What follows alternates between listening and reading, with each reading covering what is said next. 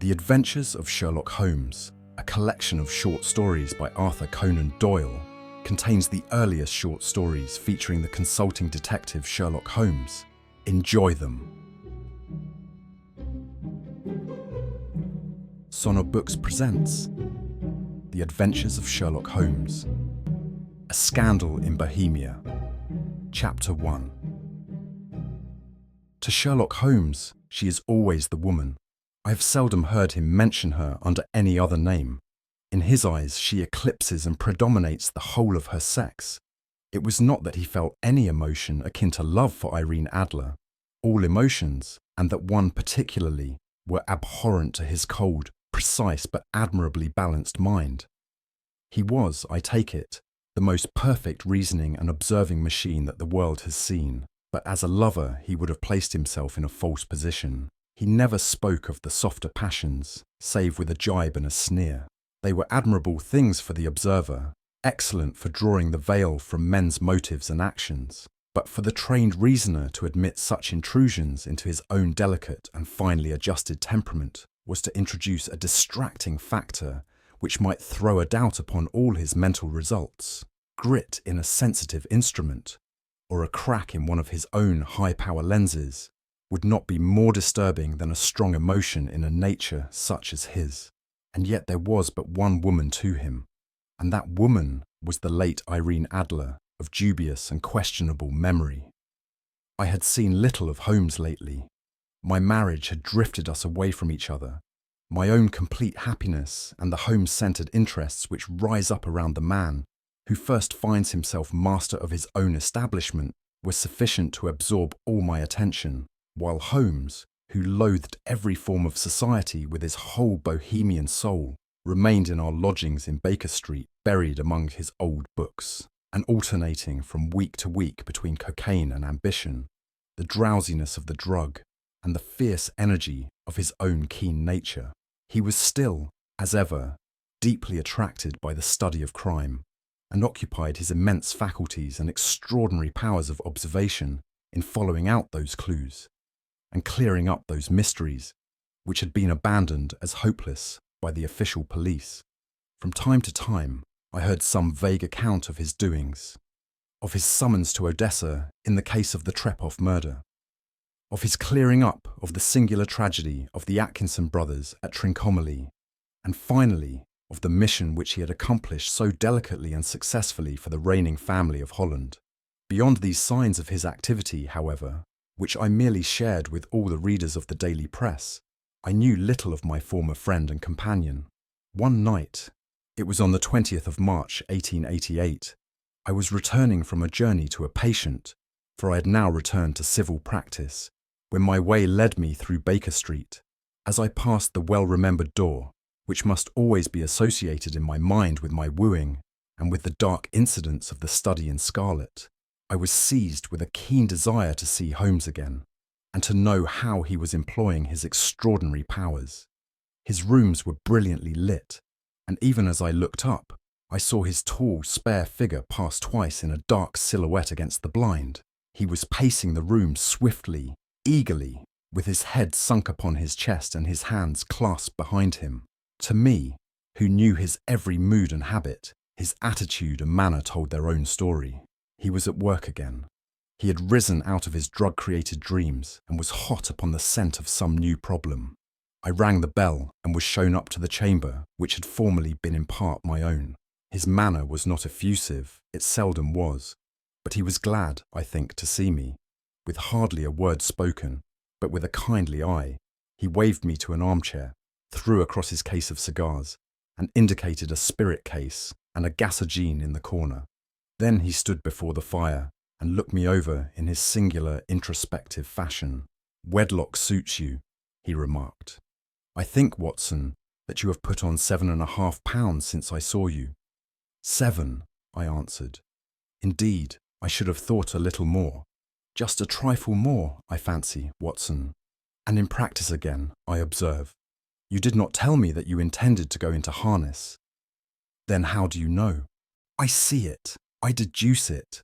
How do I know that you have been getting yourself very wet lately, and that you have a most clumsy and careless servant girl?"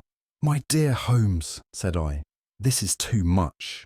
You would certainly have been burned had you lived a few centuries ago. It is true that I had a country walk on Thursday and came home in a dreadful mess. But as I have changed my clothes, I can't imagine how you deduce it. As to Mary Jane, she is incorrigible, and my wife has given her notice. But there, again, I fail to see how you work it out." He chuckled to himself and rubbed his long, nervous hands together. "It is simplicity itself," said he. "My eyes tell me that on the inside of your left shoe, just where the firelight strikes it, the leather is scored by 6 almost parallel cuts. Obviously, they have been caused by someone who has very carelessly scraped round the edges of the sole in order to remove crusted mud from it. Hence, you see, my double deduction that you had been out in vile weather, and that you had a particularly malignant, boot-slitting specimen of the London slavey. As to your practice, if a gentleman walks into my rooms smelling of iodoform, with a black mark of nitrate of silver upon his right forefinger, and a bulge on the right side of his top hat to show where he has secreted his stethoscope, I must be dull indeed if I do not pronounce him to be an active member of the medical profession." I could not help laughing at the ease with which he explained his process of deduction.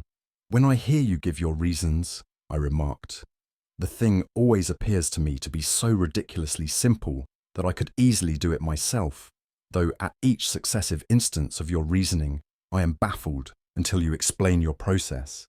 And yet I believe that my eyes are as good as yours."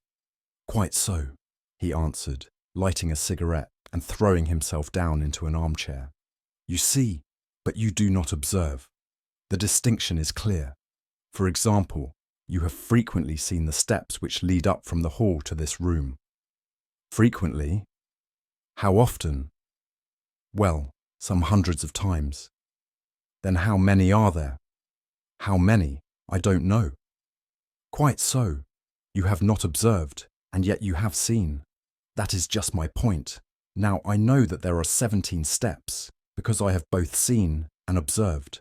By the way, since you are interested in these little problems, and since you are good enough to chronicle 1 or 2 of my trifling experiences, you may be interested in this." He threw over a sheet of thick, pink-tinted notepaper, which had been lying open upon the table. "It came by the last post," said he. "Read it aloud." The note was undated, and without either signature or address. "There will call upon you tonight at 7:45, it said.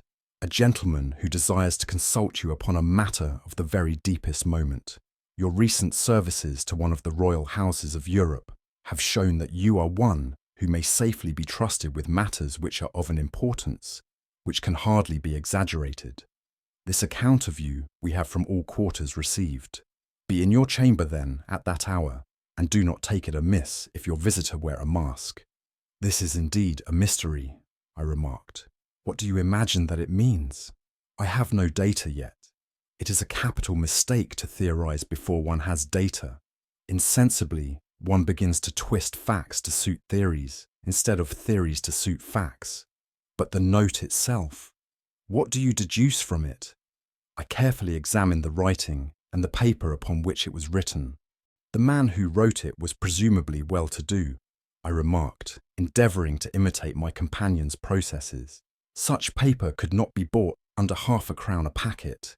It is peculiarly strong and stiff." "Peculiar? That is the very word," said Holmes. "It is not an English paper at all. Hold it up to the light." I did so, and saw a large E with a small g, a P, and a large G with a small t woven into the texture of the paper. "What do you make of that?" asked Holmes. "The name of the maker, no doubt. Or his monogram, rather." "Not at all. The G with the smallet stands for Gesellschaft, which is the German for company. It is a customary contraction like our company P, of course, stands for papier, now for the egg. Let us glance at our Continental Gazetteer." He took down a heavy brown volume from his shelves. "Eglo, Eglanitz, here we are, Egria. It is in a German-speaking country, in Bohemia, not far from Carlsbad. Remarkable as being the scene of the death of Wallenstein, and for its numerous glass factories and paper mills." "Ha ha, my boy. What do you make of that?" His eyes sparkled, and he sent up a great blue triumphant cloud from his cigarette. The paper was made in Bohemia, I said. Precisely. And the man who wrote the note is a German. Do you note the peculiar construction of the sentence? This account of you we have from all quarters received. A Frenchman or Russian could not have written that. It is the German who is so uncourteous to his verbs. It only remains, therefore, to discover what is wanted by this German who writes upon Bohemian paper and prefers wearing a mask to showing his face. And here he comes, if I am not mistaken, to resolve all our doubts. As he spoke, there was the sharp sound of horses' hoofs and grating wheels against the curb, followed by a sharp pull at the bell.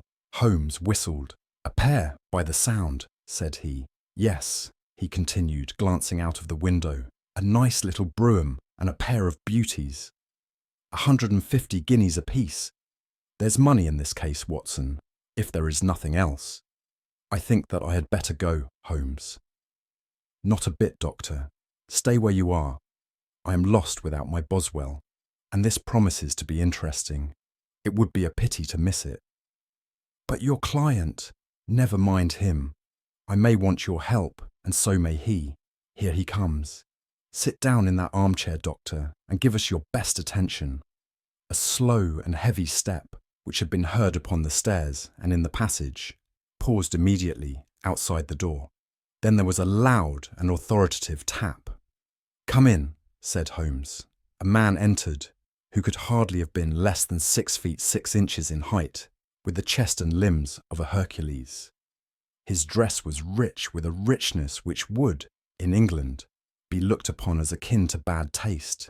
Heavy bands of astrakhan were slashed across the sleeves and fronts of his double-breasted coat, while the deep blue cloak which was thrown over his shoulders was lined with flame-coloured silk and secured at the neck with a brooch which consisted of a single flaming beryl, boots which extended halfway up his calves and which were trimmed at the tops with rich brown fur, completed the impression of barbaric opulence which was suggested by his whole appearance. He carried a broad-brimmed hat in his hand, while he wore across the upper part of his face, extending down past the cheekbones, a black vizard mask, which he had apparently adjusted that very moment, for his hand was still raised to it as he entered. From the lower part of the face, he appeared to be a man of strong character, with a thick, hanging lip and a long, straight chin, suggestive of resolution pushed to the length of obstinacy. "You had my note?" he asked with a deep, harsh voice and a strongly marked German accent. "I told you that I would call." He looked from one to the other of us, as if uncertain which to address. "Pray take a seat," said Holmes. "This is my friend and colleague, Dr. Watson, who is occasionally good enough to help me in my cases. Whom have I the honour to address?" "You may address me as the Count von Cram, a Bohemian nobleman. I understand that this gentleman, your friend, is a man of honour and discretion, whom I may trust with a matter of the most extreme importance. If not, I should much prefer to communicate with you alone." I rose to go, but Holmes caught me by the wrist and pushed me back into my chair. "It is both or none," said he. "You may say before this gentleman anything which you may say to me." The Count shrugged his broad shoulders. "Then I must begin," said he, "by binding you both to absolute secrecy for 2 years. At the end of that time, the matter will be of no importance. At present, it is not too much to say that it is of such weight it may have an influence upon European history." "I promise," said Holmes. "And I." "You will excuse this mask," continued our strange visitor. "The august person who employs me wishes his agent to be unknown to you, and I may confess at once that the title by which I have just called myself is not exactly my own." "I was aware of it," said Holmes dryly.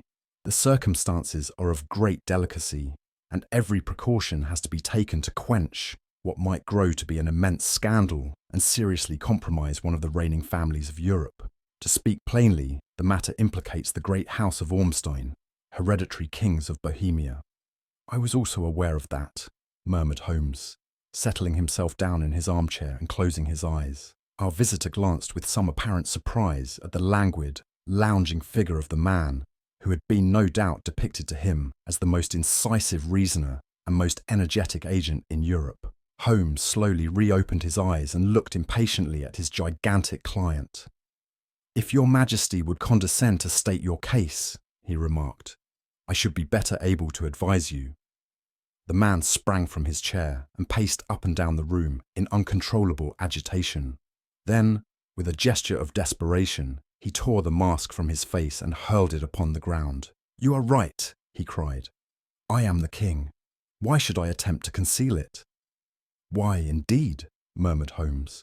"Your Majesty had not spoken before I was aware that I was addressing Wilhelm Gottsreich, Sigismund von Ormstein, Grand Duke of Kassel-Felstein, and hereditary King of Bohemia." "But you can understand," said our strange visitor, sitting down once more and passing his hand over his high white forehead. "You can understand that I am not accustomed to doing such business in my own person. Yet the matter was so delicate that I could not confide it to an agent without putting myself in his power. I have come incognito from Prague for the purpose of consulting you." "Then pray consult," said Holmes, shutting his eyes once more. "The facts are briefly these. Some 5 years ago, during a lengthy visit to Warsaw, I made the acquaintance of the well-known adventuress Irene Adler. The name is no doubt familiar to you." "Kindly look her up in my index, Doctor," murmured Holmes without opening his eyes. For many years, he had adopted a system of docketing all paragraphs concerning men and things, so that it was difficult to name a subject or a person on which he could not at once furnish information.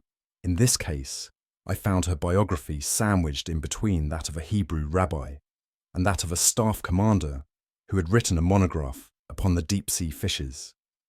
"Let me see," said Holmes. Born in New Jersey in the year 1858. Contralto, La Scala, Prima donna Imperial Opera of Warsaw, yes. Retired from operatic stage, Living in London, quite so.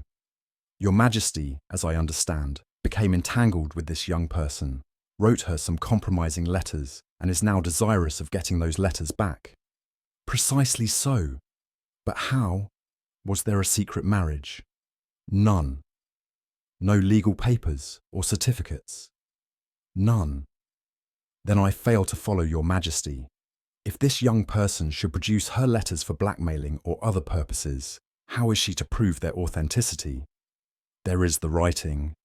"Pooh! Forgery! My private notepaper. Stolen. My own seal. Imitated. My photograph. Bought. We were both in the photograph. Oh dear, that is very bad. Your Majesty has indeed committed an indiscretion. I was mad. Insane. You have compromised yourself seriously. I was only Crown Prince then. I was young. I am but 30 now. It must be recovered. We have tried and failed. Your Majesty must pay. It must be bought." "She will not sell." "Stolen then." 5 attempts have been made. Twice burglars in my pay ransacked her house. Once we diverted her luggage when she travelled. Twice she has been waylaid. There has been no result." "No sign of it?" "Absolutely none." Holmes laughed. "It is quite a pretty little problem," said he. "But a very serious one to me," returned the king reproachfully. "Very indeed. And what does she propose to do with the photograph?" "To ruin me." "But how?" "I'm about to be married."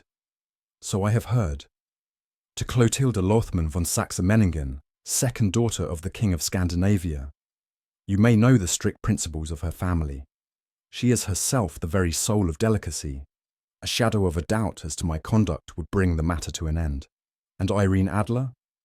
Threatens to send them the photograph. And she will do it. I know that she will do it. You do not know her, but she has a soul of steel. She has the face of the most beautiful of women and the mind of the most resolute of men.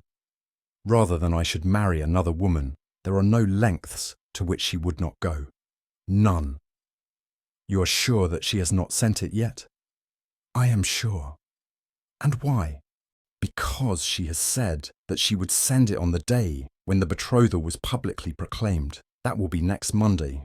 "Oh, then we have 3 days yet," said Holmes with a yawn. "That is very fortunate, as I have 1 or 2 matters of importance to look into just at present. Your Majesty will, of course, stay in London for the present." "Certainly." You will find me at the Langham under the name of the Count von Cram. Then I shall drop you a line to let you know how we progress. Pray do so. I shall be all anxiety. Then, as to money. You have carte blanche. Absolutely? I tell you that I would give one of the provinces of my kingdom to have that photograph. And for present expenses. The king took a heavy chamois leather bag from under his cloak and laid it on the table. There are £300 in gold and 700 in notes, he said. Holmes scribbled a receipt upon a sheet of his notebook and handed it to him. And Mademoiselle's address, he asked, is Bryony Lodge, Serpentine Avenue, St. John's Wood. Holmes took a note of it. One other question, said he. Was the photograph a cabinet? It was.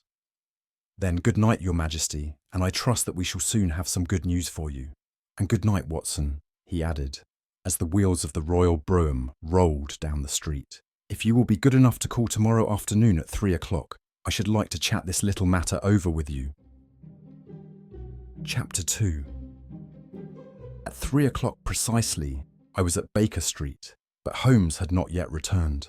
The landlady informed me that he had left the house shortly after 8 o'clock in the morning.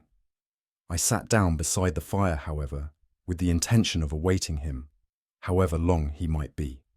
I was already deeply interested in his inquiry, for though it was surrounded by none of the grim and strange features which were associated with the two crimes which I have already recorded, still, the nature of the case and the exalted station of his client gave it a character of its own. Indeed, apart from the nature of the investigation which my friend had on hand, there was something in his masterly grasp of a situation and his keen, incisive reasoning which made it a pleasure to me to study his system of work and to follow the quick, subtle methods by which he disentangled the most inextricable mysteries. So accustomed was I to his invariable success that the very possibility of his failing had ceased to enter into my head. It was close upon 4 before the door opened, and a drunken-looking groom, ill-kempt and side-whiskered, with an inflamed face and disreputable clothes, walked into the room.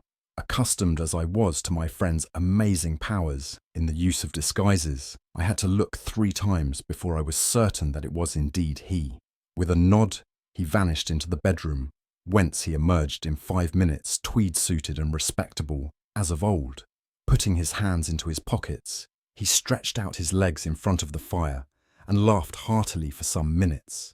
"Well, really," he cried, and then he choked and laughed again until he was obliged to lie back, limp and helpless, in the chair. "What is it? It's quite too funny. I'm sure you could never guess how I employed my morning, or what I ended by doing.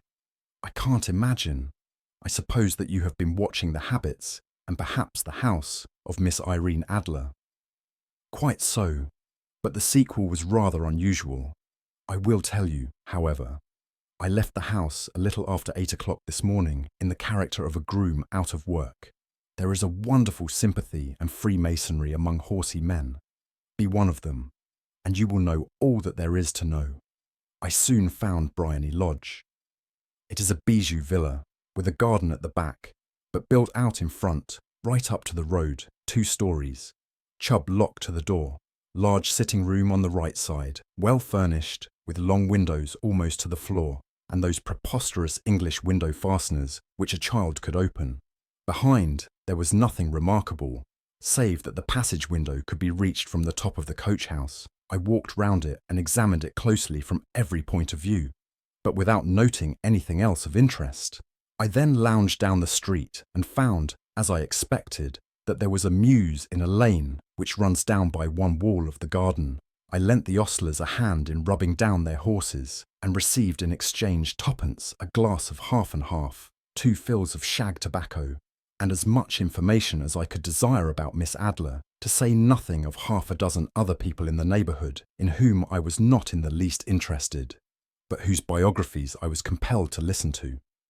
"And what of Irene Adler?" I asked. "Oh, she has turned all the men's heads down in that part. She is the daintiest thing under a bonnet on this planet. So say the Serpentine Mews to a man. She lives quietly, sings at concerts, drives out at 5 every day, and returns at 7 sharp for dinner. seldom goes out at other times, except when she sings, has only one male visitor, but a good deal of him. He is dark, handsome, and dashing, never calls less than once a day, and often twice. He is a Mr. Godfrey Norton, of the Inner Temple. See the advantages of a cabman as a confidant. They had driven him home a dozen times from Serpentine Mews, and knew all about him. When I had listened to all they had to tell, I began to walk up and down near Bryony Lodge once more, and to think over my plan of campaign. This Godfrey Norton was evidently an important factor in the matter. He was a lawyer. That sounded ominous. What was the relation between them, and what the object of his repeated visits? Was she his client, his friend, or his mistress? If the former, she had probably transferred the photograph to his keeping. If the latter, it was less likely. On the issue of this question depended whether I should continue my work at Bryony Lodge, or turn my attention to the gentleman's chambers in the Temple. It was a delicate point, and it widened the field of my inquiry. I fear that I bore you with these details, but I have to let you see my little difficulties if you are to understand the situation. "I am following you closely," I answered. I was still balancing the matter in my mind when a hansom cab drove up to Bryony Lodge, and a gentleman sprang out. He was a remarkably handsome man, dark, aquiline, and moustached, evidently the man of whom I had heard.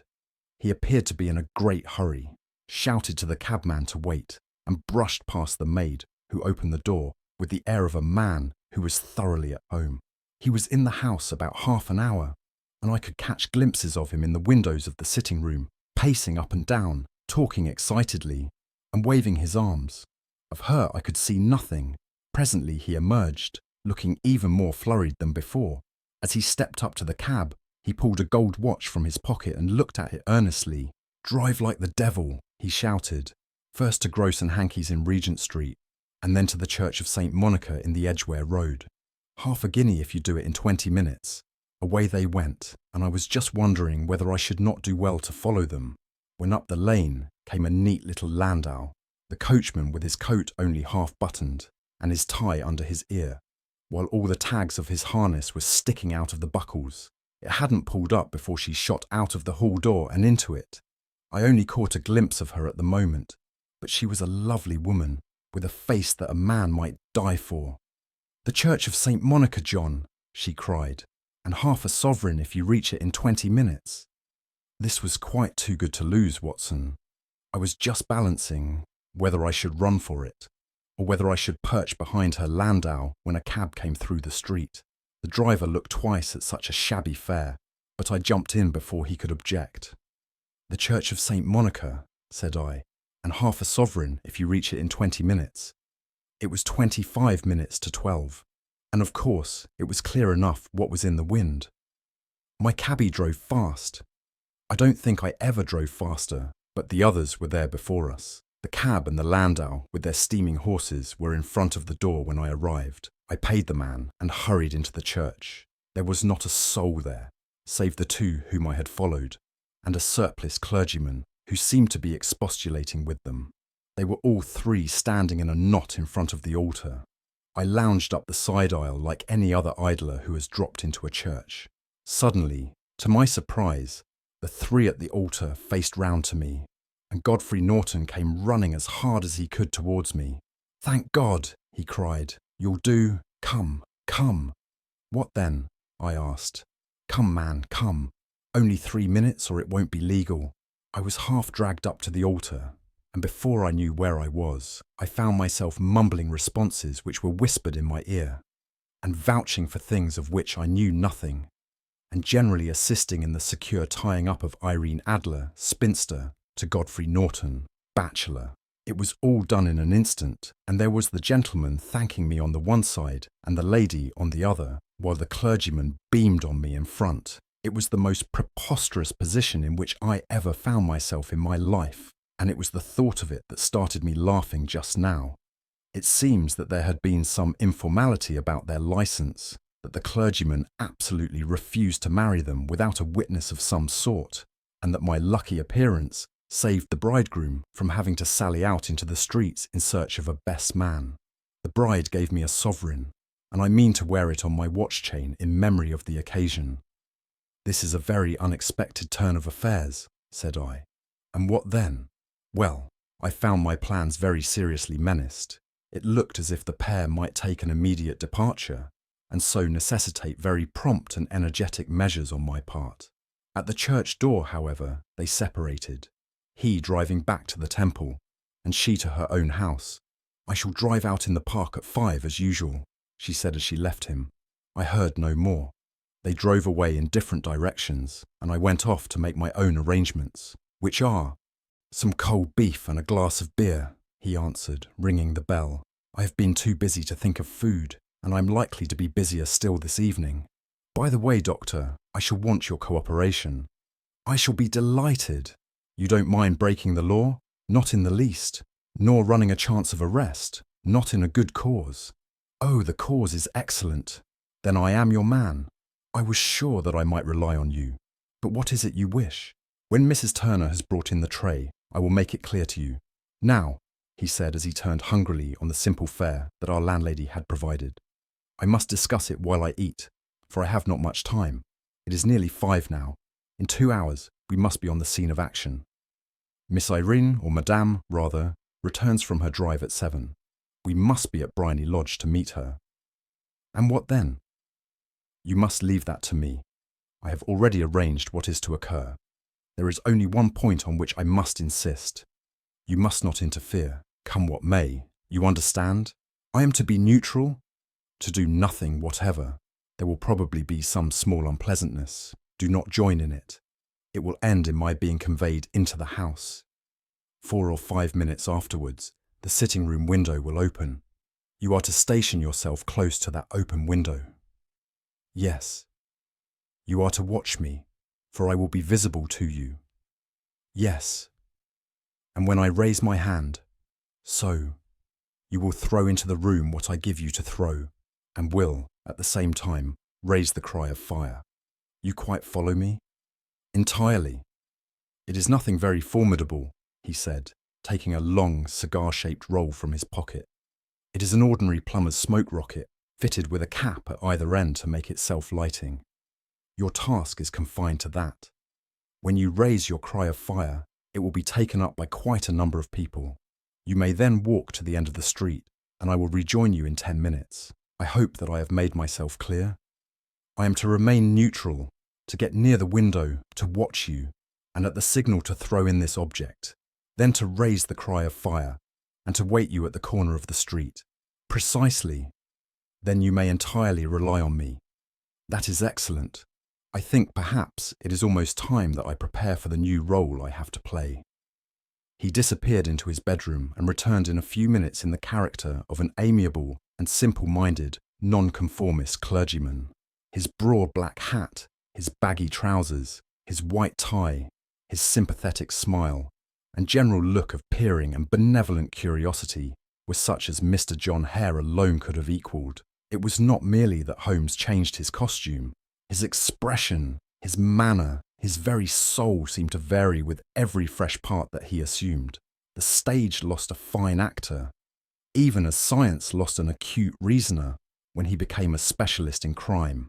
It was 6:15 when we left Baker Street, and it still wanted 10 minutes to the hour when we found ourselves in Serpentine Avenue. It was already dusk, and the lamps were just being lighted as we paced up and down in front of Bryony Lodge, waiting for the coming of its occupant.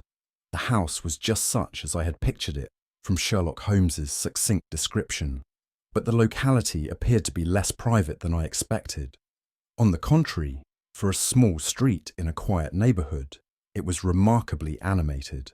There was a group of shabbily dressed men smoking and laughing in a corner, a scissors grinder with his wheel, 2 guardsmen who were flirting with a nurse girl, and several well-dressed young men who were lounging up and down with cigars in their mouths. "You see," remarked Holmes, as we paced to and fro in front of the house, "this marriage rather simplifies matters. The photograph becomes a double-edged weapon now. The chances are that she would be as averse to its being seen by Mr. Godfrey Norton as our client is to its coming to the eyes of his princess. Now the question is, where are we to find the photograph? Where indeed? It is most unlikely that she carries it about with her. It is cabinet size, too large for easy concealment about a woman's dress. She knows that the king is capable of having her waylaid and searched. 2 attempts of the sort have already been made. We may take it, then, that she does not carry it about with her. Where, then? Her banker or her lawyer. There is that double possibility. But I am inclined to think neither. Women are naturally secretive, and they like to do their own secreting. Why should she hand it over to anyone else? She could trust her own guardianship, but she could not tell what indirect or political influence might be brought to bear upon a businessman. Besides, remember that she had resolved to use it within a few days. It must be where she can lay her hands upon it. It must be in her own house. But it has twice been burgled. Pshaw! They did not know how to look. But how will you look? I will not look. What then? I will get her to show me, but she will refuse.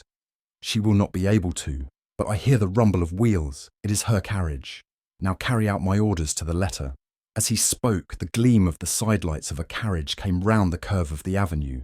It was a smart little landau which rattled up to the door of Bryony Lodge. As it pulled up, one of the loafing men at the corner dashed forward to open the door in the hope of earning a copper, but was elbowed away by another loafer who had rushed up with the same intention. A fierce quarrel broke out, which was increased by the 2 guardsmen who took sides with one of the loungers, and by the scissors grinder, who was equally hot upon the other side. A blow was struck, and in an instant the lady, who had stepped from her carriage, was the centre of a little knot of flushed and struggling men, who struck savagely at each other with their fists and sticks. Holmes dashed into the crowd to protect the lady, but just as he reached her, he gave a cry and dropped to the ground, with the blood running freely down his face. At his fall, the guardsmen took to their heels in one direction and the loungers in the other, while a number of better-dressed people, who had watched the scuffle without taking part in it, crowded in to help the lady and to attend to the injured man. Irene Adler, as I will still call her, had hurried up the steps, but she stood at the top, with her superb figure outlined against the lights of the hall, looking back into the street. "Is the poor gentleman much hurt?" she asked. "He is dead," cried several voices. "No, no, there's life in him," shouted another. "But he'll be gone before you can get him to hospital." "He's a brave fellow," said a woman. "They would have had the lady's purse and watch if it hadn't been for him. They were a gang, and a rough one too. Ah, he's breathing now. He can't lie in the street. May we bring him in, ma'am?" "Surely. Bring him into the sitting room. There is a comfortable sofa. This way, please." Slowly and solemnly he was borne into Bryony Lodge and laid out in the principal room, while I still observed the proceedings from my post by the window. The lamps had been lit, but the blinds had not been drawn, so that I could see Holmes as he lay upon the couch. I do not know whether he was seized with compunction at that moment for the part he was playing, but I know that I never felt more heartily ashamed of myself in my life than when I saw the beautiful creature against whom I was conspiring, or the grace and kindliness with which she waited upon the injured man. And yet it would be the blackest treachery to Holmes to draw back now from the part which he had entrusted to me. I hardened my heart and took the smoke rocket from under my ulster. After all, I thought, we are not injuring her. We are but preventing her from injuring another. Holmes had sat up upon the couch, and I saw him motion like a man who is in need of air. A maid rushed across and threw open the window. At the same instant I saw him raise his hand, and at the signal I tossed my rocket into the room, with a cry of "Fire!" The word was no sooner out of my mouth than the whole crowd of spectators, well-dressed and ill, gentlemen, ostlers, and servant-maids, joined in a general shriek of "Fire!" Thick clouds of smoke curled through the room and out at the open window. I caught a glimpse of rushing figures, and a moment later the voice of Holmes from within, assuring them that it was a false alarm. Slipping through the shouting crowd, I made my way to the corner of the street, and in 10 minutes was rejoiced to find my friend's arm in mine, and to get away from the scene of uproar. He walked swiftly and in silence for some few minutes, until we had turned down one of the quiet streets which lead towards the Edgware Road. "You did it very nicely, Doctor," he remarked. "Nothing could have been better. It is all right." You have the photograph. I know where it is. And how did you find out? She showed me, as I told you she would. I am still in the dark. I do not wish to make a mystery, said he, laughing. The matter was perfectly simple. You, of course, saw that everyone in the street was an accomplice. They were all engaged for the evening. I guessed as much. Then, when the row broke out, I had a little moist red paint in the palm of my hand. I rushed forward, fell down, clapped my hand to my face, and became a piteous spectacle. It is an old trick. That also I could fathom. Then they carried me in. She was bound to have me in. What else could she do? And into her sitting room, which was the very room which I suspected. It lay between that and her bedroom, and I was determined to see which. They laid me on a couch. I motioned for air. They were compelled to open the window, and you had your chance. How did that help you? It was all important. When a woman thinks that her house is on fire, her instinct is at once to rush to the thing which she values most. It is a perfectly overpowering impulse, and I have more than once taken advantage of it. In the case of the Darlington substitution scandal, it was of use to me, and also in the Arnsworth Castle business. A married woman grabs at her baby, an unmarried one reaches for her jewel box. Now it was clear to me that Our Lady of today had nothing in the house more precious to her than what we are in quest of. She would rush to secure it. The alarm of fire was admirably done. The smoke and shouting were enough to shake nerves of steel. She responded beautifully. The photograph is in a recess behind a sliding panel just above the right bell pull. She was there in an instant, and I caught a glimpse of it as she half drew it out. When I cried out that it was a false alarm, she replaced it, glanced at the rocket, rushed from the room, and I have not seen her since. I rose, and making my excuses, escaped from the house. I hesitated whether to attempt to secure the photograph at once, but the coachman had come in, and as he was watching me narrowly, it seemed safer to wait. A little over-precipitance may ruin all. And now? I asked. Our quest is practically finished. I shall call with the king tomorrow, and with you, if you care to come with us. We will be shown into the sitting room to wait for the lady, but it is probable that when she comes, she may find neither us nor the photograph. It might be a satisfaction to His Majesty to regain it with his own hands. And when will you call? At 8 in the morning. She will not be up, so that we shall have a clear field. Besides, we must be prompt, for this marriage may mean a complete change in her life and habits. I must wire to the king without delay. We had reached Baker Street and had stopped at the door. He was searching his pockets for the key when someone passing said, "Good night, Mr. Sherlock Holmes." There were several people on the pavement at the time, but the greeting appeared to come from a slim youth in an ulster who had hurried by. "I've heard that voice before," said Holmes, staring down the dimly lit street. "Now I wonder who the deuce that could have been." Chapter 3. I slept at Baker Street that night, and we were engaged upon our toast and coffee in the morning, when the King of Bohemia rushed into the room. "You have really got it," he cried, grasping Sherlock Holmes by either shoulder and looking eagerly into his face. "Not yet. But you have hopes." "I have hopes." "Then come. I am all impatience to be gone. We must have a cab." "No, my brougham is waiting." "Then that will simplify matters." We descended and started off once more for Bryony Lodge. "Irene Adler is married," remarked Holmes. "Married? When?" "Yesterday." "But to whom?" "To an English lawyer named Norton. But she could not love him." "I am in hopes that she does." "And why in hopes?" "Because it would spare your Majesty all fear of future annoyance. If the lady loves her husband, she does not love your Majesty. If she does not love your Majesty, there is no reason why she should interfere with your Majesty's plan." "It is true.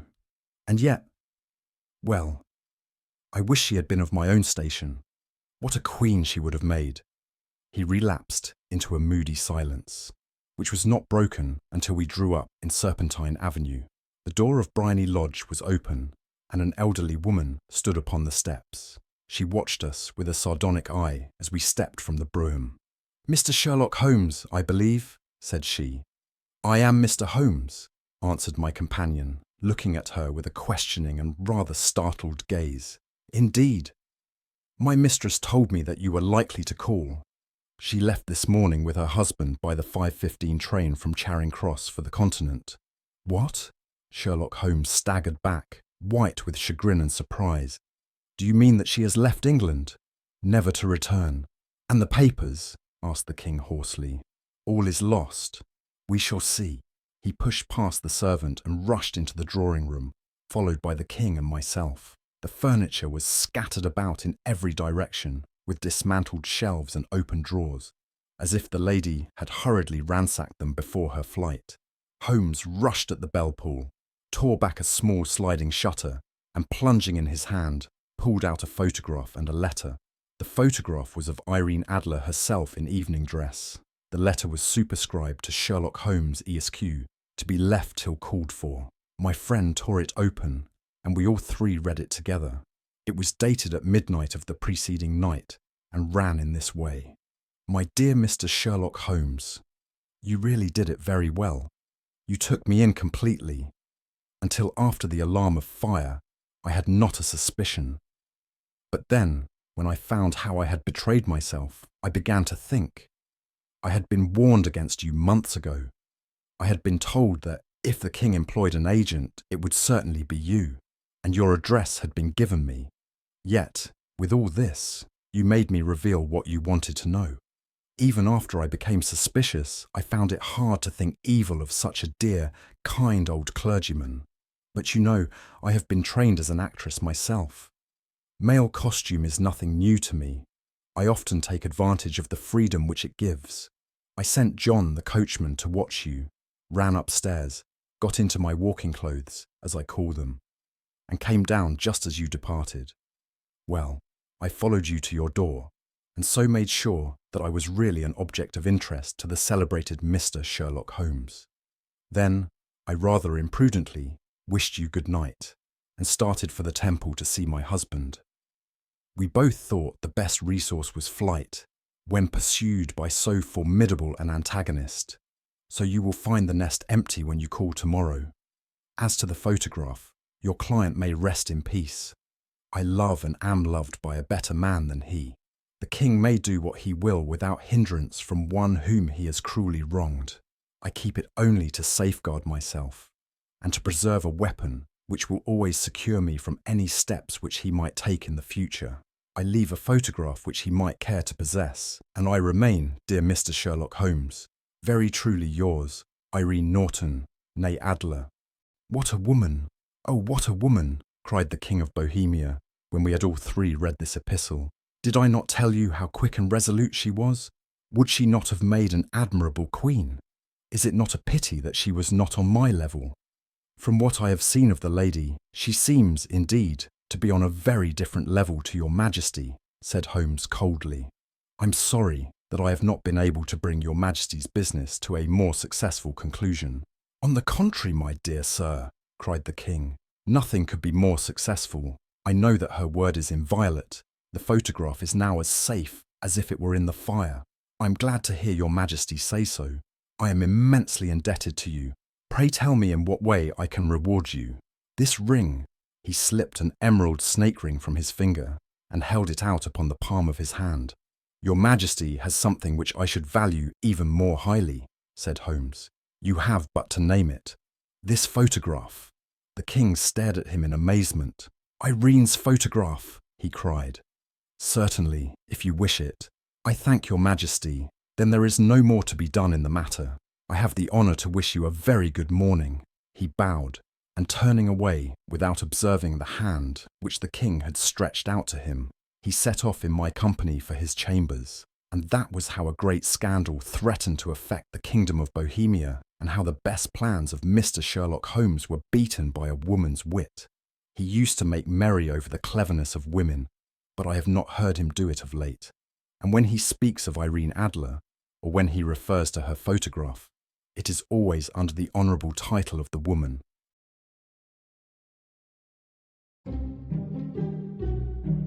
Sonobooks presents The Adventures of Sherlock Holmes, The Red-Headed League. I had called upon my friend, Mr. Sherlock Holmes, one day in the autumn of last year, and found him in deep conversation with a very stout, florid-faced, elderly gentleman with fiery red hair. With an apology for my intrusion, I was about to withdraw when Holmes pulled me abruptly into the room and closed the door behind me.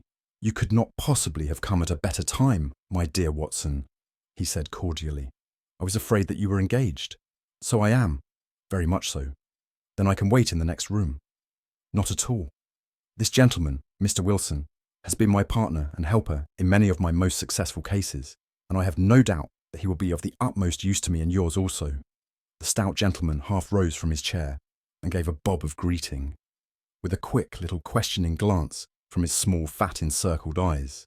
"Try the settee," said Holmes, relapsing into his armchair and putting his fingertips together, as was his custom when in judicial moods. "I know, my dear Watson, that you share my love of all that is bizarre and outside the conventions and humdrum routine of everyday life. You have shown your relish for it by the enthusiasm which has prompted you to chronicle, and, if you will excuse my saying so, somewhat to embellish so many of my own little adventures. Your cases have indeed been of the greatest interest to me," I observed. "You will remember that I remarked the other day, just before we went into the very simple problem presented by Miss Mary Sutherland, that for strange effects and extraordinary combinations, we must go to life itself, which is always far more daring than any effort of the imagination. A proposition which I took the liberty of doubting." "You did, Doctor, but nonetheless you must come round to my view, for otherwise I shall keep on piling fact upon fact on you until your reason breaks down under them and acknowledges me to be right. Now, Mr. Jabez Wilson here has been good enough to call upon me this morning, and to begin a narrative which promises to be one of the most singular which I have listened to for some time. You have heard me remark that the strangest and most unique things are very often connected, not with the larger, but with the smaller crimes, and occasionally, indeed, where there is room for doubt whether any positive crime has been committed. As far as I have heard, it is impossible for me to say whether the present case is an instance of crime or not, but the course of events is certainly among the most singular that I have ever listened to. Perhaps, Mr. Wilson, you would have the great kindness to recommence your narrative. I ask you not merely because my friend Dr. Watson has not heard the opening part, but also because the peculiar nature of the story makes me anxious to have every possible detail from your lips. As a rule, when I have heard some slight indication of the course of events, I'm able to guide myself by the thousands of other similar cases which occur to my memory. In the present instance, I'm forced to admit that the facts are, to the best of my belief, unique. The portly client puffed out his chest with an appearance of some little pride and pulled a dirty and wrinkled newspaper from the inside pocket of his greatcoat. As he glanced down the advertisement column, with his head thrust forward and the paper flattened out upon his knee, I took a good look at the man, and endeavoured, after the fashion of my companion, to read the indications which might be presented by his dress or appearance. I did not gain very much, however, by my inspection. Our visitor bore every mark of being an average commonplace British tradesman, obese, pompous, and slow. He wore rather baggy grey shepherd's check trousers, a not over-clean black frock coat, unbuttoned in the front, and a drab waistcoat with a heavy brassy Albert chain, and a square-pierced bit of metal dangling down as an ornament. A frayed top hat and a faded brown overcoat with a wrinkled velvet collar lay upon a chair beside him. Altogether, look as I would, there was nothing remarkable about the man save his blazing red head and the expression of extreme chagrin and discontent upon his features. Sherlock Holmes's quick eye took in my occupation, and he shook his head with a smile as he noticed my questioning glances. Beyond the obvious facts that he has, at some time, done manual labour, that he takes snuff, that he is a Freemason, that he has been in China, and that he has done a considerable amount of writing lately, I can deduce nothing else. Mr. Jabez Wilson started up in his chair, with his forefinger upon the paper, but his eyes upon my companion. "How, in the name of good fortune, did you know all that, Mr. Holmes?" he asked. "How did you know, for example, that I did manual labour? It's as true as gospel, for I began as a ship's carpenter. Your hands, my dear sir, Your right hand is quite a size larger than your left. You have worked with it, and the muscles are more developed. Well, the snuff then, and the Freemasonry? I won't insult your intelligence by telling you how I read that, especially as, rather against the strict rules of your order, you use an arc and compass breastpin. Ah, of course, I forgot that. But the writing, what else can be indicated by that right cuff so very shiny for 5 inches, and the left one with the smooth patch near the elbow, where you rest it upon the desk? Well, but China? The fish that you have tattooed immediately above your right wrist could only have been done in China. I have made a small study of tattoo marks and have even contributed to the literature of the subject. That trick of staining the fish's scales of a delicate pink is quite peculiar to China. When, in addition, I see a Chinese coin hanging from your watch chain, the matter becomes even more simple. Mr. Jabez Wilson laughed heavily. Well, I never, said he. I thought at first that you had done something clever, but I see that there was nothing in it after all. I begin to think, Watson, said Holmes, that I make a mistake in explaining. Omne ignotum pro magnifico, you know, and my poor little reputation, such as it is, will suffer shipwreck if I am so candid. Can you not find the advertisement, Mr. Wilson? Yes, I have got it now, he answered with his thick red finger planted halfway down the column. Here it is. This is what began it all. You just read it for yourself, sir. I took the paper from him and read as follows. To the Red-Headed League, on account of the bequest of the late Ezekiah Hopkins of Lebanon, Pennsylvania, USA, there is now another vacancy open which entitles a member of the League to a salary of £4 a week for purely nominal services. All red-headed men who are sound in body and mind and above the age of 21 years are eligible. Apply in person on Monday at 11 o'clock to Duncan Ross at the offices of the League, 7 Pope's Court, Fleet Street. What on earth does this mean? I ejaculated after I'd twice read over the extraordinary announcement. Holmes chuckled and wriggled in his chair, as was his habit when in high spirits. It is a little off the beaten track, isn't it? Said he. And now, Mr. Wilson, off you go at scratch and tell us all about yourself, your household, and the effect which this advertisement had upon your fortunes. You will first make a note, Doctor, of the paper and the date. It is the Morning Chronicle of April 27th, 1890, just 2 months ago. Very good. Now, Mr. Wilson. Well, it is just as I have been telling you, Mr. Sherlock Holmes, said Jabez Wilson, mopping his forehead. I have a small pawnbroker's business at Coburg Square, near the city. It's not a very large affair, and of late years it has not done more than just give me a living. I used to be able to keep 2 assistants, but now I only keep 1, and I would have a job to pay him, but that he is willing to come for half wages so as to learn the business. What is the name of this obliging youth? Asked Sherlock Holmes. His name is Vincent Spaulding, and he's not such a youth either. It's hard to say his age. I should not wish a smarter assistant, Mr. Holmes, and I know very well that he could better himself and earn twice what I'm able to give him. But after all, if he is satisfied, why should I put ideas in his head? Why indeed? You seem most fortunate in having an employee who comes under the full market price. It is not a common experience among employers in this age. I don't know that your assistant is not as remarkable as your advertisement. Oh, he has his faults too, said Mr. Wilson. Never was such a fellow for photography, snapping away with a camera when he ought to be improving his mind, and then diving down into the cellar like a rabbit into its hole to develop his pictures. That is his main fault, but on the whole, he's a good worker. There's no vice in him. He is still with you, I presume? Yes, sir. He and a girl of 14, who does a bit of simple cooking and keeps the place clean. That's all I have in the house, for I am a widower and never had any family.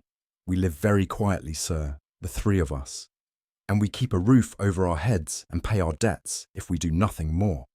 The first thing that put us out was that advertisement.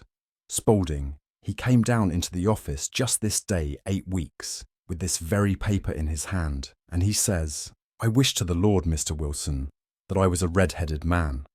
Why that? I asks. Why, says he, here's another vacancy on the League of the Red-Headed Men. It's worth quite a little fortune to any man who gets it, and I understand that there are more vacancies than there are men, so that the trustees are at their wits' end what to do with the money. If my hair would only change colour, here's a nice little crib, all ready for me to step into." "Why, what is it then?" I asked. "You see, Mr. Holmes, I'm a very stay-at-home man, and as my business came to me instead of my having to go to it, I was often weeks on end without putting my foot over the doormat. In that way, I didn't know much of what was going on outside, and I was always glad of a bit of news. Have you never heard of the League of the Red-Headed Men?" he asked with his eyes open. "Never? Why, I wonder at that, for you are eligible yourself for one of the vacancies." "And what are they worth?" I asked. "Oh, merely a couple of hundred a year, but the work is slight, and it need not interfere very much with one's other occupations." Well, you can easily think that that made me prick up my ears, for the business has not been over good for some years, and an extra couple of hundred would have been very handy. "Tell me all about it," said I. "Well," said he, showing me the advertisement, "you can see for yourself that the League has a vacancy, and there is the address where you should apply for particulars. As far as I can make out, the League was founded by an American millionaire, Ezekiah Hopkins, who was very peculiar in his ways. He was himself red-headed, and he had a great sympathy for all red-headed men.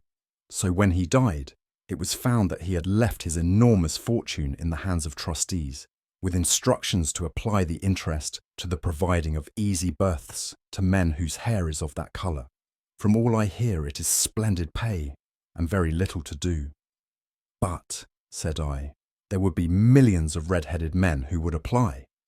"Not so many as you might think," he answered. "You see, it is really confined to Londoners and to grown men. This American had started from London when he was young, and he wanted to do the old town a good turn. Then, again, I have heard it is no use your applying if your hair is light red, or dark red, or anything but real bright, blazing, fiery red. Now, if you cared to apply, Mr. Wilson, you would just walk in. But perhaps it would hardly be worth your while to put yourself out of the way for the sake of a few £100.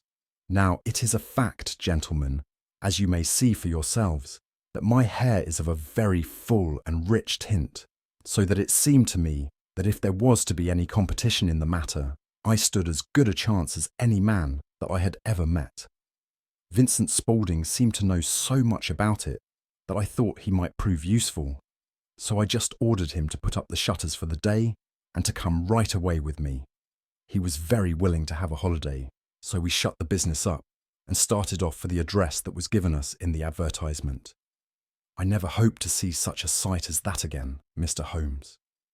From north, south, east and west, every man who had a shade of red in his hair had tramped into the city to answer the advertisement. Fleet Street was choked with red-headed folk, and Pope's Court looked like a coster's orange barrow. I should not have thought there were so many in the whole country as were brought together by that single advertisement. Every shade of colour they were: straw, lemon, orange, brick, Irish setter, liver, clay. But as Spaulding said, there were not many who had the real vivid flame-coloured tint. When I saw how many were waiting, I would have given it up in despair, but Spaulding would not hear of it. How he did it I could not imagine, but he pushed and pulled and butted until he got me through the crowd and right up to the steps which led to the office. There was a double stream upon the stair, some going up in hope and some coming back dejected, but we wedged in as well as we could and soon found ourselves in the office. "Your experience has been a most entertaining one," remarked Holmes, as his client paused and refreshed his memory with a huge pinch of snuff. "Pray continue your very interesting statement." There was nothing in the office but a couple of wooden chairs and a deal table, behind which sat a small man with a head that was even redder than mine. He said a few words to each candidate as he came up, and then he always managed to find some fault in them which would disqualify them. Getting a vacancy did not seem to be such a very easy matter after all.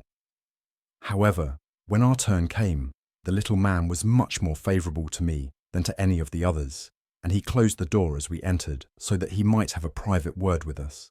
"This is Mr. Jabez Wilson," said my assistant, "and he is willing to fill a vacancy in the league." "And he is admirably suited for it," the other answered. "He has every requirement. I cannot recall when I have seen anything so fine." He took a step backward, cocked his head on one side, and gazed at my hair until I felt quite bashful. Then suddenly he plunged forward, wrung my hand, and congratulated me warmly on my success. "It would be injustice to hesitate," said he. "You will, however, I am sure, excuse me for taking an obvious precaution." With that, he seized my hair in both his hands and tugged until I yelled with the pain. "There is water in your eyes," said he as he released me. "I perceive that all is as it should be, but we have to be careful, for we have twice been deceived by wigs and once by paint. I could tell you tales of cobbler's wax, which would disgust you with human nature." He stepped over to the window and shouted through it at the top of his voice that the vacancy was filled. A groan of disappointment came up from below, and the folk all trooped away in different directions until there was not a redhead to be seen, except my own, and that of the manager. "My name," said he, "is Mr. Duncan Ross, and I am myself one of the pensioners upon the fund left by our noble benefactor. Are you a married man, Mr. Wilson? Have you a family?" I answered that I had not. His face fell immediately. "Dear me," he said gravely, "that is very serious indeed. I'm sorry to hear you say that. The fund was, of course, for the propagation and spread of the redheads, as well as for their maintenance. It is exceedingly unfortunate that you should be a bachelor."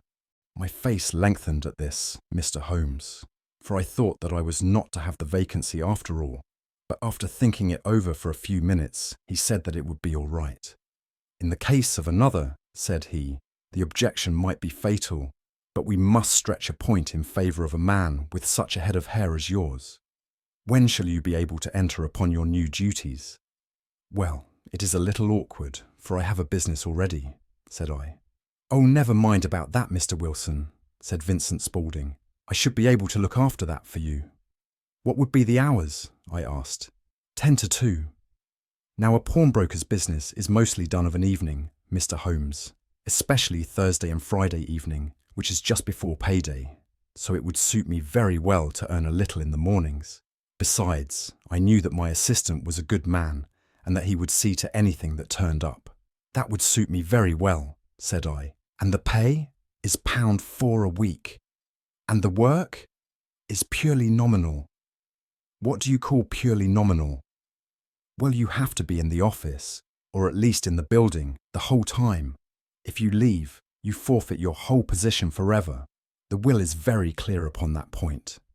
You don't comply with the conditions if you budge from the office during that time." "It's only 4 hours a day, and I should not think of leaving," said I.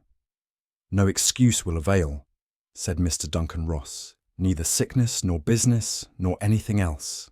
There you must stay, or you lose your billet." "And the work?" "Is to copy out the Encyclopaedia Britannica. There is the first volume of it in that press. You must find your own ink, pens and blotting paper, but we provide this table and chair. Will you be ready tomorrow?" "Certainly," I answered. "Then goodbye, Mr. Jabez Wilson, and let me congratulate you once more on the important position which you have been fortunate enough to gain." He bowed me out of the room, and I went home with my assistant, hardly knowing what to say or do. I was so pleased at my own good fortune. Well, I thought over the matter all day, and by evening I was in low spirits again, for I had quite persuaded myself that the whole affair must be some great hoax or fraud, though what its object might be I could not imagine. It seemed altogether past belief that anyone could make such a will, or that they would pay such a sum for doing anything so simple as copying out the Encyclopaedia Britannica. Vincent Spaulding did what he could to cheer me up, but by bedtime I had reasoned myself out of the whole thing. However, in the morning I determined to have a look at it anyhow, so I bought a penny bottle of ink, and with a quill pen and 7 sheets of foolscap paper, I started off for Pope's Court. Well, to my surprise and delight, everything was as right as possible. The table was set out ready for me, and Mr. Duncan Ross was there to see that I got fairly to work. He started me off upon the letter A, and then he left me. but he would drop in from time to see that all was right with me. At 2 o'clock he bade me good day, complimented me upon the amount that I had written, and locked the door of the office after me. This went on day after day, Mr. Holmes, and on Saturday the manager came in and planked down 4 golden sovereigns for my week's work. It was the same next week, and the same the week after. Every morning I was there at 10, and every afternoon I left at 2. By degrees, Mr. Duncan Ross took to coming in only once of a morning, and then, after a time, he did not come in at all. Still, of course, I never dared to leave the room for an instant, for I was not sure when he might come, and the billet was such a good one, and suited me so well, that I would not risk the loss of it. 8 weeks passed away like this, and I had written about abbots and archery and armour and architecture and Attica, and hoped with diligence that I might get on to the bees before very long. It cost me something in foolscap, and I had pretty nearly filled a shelf with my writings. And then suddenly the whole business came to an end. To an end? Yes, sir, and no later than this morning. I went to my work as usual at 10 o'clock, but the door was shut and locked, with a little square of cardboard hammered onto the middle of the panel with a tack. Here it is, and you can read for yourself. He held up a piece of white cardboard about the size of a sheet of notepaper. It read in this fashion: "The Red-Headed League is dissolved, October 9th, 1890. Sherlock Holmes and I surveyed this curt announcement and the rueful face behind it, until the comical side of the affair so completely overtopped every other consideration that we both burst out into a roar of laughter. I cannot see that there is anything very funny," cried our client, flushing up to the roots of his flaming head. "If you can do nothing better than laugh at me, I can go elsewhere." "No, no," cried Holmes, shoving him back into the chair from which he had half risen. "I really wouldn't miss your case for the world. It is most refreshingly unusual. But there is, if you will excuse my saying so, something just a little funny about it. Pray, what steps did you take when you found the card upon the door?" "I was staggered, sir. I did not know what to do. Then I called at the offices round, but none of them seemed to know anything about it. Finally, I went to the landlord, who is an accountant living on the ground floor, and I asked him if he could tell me what had become of the Red-Headed League. He said that he had never heard of any such body. Then I asked him who Mr. Duncan Ross was. He answered that the name was new to him. "Well," said I, "the gentleman at number 4. "What, the red-headed man?" "Yes." "Oh," said he, "his name was William Morris. He was a solicitor and was using my room as a temporary convenience until his new premises were ready. He moved out yesterday." "Where could I find him?" "Oh, at his new offices. He did tell me the address. Yes, 17 King Edward Street near St. Paul's. I started off, Mr. Holmes, but when I got to that address it was a manufactory of artificial kneecaps, and no one in it had ever heard of either Mr. William Morris or Mr. Duncan Ross." "And what did you do then?" asked Holmes. "I went home to Saxe-Coburg Square, and I took the advice of my assistant, but he could not help me in any way. He could only say that if I waited I should hear by post. But that was not quite good enough, Mr. Holmes. I did not wish to lose such a place without a struggle. So, as I had heard that you were good enough to give advice to poor folk who were in need of it, I came right away to you." "And you did very wisely," said Holmes. "Your case is an exceedingly remarkable one, and I shall be happy to look into it. From what you have told me, I think that it is possible that graver issues hang from it than might at first sight appear." "Grave enough," said Mr. Jabez Wilson. "Why, I have lost £4 a week." "As far as you are personally concerned," remarked Holmes, "I do not see that you have any grievance against this extraordinary league. On the contrary, you are, as I understand, richer by some £30, to say nothing of the minute knowledge which you have gained on every subject which comes under the letter A. You have lost nothing by them." "No, sir, but I want to find out about them, and who they are, and what their object was in playing this prank, if it was a prank, upon me. It was a pretty expensive joke for them, for it cost them £32. We shall endeavour to clear up these points for you. And first, 1 or 2 questions, Mr. Wilson. This assistant of yours who first called your attention to the advertisement, how long had he been with you? About a month then. How did he come? In answer to an advertisement. Was he the only applicant? No, I had a dozen. Why did you pick him? Because he was handy and would come cheap. At half wages, in fact. Yes. What is he like, this Vincent Spaulding? Small, stout-built, very quick in his ways, no hair on his face, though he's not short of 30. Has a white splash of acid upon his forehead. Holmes sat up in his chair in considerable excitement. I thought as much, said he. Have you ever observed that his ears are pierced for earrings? Yes, sir. He told me that a gypsy had done it for him when he was a lad. Said Holmes, sinking back in deep thought. He is still with you? Oh, yes, sir. I have only just left him. And has your business been attended to in your absence? Nothing to complain of, sir. There's never very much to do of a morning. That will do, Mr. Wilson. I shall be happy to give you an opinion upon the subject in the course of a day or two. Today is Saturday, and I hope that by Monday we may come to a conclusion. Well, Watson, said Holmes, when our visitor had left us, what do you make of it all? I make nothing of it, I answered frankly. It is a most mysterious business. As a rule, said Holmes, the more bizarre a thing is the less mysterious it proves to be. It is your commonplace, featureless crimes which are really puzzling, just as a commonplace face is the most difficult to identify. But I must be prompt over this matter. What are you going to do then? I asked. To smoke, he answered. It is quite a three-pipe problem, and I beg that you won't speak to me for 50 minutes. He curled himself up in his chair, with his thin knees drawn up to his hawk-like nose, and there he sat, with his eyes closed, and his black clay pipe thrusting out like the bill of some strange bird. I had come to the conclusion that he had dropped asleep, and indeed was nodding myself, when he suddenly sprang out of his chair with the gesture of a man who has made up his mind and put his pipe down upon the mantelpiece. Sarasate plays at the St. James's Hall this afternoon, he remarked. What do you think, Watson? Could your patients spare you for a few hours? I have nothing to do today. My practice is never very absorbing. Then put on your hat and come. I am going through the city first, and we can have some lunch on the way. I observe that there is a good deal of German music on the programme, which is rather more to my taste than Italian or French. It is introspective, and I want to introspect. Come along. We travelled by the Underground as far as Aldersgate, and a short walk took us to Saxe-Coburg Square, the scene of the singular story which we had listened to in the morning.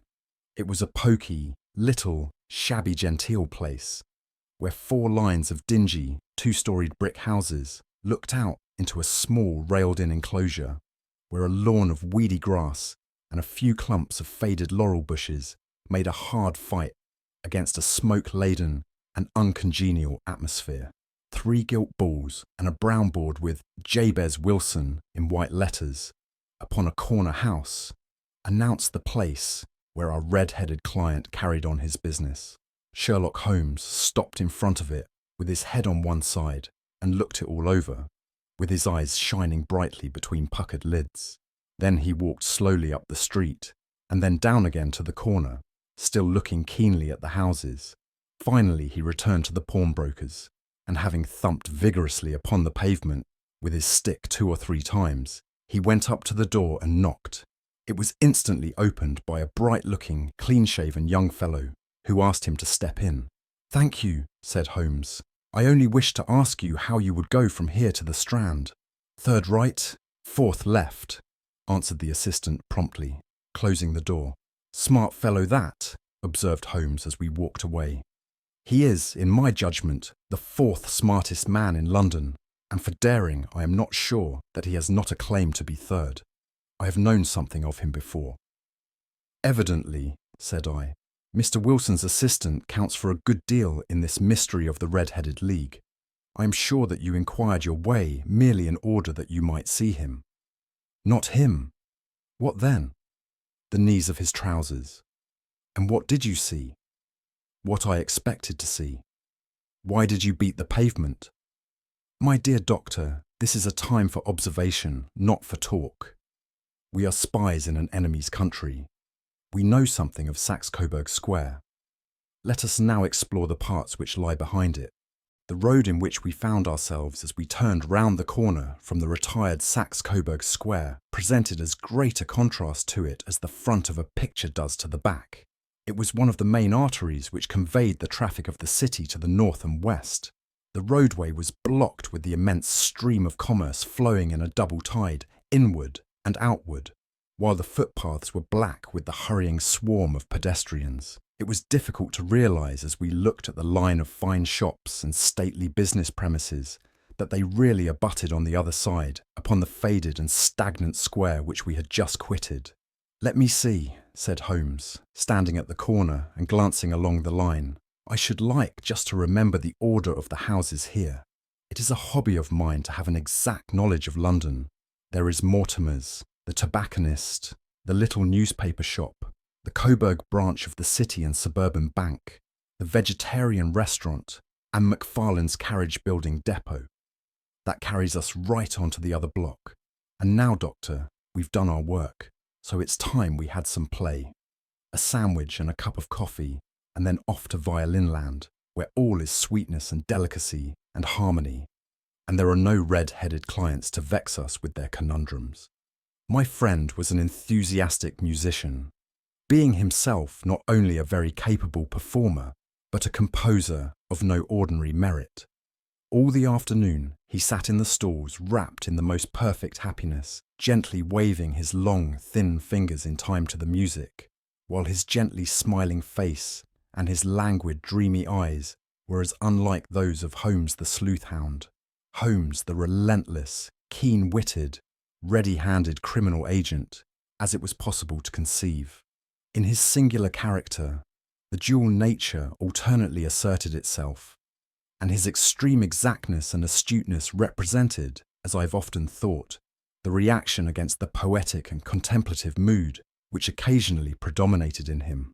The swing of his nature took him from extreme languor to devouring energy, and as I knew well, he was never so truly formidable as when, for days on end, he had been lounging in his armchair amid his improvisations and his black-letter editions. Then it was that the lust of the chase would suddenly come upon him, and that his brilliant reasoning power would rise to the level of intuition, until those who were unacquainted with his methods would look askance at him as on a man whose knowledge was not that of other mortals. When I saw him that afternoon, so enwrapped in the music at St. James's Hall, I felt that an evil time might be coming upon those whom he had set himself to hunt down. "You want to go home, no doubt, Doctor," he remarked as we emerged. "Yes, it would be as well. And I have some business to do which will take some hours. This business at Coburg Square is serious." "Why serious?" "A considerable crime is in contemplation.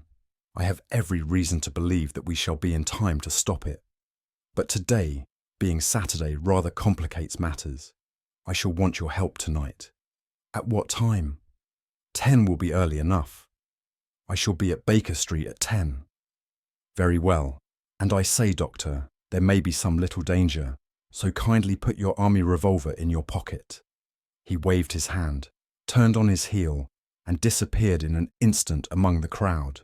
I trust that I am not more dense than my neighbours, but I was always oppressed with a sense of my own stupidity in my dealings with Sherlock Holmes. Here I had heard what he had heard.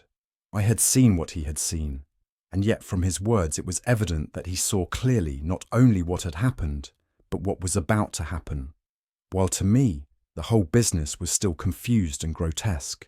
As I drove home to my house in Kensington, I thought over it all, from the extraordinary story of the red-headed copier of the encyclopedia down to the visit to Saxe-Coburg Square, and the ominous words with which he had parted from me. What was this nocturnal expedition, and why should I go armed? Where were we going, and what were we to do? I had the hint from Holmes that this smooth-faced pawnbroker's assistant was a formidable man, a man who might play a deep game. I tried to puzzle it out, but gave it up in despair and set the matter aside until night should bring an explanation.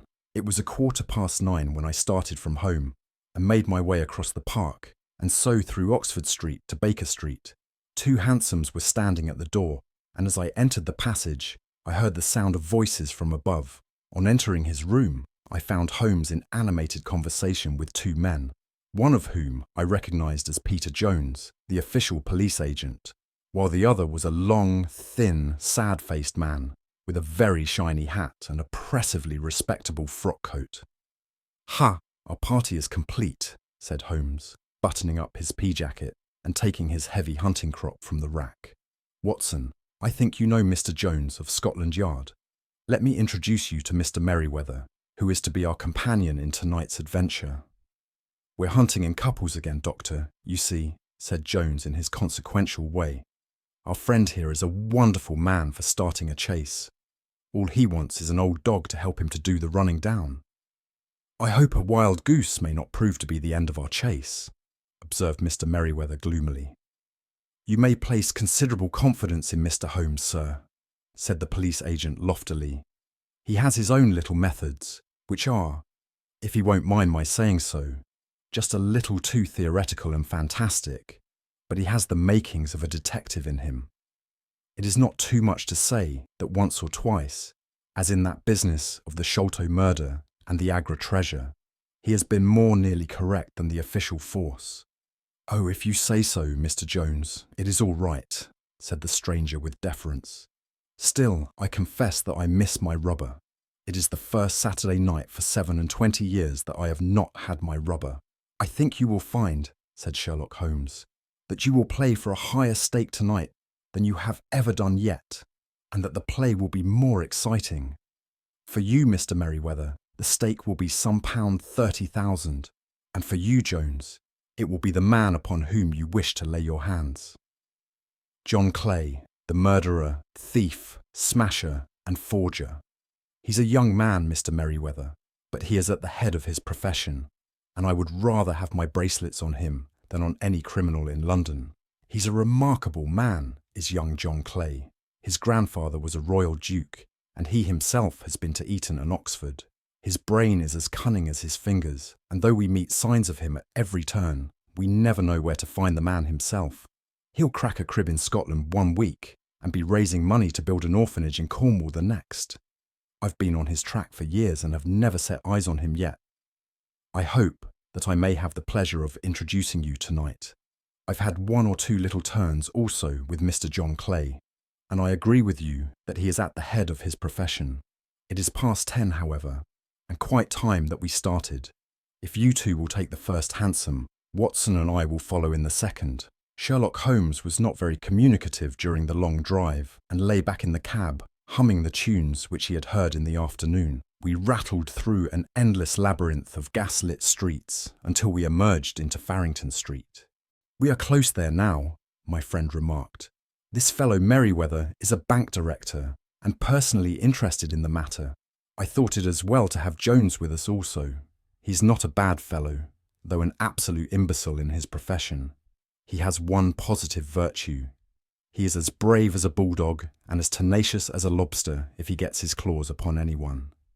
Here we are, and they are waiting for us." We had reached the same crowded thoroughfare in which we had found ourselves in the morning. Our cabs were dismissed, and, following the guidance of Mr. Merryweather, we passed down a narrow passage and through a side door, which he opened for us.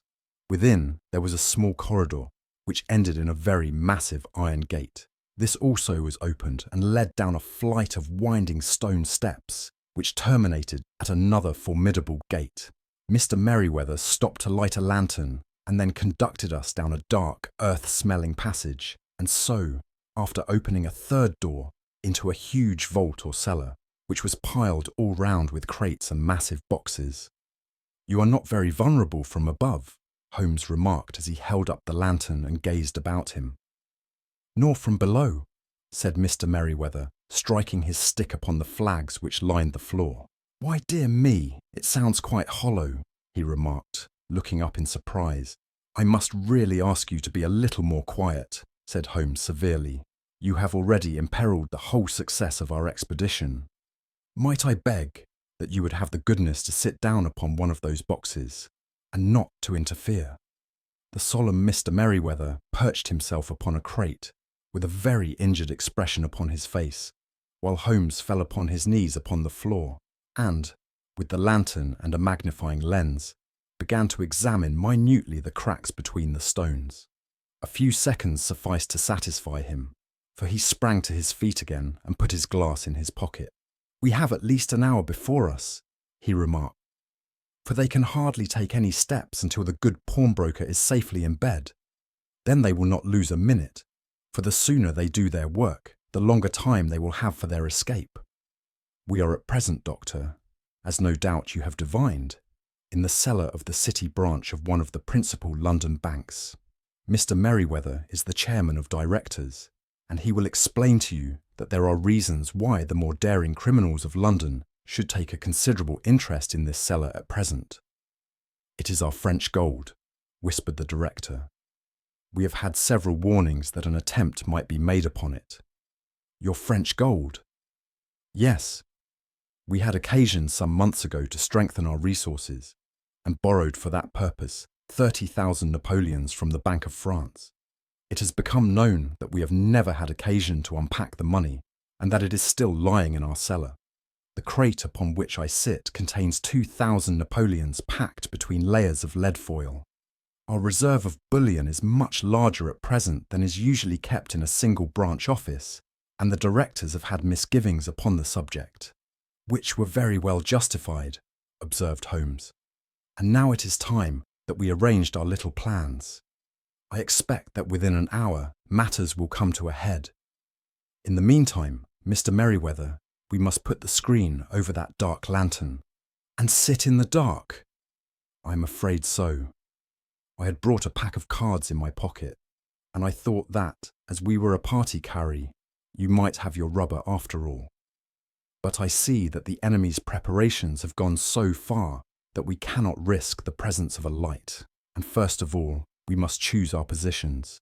These are daring men, and though we shall take them at a disadvantage, they may do us some harm unless we are careful. I shall stand behind this crate, and do you conceal yourselves behind those. Then, when I flash a light upon them, close in swiftly. If they fire, Watson, have no compunction about shooting them down." I placed my revolver, cocked, upon the top of the wooden case behind which I crouched. Holmes shot the slide across the front of his lantern and left us in pitch darkness. Such an absolute darkness as I have never before experienced. The smell of hot metal remained to assure us that the light was still there, ready to flash out at a moment's notice. To me, with my nerves worked up to a pitch of expectancy, there was something depressing and subduing in the sudden gloom, and in the cold, dank air of the vault. "They have but one retreat," whispered Holmes. "That is back through the house into Saxe Coburg Square. I hope that you have done what I asked you, Jones. I have an inspector and 2 officers waiting at the front door. Then we have stopped all the holes, and now we must be silent and wait." What a time it seemed! From comparing notes afterwards, it was but an hour and a quarter, yet it appeared to me that the night must have almost gone, and the dawn be breaking above us. My limbs were weary and stiff, for I feared to change my position. Yet my nerves were worked up to the highest pitch of tension, and my hearing was so acute that I could not only hear the gentle breathing of my companions, but I could distinguish the deeper, heavier in-breath of the bulky Jones from the thin, sighing note of the bank director. From my position I could look over the case in the direction of the floor. Suddenly my eyes caught the glint of a light. At first it was but a lurid spark upon the stone pavement. Then it lengthened out until it became a yellow line. And then, without any warning or sound, a gash seemed to open, and a hand appeared. A white, almost womanly hand, which felt about in the centre of the little area of light. For a minute or more, the hand, with its writhing fingers, protruded out of the floor. Then it was withdrawn as suddenly as it appeared, and all was dark again save the single lurid spark which marked a chink between the stones. Its disappearance, however, was but momentary. With a rending, tearing sound, one of the broad, white stones turned over upon its side and left a square, gaping hole, through which streamed the light of a lantern. Over the edge there peeped a clean-cut, boyish face, which looked keenly about it, and then, with a hand on either side of the aperture, drew itself shoulder high and waist high, until one knee rested upon the edge. In another instant he stood at the side of the hole and was hauling after him a companion, lithe and small like himself, with a pale face and a shock of very red hair. "It's all clear," he whispered. "Have you the chisel and the bags? Great Scott! Jump, Archie, jump, and I'll swing for it." Sherlock Holmes had sprung out and seized the intruder by the collar. The other dived down the hole, and I heard the sound of rending cloth as Jones clutched at his skirts. The light flashed upon the barrel of a revolver, but Holmes's hunting crop came down on the man's wrist, and the pistol clinked upon the stone floor. "It's no use, John Clay," said Holmes blandly. "You have no chance at all." "So I see," the other answered with the utmost coolness. "I fancy that my pal is all right, though I see you have got his coattails." "There are 3 men waiting for him at the door," said Holmes. "Oh, indeed, you seem to have done the thing very completely. I must compliment you." "And I you," Holmes answered. "Your red-headed idea was very new and effective." "You'll see your pal again presently," said Jones. "He's quicker at climbing down holes than I am. Just hold out while I fix the derbies." "I beg that you will not touch me with your filthy hands," remarked our prisoner as the handcuffs clattered upon his wrists. "You may not be aware that I have royal blood in my veins. Have the goodness also, when you address me, always to say sir and please." "All right," said Jones with a stare and a snigger. "Well, would you please, sir, march upstairs, where we can get a cab to carry your highness to the police station?" "That is better," said John Clay serenely. He made a sweeping bow to the 3 of us and walked quietly off in the custody of the detective. "Really, Mr. Holmes," said Mr. Merryweather as we followed them from the cellar, "I do not know how the bank can thank you or repay you. There is no doubt that you have detected and defeated in the most complete manner one of the most determined attempts at bank robbery that have ever come within my experience. I have had 1 or 2 little scores of my own to settle with Mr. John Clay," said Holmes. "I have been at some small expense over this matter, which I shall expect the bank to refund, but beyond that I am amply repaid by having had an experience which is in many ways unique, and by hearing the very remarkable narrative of the Red-Headed League.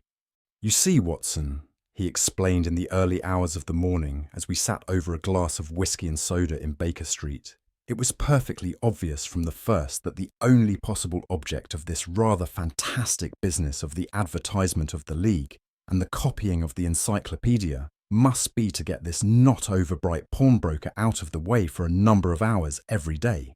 It was a curious way of managing it, but really it would be difficult to suggest a better.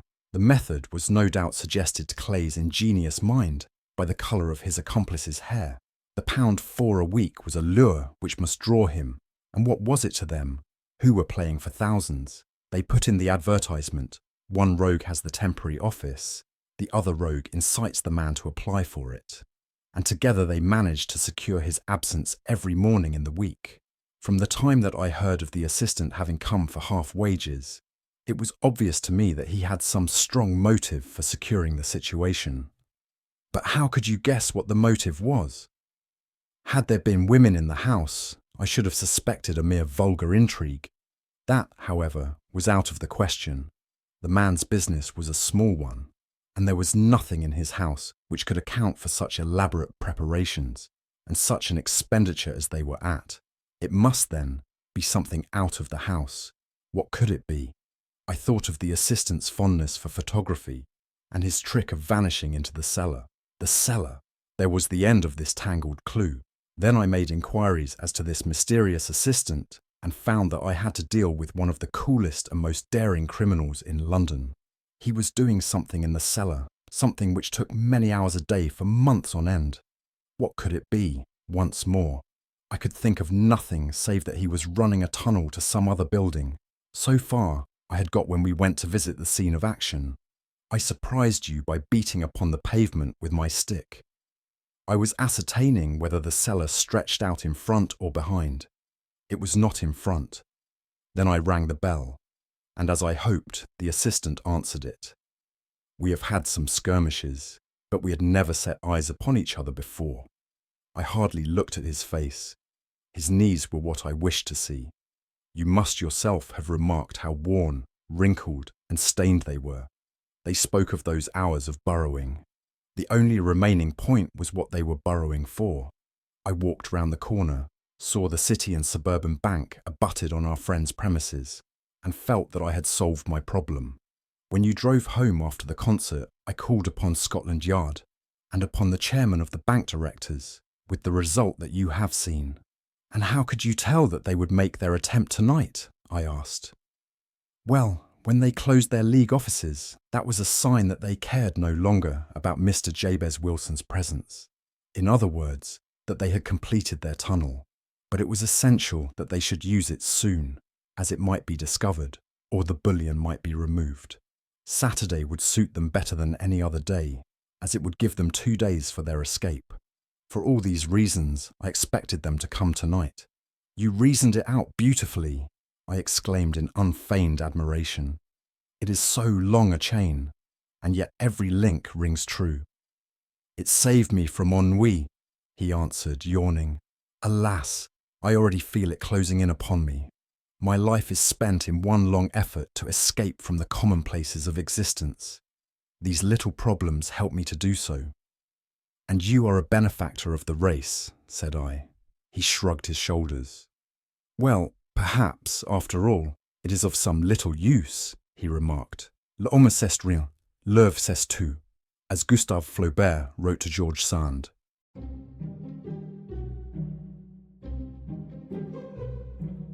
Audiobooks presents The Adventures of Sherlock Holmes, The A Case of Identity. My dear fellow, said Sherlock Holmes, as we sat on either side of the fire in his lodgings at Baker Street, life is infinitely stranger than anything which the mind of man could invent.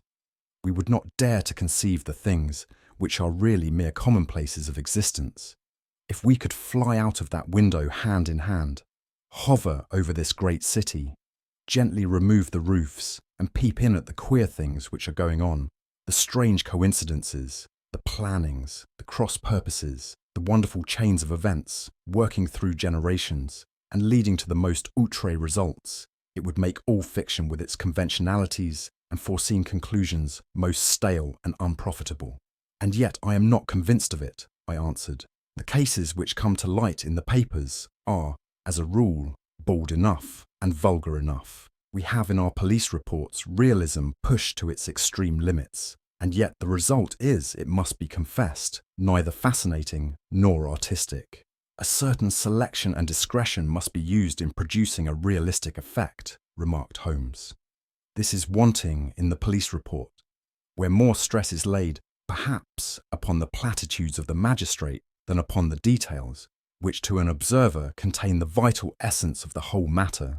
Depend upon it, there is nothing so unnatural as the commonplace. I smiled and shook my head.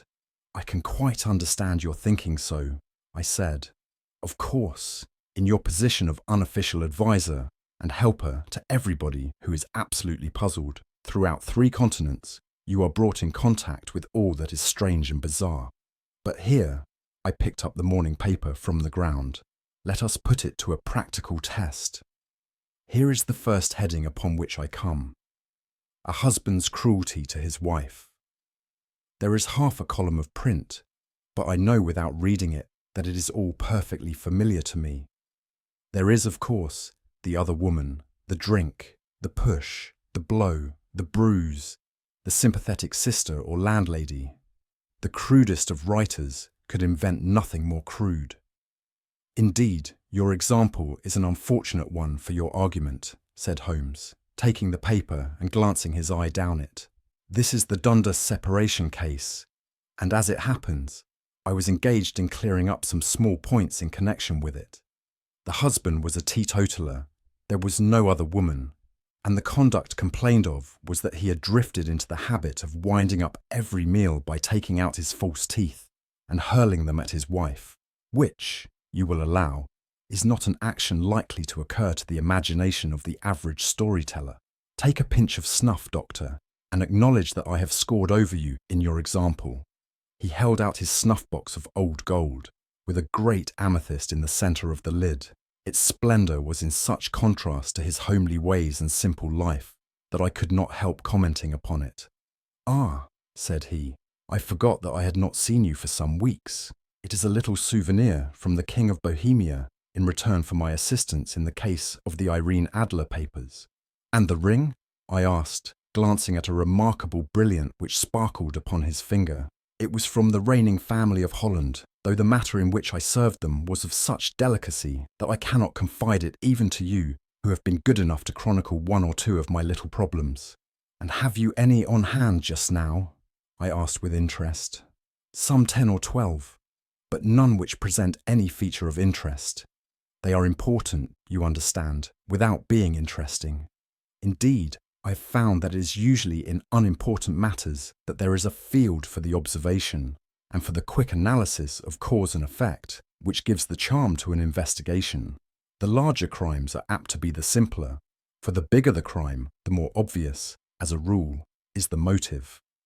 In these cases, save for one rather intricate matter which has been referred to me from Marseille, there is nothing which presents any features of interest. It is possible, however, that I may have something better before very many minutes are over, for this is one of my clients, or I'm much mistaken." He had risen from his chair and was standing between the parted blinds, gazing down into the dull, neutral-tinted London street. Looking over his shoulder, I saw that on the pavement opposite there stood a large woman with a heavy fur boa round her neck, and a large curling red feather in a broad-brimmed hat, which was tilted in a coquettish Duchess of Devonshire fashion over her ear. From under this great panoply, she peeped up in a nervous, hesitating fashion at our windows, while her body oscillated backward and forward, and her fingers fidgeted with her glove buttons. Suddenly, with a plunge, as of the swimmer who leaves the bank, she hurried across the road, and we heard the sharp clang of the bell. "I have seen those symptoms before," said Holmes, throwing his cigarette into the fire. "Oscillation upon the pavement always means an affaire de cœur. She would like advice, but is not sure that the matter is not too delicate for communication. And yet even here we may discriminate. When a woman has been seriously wronged by a man, she no longer oscillates, and the usual symptom is a broken bell wire. Here we may take it that there is a love matter, but that the maiden is not so much angry as perplexed or grieved. But here she comes in person to resolve our doubts." As he spoke, there was a tap at the door, and the boy in buttons entered to announce Miss Mary Sutherland, while the lady herself loomed behind his small black figure like a full-sailed merchantman behind a tiny pilot boat. Sherlock Holmes welcomed her with the easy courtesy for which he was remarkable, and having closed the door and bowed her into an armchair, he looked her over in the minute and yet abstracted fashion which was peculiar to him. "Do you not find," he said, "that with your short sight it is a little trying to do so much typewriting?" "I did at first," she answered, "but now I know where the letters are without looking."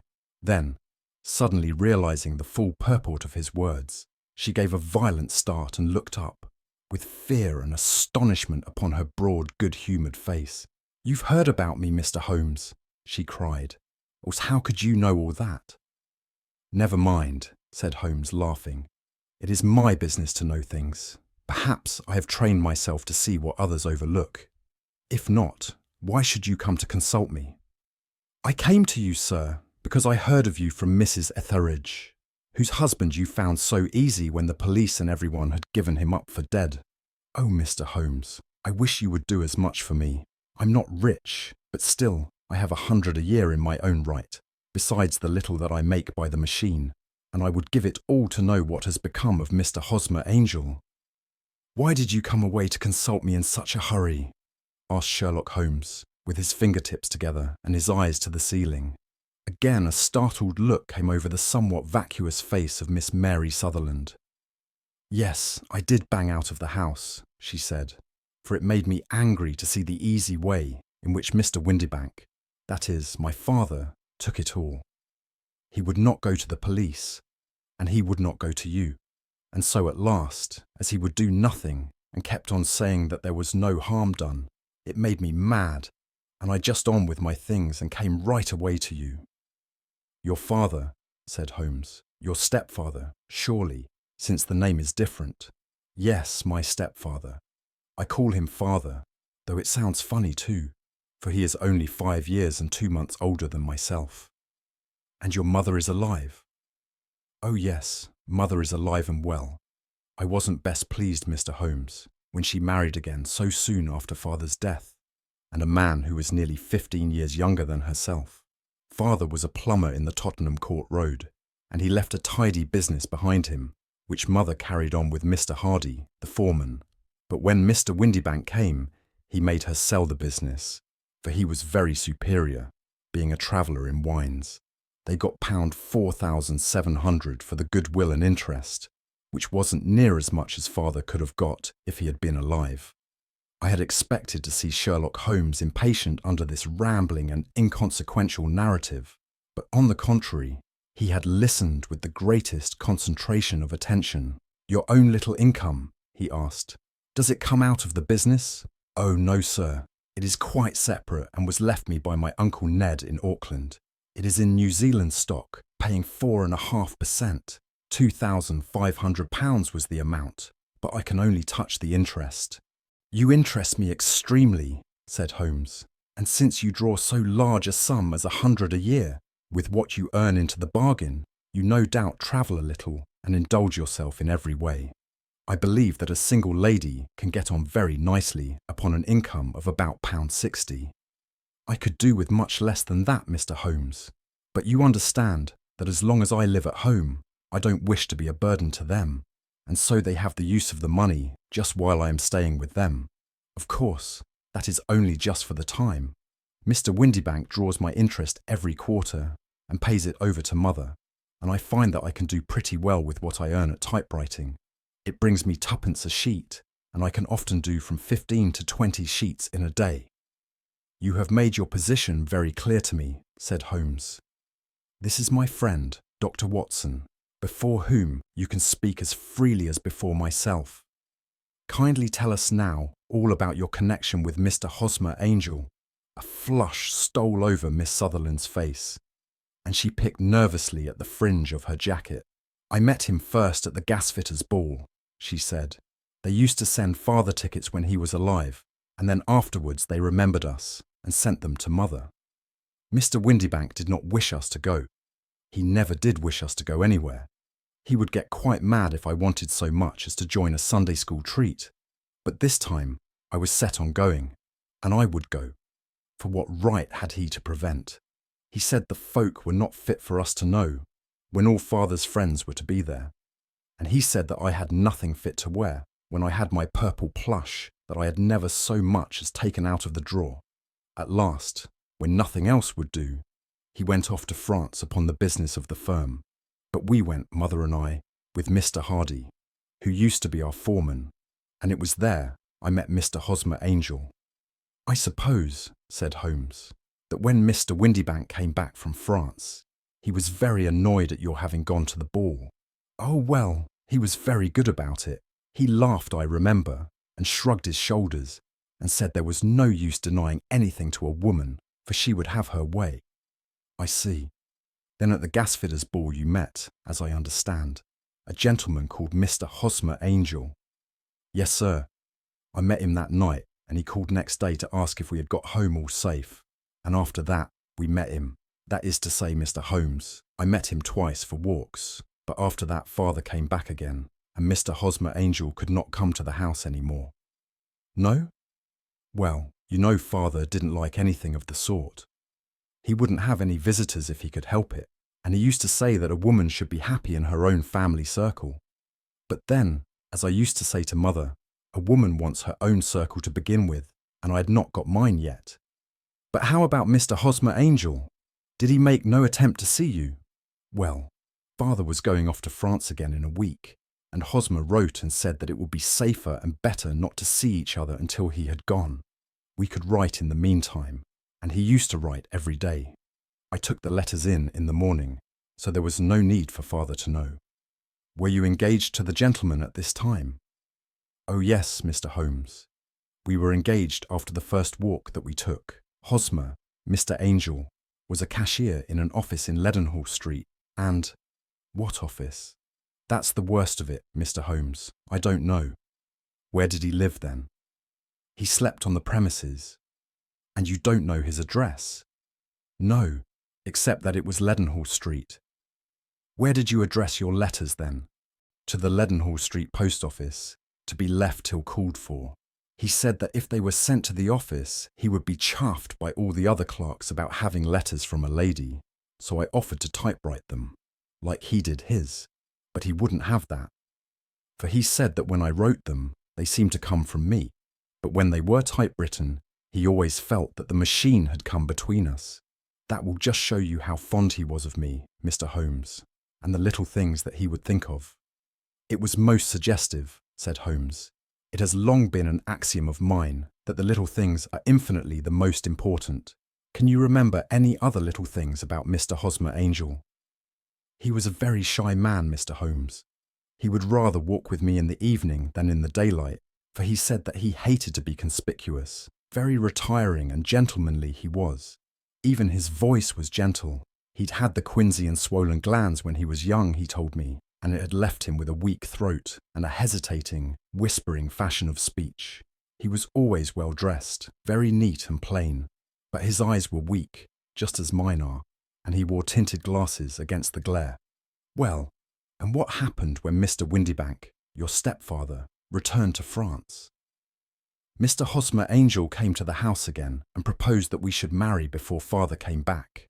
He was in dreadful earnest and made me swear, with my hands on the testament, that whatever happened, I would always be true to him.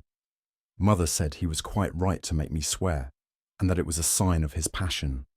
Mother was all in his favour from the first, and was even fonder of him than I was.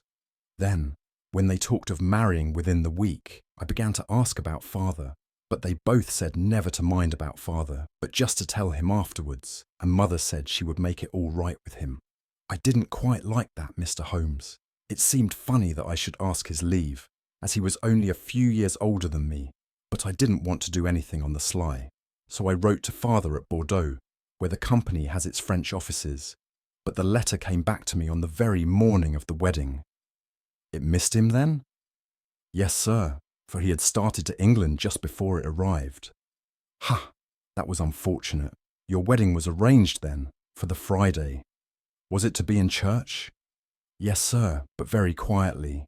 It was to be at St. Saviour's, near King's Cross, and we were to have breakfast afterwards at the St. Pancras Hotel.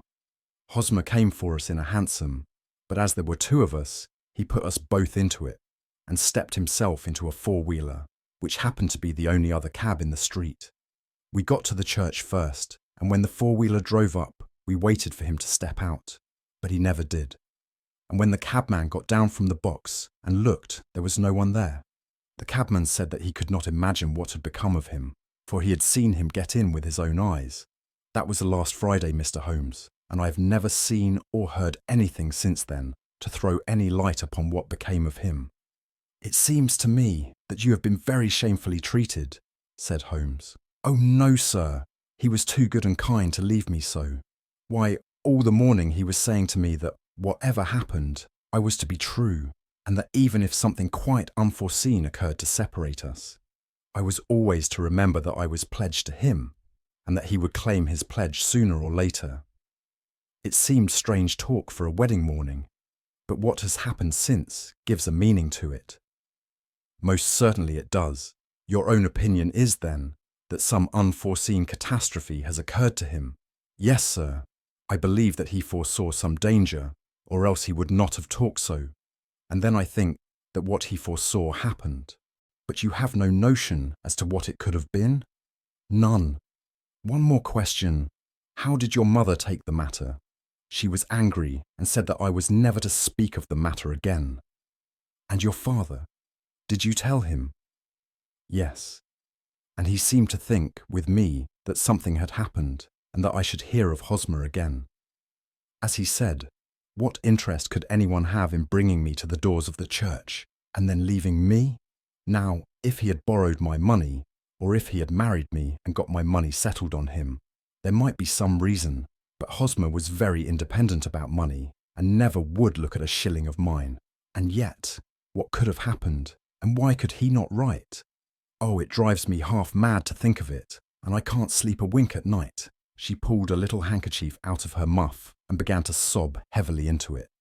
I shall glance into the case for you, said Holmes, rising, and I have no doubt that we shall reach some definite result. Let the weight of the matter rest upon me now, and do not let your mind dwell upon it further. Above all, try to let Mr. Hosmer Angel vanish from your memory, as he has done from your life. Then you don't think I'll see him again? I fear not. Then what has happened to him? You will leave that question in my hands. I should like an accurate description of him, and any letters of his which you can spare. I advertised for him in last Saturday's Chronicle, said she.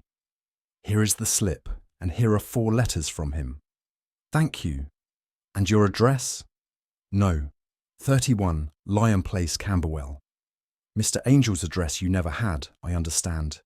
Where is your father's place of business?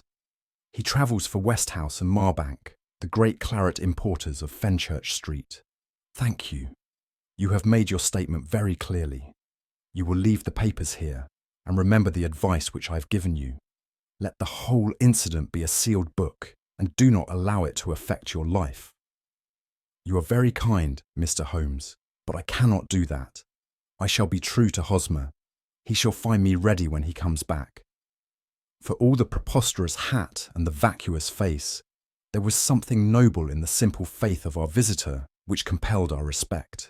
She laid her little bundle of papers upon the table and went her way, with a promise to come again whenever she might be summoned. Sherlock Holmes sat silent for a few minutes with his fingertips still pressed together, his legs stretched out in front of him, and his gaze directed upward to the ceiling. Then he took down from the rack the old and oily clay pipe, which was to him as a counsellor, and, having lit it, he leaned back in his chair, with the thick blue cloud wreaths spinning up from him, and a look of infinite languor in his face. Quite an interesting study, that maiden, he observed. I found her more interesting than her little problem, which, by the way, is rather a trite one. You will find parallel cases, if you consult my index, in Andover in '77, and there was something of the sort at The Hague last year. Old as is the idea, however, there were 1 or 2 details which were new to me, but the maiden herself was most instructive. You appeared to read a good deal upon her, which was quite invisible to me, I remarked. Not invisible, but unnoticed, Watson. You did not know where to look, and so you missed all that was important. I can never bring you to realize the importance of sleeves, the suggestiveness of thumbnails, or the great issues that may hang from a bootlace. Now, what did you gather from that woman's appearance? Describe it. Well, she had a slate-coloured, broad-brimmed straw hat, with a feather of a brickish red. Her jacket was black, with black beads sewn upon it, and a fringe of little black jet ornaments. Her dress was brown, rather darker than coffee colour, with a little purple plush at the neck and sleeves. Her gloves were greyish, and were worn through at the right forefinger. Her boots I didn't observe. She had small, round, hanging gold earrings, and a general air of being fairly well-to-do in a vulgar, comfortable, easy-going way. Sherlock Holmes clapped his hands softly together and chuckled. "Upon my word, Watson, you are coming along wonderfully. You have really done very well indeed. It is true that you have missed everything of importance, but you have hit upon the method, and you have a quick eye for colour. Never trust to general impressions, my boy, but concentrate yourself upon details. My first glance is always at a woman's sleeve. In a man, it is perhaps better first to take the knee of the trouser. As you observe, this woman had plush upon her sleeves, which is a most useful material for showing traces. The double line, a little above the wrist, where the typewritist presses against the table, was beautifully defined.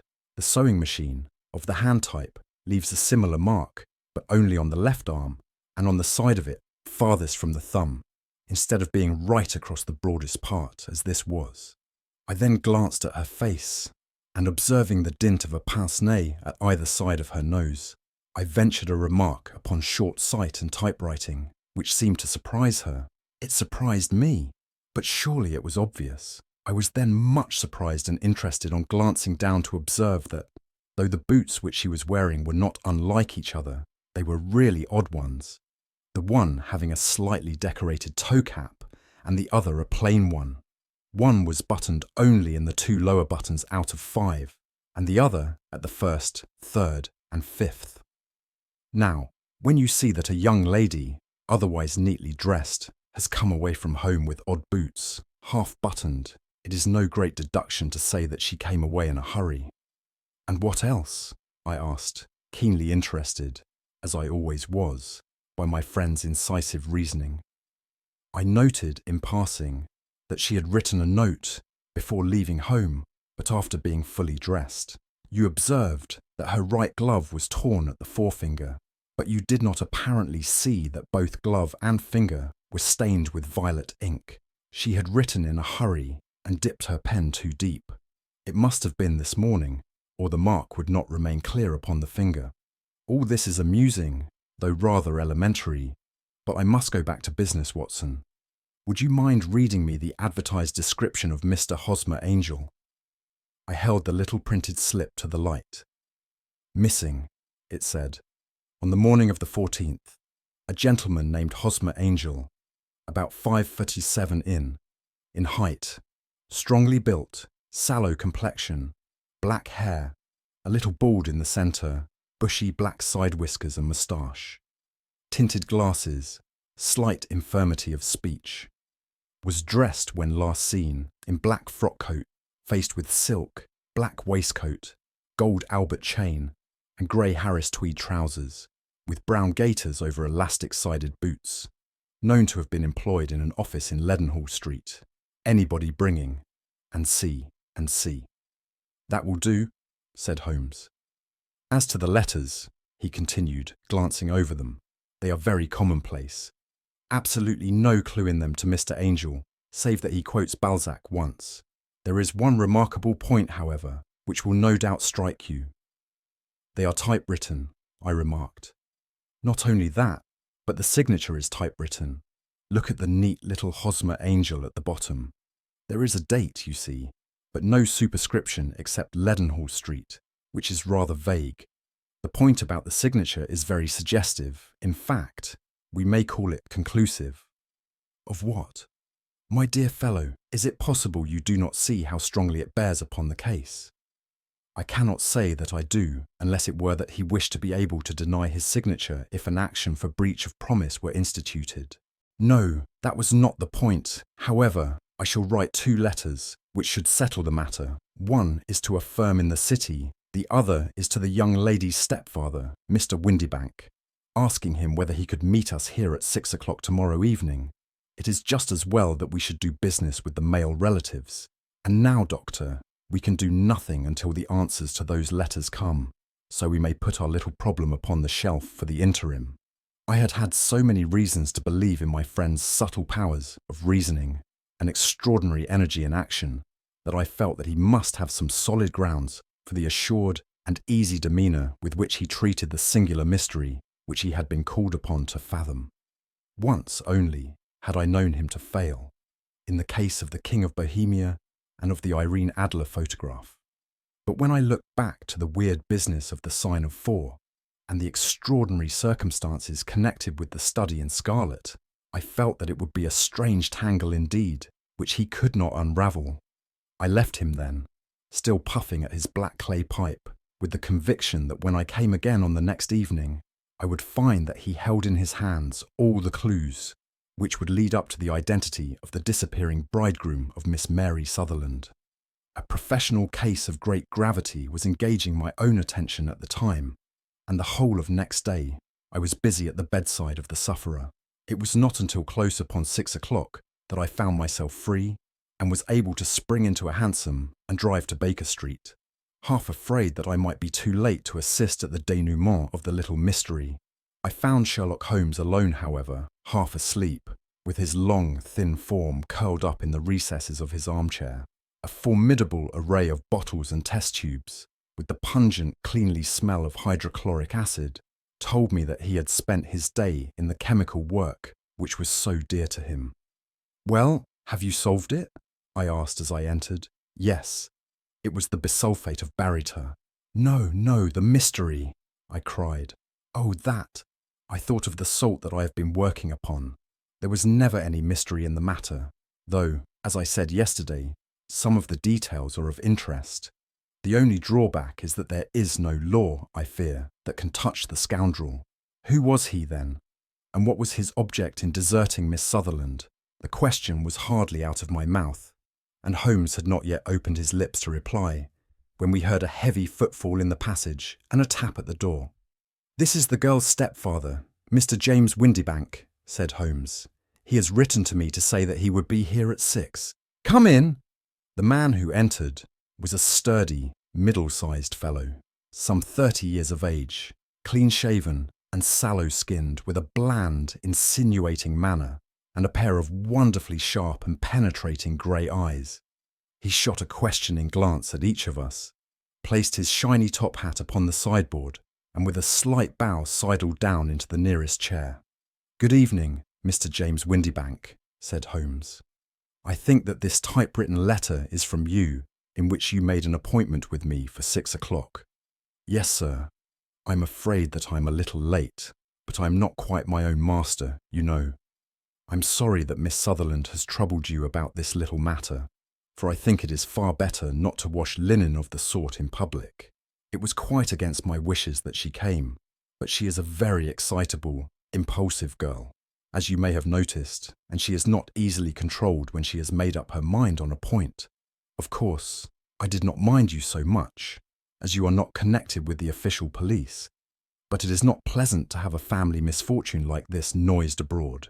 Besides, it is a useless expense, for how could you possibly find this Hosmer Angel?"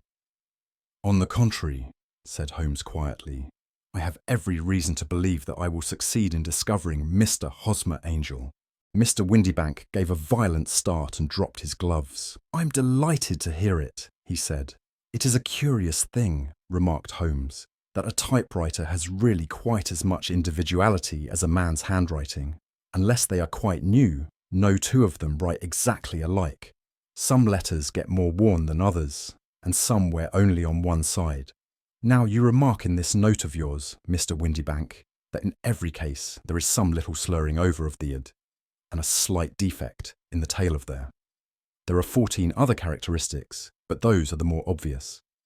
We do all our correspondence with this machine at the office, and no doubt it is a little worn," our visitor answered, glancing keenly at Holmes with his bright little eyes. "And now I will show you what is really a very interesting study, Mr. Windibank," Holmes continued. "I think of writing another little monograph some of these days on the typewriter and its relation to crime. It is a subject to which I have devoted some little attention. I have here 4 letters which purport to come from the missing man.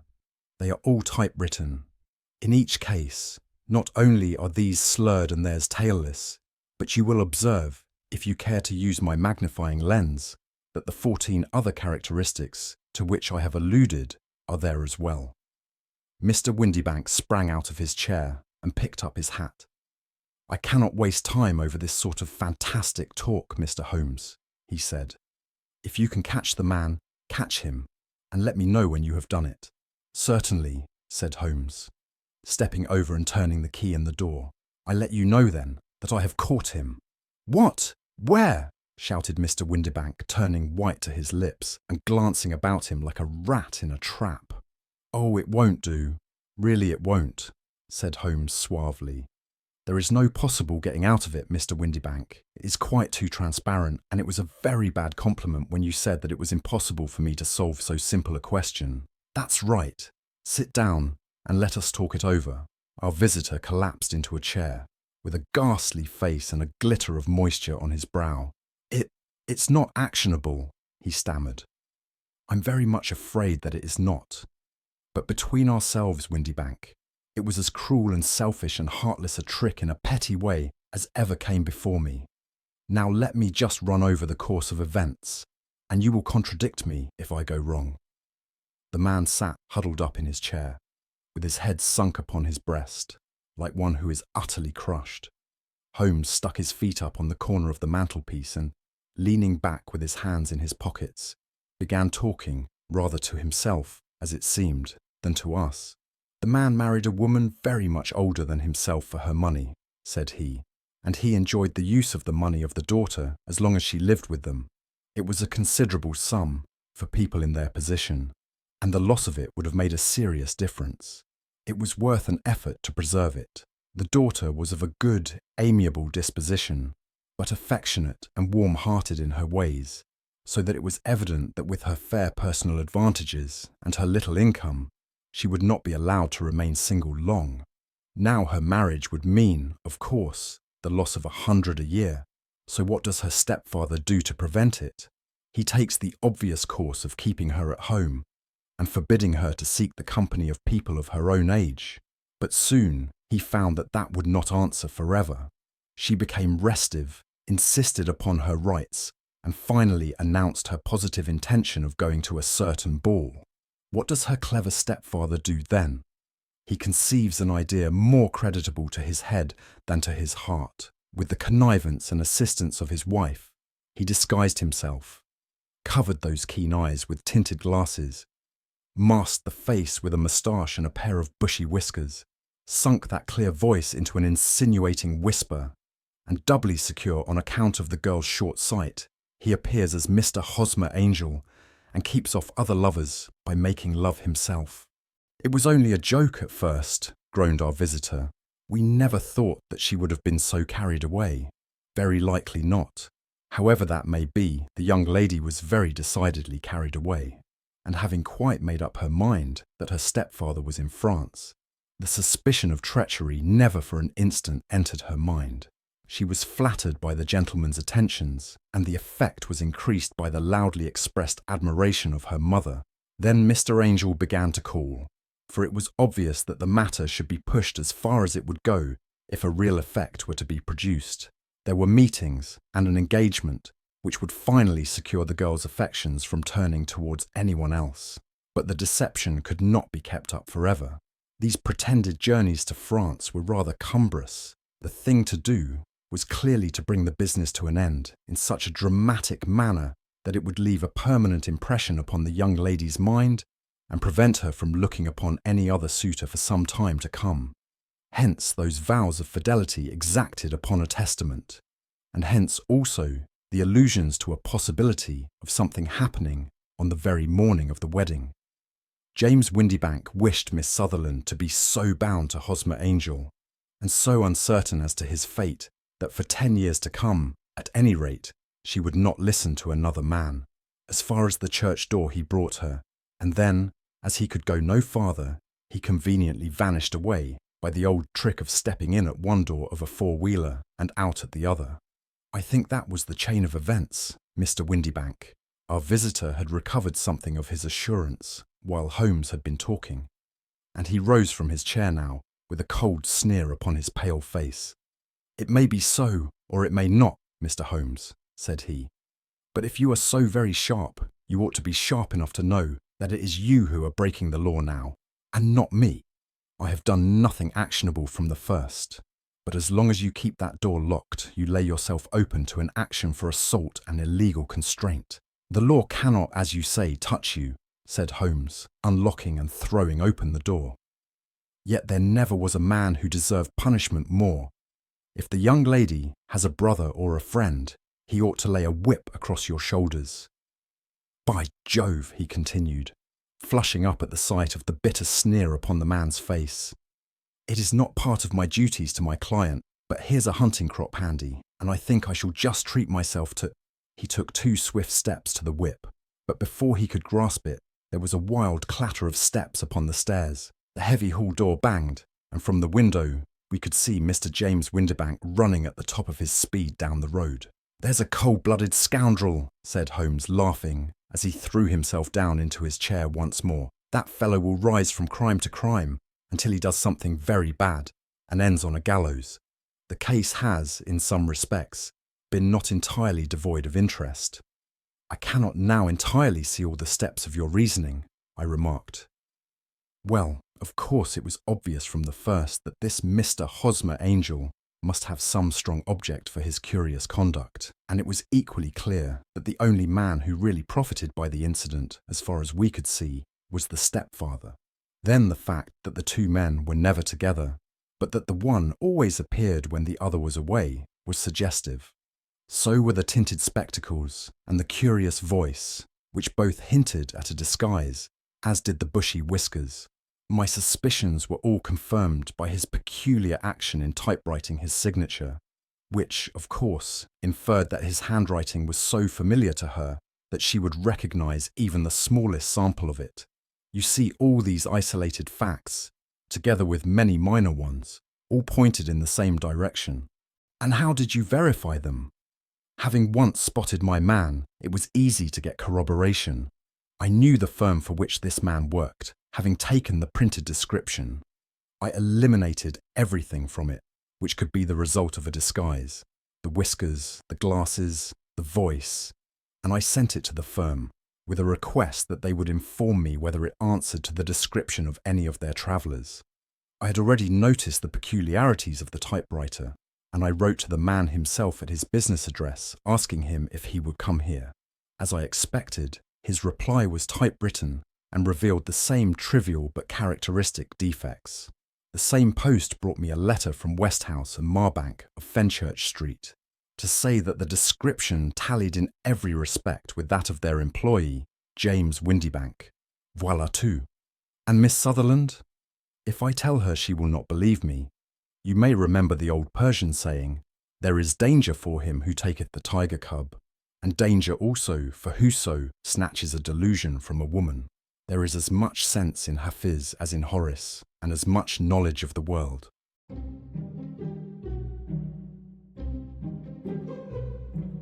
Audiobooks presents The Adventures of Sherlock Holmes, The Boscombe Valley Mystery. We were seated at breakfast one morning, my wife and I, when the maid brought in a telegram. It was from Sherlock Holmes and ran in this way: "Have you a couple of days to spare? Have just been wired for from the west of England in connection with Boscombe Valley tragedy. Shall be glad if you will come with me. Air and scenery perfect. Leave Paddington by the 11:15. "What do you say, dear?" said my wife, looking across at me. "Will you go? I really don't know what to say. I have a fairly long list at present. Oh, Anstruther would do your work for you. You have been looking a little pale lately. I think that the change would do you good, and you are always so interested in Mr. Sherlock Holmes' cases. I should be ungrateful if I were not, seeing what I gained through one of them," I answered. "But if I am to go, I must pack at once, for I have only half an hour. My experience of camp life in Afghanistan had at least had the effect of making me a prompt and ready traveller. My wants were few and simple, so that in less than the time stated I was in a cab with my valise, rattling away to Paddington Station. Sherlock Holmes was pacing up and down the platform, his tall, gaunt figure made even gaunter and taller by his long grey travelling cloak and close-fitting cloth cap. "It is really very good of you to come, Watson," said he. "It makes a considerable difference to me having someone with me on whom I can thoroughly rely. Local aid is always either worthless or else biased. If you will keep the two corner seats, I shall get the tickets."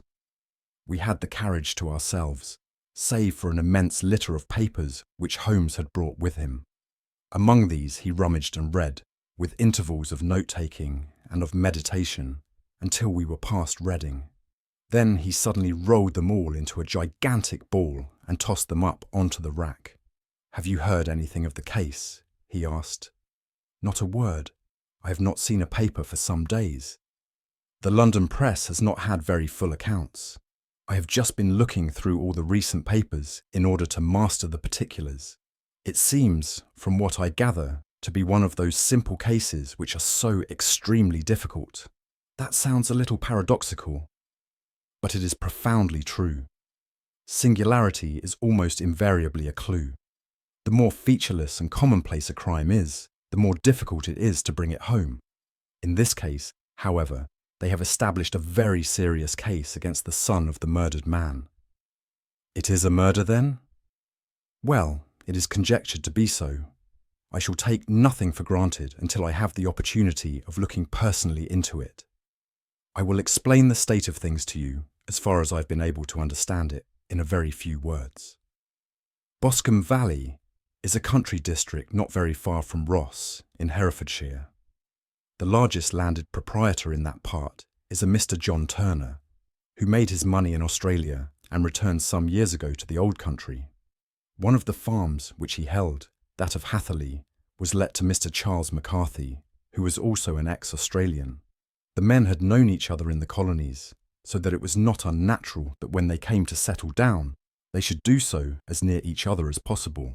Turner was apparently the richer man, so McCarthy became his tenant, but still remained, it seems, upon terms of perfect equality, as they were frequently together. McCarthy had one son, a lad of 18, and Turner had an only daughter of the same age, but neither of them had wives living.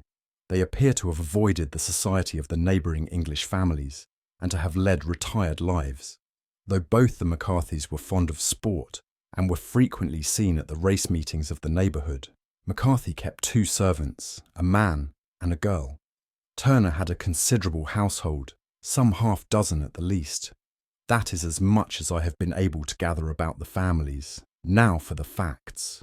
On June 3rd, that is, on Monday last, McCarthy left his house at Hatherley about 3 in the afternoon and walked down to the Boscombe Pool, which is a small lake formed by the spreading out of the stream which runs down the Boscombe Valley. He had been out with his serving man in the morning at Ross, and he had told the man that he must hurry, as he had an appointment of importance to keep at 3. From that appointment he never came back alive.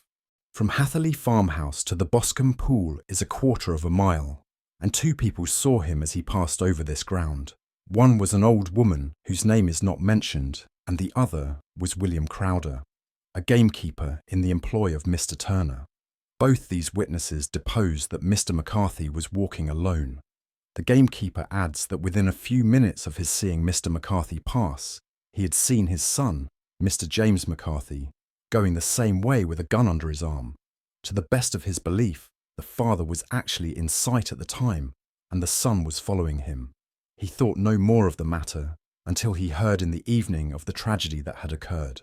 The 2 McCarthys were seen after the time when William Crowder, the gamekeeper, lost sight of them.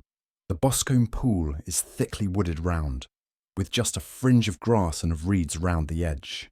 A girl of 14, Patience Moran, who is the daughter of the lodgekeeper of the Boscombe Valley estate, was in one of the woods picking flowers. She states that while she was there, she saw, at the border of the wood and close by the lake, Mr. McCarthy and his son, and that they appeared to be having a violent quarrel. She heard Mr. McCarthy the elder using very strong language to his son, and she saw the latter raise up his hand as if to strike his father. She was so frightened by their violence that she ran away and told her mother when she reached home that she had left the 2 McCarthys quarrelling near Boscombe Pool, and that she was afraid that they were going to fight. She had hardly said the words when young Mr. McCarthy came running up to the lodge to say that he had found his father dead in the wood, and to ask for the help of the lodgekeeper. He was much excited, without either his gun or his hat, and his right hand and sleeve were observed to be stained with fresh blood. On following him, they found the dead body stretched out upon the grass beside the pool. The head had been beaten in by repeated blows of some heavy and blunt weapon. The injuries were such as might very well have been inflicted by the butt end of his son's gun, which was found lying on the grass within a few paces of the body. Under these circumstances, the young man was instantly arrested, and a verdict of wilful murder having been returned at the inquest on Tuesday, he was on Wednesday brought before the magistrates at Ross, who have referred the case to the next assizes. Those are the main facts of the case as they came out before the coroner and the police court. I could hardly imagine a more damning case, I remarked. If ever circumstantial evidence pointed to a criminal, it does so here. Circumstantial evidence is a very tricky thing, answered Holmes thoughtfully. It may seem to point very straight to one thing, but if you shift your own point of view a little, you may find it pointing in an equally uncompromising manner to something entirely different. It must be confessed, however, that the case looks exceedingly grave against the young man, and it is very possible that he is indeed the culprit. There are several people in the neighbourhood, however, and among them Miss Turner, the daughter of the neighbouring landowner, who believe in his innocence, and who have retained Lestrade, whom you may recollect in connection with the study in scarlet, to work out the case in his interest. Lestrade, being rather puzzled, has referred the case to me, and hence it is that two middle-aged gentlemen are flying westward at 50 miles an hour instead of quietly digesting their breakfasts at home. "I am afraid," said I, "that the facts are so obvious that you will find little credit to be gained out of this case." "There is nothing more deceptive than an obvious fact," he answered, laughing. "Besides, we may chance to hit upon some other obvious facts which may have been by no means obvious to Mr. Lestrade. You know me too well to think that I am boasting when I say that I shall either confirm or destroy his theory by means which he is quite incapable of employing or even of understanding. To take the first example to hand, I very clearly perceive that in your bedroom the window is upon the right-hand side, and yet I question whether Mr. Lestrade would have noted even so self-evident a thing as that. How on earth? My dear fellow, I know you well. I know the military neatness which characterises you. You shave every morning, and in this season you shave by the sunlight. But since your shaving is less and less complete as we get farther back on the left side, until it becomes positively slovenly as we get round the angle of the jaw, it is surely very clear that that side is less illuminated than the other. I could not imagine a man of your habits looking at himself in an equal light and being satisfied with such a result. I only quote this as a trivial example of observation and inference. Therein lies my métier, and it is just possible that it may be of some service in the investigation which lies before us. There are one or two minor points which were brought out in the inquest, and which are worth considering. What are they? It appears that his arrest did not take place at once, but after the return to Hatherley Farm. On the inspector of constabulary informing him that he was a prisoner, he remarked that he was not surprised to hear it, and that it was no more than his deserts. This observation of his had the natural effect of removing any traces of doubt which might have remained in the minds of the coroner's jury. "It was a confession," I ejaculated. "No, for it was followed by a protestation of innocence. Coming on the top of such a damning series of events, it was at least a most suspicious remark." "On the contrary," said Holmes, "it is the brightest rift which I can at present see in the clouds. However innocent he might be, he could not be such an absolute imbecile as not to see that the circumstances were very black against him. Had he appeared surprised at his own arrest, or feigned indignation at it, I should have looked upon it as highly suspicious, because such surprise or anger would not be natural under the circumstances, and yet might appear to be the best policy to a scheming man. His frank acceptance of the situation marks him as either an innocent man, or else as a man of considerable self-restraint and firmness. As to his remark about his deserts, it was also not unnatural if you consider that he stood beside the dead body of his father, and that there is no doubt that he had that very day so far forgotten his filial duty as to bandy words with him, and even, according to the little girl whose evidence is so important, to raise his hand as if to strike him. The self-reproach and contrition which are displayed in his remark appear to me to be the signs of a healthy mind rather than of a guilty one. I shook my head. "Many men have been hanged on far slighter evidence," I remarked. "So they have, and many men have been wrongfully hanged. What is the young man's own account of the matter?" "It is, I am afraid, not very encouraging to his supporters, though there are one or two points in it which are suggestive. You will find it here, and may read it for yourself." He picked out from his bundle a copy of the local Herefordshire paper, and having turned down the sheet, he pointed out the paragraph in which the unfortunate young man had given his own statement of what had occurred. I settled myself down in the corner of the carriage and read it very carefully. It ran in this way. Mr. James McCarthy, the only son of the deceased, was then called and gave evidence as follows. "I had been away from home for 3 days at Bristol, and had only just returned upon the morning of last Monday, the 3rd, My father was absent from home at the time of my arrival, and I was informed by the maid that he had driven over to Ross with John Cobb, the groom.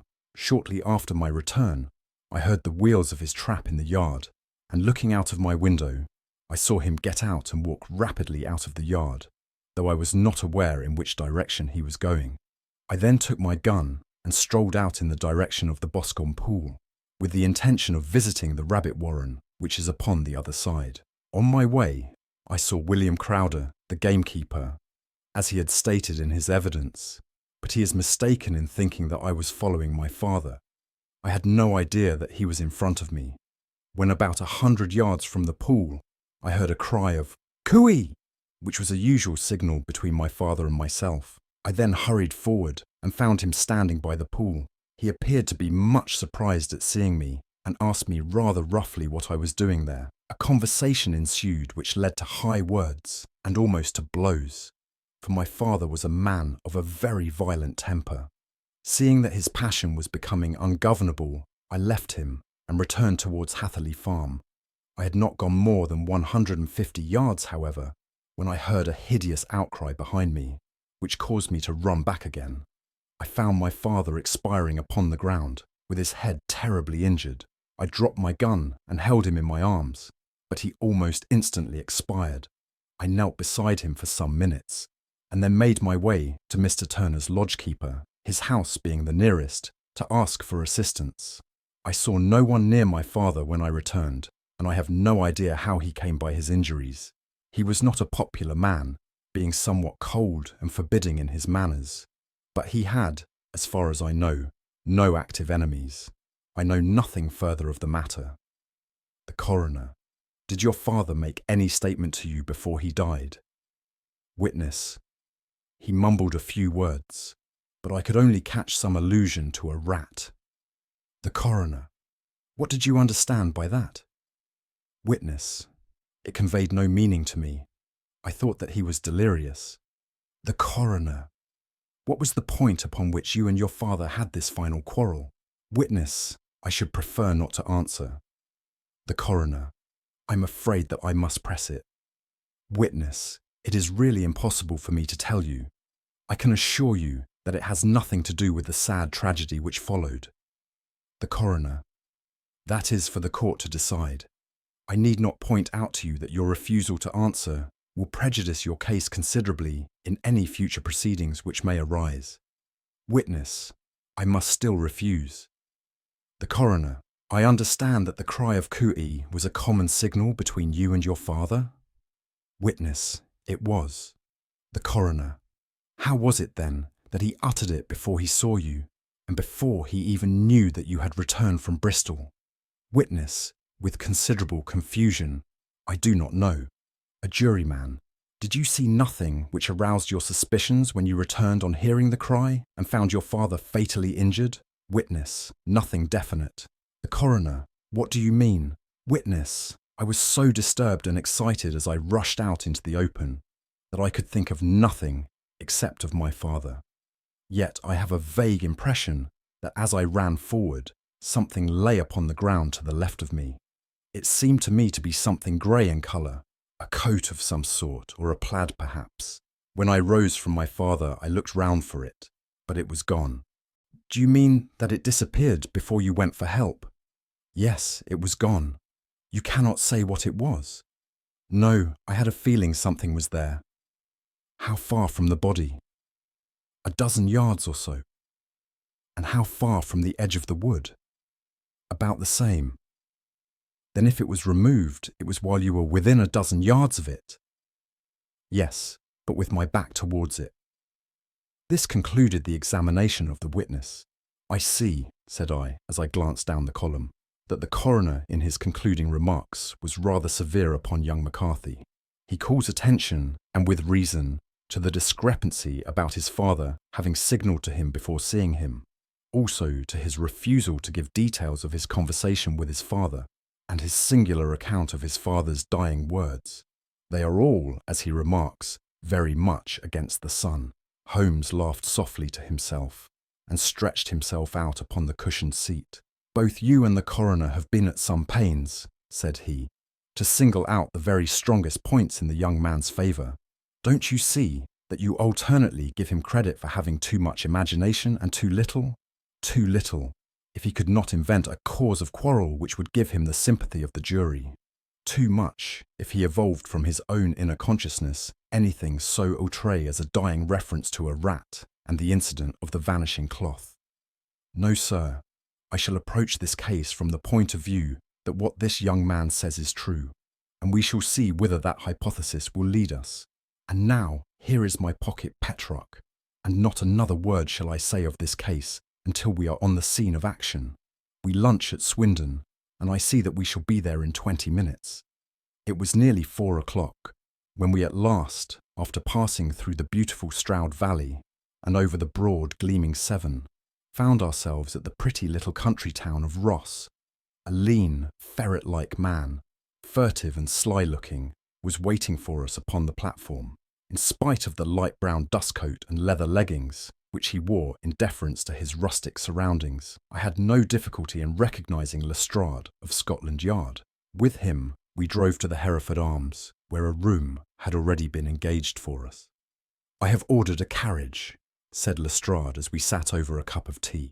"I knew your energetic nature, and that you would not be happy until you had been on the scene of the crime." "It was very nice and complimentary of you," Holmes answered. "It is entirely a question of barometric pressure." Lestrade looked startled. "I do not quite follow," he said. "How is the glass? 29, I see. No wind and not a cloud in the sky. I have a caseful of cigarettes here, which need smoking, and the sofa is very much superior to the usual country hotel abomination. I do not think that it is probable that I shall use the carriage tonight." Lestrade laughed indulgently. "You have, no doubt, already formed your conclusions from the newspapers," he said. "The case is as plain as a pikestaff, and the more one goes into it, the plainer it becomes. Still, of course, one can't refuse a lady, and such a very positive one too. She has heard of you, and would have your opinion, though I repeatedly told her that there was nothing which you could do which I had not already done. Why, bless my soul, here is her carriage at the door." He had hardly spoken before there rushed into the room one of the most lovely young women that I have ever seen in my life, her violet eyes shining, her lips parted, a pink flush upon her cheeks, all thought of her natural reserve lost in her overpowering excitement and concern. "Oh, Mr. Sherlock Holmes!" she cried, glancing from one to the other of us, and finally, with a woman's quick intuition, fastening upon my companion. "I'm so glad that you have come. I have driven down to tell you so. I know that James didn't do it. I know it. And I want you to start upon your work knowing it too. Never let yourself doubt upon that point. We have known each other since we were little children, and I know his faults as no one else does. But he is too tender-hearted to hurt a fly. Such a charge is absurd to anyone who really knows him."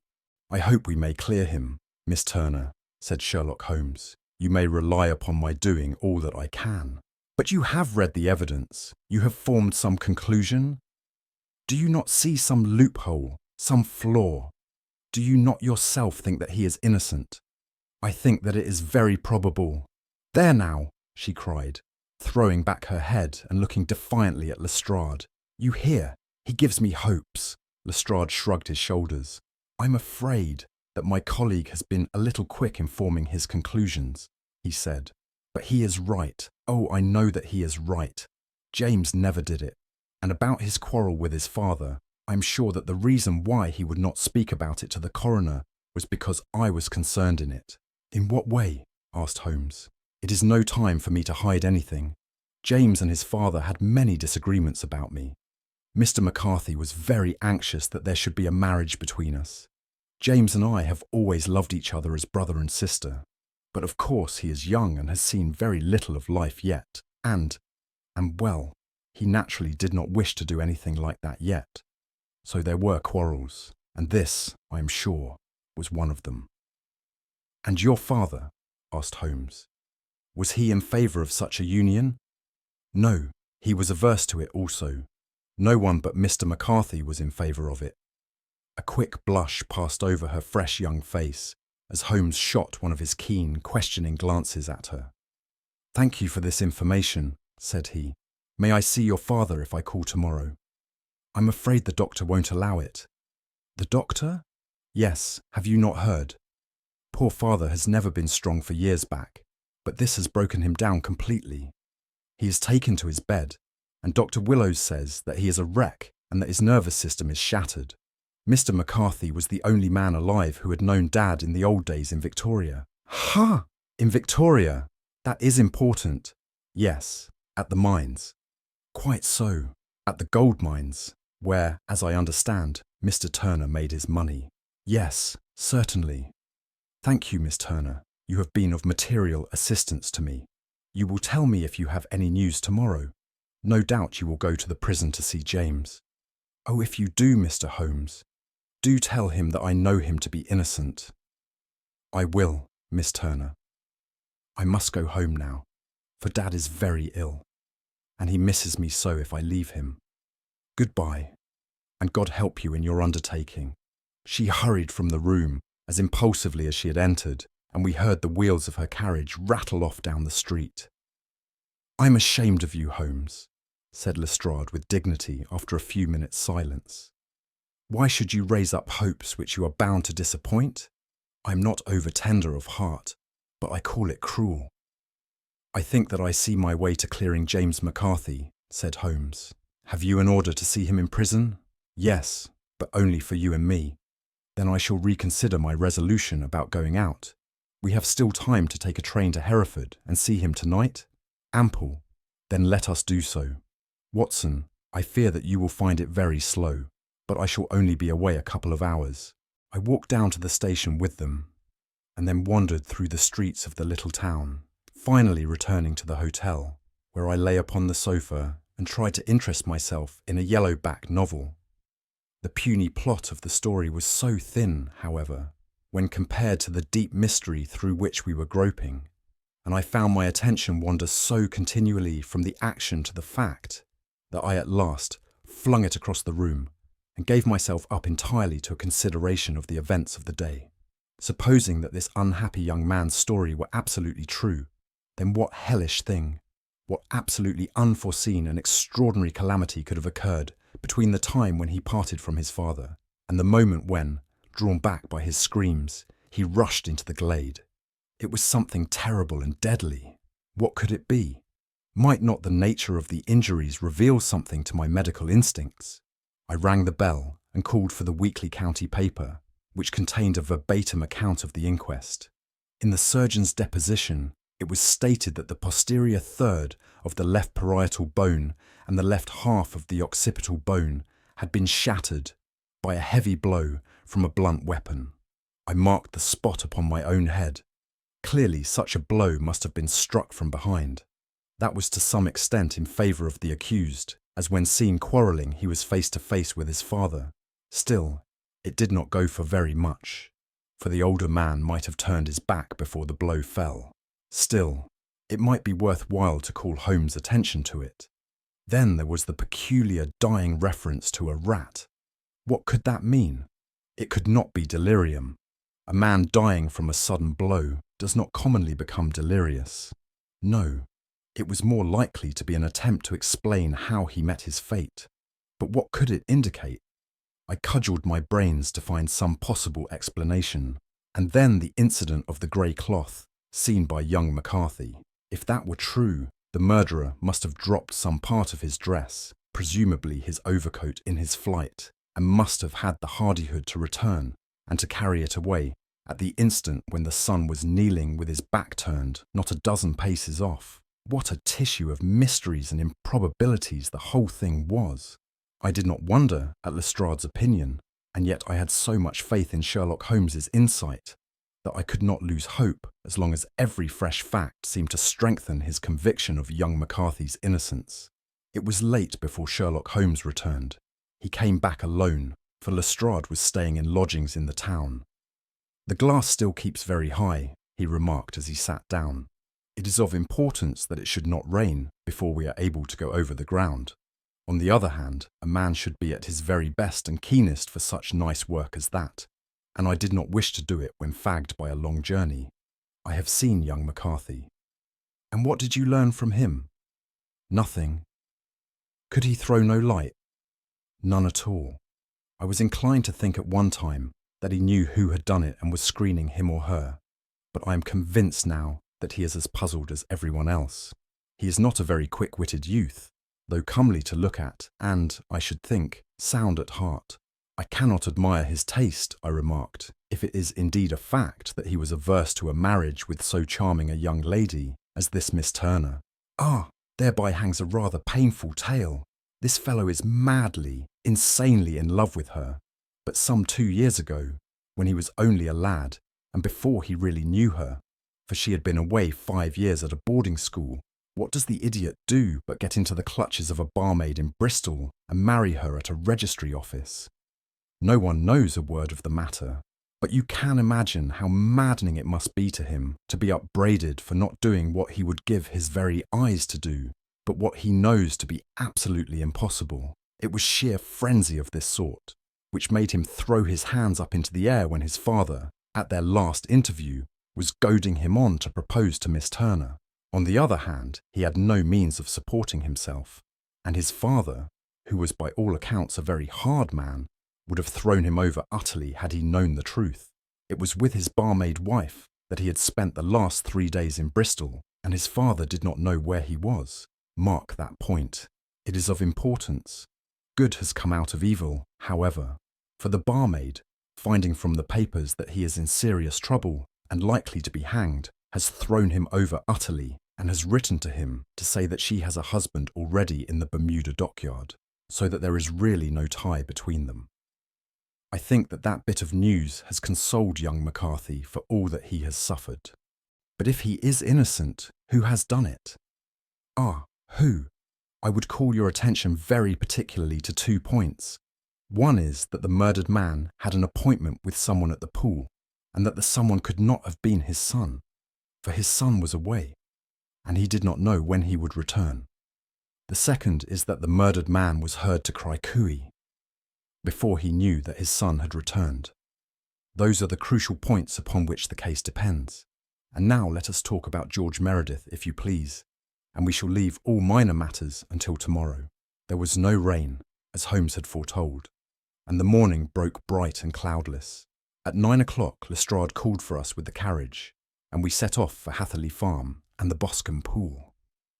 "There is serious news this morning," Lestrade observed. "It is said that Mr. Turner of the Hall is so ill that his life is despaired of."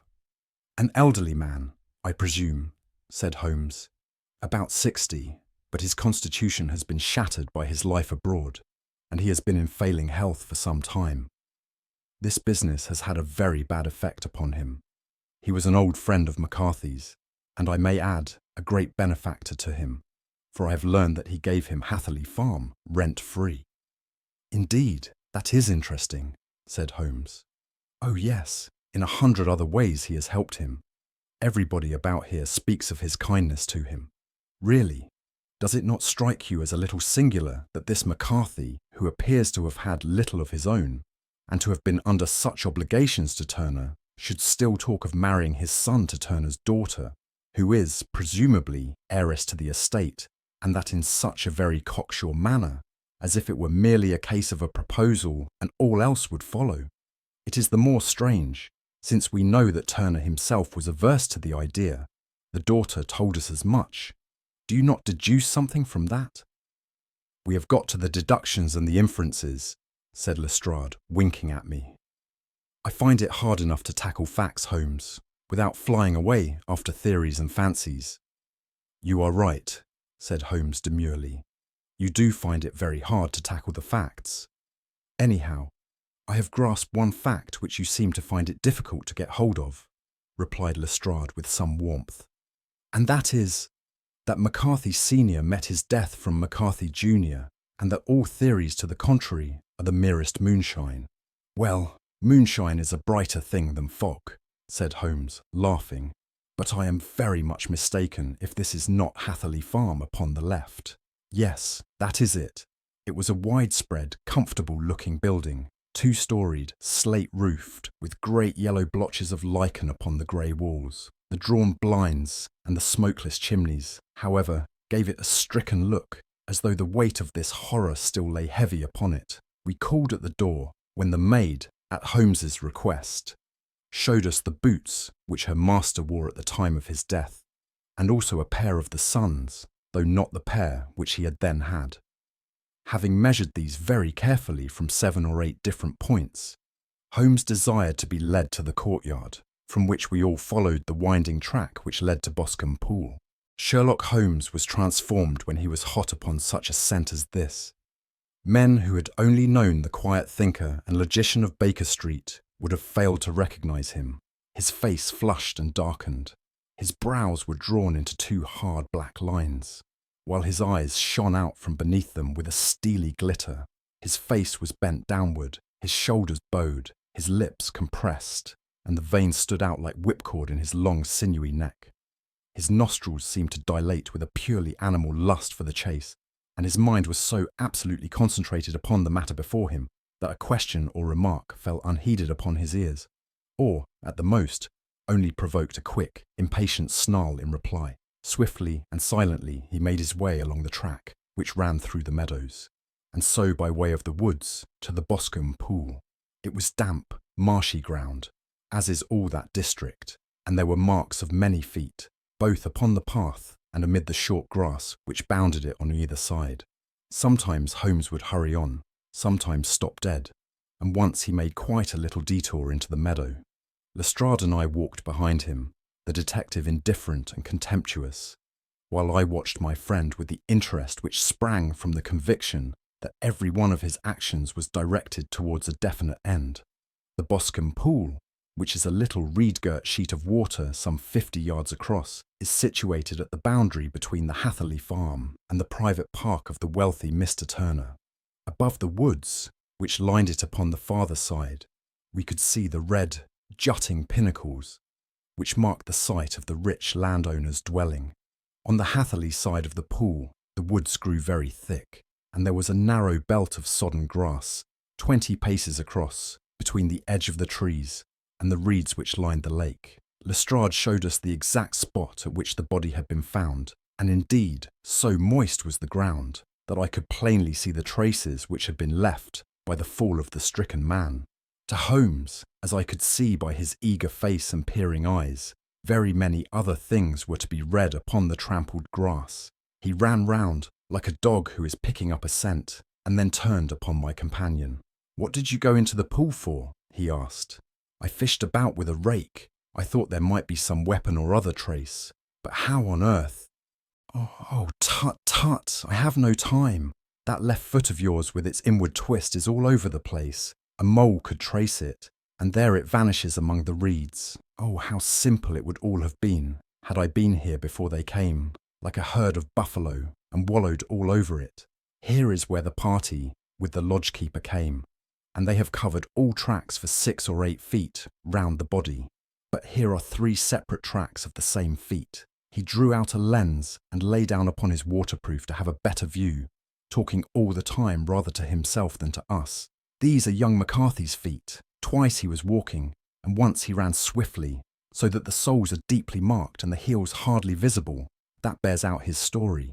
He ran when he saw his father on the ground. Then here are the father's feet as he paced up and down. What is this, then? It is the butt end of the gun, as the son stood listening. And this, ha, ha, what have we here? Tiptoes, tiptoes.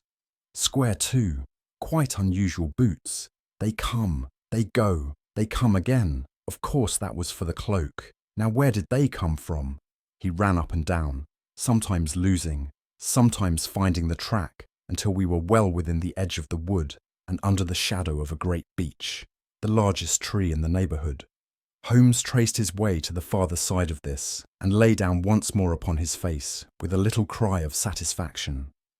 For a long time he remained there, turning over the leaves and dried sticks, gathering up what seemed to me to be dust into an envelope, and examining with his lens not only the ground, but even the bark of the tree as far as he could reach. A jagged stone was lying among the moss, and this also he carefully examined and retained. Then he followed a pathway through the wood until he came to the high road, where all traces were lost. "It has been a case of considerable interest," he remarked, returning to his natural manner. "I fancy that this grey house on the right must be the lodge. I think that I will go in and have a word with Moran, and perhaps write a little note. Having done that, we may drive back to our luncheon. You may walk to the cab, and I shall be with you presently." It was about 10 minutes before we regained our cab and drove back into Ross, Holmes still carrying with him the stone which he had picked up in the wood. "This may interest you, Lestrade," he remarked, holding it out. "The murder was done with it. I see no marks." "There are none." "How do you know then?" "The grass was growing under it. It had only lain there a few days. There was no sign of a place whence it had been taken. It corresponds with the injuries. There is no sign of any other weapon." "And the murderer?" "Is a tall man, left-handed, limps with the right leg, wears thick-soled shooting boots and a grey cloak, smokes Indian cigars, uses a cigar holder, and carries a blunt penknife in his pocket. There are several other indications, but these may be enough to aid us in our search." Lestrade laughed. "I'm afraid that I'm still a skeptic," he said. "Theories are all very well, but we have to deal with a hard-headed British jury." "Nous verrons," answered Holmes calmly. "You work your own method, and I shall work mine. I shall be busy this afternoon, and shall probably return to London by the evening train." "And leave your case unfinished?" "No, finished. But the mystery? It is solved. Who was the criminal then?" "The gentleman I describe. But who is he? Surely it would not be difficult to find out. This is not such a populous neighbourhood." Lestrade shrugged his shoulders. "I am a practical man," he said, "and I really cannot undertake to go about the country looking for a left-handed gentleman with a game leg. I should become the laughing-stock of Scotland Yard." "All right," said Holmes quietly. "I have given you the chance. Here are your lodgings. Goodbye. I shall drop you a line before I leave." Having left Lestrade at his rooms, we drove to our hotel, where we found lunch upon the table. Holmes was silent and buried in thought, with a pained expression upon his face, as one who finds himself in a perplexing position. "Look here, Watson," he said when the cloth was cleared. "Just sit down in this chair and let me preach to you for a little. I don't know quite what to do, and I should value your advice. Light a cigar and let me expound. Pray do so. Well, now, in considering this case, there are 2 points about young McCarthy's narrative which struck us both instantly, although they impressed me in his favour and you against him. One was the fact that his father should, according to his account, cry cooey before seeing him. The other was his singular dying reference to a rat. He mumbled several words, you understand, but that was all that caught the son's ear. Now from this double point our research must commence, and we will begin it by presuming that what the lad says is absolutely true. What of this cooey, then? Well, obviously it could not have been meant for the son. The son, as far as he knew, was in Bristol. It was mere chance that he was within earshot. The cooey was meant to attract the attention of whoever it was that he had the appointment with. But cooey is a distinctly Australian cry, and one which is used between Australians. There is a strong presumption that the person whom McCarthy expected to meet him at Boscombe Pool was someone who had been in Australia. What of the rat, then? Sherlock Holmes took a folded paper from his pocket and flattened it out on the table. "This is a map of the colony of Victoria," he said. "I wired to Bristol for it last night." He put his hand over part of the map. "What do you read?" "Arat," I read. "And now?" He raised his hand. "Ballarat." "Quite so. That was the word the man uttered, and of which his son only caught the last 2 syllables. He was trying to utter the name of his murderer. So-and-so, of Ballarat." "It is wonderful!" I exclaimed. "It is obvious. And now, you see, I had narrowed the field down considerably. The possession of a grey garment was a 3rd point which, granting the son's statement to be correct, was a certainty. We have come now, out of mere vagueness, to the definite conception of an Australian from Ballarat with a grey cloak." "Certainly. And one who was at home in the district, for the pool can only be approached by the farm or by the estate, where strangers could hardly wander. Quite so. Then comes our expedition of today. By an examination of the ground, I gained the trifling details which I gave to that imbecile Lestrade as to the personality of the criminal. But how did you gain them? You know my method. It is founded upon the observation of trifles. His height I know that you might roughly judge from the length of his stride. His boots, too, might be told from their traces. Yes, they were peculiar boots. But his lameness? The impression of his right foot was always less distinct than his left. He put less weight upon it. Why? Because he limped. He was lame.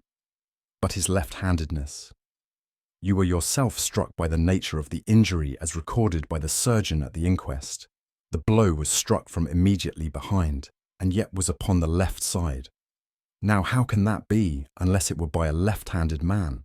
He had stood behind that tree during the interview between the father and son. He had even smoked there. I found the ash of a cigar, which my special knowledge of tobacco ashes enables me to pronounce as an Indian cigar. I have, as you know, devoted some attention to this, and written a little monograph on the ashes of 140 different varieties of pipe, cigar, and cigarette tobacco. Having found the ash, I then looked round and discovered the stump among the moss where he had tossed it. It was an Indian cigar, of the variety which are rolled in Rotterdam, and the cigar holder. I could see that the end had not been in his mouth. Therefore, he used a holder. The tip had been cut off, not bitten off, but the cut was not a clean one, so I deduced a blunt penknife. Holmes, I said, you have drawn a net round this man from which he cannot escape, and you have saved an innocent human life as truly as if you had cut the cord which was hanging him. I see the direction in which all this points. The culprit is Mr. John Turner, cried the hotel waiter, opening the door of our sitting room and ushering in a visitor. The man who entered was a strange and impressive figure. His slow, limping step and bowed shoulders gave the appearance of decrepitude, and yet his hard, deep-lined, craggy features and his enormous limbs showed that he was possessed of unusual strength of body and of character. His tangled beard, grizzled hair, and outstanding drooping eyebrows combined to give an air of dignity and power to his appearance, but his face was of an ashen white, while his lips and the corners of his nostrils were tinged with a shade of blue. It was clear to me at a glance that he was in the grip of some deadly and chronic disease. "Pray sit down on the sofa," said Holmes gently. "You had my note." "Yes, the lodge-keeper brought it up. You said that you wished to see me here to avoid scandal." "I thought people would talk if I went to the hall." "And why did you wish to see me?" He looked across at my companion with despair in his weary eyes, as though his question was already answered. "Yes," said Holmes, answering the look rather than the words. "It is so. I know all about McCarthy." The old man sank his face in his hands. "God help me," he cried, "but I would not have let the young man come to harm. I give you my word that I would have spoken out if it went against him at the assizes." "I am glad to hear you say so," said Holmes gravely. "I would have spoken now, had it not been for my dear girl. It would break her heart. It will break her heart when she hears that I am arrested." "It may not come to that," said Holmes. "What? I am no official agent. I understand that it was your daughter who required my presence here, and I am acting in her interests. Young McCarthy must be got off, however." "I am a dying man," said old Turner. "I've had diabetes for years. My doctor says it is a question whether I shall live a month. Yet I would rather die under my own roof than in a jail." Holmes rose and sat down at the table with his pen in his hand and a bundle of paper before him. "Just tell us the truth," he said. "I shall jot down the facts. You will sign it, and Watson here can witness it. Then I could produce your confession at the last extremity to save young McCarthy. I promise you that I shall not use it unless it is absolutely needed." "It's as well," said the old man. "It's a question whether I shall live to the assizes, so it matters little to me. But I should wish to spare Alice the shock. And now I will make the thing clear to you. It has been a long time in the acting, but will not take me long to tell. You didn't know this dead man, McCarthy. He was a devil incarnate, I tell you that. God keep you out of the clutches of such a man as he. His grip has been upon me these 20 years, and he has blasted my life. I'll tell you first how I came to be in his power. It was in the early 60s at the diggings. I was a young chap then, hot-blooded and reckless, ready to turn my hand at anything. I got among bad companions, took to drink, had no luck with my claim, took to the bush, and in a word, became what you would call, over here, a highway robber. There were 6 of us, and we had a wild, free life of it, sticking up a station from time to time, or stopping the wagons on the road to the diggings. Black Jack of Ballarat was the name I went under, and our party is still remembered in the colony as the Ballarat Gang. One day, a gold convoy came down from Ballarat to Melbourne, and we lay in wait for it and attacked it. There were 6 troopers and 6 of us, so it was a close thing, but we emptied 4 of their saddles at the first volley. 3 of our boys were killed, however, before we got the swag. I put my pistol to the head of the wagon driver, who was this very man McCarthy. I wished to the Lord that I had shot him then, but I spared him, though I saw his wicked little eyes fixed on my face, as though to remember every feature. We got away with the gold, became wealthy men, and made our way over to England without being suspected. There I parted from my old pals and determined to settle down to a quiet and respectable life. I bought this estate, which chanced to be in the market, and I set myself to do a little good with my money to make up for the way in which I had earned it. I married too, and though my wife died young, she left me my dear little Alice. Even when she was just a baby, her wee hand seemed to lead me down the right path, as nothing else had ever done. In a word, I turned over a new leaf and did my best to make up for the past. All was going well when McCarthy laid his grip upon me. I had gone up to town about an investment, and I met him in Regent Street with hardly a coat to his back or a boot to his foot. "Here we are, Jack," says he, touching me on the arm. "We'll be as good as a family to you. There's 2 of us, me and my son, and you can have the keeping of us. If you don't, it's a fine, law-abiding country is England, and there's always a policeman within hail." Well, down they came to the West Country. There was no shaking them off, and there they have lived, rent-free on my best land ever since. There was no rest for me, no peace, no forgetfulness. Turn where I would, there was his cunning, grinning face at my elbow. It grew worse as Alice grew up, for he soon saw I was more afraid of her knowing my past than of the police. Whatever he wanted, he must have, and whatever it was, I gave him without question, land, money, houses, until at last he asked a thing which I could not give. He asked for Alice. His son, you see, had grown up, and so had my girl, and as I was known to be in weak health, it seemed a fine stroke to him that his lad should step into the whole property. But there I was firm. I would not have his cursed stock mixed with mine. Not that I had any dislike to the lad, but his blood was in him, and that was enough. I stood firm. McCarthy threatened. I braved him to do his worst. We were to meet at the pool midway between our houses to talk it over. When I went down there, I found him talking with his son. So I smoked a cigar and waited behind a tree until he should be alone. But as I listened to his talk, all that was black and bitter in me seemed to come uppermost.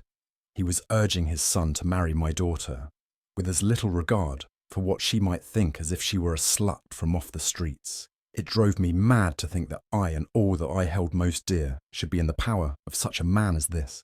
Could I not snap the bond? I was already a dying and a desperate man. Though clear of mind and fairly strong of limb, I knew that my own fate was sealed. But my memory and my girl, both could be saved if I could but silence that foul tongue. I did it, Mr. Holmes. I would do it again.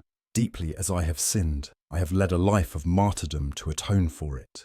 But that my girl should be entangled in the same meshes which held me was more than I could suffer.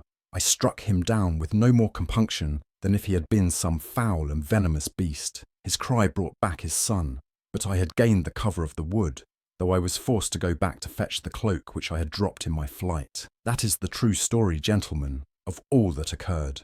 Well, it is not for me to judge you, said Holmes, as the old man signed the statement which had been drawn out. I pray that we may never be exposed to such a temptation. I pray not, sir. And what do you intend to do? In view of your health, nothing. You are yourself aware that you will soon have to answer for your deed at a higher court than the assizes. I will keep your confession, and if McCarthy is condemned, I shall be forced to use it. If not, it shall never be seen by mortal eye. And your secret, whether you be alive or dead, shall be safe with us. Farewell then, said the old man solemnly. Your own deathbeds, when they come, will be the easier for the thought of the peace which you have given to mine. Tottering and shaking in all his giant frame, he stumbled slowly from the room. God help us, said Holmes after a long silence. Why does fate play such tricks with poor, helpless worms? I never hear of such a case as this, that I do not think of Baxter's words and say, there, but for the grace of God, goes Sherlock Holmes. James McCarthy was acquitted at the assizes on the strength of a number of objections which had been drawn out by Holmes and submitted to the defending counsel. Old Turner lived for 7 months after our interview, but he is now dead, and there is every prospect that the son and daughter may come to live happily together in ignorance of the black cloud which rests upon their past.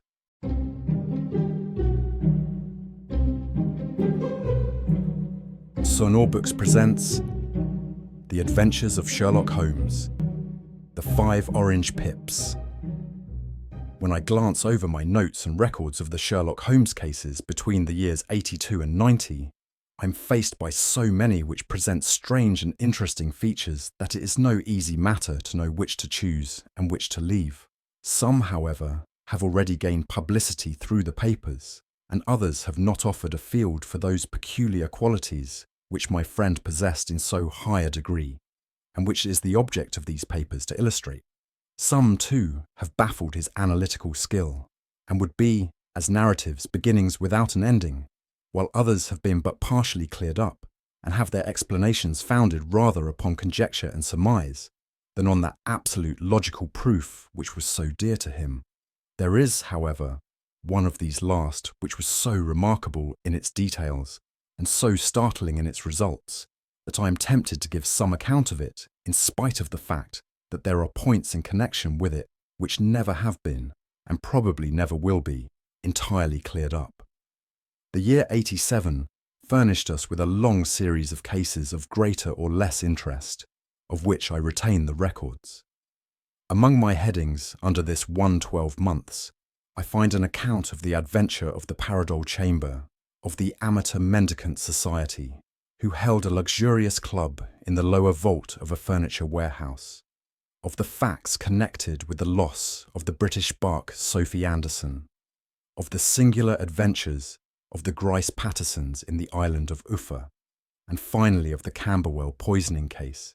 In the latter, as may be remembered, Sherlock Holmes was able, by winding up the dead man's watch, to prove that it had been wound up 2 hours before, and that therefore the deceased had gone to bed within that time, a deduction which was of the greatest importance in clearing up the case. All these I may sketch out at some future date, but none of them presents such singular features as the strange train of circumstances which I have now taken up my pen to describe. It was in the latter days of September, and the equinoctial gales had set in with exceptional violence.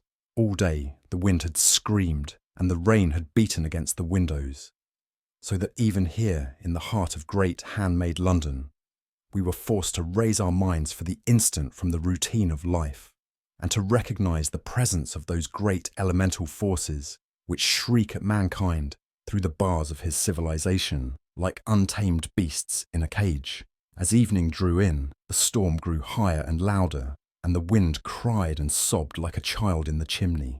Sherlock Holmes sat moodily at one side of the fireplace, cross-indexing his records of crime, while I at the other was deep in one of Clark Russell's fine sea stories, until the howl of the gale from without seemed to blend with the text, and the splash of the rain to lengthen out into the long swash of the sea waves.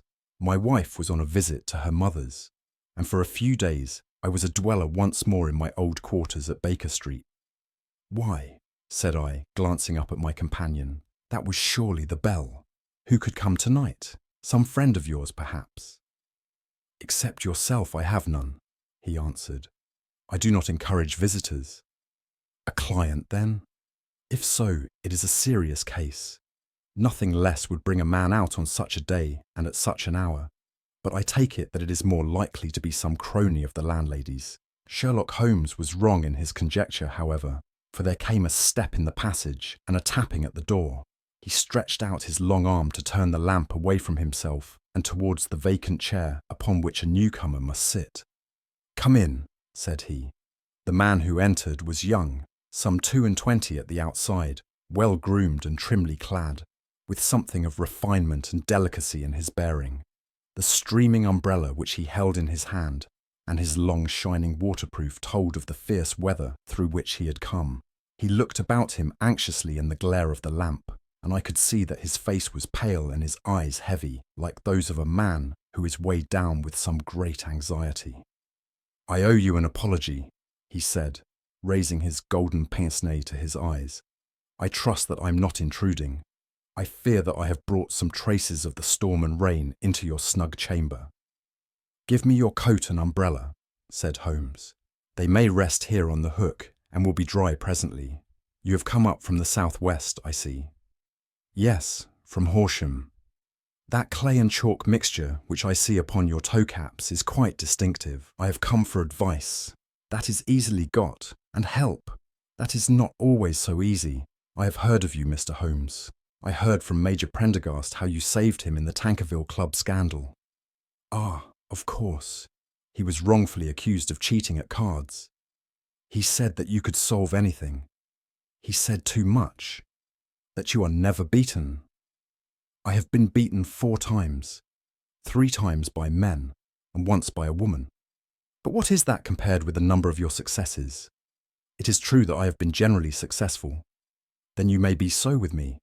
I beg that you will draw your chair up to the fire and favour me with some details as to your case. It is no ordinary one. None of those which come to me are. I am the last court of appeal. And yet I question, sir, whether in all your experience you have ever listened to a more mysterious and inexplicable chain of events than those which have happened in my own family." "You fill me with interest," said Holmes. "Pray give us the essential facts from the commencement, and I can afterwards question you as to those details which seem to me to be most important." The young man pulled his chair up and pushed his wet feet out towards the blaze. "My name," said he, "is John Openshaw, but my own affairs have, as far as I can understand, little to do with this awful business. It is a hereditary matter. So in order to give you an idea of the facts, I must go back to the commencement of the affair. You must know that my grandfather had 2 sons, my uncle Elias and my father Joseph. My father had a small factory at Coventry, which he enlarged at the time of the invention of bicycling. He was a patentee of the Openshaw unbreakable tyre, and his business met with such success that he was able to sell it and to retire upon a handsome competence. My uncle Elias emigrated to America when he was a young man and became a planter in Florida, where he was reported to have done very well. At the time of the war, he fought in Jackson's army, and afterwards under Hood, where he rose to be a colonel. When Lee laid down his arms, my uncle returned to his plantation, where he remained for 3 or 4 years. About 1869 or 1870, he came back to Europe and took a small estate in Sussex, near Horsham. He had made a very considerable fortune in the States, and his reason for leaving them was his aversion to the Negroes, and his dislike of the Republican policy in extending the franchise to them.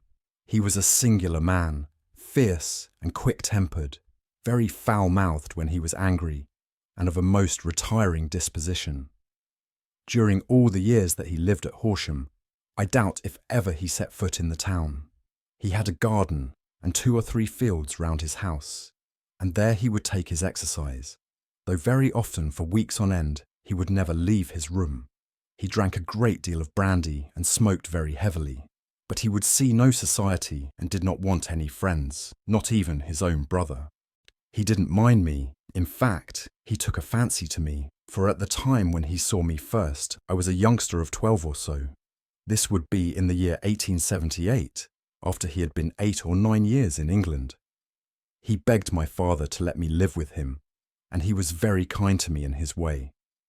When he was sober, he used to be fond of playing backgammon and draughts with me, and he would make me his representative, both with the servants and with the tradespeople, so that by the time that I was 16, I was quite master of the house.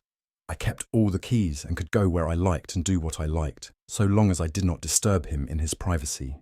There was one singular exception, however, for he had a single room, a lumber room, up among the attics, which was invariably locked, and which he would never permit either me or anyone else to enter. With a boy's curiosity, I have peeped through the keyhole, but I was never able to see more than such a collection of old trunks and bundles as would be expected in such a room. One day, it was in March 1883, a letter with a foreign stamp lay upon the table in front of the Colonel's plate. It was not a common thing for him to receive letters, for his bills were all paid in ready money, and he had no friends of any sort. "From India," said he as he took it up. "Pondicherry postmark. What can this be?" Opening it hurriedly, out there jumped 5 little dried orange pips, which pattered down upon his plate. I began to laugh at this, but the laugh was struck from my lips at the sight of his face. His lip had fallen, his eyes were protruding, his skin the colour of putty, and he glared at the envelope which he still held in his trembling hand. "K," he shrieked, and then, my God, my sins have overtaken me." "What is it, uncle?" I cried. "Death," said he, and rising from the table, he retired to his room, leaving me palpitating with horror. I took up the envelope and saw scrawled in red ink upon the inner flap, just above the gum, the letter K 3 times repeated. There was nothing else save the 5 dried pips. What could be the reason of his overpowering terror? I left the breakfast table, and as I ascended the stair, I met him coming down with an old rusty key, which must have belonged to the attic, in one hand, and a small brass box, like a cash box, in the other. "They may do what they like, but I'll checkmate them still," said he with an oath. "Tell Mary that I shall want a fire in my room today, and send down to Fordham, the Horsham lawyer." I did as he ordered, and when the lawyer arrived, I was asked to step up to the room. The fire was burning brightly, and in the grate there was a mass of black, fluffy ashes, as of burned paper, while the brass box stood open and empty beside it. As I glanced at the box, I noticed with a start that upon the lid was printed the treble K, which I had read in the morning upon the envelope. "I wish you, John," said my uncle, "to witness my will. I leave my estate, with all its advantages and all its disadvantages, to my brother, your father, whence it will, no doubt, descend to you. If you can enjoy it in peace, well and good. If you find you cannot, take my advice, my boy, and leave it to your deadliest enemy. I'm sorry to give you such a two-edged thing, but I can't say what turn things are going to take. Kindly sign the paper where Mr. Fordham shows you." I signed the paper as directed, and the lawyer took it away with him. The singular incident made, as you may think, the deepest impression upon me, and I pondered over it and turned it every way in my mind without being able to make anything of it. Yet I could not shake off the vague feeling of dread which it left behind, though the sensation grew less keen as the weeks passed and nothing happened to disturb the usual routine of our lives. I could see a change in my uncle, however. He drank more than ever, and he was less inclined for any sort of society. Most of his time he would spend in his room, with the door locked upon the inside, but sometimes he would emerge in a sort of drunken frenzy and would burst out of the house and tear about the garden with a revolver in his hand, screaming out that he was afraid of no man, and that he was not to be cooped up, like a sheep in a pen, by man or devil. When these hot fits were over, however, he would rush tumultuously in at the door and lock and bar it behind him, like a man who can brazen it out no longer against the terror which lies at the roots of his soul. At such times I have seen his face, even on a cold day, glisten with moisture, as though it were new raised from a basin. Well, to come to an end of the matter, Mr. Holmes, and not to abuse your patience, there came a night when he made one of those drunken sallies from which he never came back. We found him, when we went to search for him, face downward in a little green scummed pool, which lay at the foot of the garden. There was no sign of any violence, and the water was but 2 feet deep, so that the jury, having regard to his known eccentricity, brought in a verdict of suicide. But I, who knew how he winced from the very thought of death, had much ado to persuade myself that he had gone out of his way to meet it. The matter passed, however, and my father entered into possession of the estate, and of some £14,000 which lay to his credit at the bank. "One moment," Holmes interposed. "Your statement is, I foresee, one of the most remarkable to which I have ever listened. Let me have the date of the reception by your uncle of the letter, and the date of his supposed suicide." "The letter arrived on March 10th, 1883. His death was 7 weeks later, upon the night of May 2nd. "Thank you. Pray proceed." "When my father took over the Horsham property, he, at my request, made a careful examination of the attic, which had been always locked up. We found the brass box there, although its contents had been destroyed. On the inside of the cover was a paper label with the initials of KKK repeated upon it, and letters, memoranda, receipts, and a register written beneath. These, we presume, indicated the nature of the papers which had been destroyed by Colonel Openshaw. For the rest, there was nothing of much importance in the attic save a great many scattered papers and notebooks bearing upon my uncle's life in America. Some of them were of the wartime, and showed that he had done his duty well and had borne the repute of a brave soldier. Others were of a date during the reconstruction of the southern states, and were mostly concerned with politics, for he had evidently taken a strong part in opposing the carpetbag politicians who had been sent down from the north. Well, it was the beginning of '84 when my father came to live at Horsham, and all went as well as possible with us until the January of '85. On the 4th day after the New Year, I heard my father give a sharp cry of surprise as we sat together at the breakfast table. There he was, sitting with a newly opened envelope in one hand and 5 dried orange pips in the outstretched palm of the other one. He had always laughed at what he called my cock and bull story about the colonel, but he looked very scared and puzzled now that the same thing had come upon himself. "Why, what on earth does this mean, John?" he stammered. My heart had turned to lead. "It is KKK, said I. He looked inside the envelope. "So it is," he cried. "Here are the very letters. But what is this written above them? Put the papers on the sundial," I read, peeping over his shoulder. "What papers? What sundial?" he asked. "The sundial in the garden. There is no other," said I. "But the papers must be those that are destroyed." "Pooh!" said he, gripping hard at his courage. "We are in a civilized land here, and we can't have tomfoolery of this kind. Where does the thing come from?" "From Dundee," I answered, glancing at the postmark. "Some preposterous practical joke," said he. "What have I to do with sundials and papers? I shall take no notice of such nonsense." "I should certainly speak to the police," I said, "and be laughed at for my pains. Nothing of the sort." "Then let me do so?" "No, I forbid you. I won't have a fuss made about such nonsense." It was in vain to argue with him, for he was a very obstinate man.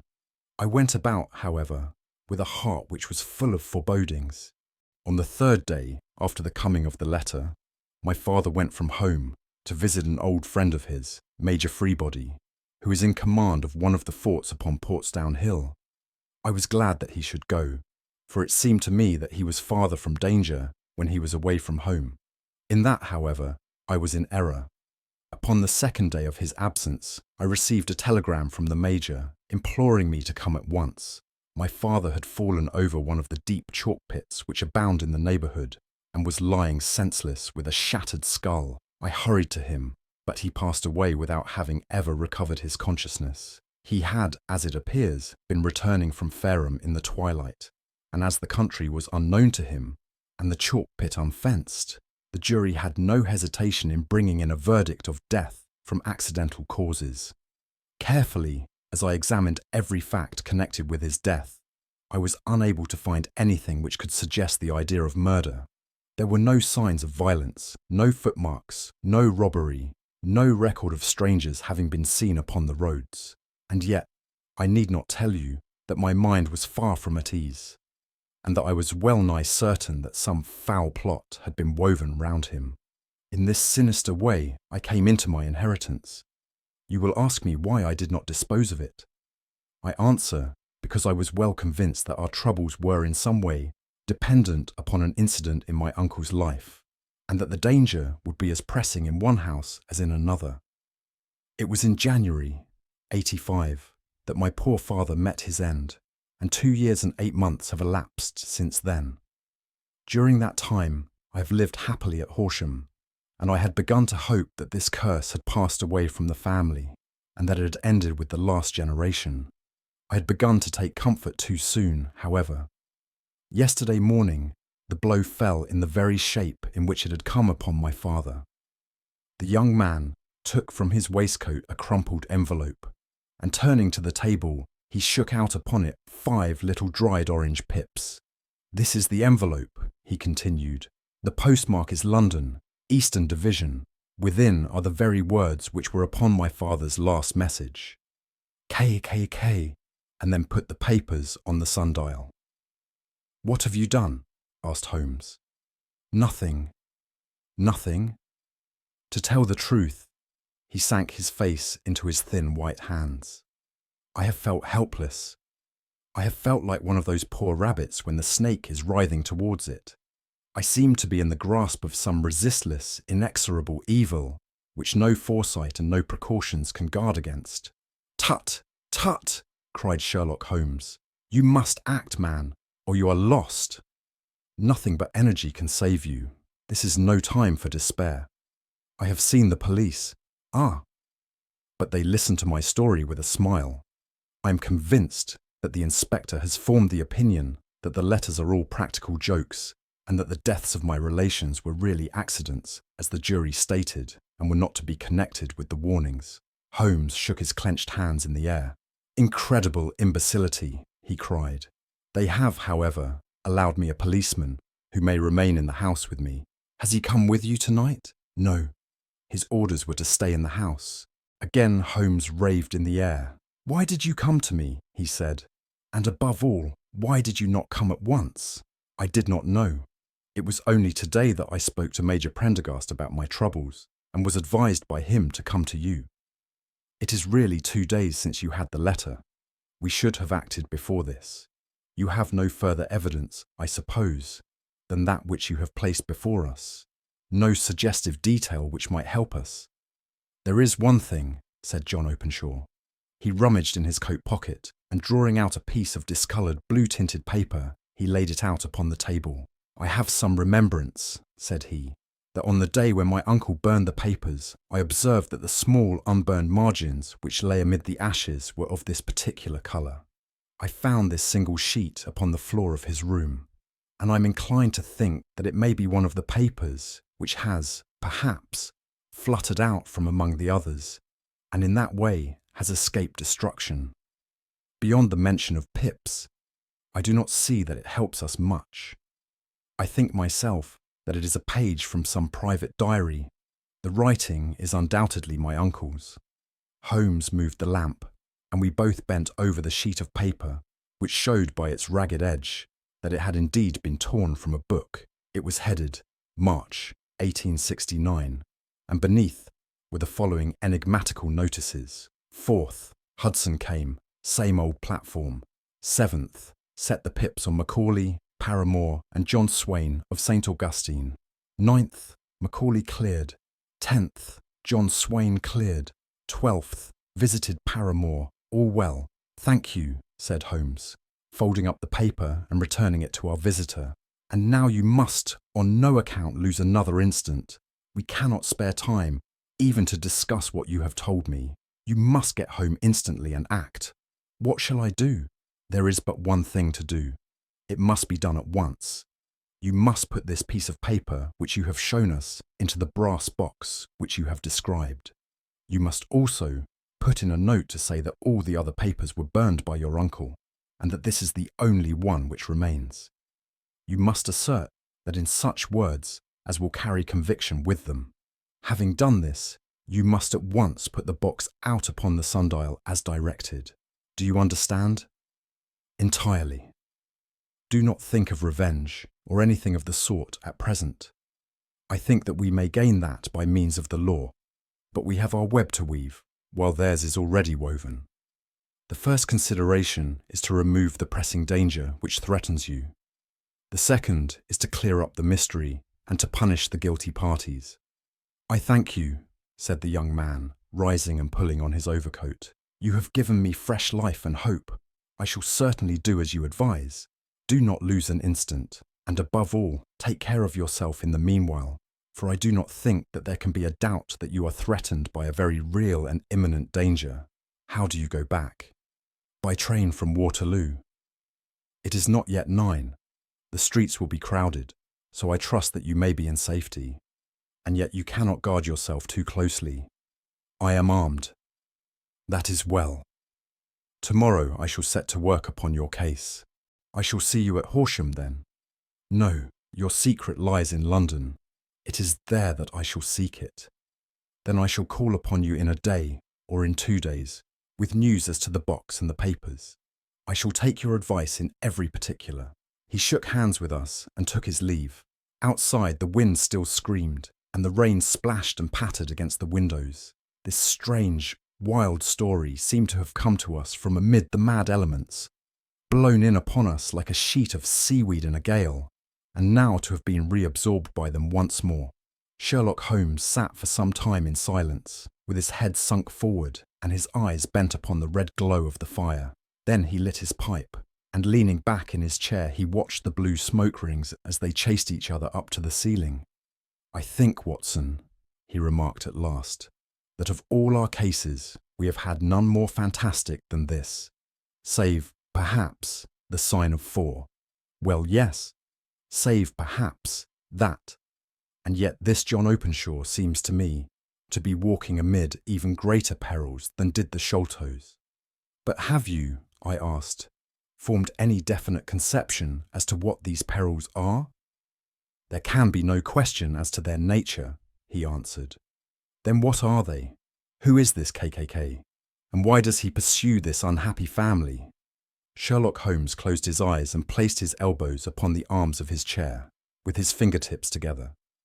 The ideal reasoner, he remarked, would, when he had once been shown a single fact in all its bearings, deduce from it not only all the chain of events which led up to it, but also all the results which would follow from it. As Cuvier could correctly describe a whole animal by the contemplation of a single bone, so the observer who has thoroughly understood one link in a series of incidents should be able to accurately state all the other ones, both before and after. We have not yet grasped the results which the reason alone can attain to. Problems may be solved in the study which have baffled all those who have sought a solution by the aid of their senses. To carry the art, however, to its highest pitch, it is necessary that the reasoner should be able to utilize all the facts which have come to his knowledge. And this in itself implies, as you will readily see, a possession of all knowledge which, even in these days of free education and encyclopedias, is a somewhat rare accomplishment. It is not so impossible, however, that a man should possess all knowledge which is likely to be useful to him in his work. And this I have endeavoured in my case to do. If I remember rightly, you, on one occasion, in the early days of our friendship, defined my limits in a very precise fashion. Yes, I answered, laughing. It was a singular document. Philosophy, astronomy, and politics were marked at 0, I remember. Botany variable, geology profound as regards the mudstains from any region within 50 miles of town, chemistry eccentric, anatomy unsystematic, sensational literature and crime records unique, violin player, boxer, swordsman, lawyer, and self-poisoner by cocaine and tobacco. Those, I think, were the main points of my analysis. Holmes grinned at the last item. Well, he said, I say now, as I said then, that a man should keep his little brain attic stocked with all the furniture that he is likely to use, and the rest he can put away in the lumber room of his library. where he can get it if he wants it. Now, for such a case as the one which has been submitted to us tonight, we need certainly to muster all our resources. Kindly hand me down the letter K of the American Encyclopedia, which stands upon the shelf beside you. Thank you. Now let us consider the situation and see what may be deduced from it. In the first place, we may start with a strong presumption that Colonel Openshaw had some very strong reason for leaving America. Men at his time of life do not change all their habits and exchange willingly the charming climate of Florida for the lonely life of an English provincial town. His extreme love of solitude in England suggests the idea that he was in fear of someone or something, so we may assume, as a working hypothesis, that it was fear of someone or something which drove him from America. As to what it was he feared, we can only deduce that by considering the formidable letters which were received by himself and his successors. Did you remark the postmarks of those letters? The first was from Pondicherry, the second from Dundee, and the third from London. From East London, what do you deduce from that? They are all seaports. That the writer was on board of a ship. Excellent. We have already a clue. There can be no doubt that the probability, the strong probability, is that the writer was on board of a ship. And now let us consider another point. In the case of Pondicherry, 7 weeks elapsed between the threat and its fulfillment. In Dundee, it was only some 3 or 4 days. Does that suggest anything? A greater distance to travel. But the letter had also a greater distance to come. Then I do not see the point. There is at least a presumption that the vessel in which the man or men are is a sailing ship. It looks as if they always send their singular warning or token before them when starting upon their mission. You see how quickly the deed followed the sign when it came from Dundee. If they had come from Pondicherry in a steamer, they would have arrived almost as soon as their letter. But as a matter of fact, 7 weeks elapsed. I think that those 7 weeks represented the difference between the mailboat, which brought the letter, and the sailing vessel, which brought the writer. It is possible. More than that, it is probable. And now you see the deadly urgency of this new case, and why I urged young Openshaw to caution. The blow has always fallen at the end of the time which it would take the senders to travel the distance. But this one comes from London, and therefore we cannot count upon delay. Good God, I cried. What can it mean, this relentless persecution? The papers which Openshaw carried are obviously of vital importance to the person or persons in the sailing ship. I think that it is quite clear that there must be more than one of them. A single man could not have carried out 2 deaths in such a way as to deceive a coroner's jury. There must have been several in it, and they must have been men of resource and determination. Their papers they mean to have, be the holder of them who it may.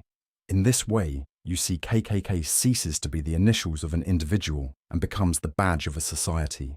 But of what society? Have you never, said Sherlock Holmes, bending forward and sinking his voice, have you never heard of the Ku Klux Klan? I never have. Holmes turned over the leaves of the book upon his knee. Here it is, said he presently. Ku Klux Klan, a name derived from the fanciful resemblance to the sound produced by cocking a rifle. This terrible secret society was formed by some ex-Confederate soldiers in the southern states after the Civil War, and it rapidly formed local branches in different parts of the country, notably in Tennessee, Louisiana, the Carolinas, Georgia, and Florida. Its power was used for political purposes, principally for the terrorizing of the Negro voters and the murdering and driving from the country of those who were opposed to its views. Its outrages were usually preceded by a warning sent to the marked man in some fantastic but generally recognized shape, a sprig of oak leaves in some parts, melon seeds, or orange pips in others. On receiving this, the victim might either openly abjure his former ways or might fly from the country. If he braved the matter out, death would unfailingly come upon him, and usually in some strange and unforeseen manner. So perfect was the organization of the society, and so systematic its methods, that there is hardly a case upon record where any man succeeded in braving it with impunity, or in which any of its outrages were traced home to the perpetrators. For some years, The organisation flourished in spite of the efforts of the United States government and of the better classes of the community in the South. Eventually, in the year 1869, the movement rather suddenly collapsed, although there have been sporadic outbreaks of the same sort since that date. "You will observe," said Holmes, laying down the volume, "that the sudden breaking up of the society was coincident with the disappearance of Openshaw from America with their papers. It may well have been cause and effect. It is no wonder that he and his family have some of the more implacable spirits upon their track. You can understand that this register and diary may implicate some of the first men in the South, and that there may be many who will not sleep easy at night until it is recovered. Then the page we have seen is such as we might expect. It ran, if I remember right, sent the pips to A, B, and C. That is, sent the society's warning to them. Then there are successive entries that A and B cleared or left the country, and finally that C was visited, with, I fear, a sinister result for C. Well, I think, Doctor, that we may let some light into this dark place, and I believe that the only chance young Openshaw has in the meantime is to do what I have told him. There is nothing more to be said or to be done tonight, so hand me over my violin, and let us try to forget for half an hour the miserable weather and the still more miserable ways of our fellow men." It had cleared in the morning, and the sun was shining with a subdued brightness through the dim veil which hangs over the great city. Sherlock Holmes was already at breakfast when I came down. "You will excuse me for not waiting for you," said he. "I have, I foresee, a very busy day before me in looking into this case of young Openshaw's." "What steps will you take?" I asked. "It will very much depend upon the results of my first inquiries. I may have to go down to Horsham after all." "You will not go there first?" "No, I shall commence with the city. Just ring the bell and the maid will bring up your coffee." As I waited, I lifted the unopened newspaper from the table and glanced my eye over it. It rested upon a heading which sent a chill to my heart. "Holmes!" I cried. "You're too late." "Ah," said he, laying down his cup. "I feared as much. How was it done?" He spoke calmly, but I could see that he was deeply moved. My eye caught the name of Openshaw and the heading tragedy near Waterloo Bridge. Here is the account. "Between 9 and 10 last night, Police Constable Cook of the H Division, on duty near Waterloo Bridge, heard a cry for help and a splash in the water. The night, however, was extremely dark and stormy, so that in spite of the help of several passers-by, it was quite impossible to effect a rescue. The alarm, however, was given, and by the aid of the water police, the body was eventually recovered. It proved to be that of a young gentleman whose name, as it appears from an envelope which was found in his pocket, was John Openshaw, and whose residence is near Horsham. It is conjectured that he may have been hurrying down to catch the last train from Waterloo Station, and that in his haste and the extreme darkness he missed his path and walked over the edge of one of the small landing places for river steamboats. The body exhibited no traces of violence, and there can be no doubt that the deceased had been the victim of an unfortunate accident, which should have the effect of calling the attention of the authorities to the condition of the riverside landing stages." We sat in silence for some minutes, Holmes more depressed and shaken than I had ever seen him. "That hurts my pride, Watson," he said at last. "It is a petty feeling, no doubt, but it hurts my pride. It becomes a personal matter with me now, and if God sends me health, I shall set my hand upon this gang. That he should come to me for help, and that I should send him away to his death." He sprang from his chair and paced about the room in uncontrollable agitation, with a flush upon his sallow cheeks and a nervous clasping and unclasping of his long, thin hands. "They must be cunning devils," he exclaimed at last. "How could they have decoyed him down there? The embankment is not on the direct line to the station. The bridge, no doubt, was too crowded, even on such a night, for their purpose. Well, Watson, we shall see who will win in the long run. I am going out now." "To the police?" "No, I shall be my own police. When I have spun the web, they may take the flies, but not before." All day I was engaged in my professional work, and it was late in the evening before I returned to Baker Street. Sherlock Holmes had not come back yet. It was nearly 10 o'clock before he entered, looking pale and worn. He walked up to the sideboard, and tearing a piece from the loaf, he devoured it voraciously, washing it down with a long draught of water. "You are hungry," I remarked. "Starving." It had escaped my memory.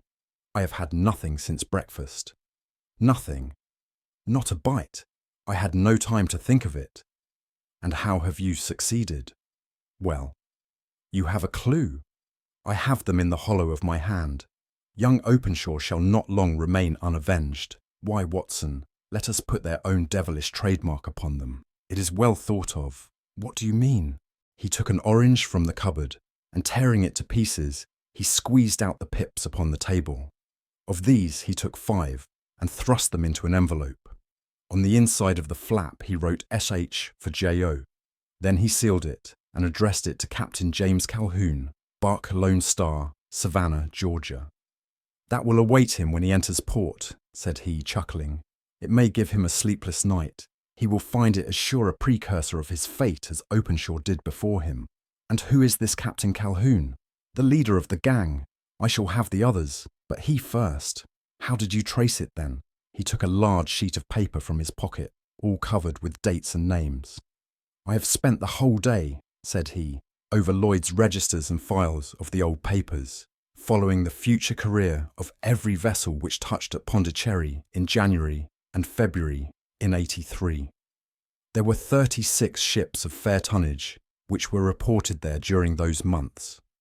Of these, one, the Lone Star, instantly attracted my attention, since, although it was reported as having cleared from London, the name is that which is given to one of the states of the Union. Texas, I think. I was not and am not sure which, but I knew that the ship must have an American origin. What then? I searched the Dundee records, and when I found that the bark Lone Star was there in January '85, my suspicion became a certainty. I then inquired as to the vessels which lay at present in the port of London. Yes, the Lone Star had arrived here last week. I went down to the Albert Dock and found that she had been taken down the river by the early tide this morning, homeward bound to Savannah.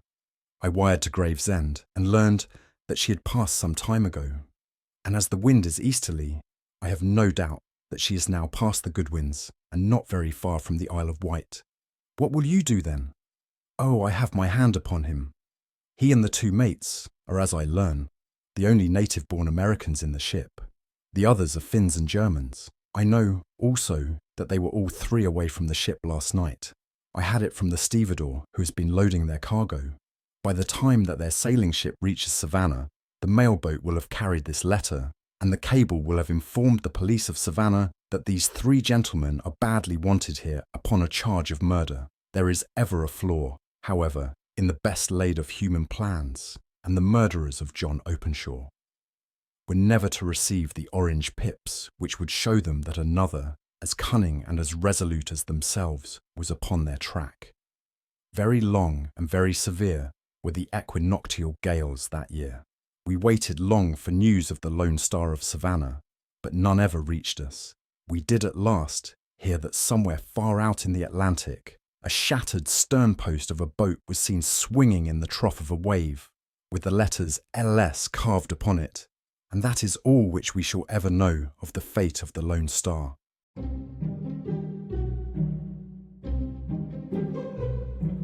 Sonor Books presents The Adventures of Sherlock Holmes, the man with the twisted lip.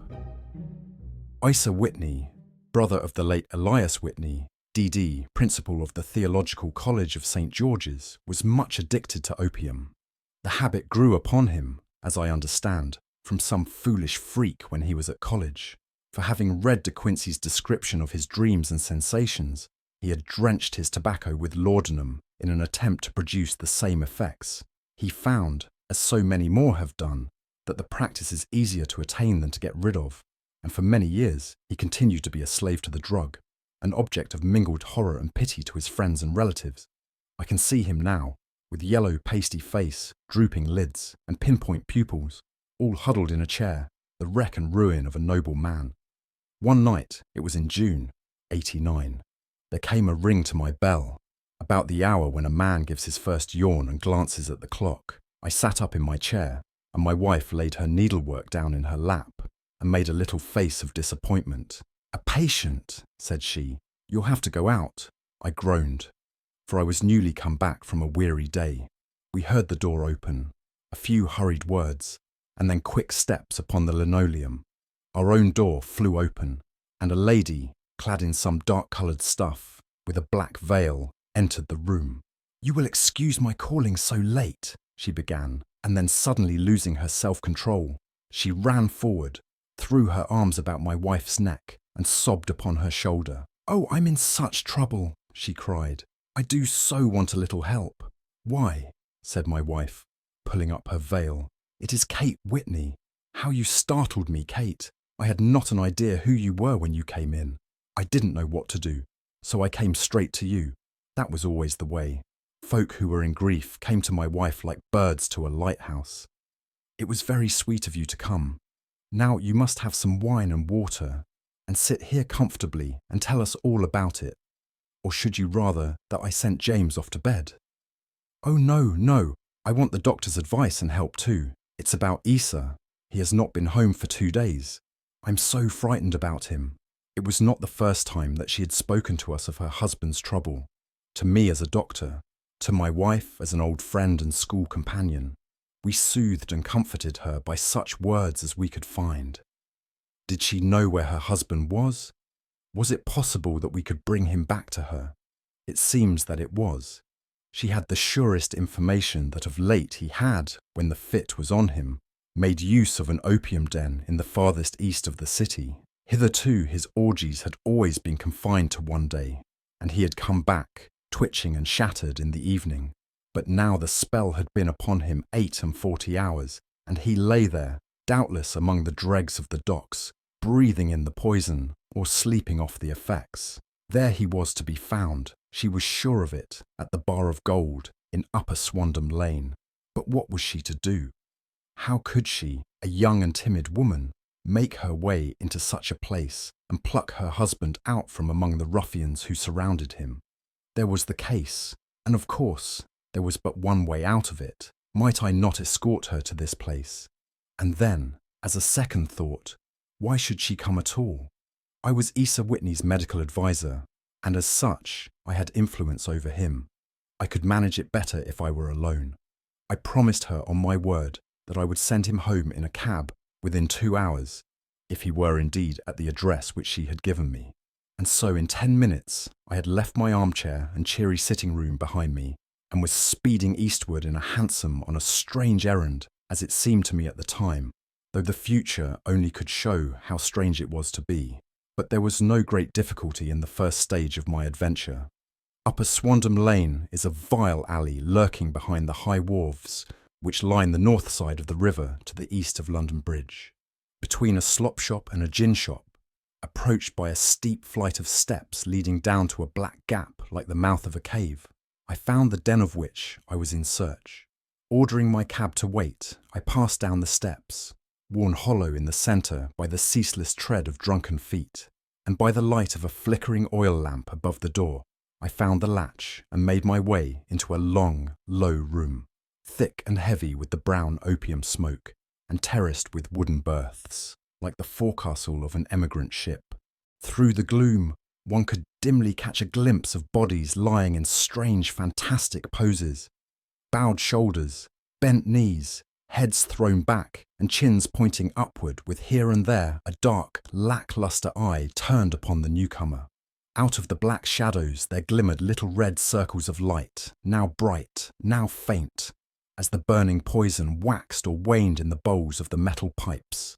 The most lay silent, but some muttered to themselves, and others talked together in a strange, low, monotonous voice, their conversation coming in gushes, and then suddenly tailing off into silence, each mumbling out his own thoughts, and paying little heed to the words of his neighbour.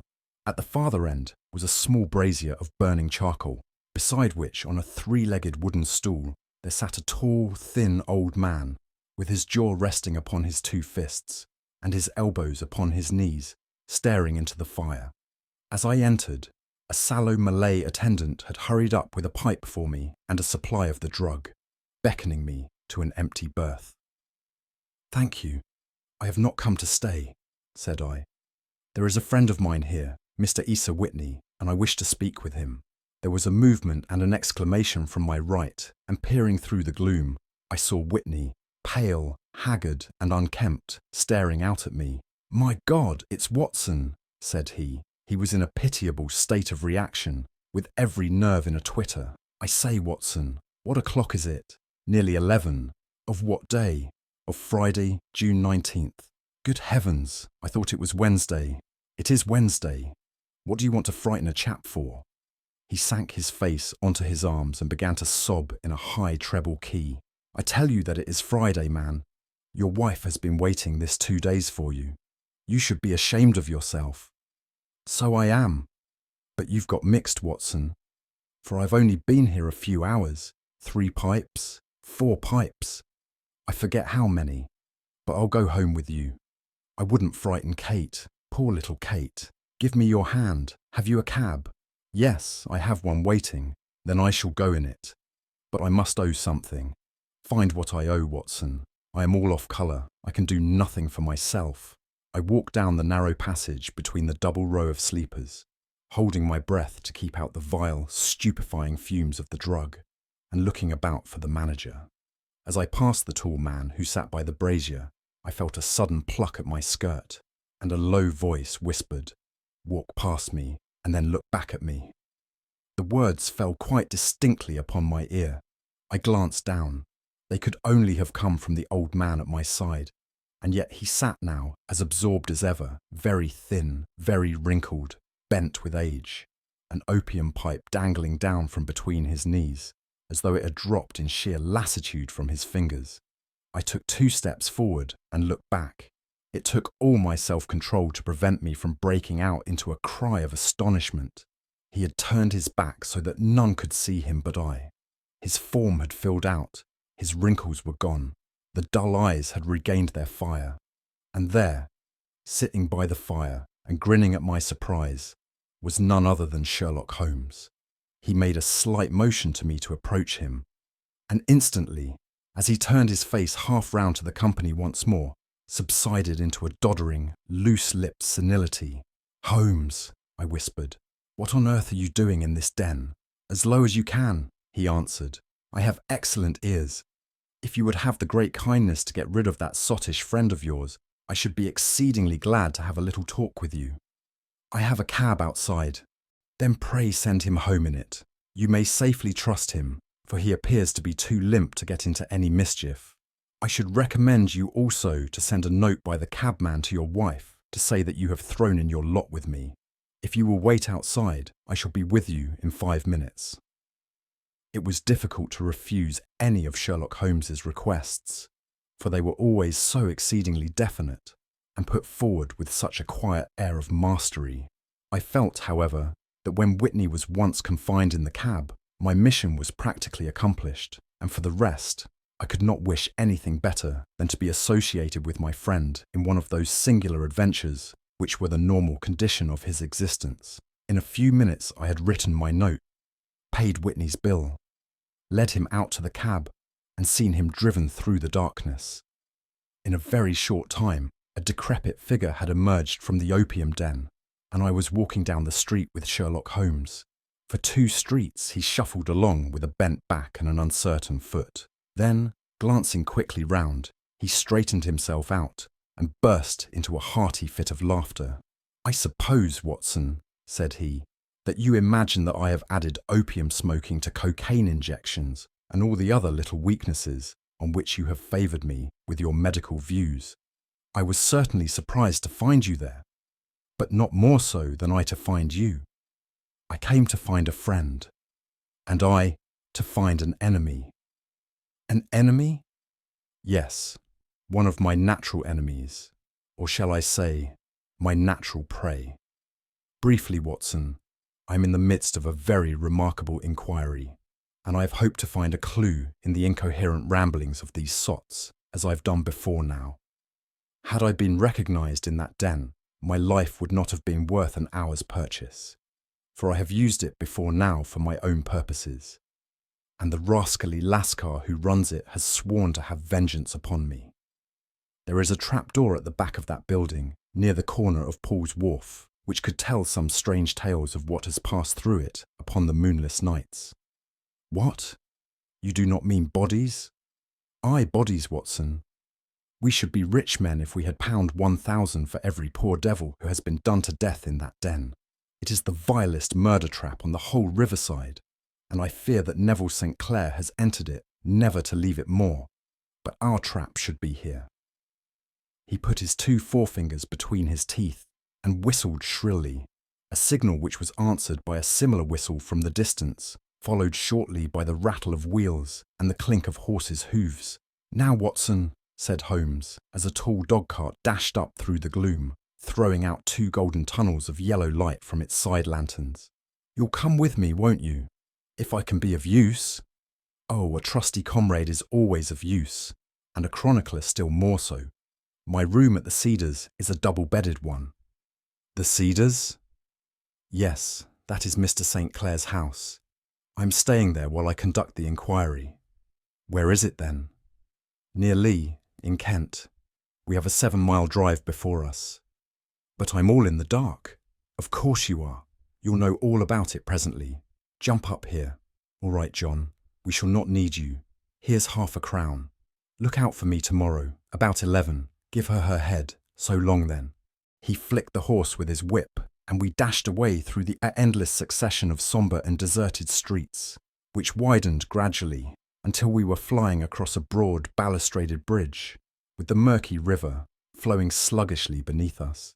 Beyond lay another dull wilderness of bricks and mortar, its silence broken only by the heavy, regular footfall of the policeman, or the songs and shouts of some belated party of revellers. A dull wrack was drifting slowly across the sky, and a star or two twinkled dimly here and there through the rifts of the clouds. Holmes drove in silence, with his head sunk upon his breast, and the air of a man who is lost in thought, while I sat beside him, curious to learn what this new quest might be, which seemed to tax his powers so sorely, and yet afraid to break in upon the current of his thoughts. We had driven several miles, and were beginning to get to the fringe of the belt of suburban villas, when he shook himself, shrugged his shoulders, and lit up his pipe with the air of a man who has satisfied himself that he is acting for the best. You have a grand gift of silence, Watson, said he. It makes you quite invaluable as a companion. Upon my word, it is a great thing for me to have someone to talk to, for my own thoughts are not over-pleasant. I was wondering what I should say to this dear little woman tonight, when she meets me at the door. You forget that I know nothing about it. I shall just have time to tell you the facts of the case before we get to Lee. It seems absurdly simple, and yet somehow I can get nothing to go upon. There's plenty of thread, no doubt, but I can't get the end of it into my hand. Now I'll state the case clearly and concisely to you, Watson, and maybe you can see a spark where all is dark to me. Proceed then. Some years ago, to be definite, in May 1884, there came to Lee a gentleman, Neville St. Clair by name, who appeared to have plenty of money. He took a large villa, laid out the grounds very nicely, and lived generally in good style. By degrees he made friends in the neighbourhood, and in 1887 he married the daughter of a local brewer, by whom he now has 2 children. He had no occupation, but was interested in several companies, and went into town as a rule in the morning, returning by the 5:14 from Cannon Street every night. Mr. St. Clair is now 37 years of age, is a man of temperate habits, a good husband, a very affectionate father, and a man who is popular with all who know him. I may add that his whole debts at the present moment, as far as we have been able to ascertain, amount to £8810s, while he has £220 standing to his credit in the Capital and Counties Bank. There is no reason, therefore, to think that money troubles have been weighing upon his mind. Last Monday, Mr. Neville St. Clair went into town rather earlier than usual, remarking before he started that he had 2 important commissions to perform, and that he would bring his little boy home a box of bricks. Now, by the merest chance, his wife received a telegram upon this same Monday, very shortly after his departure, to the effect that a small parcel of considerable value, which she had been expecting, was waiting for her at the offices of the Aberdeen Shipping Company. Now, if you are well up in your London, you will know that the office of the company is in Fresno Street, which branches out of Upper Swandam Lane, where you found me tonight. Mrs. St. Clair had her lunch, started for the city, did some shopping, proceeded to the company's office, got her packet, and found herself at exactly 4:35, walking through Swandam Lane on her way back to the station. Have you followed me so far? It is very clear. If you remember, Monday was an exceedingly hot day, and Mrs. St. Clair walked slowly, glancing about in the hope of seeing a cab, as she did not like the neighbourhood in which she found herself. While she was walking in this way down Swandam Lane, she suddenly heard an ejaculation or cry, and was struck cold to see her husband looking down at her, and, as it seemed to her, beckoning to her from a second-floor window. The window was open, and she distinctly saw his face, which he describes as being terribly agitated. He waved his hands frantically to her, and then vanished from the window so suddenly that it seemed to her that he had been plucked back by some irresistible force from behind. One singular point which struck her quick feminine eye was that although he wore some dark coat, such as he had started to town in, he had on neither collar nor necktie. Convinced that something was amiss with him, she rushed down the steps, for the house was none other than the opium den in which you found me tonight, and running through the front room, she attempted to ascend the stairs which led to the first floor. At the foot of the stairs, however, she met this Lascar scoundrel of whom I have spoken, who thrust her back and, aided by a Dane, who acts as assistant there, pushed her out into the street. Filled with the most maddening doubts and fears, she rushed down the lane and, by rare good fortune, met in Fresno Street a number of constables with an inspector, all on their way to their beat. The inspector and 2 men accompanied her back, and in spite of the continued resistance of the proprietor, they made their way to the room in which Mr. St. Clair had last been seen. There was no sign of him there. In fact, in the whole of that floor, there was no one to be found save a crippled wretch of hideous aspect, who, it seems, made his home there. Both he and the Lascar stoutly swore that no one else had been in the front room during the afternoon. So determined was their denial that the inspector was staggered and had almost come to believe that Mrs. St. Clair had been deluded, when, with a cry, she sprang at a small deal box which lay upon the table and tore the lid from it. Out there fell a cascade of children's bricks. It was the toy which he had promised to bring home. This discovery, and the evident confusion which the cripple showed, made the inspector realise that the matter was serious. The rooms were carefully examined, and results all pointed to an abominable crime. The front room was plainly furnished as a sitting room and led into a small bedroom, which looked out upon the back of one of the wharves.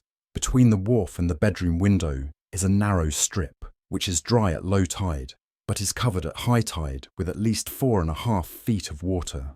The bedroom window was a broad one and opened from below. On examination, traces of blood were to be seen upon the windowsill, and several scattered drops were visible upon the wooden floor of the bedroom. Thrust away behind a curtain in the front room were all the clothes of Mr. Neville St. Clair, with the exception of his coat, his boots, his socks, his hat, and his watch. All were there. There were no signs of violence upon any of these garments, and there were no other traces of Mr. Neville St. Clair. Out of the window he must apparently have gone, for no other exit could be discovered, and the ominous bloodstains upon the sill gave little promise that he could save himself by swimming, for the tide was at its very highest at the moment of the tragedy. And now as to the villains who seemed to be immediately implicated in the matter. The Lascar was known to be a man of the vilest antecedents, but as by Mrs. St. Clair's story, he was known to have been at the foot of the stair within a very few seconds of her husband's appearance at the window, he could hardly have been more than an accessory to the crime.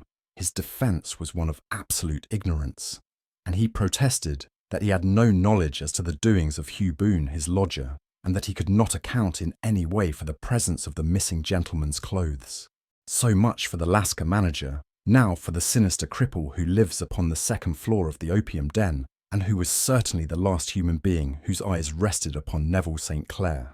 His name is Hugh Boone, and his hideous face is one which is familiar to every man who goes much to the city. He is a professional beggar, though in order to avoid the police regulations, he pretends to a small trade in wax vestas. Some little distance down Threadneedle Street, upon the left-hand side, there is, as you may have remarked, a small angle in the wall. Here it is that this creature takes his daily seat, cross-legged with his tiny stock of matches on his lap, and as he is a piteous spectacle, a small rain of charity descends into the greasy leather cap which lies upon the pavement beside him. I have watched the fellow more than once before, ever I thought of making his professional acquaintance, and I have been surprised at the harvest which he has reaped in a short time. His appearance, you see, is so remarkable that no one can pass him without observing him. A shock of orange hair, a pale face disfigured by a horrible scar, which, by its contraction, has turned up the outer edge of his upper lip, a bulldog chin, and a pair of very penetrating dark eyes, which present a singular contrast to the colour of his hair, all mark him out from amid the common crowd of mendicants, and so too does his wit, for he is ever ready with a reply to any piece of chaff which may be thrown at him by the passers-by. This is the man whom we now learn to have been the lodger at the opium den, and to have been the last man to see the gentleman of whom we are in quest. But a cripple, said I. What could he have done single-handed against a man in the prime of life? He is a cripple, in the sense that he walks with a limp, but in other respects he appears to be a powerful and well-nurtured man. Surely your medical experience would tell you, Watson, that weakness in one limb is often compensated for by exceptional strength in the others. Pray continue your narrative. Mrs. St. Clair had fainted at the sight of the blood upon the window, and she was escorted home in a cab by the police, as her presence could be of no help to them in their investigations. Inspector Barton, who had charge of the case, made a very careful examination of the premises, but without finding anything which threw any light upon the matter. One mistake had been made in not arresting Boone instantly, as he was allowed some few minutes during which he might have communicated with his friend the Lascar. But this fault was soon remedied, and he was seized and searched, without anything being found which could incriminate him. There were, it is true, some bloodstains upon his right shirt sleeve, but he pointed to his ring finger, which had been cut near the nail, and explained that the bleeding came from there, adding that he had been to the window not long before, and that the stains which had been observed there came doubtless from the same source. He denied strenuously having ever seen Mr. Neville St. Clair, and swore that the presence of the clothes in his room was as much a mystery to him as to the police. As to Mrs. St. Clair's assertion that she had actually seen her husband at the window, he declared that she must have been either mad or dreaming. He was removed, loudly protesting, to the police station, while the inspector remained upon the premises, in the hope that the ebbing tide might afford some fresh clue. And it did, though they hardly found upon the mudbank what they had feared to find. It was Neville St. Clair's coat, and not Neville St. Clair, which lay uncovered as the tide receded. And what do you think they found in the pockets? I cannot imagine. No, I don't think you would guess. Every pocket stuffed with pennies and halfpennies. 421 pennies and 270 halfpennies. It was no wonder that it had not been swept away by the tide. But a human body is a different matter. There is a fierce eddy between the wharf and the house. It seemed likely enough that the weighted coat had remained when the stripped body had been sucked away into the river. But I understand that all the other clothes were found in the room. Would the body be dressed in a coat alone? No, sir, but the facts might be met speciously enough. Suppose that this man Boone had thrust Neville St. Clair through the window. There is no human eye which could have seen the deed. What would he do then? It would, of course, instantly strike him that he must get rid of the telltale garments. He would seize the coat then, and be in the act of throwing it out, when it would occur to him that it would swim and not sink. He has little time, for he has heard the scuffle downstairs when the wife tried to force her way up, and perhaps he has already heard from his Lascar confederate that the police are hurrying up the street. There is not an instant to be lost. He rushes to some secret hoard, where he has accumulated the fruits of his beggary, and he stuffs all the coins upon which he can lay his hands into the pockets to make sure of the coat's sinking. He throws it out, and would have done the same with the other garments had not he heard the rush of steps below, and only just had time to close the window when the police appeared. It certainly sounds feasible. Well, we will take it as a working hypothesis for want of a better. Boone, as I have told you, was arrested and taken to the station, but it could not be shown that there had ever before been anything against him.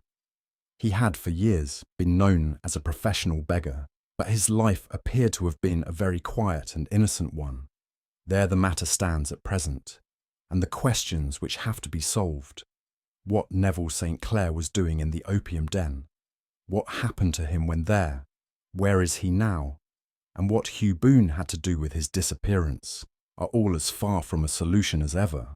I confess that I cannot recall any case within my experience which looked at the first glance so simple and yet which presented such difficulties. While Sherlock Holmes had been detailing this singular series of events, we had been whirling through the outskirts of the great town until the last straggling houses had been left behind, and we rattled along with a country hedge upon either side of us.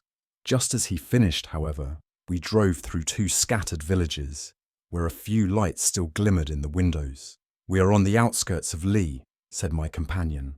"We have touched on 3 English counties in our short drive, starting in Middlesex, passing over an angle of Surrey, and ending in Kent. See that light among the trees? That is the Cedars, and beside that lamp sits a woman whose anxious ears have already, I have little doubt, caught the clink of our horses' feet."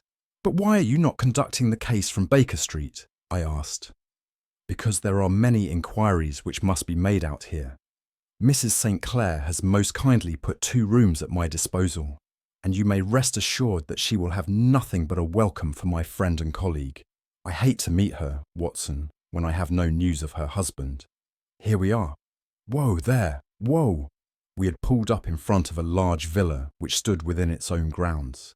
A stable boy had run out to the horse's head, and springing down, I followed Holmes up the small, winding gravel drive which led to the house. As we approached, the door flew open, and a little blonde woman stood in the opening, clad in some sort of light mousseline de soie, with a touch of fluffy pink chiffon at her neck and wrists. She stood with her figure outlined against the flood of light, one hand upon the door, one half raised in her eagerness, her body slightly bent, her head and face protruded, with eager eyes and parted lips, a standing question. "Well?" she cried. "Well?" And then, seeing that there were 2 of us, she gave a cry of hope which sank into a groan as she saw that my companion shook his head and shrugged his shoulders. "No good news? None? No bad? No. Thank God for that. But come in. You must be weary, for you have had a long day. This is my friend, Dr. Watson. He has been of most vital use to me in several of my cases, and a lucky chance has made it possible for me to bring him out and associate him with this investigation. I'm delighted to see you," said she, pressing my hand warmly. "You will, I am sure, forgive anything that may be wanting in our arrangements when you consider the blow which has come so suddenly upon us." "My dear madam," said I am an old campaigner, and if I were not, I can very well see that no apology is needed. If I can be of any assistance, either to you or to my friend here, I shall be indeed happy." "Now, Mr. Sherlock Holmes," said the lady as we entered a well-lit dining room, upon the table of which a cold supper had been laid out, "I should very much like to ask you 1 or 2 plain questions, to which I beg that you will give a plain answer." "Certainly, madam." "Do not trouble about my feelings. I am not hysterical, nor given to fainting. I simply wish to hear your real opinion." "Upon what point?" "In your heart of hearts, do you think that Neville is alive?" Sherlock Holmes seemed to be embarrassed by the question. "Frankly now," she repeated, standing upon the rug and looking keenly down at him as he leaned back in a basket chair. "Frankly then, madam, I do not." "You think that he is dead?" "I do." "Murdered?" "I don't say that, perhaps." "And on what day did he meet his death?" "On Monday." "Then perhaps, Mr. Holmes, you will be good enough to explain how it is that I have received a letter from him today." Sherlock Holmes sprang out of his chair as if he had been galvanized. "What?" he roared. "Yes, today." She stood smiling, holding up a little slip of paper in the air. "May I see it?" "Certainly." He snatched it from her in his eagerness, and smoothing it out upon the table, he drew over the lamp and examined it intently. I had left my chair and was gazing at it over his shoulder. The envelope was a very coarse one, and was stamped with the Gravesend postmark and with the date of that very day, or rather of the day before, for it was considerably after midnight. "Coarse writing," murmured Holmes. "Surely this is not your husband's writing, madam?" "No, but the enclosure is." "I perceive also that whoever addressed the envelope had to go and inquire as to the address." "How can you tell that?" "The name, you see, is in perfectly black ink, which has dried itself. The rest is of the greyish colour, which shows that blotting paper has been used. If it had been written straight off, and then blotted, none would be of a deep black shade. This man has written the name, and there has then been a pause before he wrote the address, which can only mean that he was not familiar with it. It is of course a trifle, but there is nothing so important as trifles. Let us now see the letter. Ha! There has been an enclosure here. Yes, there was a ring, his signet ring. And you are sure that this is your husband's hand? One of his hands. One? His hand when he wrote hurriedly. It is very unlike his usual writing, and yet I know it well. Dearest, do not be frightened. All will come well. There is a huge error which it may take some little time to rectify. Wait in patience. Neville. Written in pencil upon the fly-leaf of a book, 8vo size, no watermark. Posted today in Gravesend by a man with a dirty thumb. Ha! And the flap has been gummed, if I am not very much in error, by a person who had been chewing tobacco, and you have no doubt that it is your husband's hand, madam. None. Neville wrote those words. And they were posted today at Gravesend. Well, Mrs. St. Clair, the clouds lighten, though I should not venture to say that the danger is over. But he must be alive, Mr. Holmes. Unless this is a clever forgery to put us on the wrong scent. The ring, after all, proves nothing. It may have been taken from him. No, it is. It is his very own writing. Very well. It may, however, have been written on Monday and only posted today. That is possible. If so, much may have happened between. Oh, you must not discourage me, Mr. Holmes. I know that all is well with him. There is so keen a sympathy between us that I should know if evil came upon him. On the very day that I saw him last, he cut himself in the bedroom, and yet I in the dining room rushed upstairs instantly with the utmost certainty that something had happened. Do you think that I would respond to such a trifle, and yet be ignorant of his death? I have seen too much, not to know that the impression of a woman may be more valuable than the conclusion of an analytical reasoner. And in this letter, you certainly have a very strong piece of evidence to corroborate your view. But if your husband is alive and able to write letters, why should he remain away from you? I cannot imagine. It is unthinkable. And on Monday, he made no remarks before leaving you? No. And you were surprised to see him in Swandam Lane? Very much so. Was the window open? Yes. Then he might have called to you. He might. He only, as I understand, gave an inarticulate cry. Yes. A call for help, you thought? Yes. He waved his hands. But it might have been a cry of surprise. Astonishment at the unexpected sight of you might cause him to throw up his hands. It is possible. And you thought he was pulled back? He disappeared so suddenly. He might have leapt back. You did not see anyone else in the room?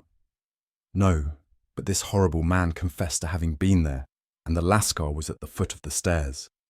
Quite so. Your husband, as far as you could see, had his ordinary clothes on.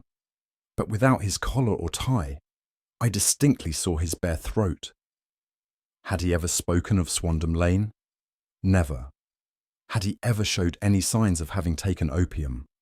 Never. Thank you, Mrs. St. Clair. Those are the principal points about which I wish to be absolutely clear. We shall now have a little supper and then retire, for we may have a very busy day tomorrow." A large and comfortable double-bedded room had been placed at our disposal, and I was quickly between the sheets, for I was weary after my night of adventure. Sherlock Holmes was a man, however, who, when he had an unsolved problem upon his mind, would go for days, and even for a week, without rest, turning it over, rearranging his facts, looking at it from every point of view, until he had either fathomed it or convinced himself that his data were insufficient. It was soon evident to me that he was now preparing for an all-night sitting. He took off his coat and waistcoat, put on a large blue dressing gown, and then wandered about the room, collecting pillows from his bed and cushions from the sofa and armchairs.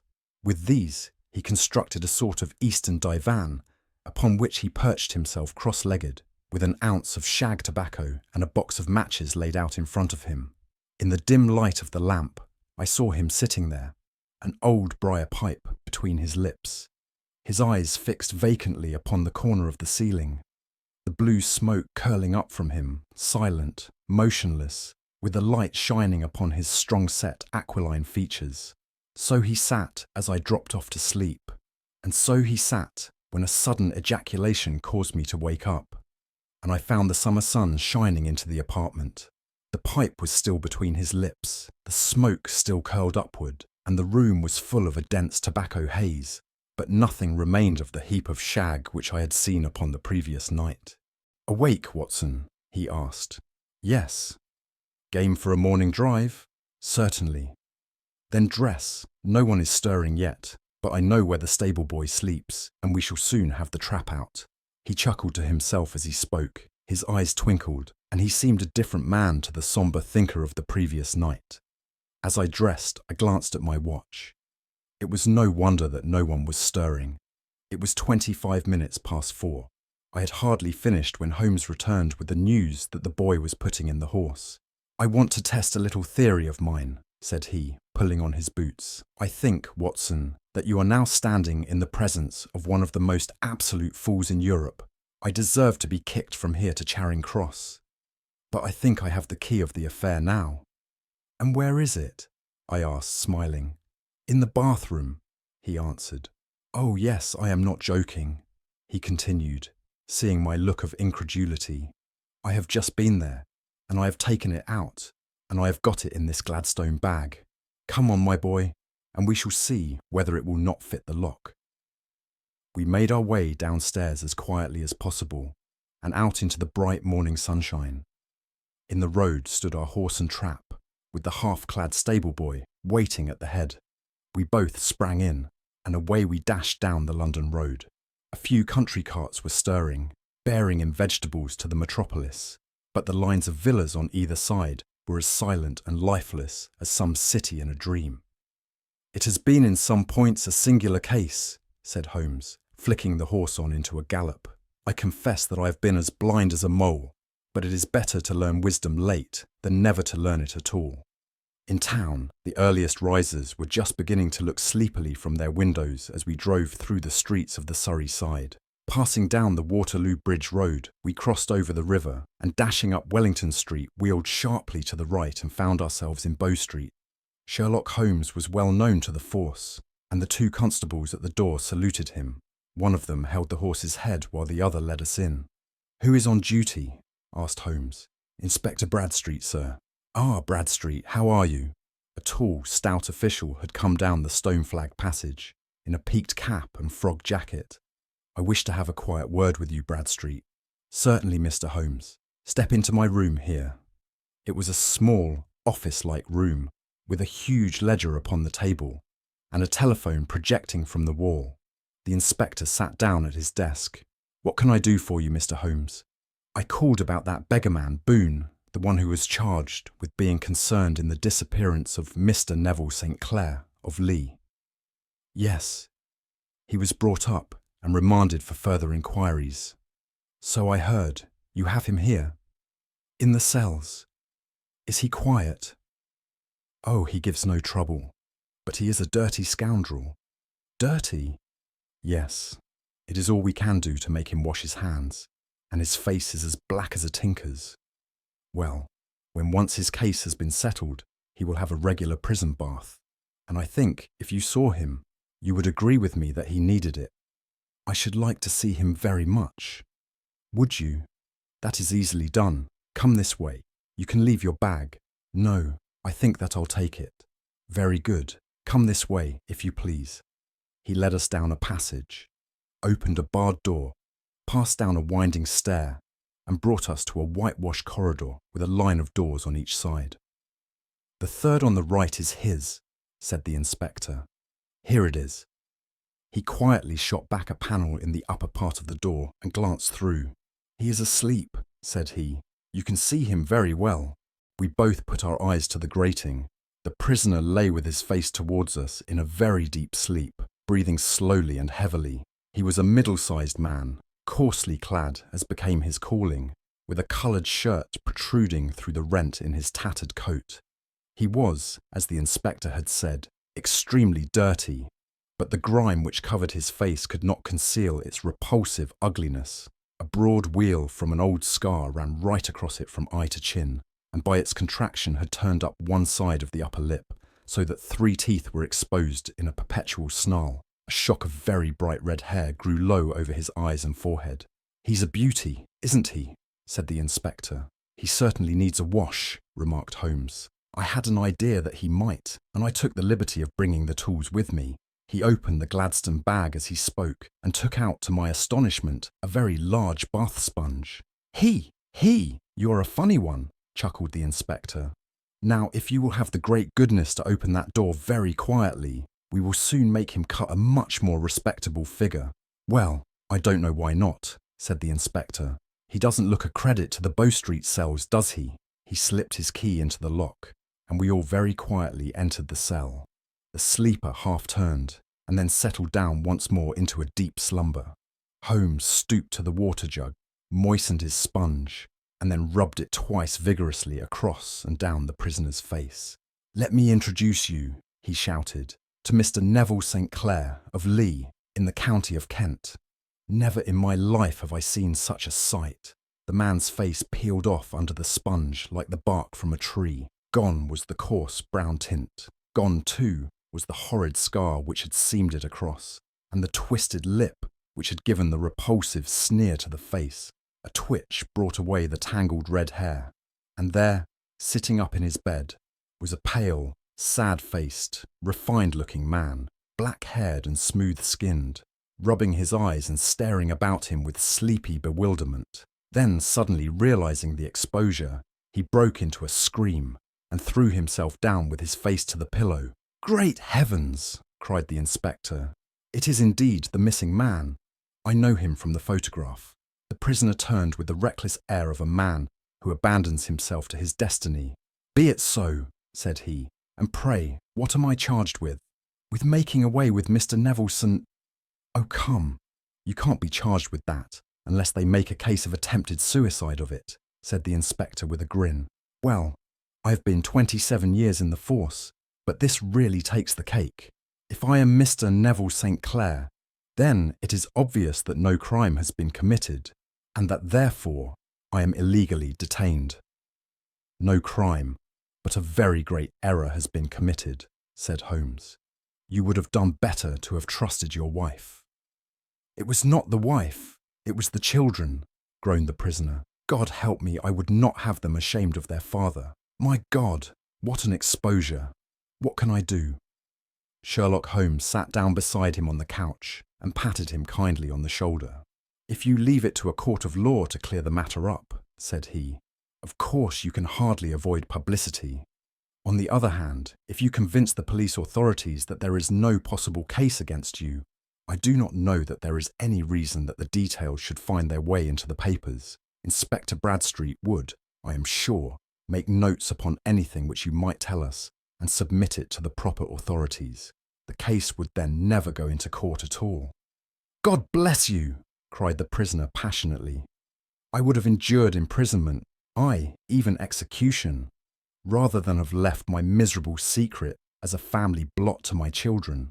You are the first who have ever heard my story.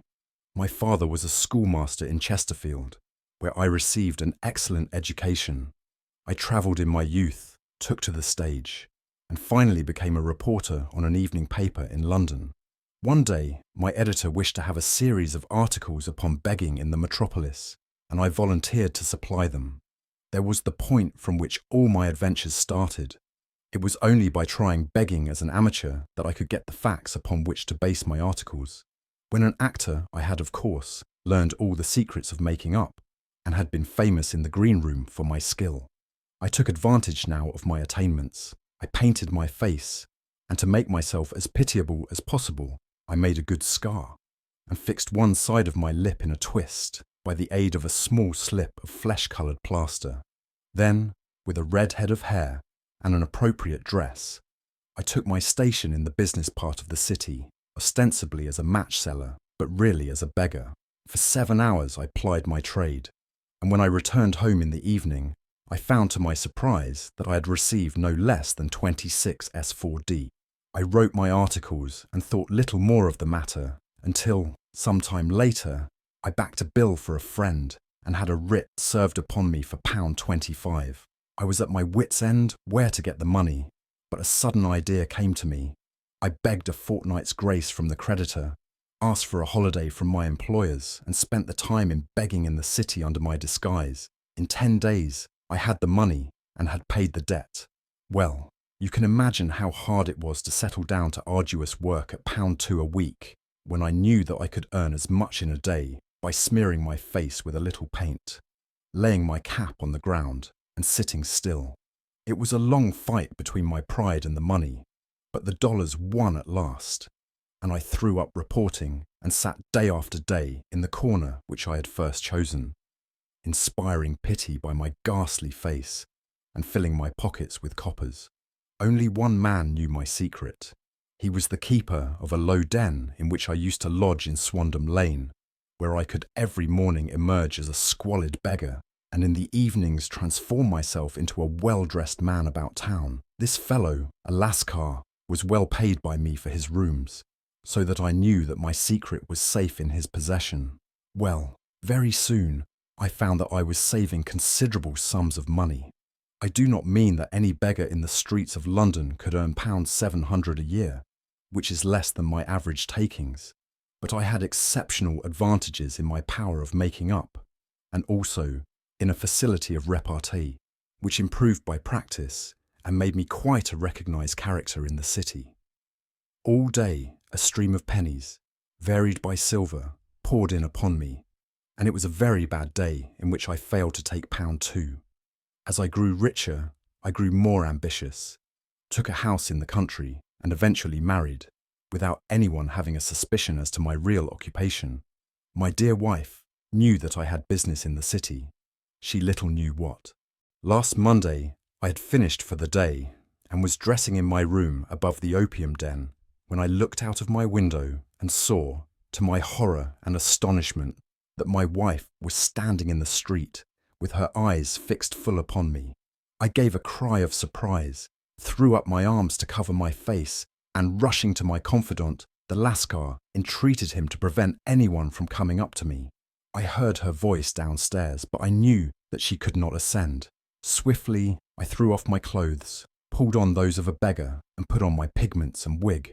Even a wife's eyes could not pierce so complete a disguise, but then it occurred to me that there might be a search in the room, and that the clothes might betray me. I threw open the window, reopening by my violence a small cut which I had inflicted upon myself in the bedroom that morning. Then I seized my coat, which was weighted by the coppers which I had just transferred to it from the leather bag in which I carried my takings. I hurled it out of the window, and it disappeared into the Thames. The other clothes would have followed, but at that moment there was a rush of constables up the stair, and a few minutes after I found, rather, I confess, to my relief, that instead of being identified as Mr. Neville St. Clair, I was arrested as his murderer. I do not know that there is anything else for me to explain. I was determined to preserve my disguise as long as possible, and hence my preference for a dirty face. Knowing that my wife would be terribly anxious, I slipped off my ring and confided it to the Lascar at a moment when no constable was watching me, together with a hurried scrawl, telling her that she had no cause to fear. "That note only reached her yesterday," said Holmes. "Good God, what a week she must have spent." "The police have watched this Lascar," said Inspector Bradstreet, "and I can quite understand that he might find it difficult to post a letter unobserved. Probably he handed it to some sailor customer of his, who forgot all about it for some days." "That was it," said Holmes, nodding approvingly. "I have no doubt of it. But have you never been prosecuted for begging?" "Many times, but what was a fine to me?" "It must stop here, however," said Bradstreet. "If the police are to hush this thing up, there must be no more of Hugh Boone. I have sworn it by the most solemn oaths which a man can take. In that case, I think that it is probable that no further steps may be taken. But if you are found again, then all must come out. I am sure, Mr. Holmes, that we are very much indebted to you for having cleared the matter up. I wish I knew how you reach your results." "I reached this one," said my friend, "by sitting upon 5 pillows and consuming an ounce of shag. I think, Watson, that if we drive to Baker Street, we shall just be in time for breakfast."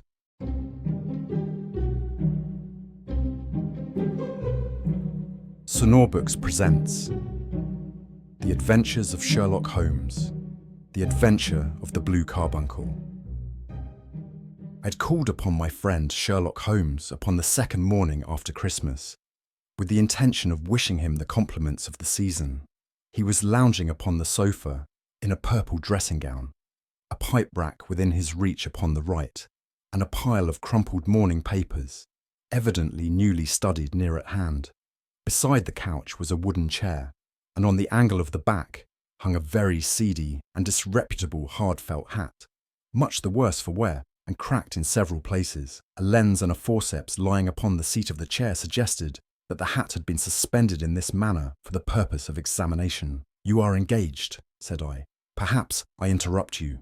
"Not at all. I'm glad to have a friend with whom I can discuss my results. The matter is a perfectly trivial one." He jerked his thumb in the direction of the old hat.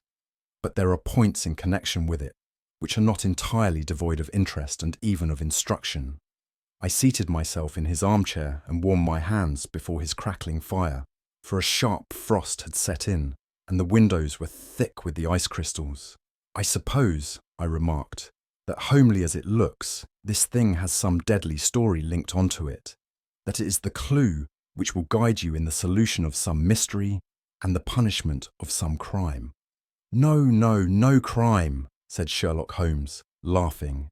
"Only one of those whimsical little incidents which will happen when you have 4 million human beings all jostling each other within the space of a few square miles. Amid the action and reaction of so dense a swarm of humanity, every possible combination of events may be expected to take place, and many a little problem will be presented, which may be striking and bizarre without being criminal. We have already had experience of such. So much so," I remarked, "that of the last 6 cases which I have added to my notes, 3 have been entirely free of any legal crime." "Precisely. You allude to my attempt to recover the Irene Adler papers, to the singular case of Miss Mary Sutherland, and to the adventure of the man with the twisted lip. Well, I have no doubt that this small matter will fall into the same innocent category. You know Peterson, the commissionaire?"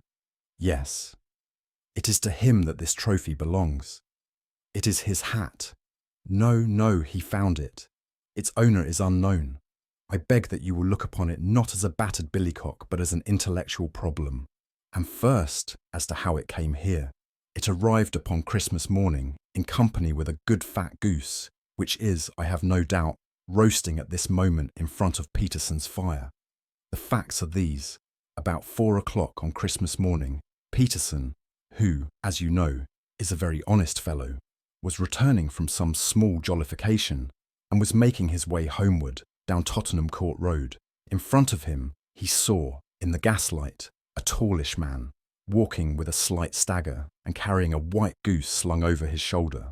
As he reached the corner of Goodge Street, a row broke out between this stranger and a little knot of roughs. One of the latter knocked off the man's hat, on which he raised his stick to defend himself, and, swinging it over his head, smashed the shop window behind him. Peterson had rushed forward to protect the stranger from his assailants, but the man, shocked at having broken the window and seeing an official-looking person in uniform rushing towards him, dropped his goose, took to his heels, and vanished amid the labyrinth of small streets which lie at the back of Tottenham Court Road.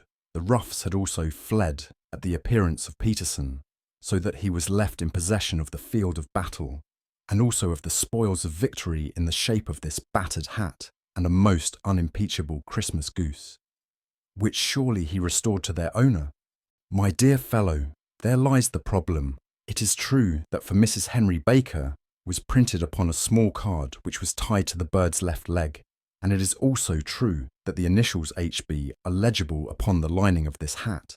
But as there are some thousands of Bakers and some hundreds of Henry Bakers in this city of ours, it is not easy to restore lost property to any one of them. What, then, did Peterson do? He brought round both hat and goose to me on Christmas morning, knowing that even the smallest problems are of interest to me. The goose we retained until this morning, when there were signs that, in spite of the slight frost, it would be well that it should be eaten without unnecessary delay. Its finder has carried it off, therefore, to fulfil the ultimate destiny of a goose, while I continue to retain the hat of the unknown gentleman who lost his Christmas dinner. Did he not advertise? No. Then what clue could you have as to his identity? Only as much as we can deduce. From his hat? Precisely. But you are joking. What can you gather from this old battered felt? Here is my lens. You know my methods. What can you gather yourself as to the individuality of the man who has worn this article? I took the tattered object in my hands and turned it over rather ruefully. It was a very ordinary black hat of the usual round shape, hard and much the worse for wear. The lining had been of red silk, but was a good deal discoloured. There was no maker's name, but as Holmes had remarked, the initials HB were scrawled upon one side. It was pierced in the brim for a hat securer, but the elastic was missing. For the rest, it was cracked, exceedingly dusty, and spotted in several places, although there seemed to have been some attempt to hide the discoloured patches by smearing them with ink. I can see nothing, said I, handing it back to my friend. On the contrary, Watson, you can see everything. You fail, however, to reason from what you see. You are too timid in drawing your inferences. Then pray tell me what it is that you can infer from this hat. He picked it up and gazed at it in the peculiar, introspective fashion which was characteristic of him. It is perhaps less suggestive than it might have been, he remarked, and yet there are a few inferences which are very distinct, and a few others which represent at least a strong balance of probability. That the man was highly intellectual is of course obvious upon the face of it, and also that he was fairly well-to-do within the last 3 years. Although he has now fallen upon evil days, he had foresight, but has less now than formerly, pointing to a moral retrogression, which, when taken with the decline of his fortunes, seems to indicate some evil influence, probably drink, at work upon him. This may account also for the obvious fact that his wife has ceased to love him. My dear Holmes! He has, however, retained some degree of self-respect, he continued, disregarding my remonstrance. He is a man who leads a sedentary life, goes out little, is out of training entirely, is middle-aged, has grizzled hair which he has had cut within the last few days, and which he anoints with lime cream. These are the more patent facts which are to be deduced from his hat. Also, by the way, that it is extremely improbable that he has gas laid on in his house. You are certainly joking, Holmes. Not in the least. Is it possible that even now, when I give you these results, you are unable to see how they are attained? I have no doubt that I am very stupid, but I must confess that I am unable to follow you. For example, how did you deduce that this man was intellectual? For answer, Holmes clapped the hat upon his head. It came right over the forehead and settled upon the bridge of his nose. It is a question of cubic capacity, said he. A man with so large a brain must have something in it. The decline of his fortunes, then? This hat is 3 years old. These flat brims curled at the edge came in then. It is a hat of the very best quality. Look at the band of ribbed silk and the excellent lining. If this man could afford to buy so expensive a hat 3 years ago and has had no hat since, then he has assuredly gone down in the world. Well, that is clear enough, certainly. But how about the foresight and the moral retrogression? Sherlock Holmes laughed. Here is the foresight, said he, putting his finger upon the little disc and loop of the hat securer. They are never sold upon hats. If this man ordered one, it is a sign of a certain amount of foresight, since he went out of his way to take this precaution against the wind. But since we see that he has broken the elastic and has not troubled to replace it, it is obvious that he has less foresight now than formerly, which is a distinct proof of a weakening nature.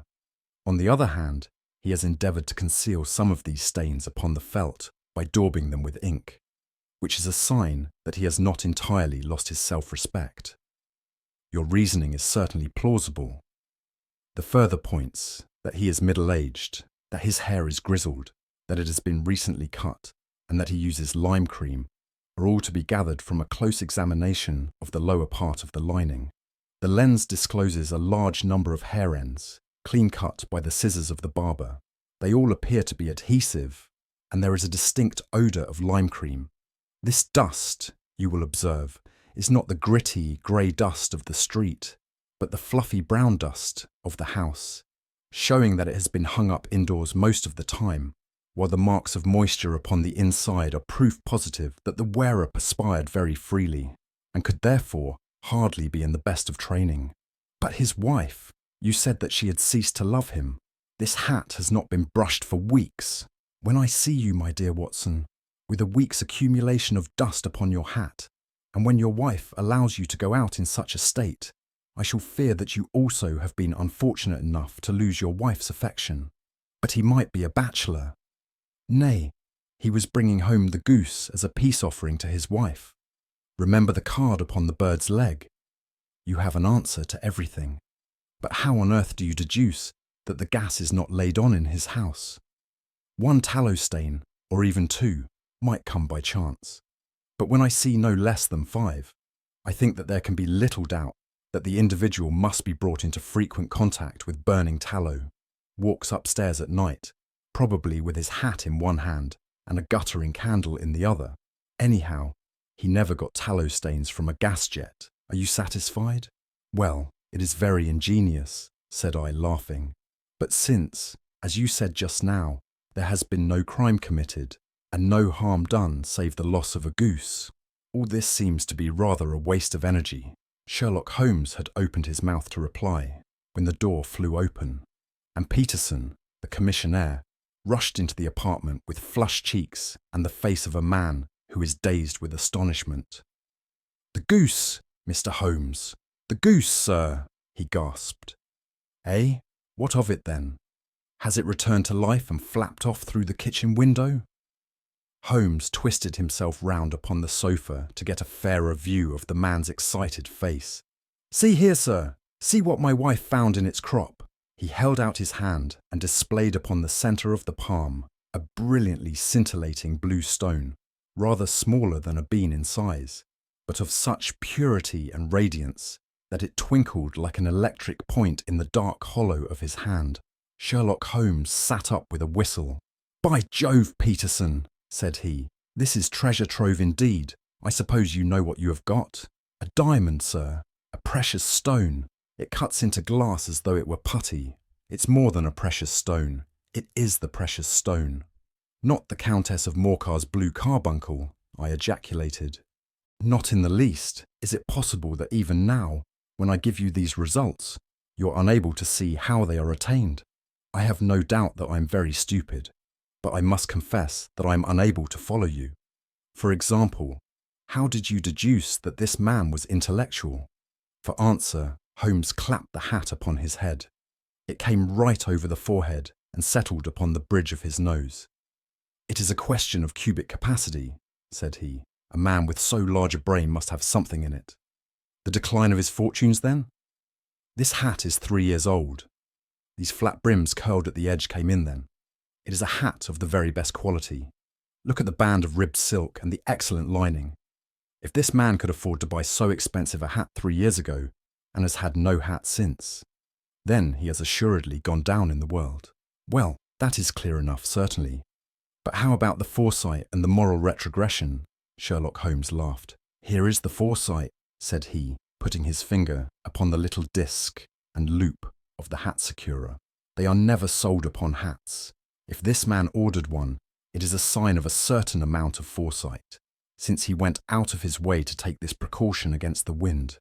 But since we see that he has broken the elastic and has not troubled to replace it, it is obvious that he has less foresight now than formerly, which is a distinct proof of a weakening nature.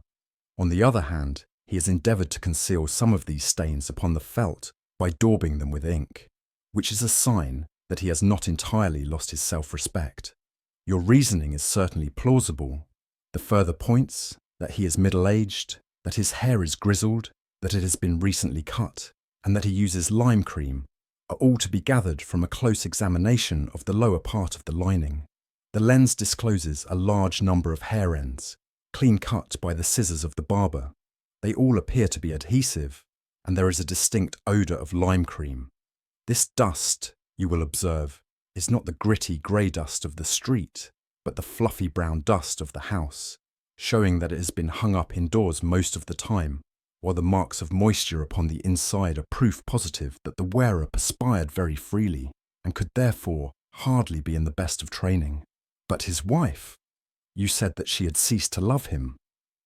This hat has not been brushed for weeks. When I see you, my dear Watson, with a week's accumulation of dust upon your hat, and when your wife allows you to go out in such a state, I shall fear that you also have been unfortunate enough to lose your wife's affection. But he might be a bachelor. Nay, he was bringing home the goose as a peace offering to his wife. Remember the card upon the bird's leg. You have an answer to everything. But how on earth do you deduce that the gas is not laid on in his house? One tallow stain, or even two, might come by chance. But when I see no less than 5, I think that there can be little doubt that the individual must be brought into frequent contact with burning tallow, walks upstairs at night, probably with his hat in one hand and a guttering candle in the other. Anyhow, he never got tallow stains from a gas jet. Are you satisfied? Well, it is very ingenious, said I, laughing. But since, as you said just now, there has been no crime committed and no harm done save the loss of a goose, all this seems to be rather a waste of energy. Sherlock Holmes had opened his mouth to reply when the door flew open, and Peterson, the commissionaire, rushed into the apartment with flushed cheeks and the face of a man who is dazed with astonishment. "The goose, Mr. Holmes! The goose, sir!" he gasped. "Eh? What of it then? Has it returned to life and flapped off through the kitchen window?" Holmes twisted himself round upon the sofa to get a fairer view of the man's excited face. "See here, sir. See what my wife found in its crop."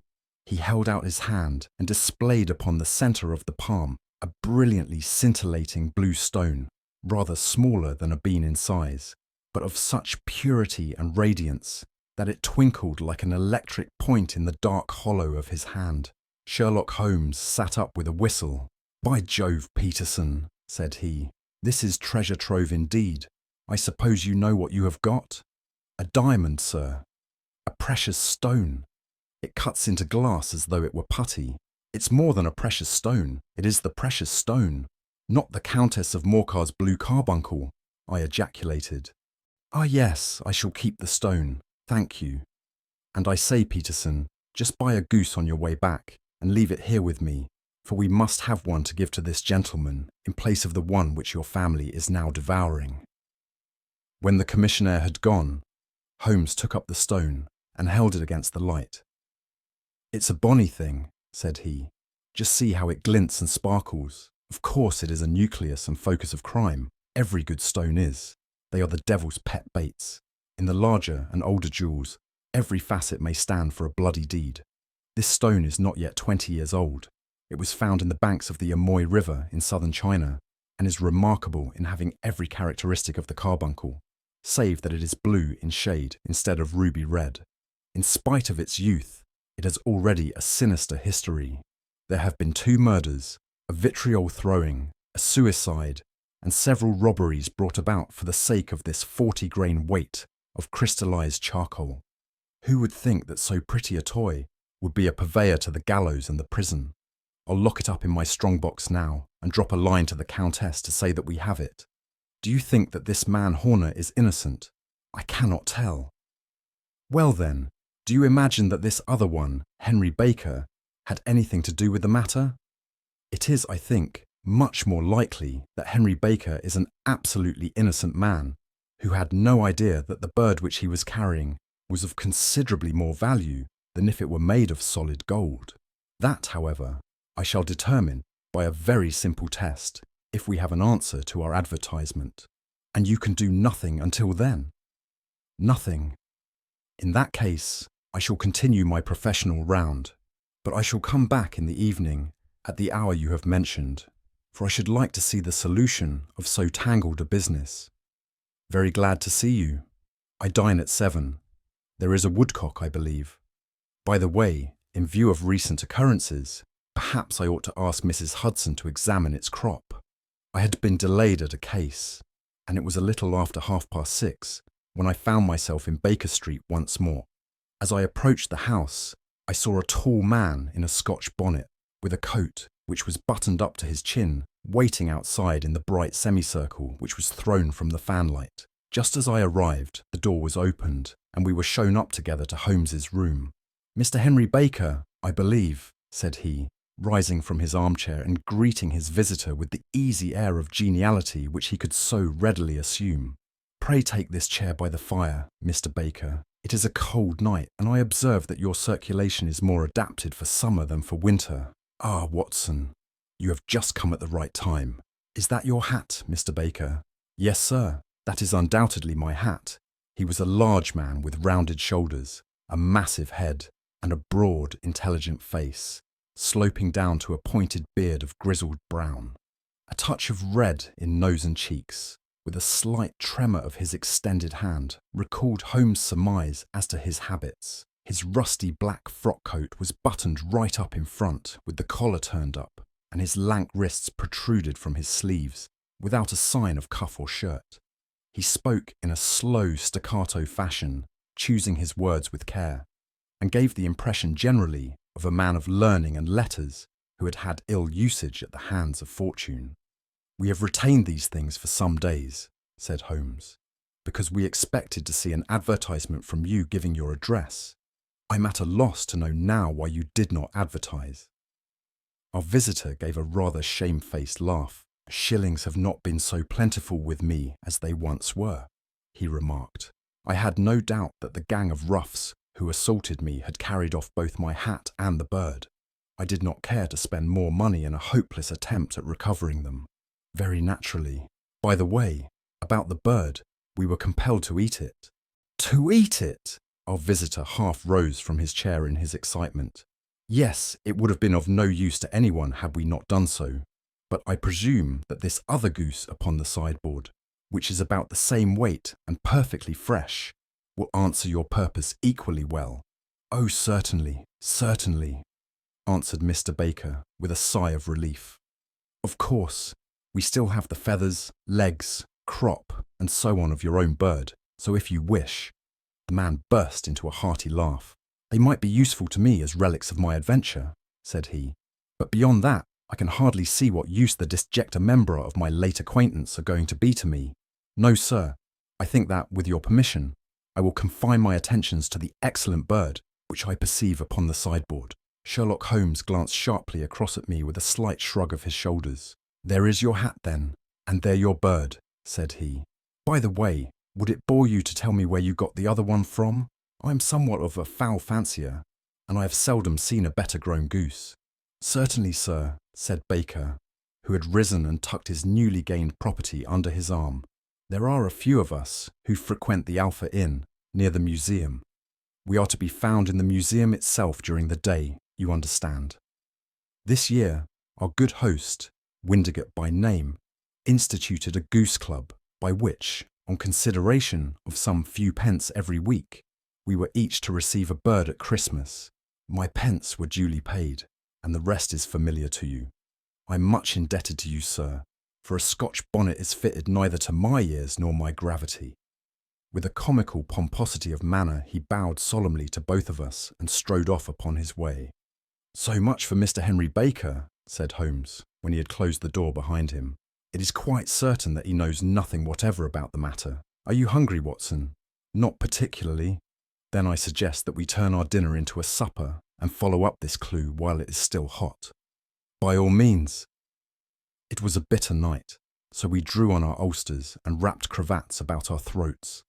Outside, the stars were shining coldly in a cloudless sky, and the breath of the passers-by blew out into smoke like so many pistol shots. Our footfalls rang out crisply and loudly as we swung through the Doctor's Quarter, Wimpole Street, Harley Street, and so through Wigmore Street into Oxford Street. In a quarter of an hour, we were in Bloomsbury at the Alpha Inn, which is a small public house at the corner of one of the streets which runs down into Holborn. Holmes pushed open the door of the private bar and ordered 2 glasses of beer from the ruddy-faced, white-aproned landlord. "Your beer should be excellent if it is as good as your geese," said he. "My geese?" The man seemed surprised. "Yes, I was speaking only half an hour ago to Mr. Henry Baker, who was a member of your goose club." "Ah, yes, I see. But you see, sir, them's not our geese." "Indeed. Whose then?" "Well, I got the 2 dozen from a salesman in Covent Garden." "Indeed, I know some of them. Which was it?" "Breckenridge is his name." "Ah, I don't know him." "Well, here's your good health, landlord, and prosperity to your house. Good night. Now for Mr. Breckenridge," he continued, buttoning up his coat as we came out into the frosty air. "Remember, Watson, that though we have so homely a thing as a goose at one end of this chain, we have at the other a man who will certainly get 7 years penal servitude unless we can establish his innocence. It is possible that our inquiry may but confirm his guilt, but in any case, we have a line of investigation which has been missed by the police, and which a singular chance has placed in our hands. Let us follow it out to the bitter end. Faces to the south then, and quick march." We passed across Holborn, down Endell Street, and so through a zigzag of slums to Covent Garden Market. One of the largest stalls bore the name of Breckenridge upon it, and the proprietor, a horsey-looking man, with a sharp face and trim side whiskers, was helping a boy to put up the shutters. "Good evening. It's a cold night," said Holmes. The salesman nodded and shot a questioning glance at my companion. "Sold out of geese, I see," continued Holmes, pointing at the bare slabs of marble. "Let you have 500 tomorrow morning." "That's no good." "Well, there are some on the stall with the gas flare." "Ah, but I was recommended to you." "Who by?" "The landlord of the Alpha." "Oh yes, I sent him a couple of dozen. Fine birds they were too. Now where did you get them from?" To my surprise, the question provoked a burst of anger from the salesman. "Now then, mister," said he, with his head cocked and his arms akimbo, "what are you driving at? Let's have it straight now." "It is straight enough. I should like to know who sold you the geese which you supplied to the Alpha." "Well then, I shan't tell you." "So now?" "Oh, it is a matter of no importance. But I don't know why you should be so warm over such a trifle." "Warm? You'd be as warm, maybe, if you were as pestered as I am. When I pay good money for a good article, there should be an end of the business. But it's where are the geese? And who did you sell the geese to? And what will you take for the geese?" One would think they were the only geese in the world, to hear the fuss that is made over them. "Well, I have no connection with any other people who have been making inquiries," said Holmes carelessly. "If you won't tell us, the bet is off, that is all. But I'm always ready to back my opinion on a matter of fowls, and I have a fiver on it that the bird I ate is country bred." "Well then, you've lost your fiver, for it's town bred," snapped the salesman. "It's nothing of the kind. I say it is. I don't believe it. Do you think you know more about fowls than I, who have handled them ever since I was a nipper? I tell you, all those birds that went to the Alpha were town bred. You'll never persuade me to believe that. Will you bet then? It's merely taking your money, for I know that I'm right. But I'll have a sovereign on with you, just to teach you not to be obstinate." The salesman chuckled grimly. "Bring me the books, Bill," said he. The small boy brought round a small, thin volume and a great greasy-backed one. laying them out together beneath the hanging lamp. "Now then, Mr. Cocksure," said the salesman, "I thought that I was out of geese, but before I finish you'll find that there is still one left in my shop. You see this little book? Well, that's the list of the folk from whom I buy. Do you see? Well then, here on this page are the country folk, and the numbers after their names are where their accounts are in the big ledger. Now then, you see this other page in red ink? Well, that is a list of my town suppliers. Now, look at that third name. Just read it out to me. Mrs. Oakshott, 117, Brixton Road, 249, read Holmes. Quite so. Now turn that up in the ledger. Holmes turned to the page indicated. Here you are, Mrs. Oakshott, 117, Brixton Road, Egg and Poultry Supplier. Now then, what's the last entry? December 22nd, 24 geese at 7S 6D. Quite so. There you are. And underneath, sold to Mr. Windigate of the Alpha at 12S. What have you to say now? Sherlock Holmes looked deeply chagrined.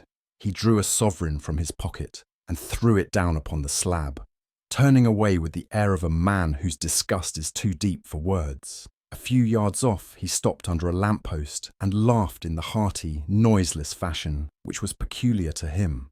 When you see a man with whiskers of that cut and the pink 'un protruding out of his pocket, you can always draw him by a bet, said he. I dare say that if I had put pound 100 down in front of him, that man would not have given me such complete information as was drawn from him by the idea that he was doing me on a wager. Well, Watson, we are, I fancy, nearing the end of our quest, and the only point which remains to be determined is whether we should go on to this Mrs. Oakshott tonight, or whether we should reserve it for tomorrow. It is clear from what that surly fellow said that there are others besides ourselves who are anxious about the matter, and I should— His remarks were suddenly cut short by a loud hubbub which broke out from the stall which we had just left. Turning round, we saw a little rat-faced fellow standing in the centre of the circle of yellow light which was thrown by the swinging lamp, while Breckenridge, the salesman, framed in the door of his stall, was shaking his fists fiercely at the cringing figure. "I've had enough of you and your geese," he shouted. "I wish you were all at the devil together. If you come pestering me any more with your silly talk, I'll set the dog at you. You bring Mrs. Oakshott here, and I'll answer her. But what have you to do with it? Did I buy the geese off you?"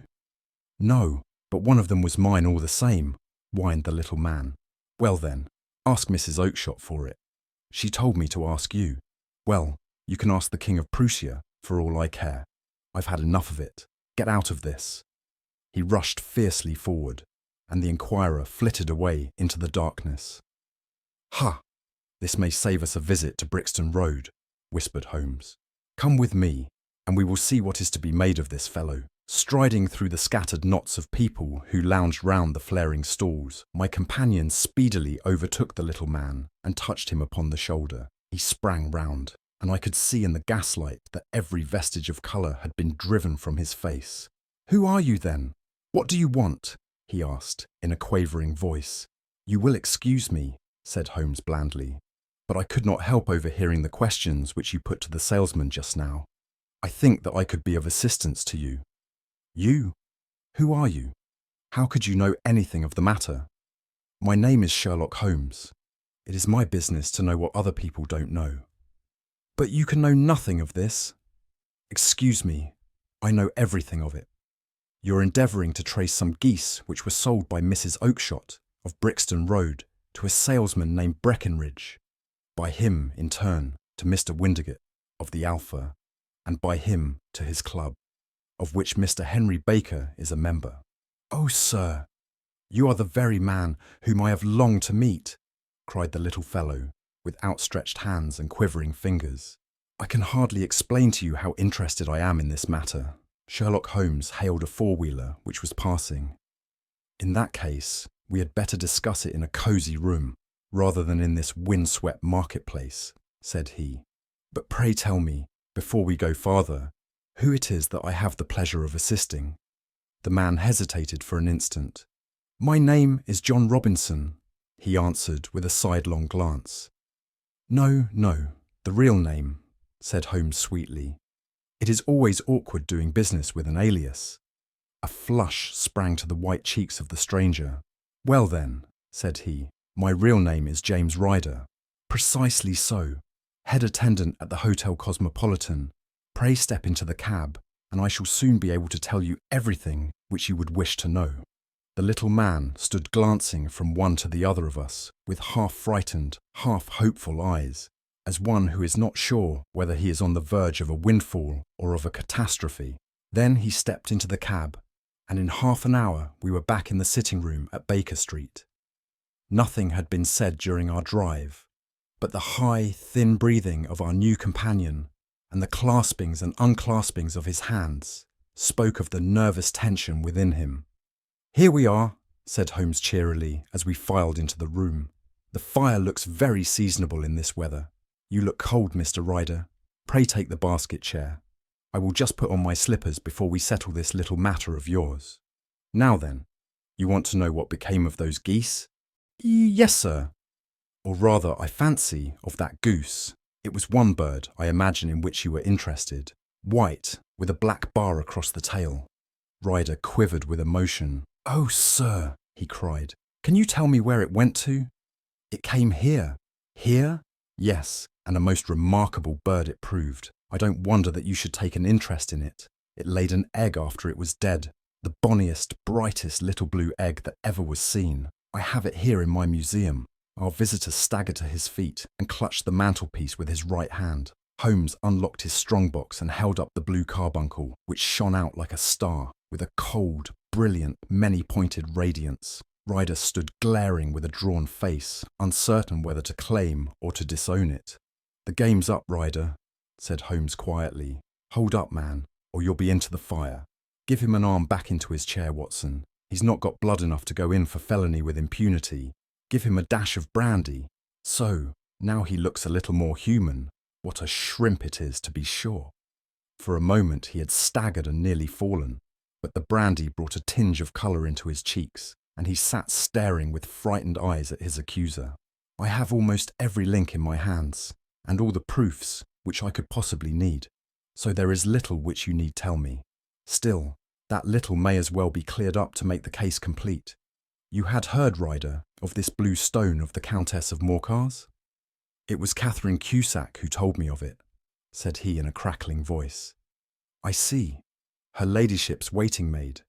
Well, the temptation of sudden wealth so easily acquired was too much for you, as it has been for better men before you, but you were not very scrupulous in the means you used. It seems to me, Ryder, that there is the making of a very pretty villain in you. You knew that this man Horner, the plumber, had been concerned in some such matter before, and that suspicion would rest the more readily upon him. What did you do then? You made some small job in my lady's room, you and your confederate Cusack, and you managed that he should be the man sent for. Then, when he had left, you rifled the jewel case, raised the alarm, and had this unfortunate man arrested. You then—" Ryder threw himself down suddenly upon the rug and clutched at my companion's knees. "For God's sake, have mercy!" he shrieked. "Think of my father, of my mother. It would break their hearts. I never went wrong before.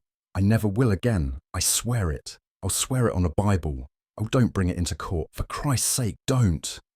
"Get back into your chair," said Holmes sternly. "It is very well to cringe and crawl now, but you thought little enough of this poor Horner in the dock for a crime of which he knew nothing. I will fly, Mr. Holmes. I will leave the country, sir. Then the charge against him will break down. We will talk about that. And now let us hear a true account of the next act. How came the stone into the goose?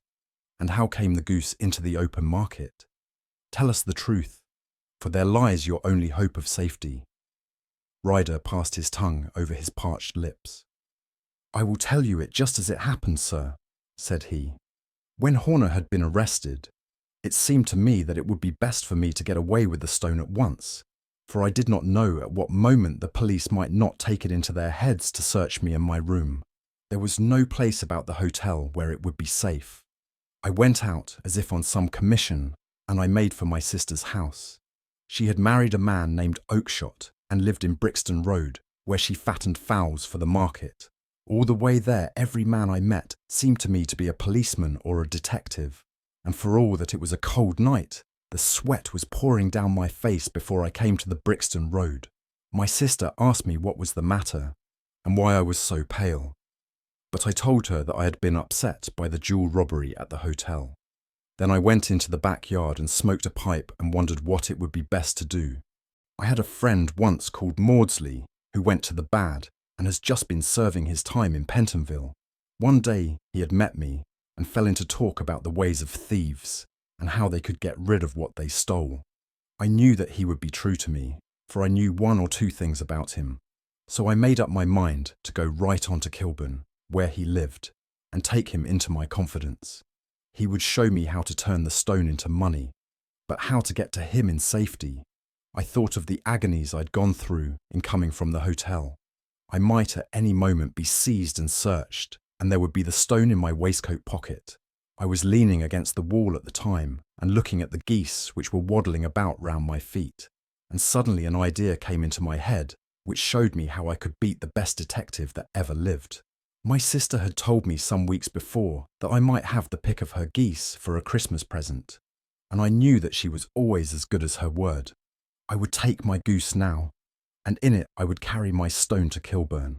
There was a little shed in the yard, and behind this I drove one of the birds, a fine big one, white, with a barred tail. I caught it, and prying its bill open, I thrust the stone down its throat as far as my finger could reach. The bird gave a gulp, and I felt the stone pass along its gullet and down into its crop. But the creature flapped and struggled, and out came my sister to know what was the matter.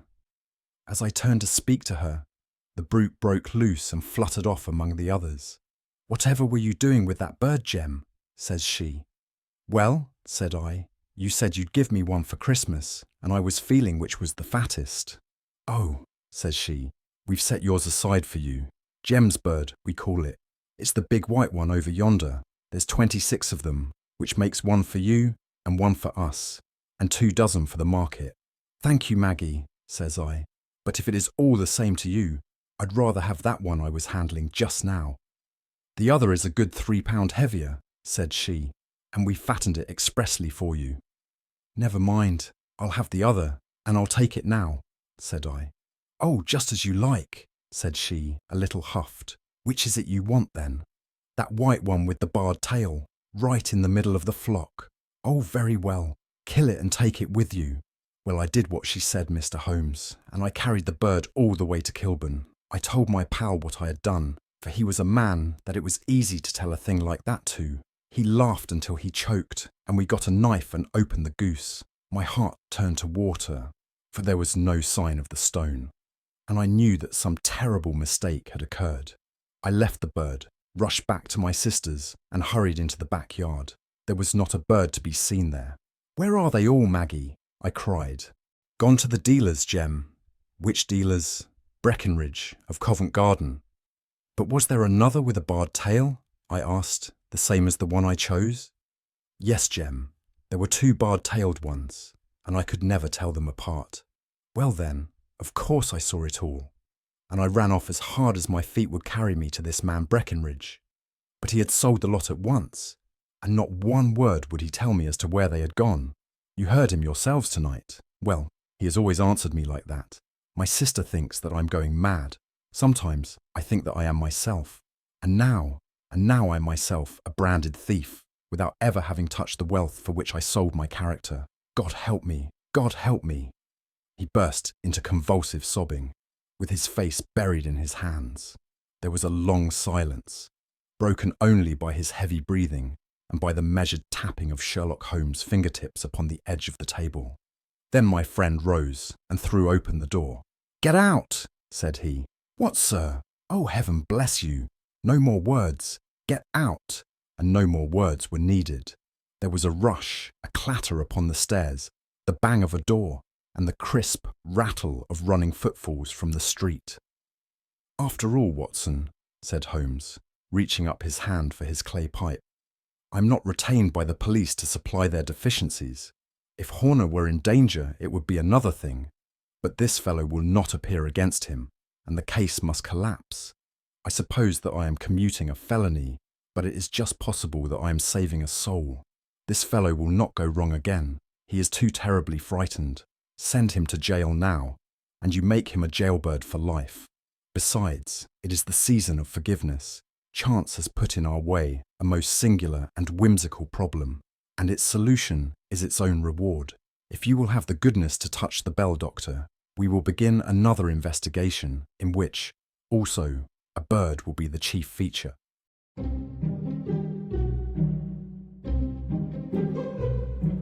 Audiobooks presents The Adventures of Sherlock Holmes, The Adventure of the Speckled Band.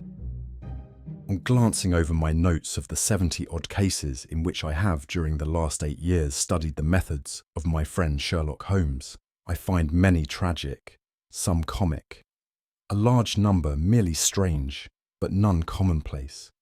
For, working as he did rather for the love of his art than for the acquirement of wealth, he refused to associate himself with any investigation which did not tend towards the unusual and even the fantastic. Of all these varied cases, however, I cannot recall any which presented more singular features than that which was associated with the well-known Surrey family of the Roylotts of Stoke Moran.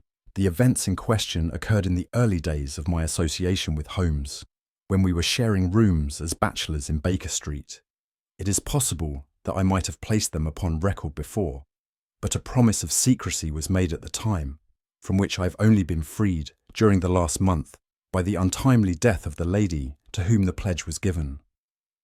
It is perhaps as well that the facts should now come to light, for I have reasons to know that there are widespread rumours as to the death of Dr. Grimesby Roylott, which tend to make the matter even more terrible than the truth. It was early in April in the year 83 that I woke one morning to find Sherlock Holmes standing, fully dressed, by the side of my bed. He was a late riser, as a rule, and as the clock on the mantelpiece showed me that it was only 7:15, I blinked up at him in some surprise, and perhaps just a little resentment, for I was myself regular in my habits. "Very sorry to knock you up, Watson," said he, "but it's the common lot this morning. Mrs. Hudson has been knocked up," she retorted upon me, "and I on you." "What is it then? A fire?" "No, a client. It seems that a young lady has arrived in a considerable state of excitement, who insists upon seeing me. She's waiting now in the sitting room. Now, when young ladies wander about the metropolis at this hour of the morning and knock sleepy people up out of their beds, I presume that it is something very pressing which they have to communicate. Should it prove to be an interesting case, you would, I am sure, wish to follow it from the outset. I thought, at any rate, that I should call you and give you the chance." My dear fellow, I would not miss it for anything. I had no keener pleasure than in following Holmes in his professional investigations, and in admiring the rapid deductions as swift as intuitions, and yet always founded on a logical basis with which he unravelled the problems which were submitted to him. I rapidly threw on my clothes and was ready in a few minutes to accompany my friend down to the sitting room. A lady dressed in black and heavily veiled, who had been sitting in the window, rose as we entered. "Good morning, madam," said Holmes cheerily. "My name is Sherlock Holmes. This is my intimate friend and associate, Dr. Watson, before whom you can speak as freely as before myself. Ha! I am glad to see that Mrs. Hudson has had the good sense to light the fire. Pray draw up to it, and I shall order you a cup of hot coffee, for I observe that you are shivering." "It is not cold which makes me shiver," said the woman in a low voice, changing her seat as requested. "What then?" "It is fear, Mr. Holmes. It is terror." She raised her veil as she spoke, and we could see that she was indeed in a pitiable state of agitation, her face all drawn and grey, with restless, frightened eyes, like those of some hunted animal. Her features and figure were those of a woman of 30, but her hair was shot with premature grey, and her expression was weary and haggard. Sherlock Holmes ran her over with one of his quick, all-comprehensive glances. "You must not fear," said he soothingly, bending forward and patting her forearm. "We shall soon set matters right, I have no doubt. You have come in by train this morning, I see. You know me, then?" "No, but I observed the second half of a return ticket in the palm of your left glove." You must have started early, and yet you had a good drive in a dog cart, along heavy roads, before you reached the station. The lady gave a violent start and stared in bewilderment at my companion. There is no mystery, my dear madam, said he, smiling. The left arm of your jacket is spattered with mud in no less than 7 places. The marks are perfectly fresh. There is no vehicle save a dog cart which throws up mud in that way, and then only when you sit on the left-hand side of the driver. Whatever your reasons may be, you are perfectly correct, said she. I started from home before 6, reached Leatherhead at 20 past, and came in by the first train to Waterloo. Sir, I can stand this strain no longer. I shall go mad if it continues. I have no one to turn to, none save only one who cares for me, and he, poor fellow, can be of little aid. I have heard of you, Mr. Holmes. I have heard of you from Mrs. Farintosh, whom you helped in the hour of her sore need. It was from her that I had your address. Oh, sir, do you not think that you could help me too, and at least throw a little light through the dense darkness which surrounds me? At present it is out of my power to reward you for your services, but in a month or 6 weeks I shall be married, with the control of my own income, and then at least you shall not find me ungrateful. Holmes turned to his desk and, unlocking it, drew out a small casebook which he consulted. Farintosh, said he. Ah, yes, I recall the case. It was concerned with an opal tiara. I think it was before your time, Watson.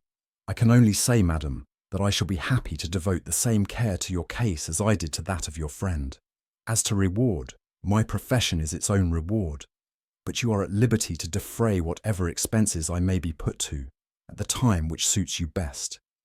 And now I beg that you will lay before us everything that may help us in forming an opinion upon the matter. Alas, replied our visitor, the very horror of my situation lies in the fact that my fears are so vague, and my suspicions depend so entirely upon small points, which might seem trivial to another, that even he to whom of all others I have a right to look for help and advice, looks upon all that I tell him about it as the fancies of a nervous woman. He does not say so, but I can read it from his soothing answers and averted eyes. But I have heard, Mr. Holmes, that you can see deeply into the manifold wickedness of the human heart. You may advise me how to walk amid the dangers which encompass me.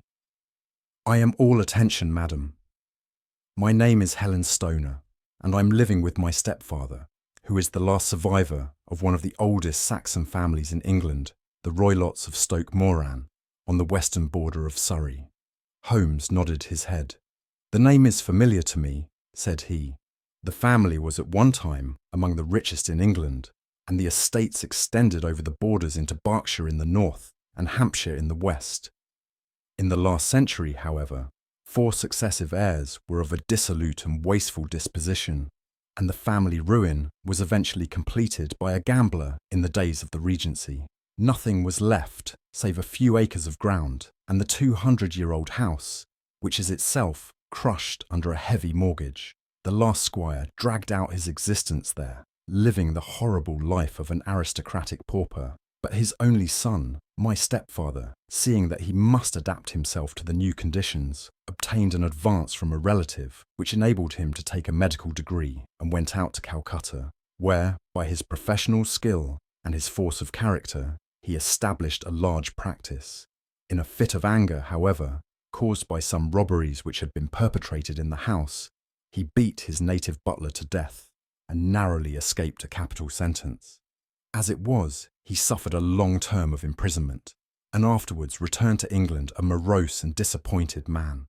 When Dr. Roylott was in India, he married my mother, Mrs. Stoner, the young widow of Major General Stoner of the Bengal Artillery. My sister Julia and I were twins, and we were only 2 years old at the time of my mother's remarriage. She had a considerable sum of money, not less than £1,000 a year, and this she bequeathed to Dr. Roylott entirely while we resided with him, with a provision that a certain annual sum should be allowed to each of us in the event of our marriage. Shortly after our return to England, my mother died. She was killed 8 years ago in a railway accident near Crewe. Dr. Roylott then abandoned his attempts to establish himself in practice in London and took us to live with him in the old ancestral house at Stoke Moran.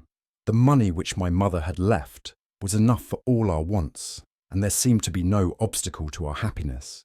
But a terrible change came over our stepfather about this time.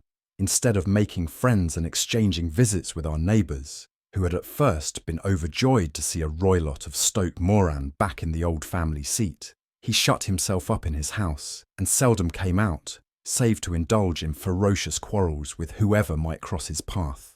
Violence of temper approaching to mania has been hereditary in the men of the family, and in my stepfather's case it had, I believe, been intensified by his long residence in the tropics. A series of disgraceful brawls took place, 2 of which ended in the police court, until at last he became the terror of the village, and the folks would fly at his approach, for he is a man of immense strength and absolutely uncontrollable in his anger. Last week, he hurled the local blacksmith over a parapet into a stream, and it was only by paying over all the money which I could gather together that I was able to avert another public exposure. He had no friends at all save the wandering gypsies, and he would give these vagabonds leave to encamp upon the few acres of bramble-covered land which represent the family estate, and would accept in return the hospitality of their tents, wandering away with them sometimes for weeks on end. He has a passion also for Indian animals, which are sent over to him by a correspondent, and he has at this moment a cheetah and a baboon, which wander freely over his grounds, and are feared by the villagers almost as much as their master. You can imagine from what I say that my poor sister Julia and I had no great pleasure in our lives. No servant would stay with us, and for a long time we did all the work of the house. She was but 30 at the time of her death, and yet her hair had already begun to whiten, even as mine has. Your sister is dead then? She died just 2 years ago, and it is of her death that I wish to speak to you. You can understand that, living the life which I have described, we were little likely to see anyone of our own age and position.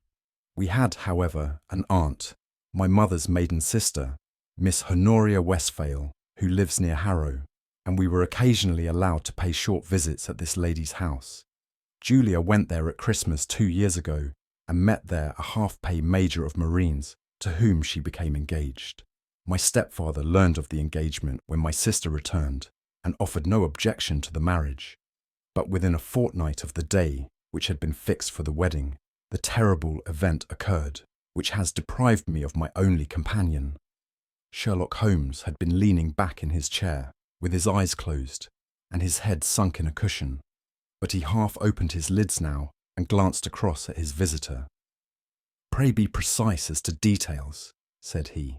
"It is easy for me to be so, for every event of that dreadful time is seared into my memory. The manor house is, as I have already said, very old, and only one wing is now inhabited. The bedrooms in this wing are on the ground floor, the sitting rooms being in the central block of the buildings. Of these bedrooms, the first is Dr. Roylott's, the second my sister's, and the third my own. There is no communication between them, but they all open out into the same corridor. Do I make myself plain? Perfectly so. The windows of the 3 rooms open out upon the lawn. That fatal night Dr. Roylott had gone to his room early, though we knew that he had not retired to rest, for my sister was troubled by the smell of the strong Indian cigars which it was his custom to smoke. She left her room, therefore, and came into mine, where she sat for some time, chatting about her approaching wedding. At 11 o'clock she rose to leave me, but she paused at the door and looked back. "Tell me, Helen," said she, "have you ever heard anyone whistle in the dead of the night?" "Never," said I. "I suppose that you could not possibly whistle yourself in your sleep." "Certainly not. But why?" "Because during the last few nights I have always, about 3 in the morning, heard a low, clear whistle. I am a light sleeper, and it has awakened me. I cannot tell where it came from. Perhaps from the next room. Perhaps from the lawn. I thought that I would just ask you whether you had heard it." "No, I have not." "It must be those wretched gypsies in the plantation." "Very likely. And yet if it were on the lawn, I wonder that you did not hear it also." "Ah, but I sleep more heavily than you." "Well, it is of no great consequence, at any rate." She smiled back at me, closed my door, and a few moments later I heard her key turn in the lock. "Indeed," said Holmes. "Was it your custom always to lock yourselves in at night?" "Always." "And why?" "I think that I mentioned to you that the doctor kept a cheetah and a baboon. We had no feeling of security unless our doors were locked." "Quite so. Pray proceed with your statement." "I could not sleep that night. A vague feeling of impending misfortune impressed me. My sister and I, you will recollect, were twins, and you know how subtle are the links which bind two souls which are so closely allied. It was a wild night. The wind was howling outside, and the rain was beating and splashing against the windows. Suddenly, amid all the hubbub of the gale, there burst forth the wild scream of a terrified woman. I knew that it was my sister's voice. I sprang from my bed, wrapped a shawl round me, and rushed into the corridor. As I opened my door, I seemed to hear a low whistle, such as my sister described, and a few moments later, a clanging sound, as if a mass of metal had fallen. As I ran down the passage, my sister's door was unlocked and revolved slowly upon its hinges. I stared at it horror-stricken, not knowing what was about to issue from it. By the light of the corridor lamp, I saw my sister appear at the opening, her face blanched with terror, her hands groping for help, her whole figure swaying to and fro like that of a drunkard. I ran to her and threw my arms round her, but at that moment her knees seemed to give way and she fell to the ground. She writhed as one who is in terrible pain, and her limbs were dreadfully convulsed. At first I thought that she had not recognized me, but as I bent over her, she suddenly shrieked out in a voice which I shall never forget. "Oh my God! Helen!" It was the band, the speckled band. There was something else, which she would fain have said, and she stabbed with her finger into the air in the direction of the doctor's room. But a fresh convulsion seized her and choked her words. I rushed out, calling loudly for my stepfather, and I met him hastening from his room in his dressing gown.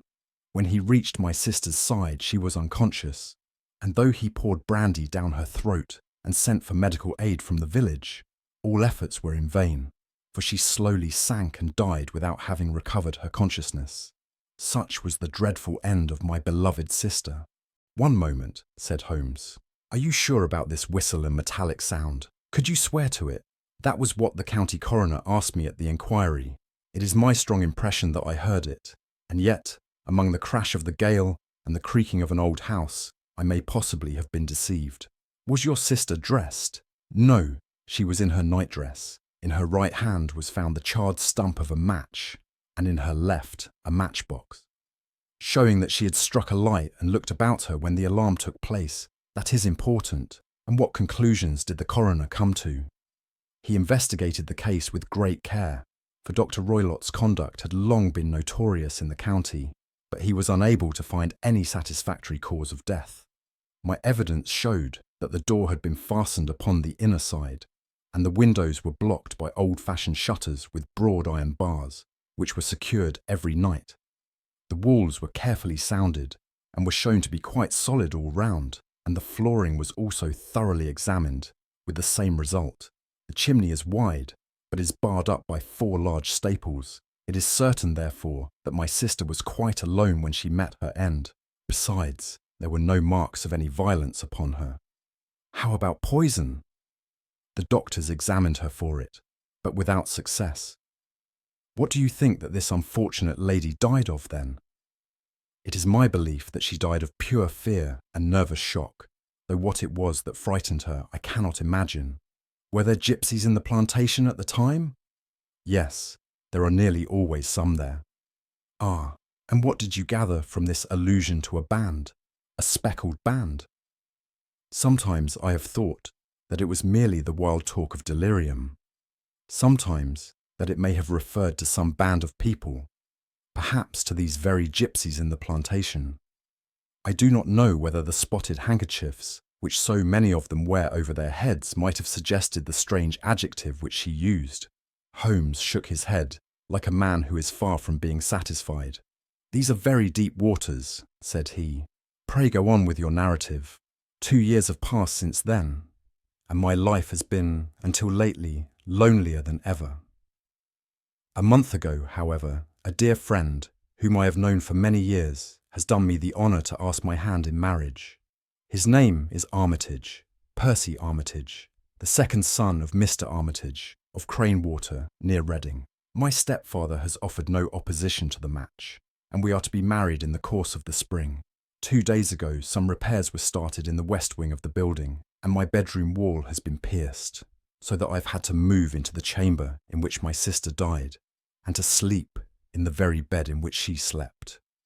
Imagine then my thrill of terror when last night, as I lay awake, thinking over her terrible fate, I suddenly heard, in the silence of the night, the low whistle which had been the herald of her own death. I sprang up and lit the lamp, but nothing was to be seen in the room.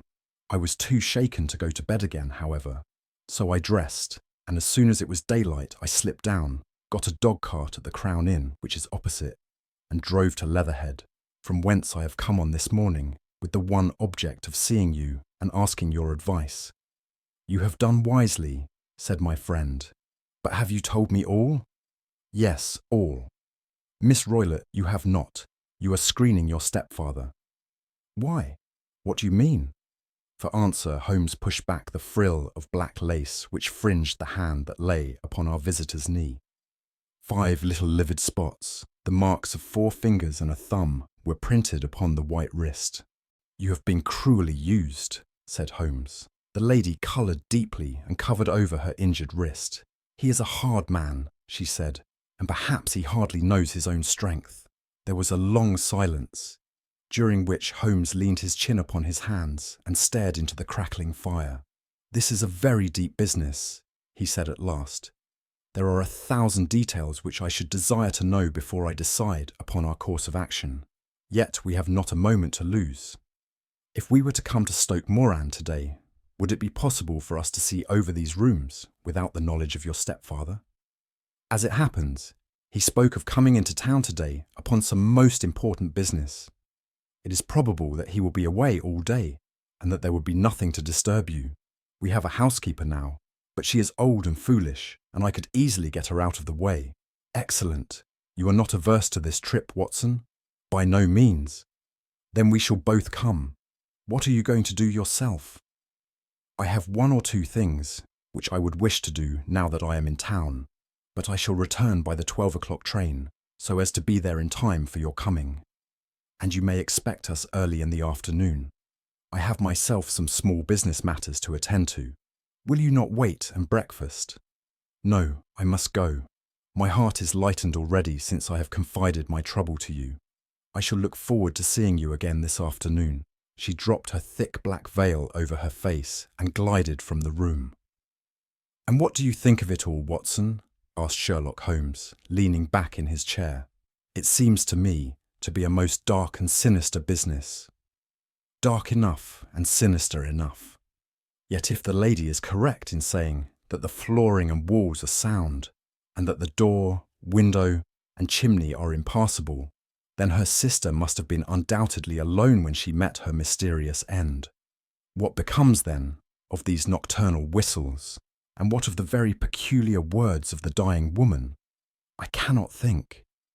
When you combine the ideas of whistles at night, the presence of a band of gypsies who are on intimate terms with this old doctor, the fact that we have every reason to believe that the doctor has an interest in preventing his stepdaughter's marriage, the dying allusion to a band, and finally, the fact that Miss Helen Stoner heard a metallic clang, which might have been caused by one of those metal bars that secured the shutters falling back into its place.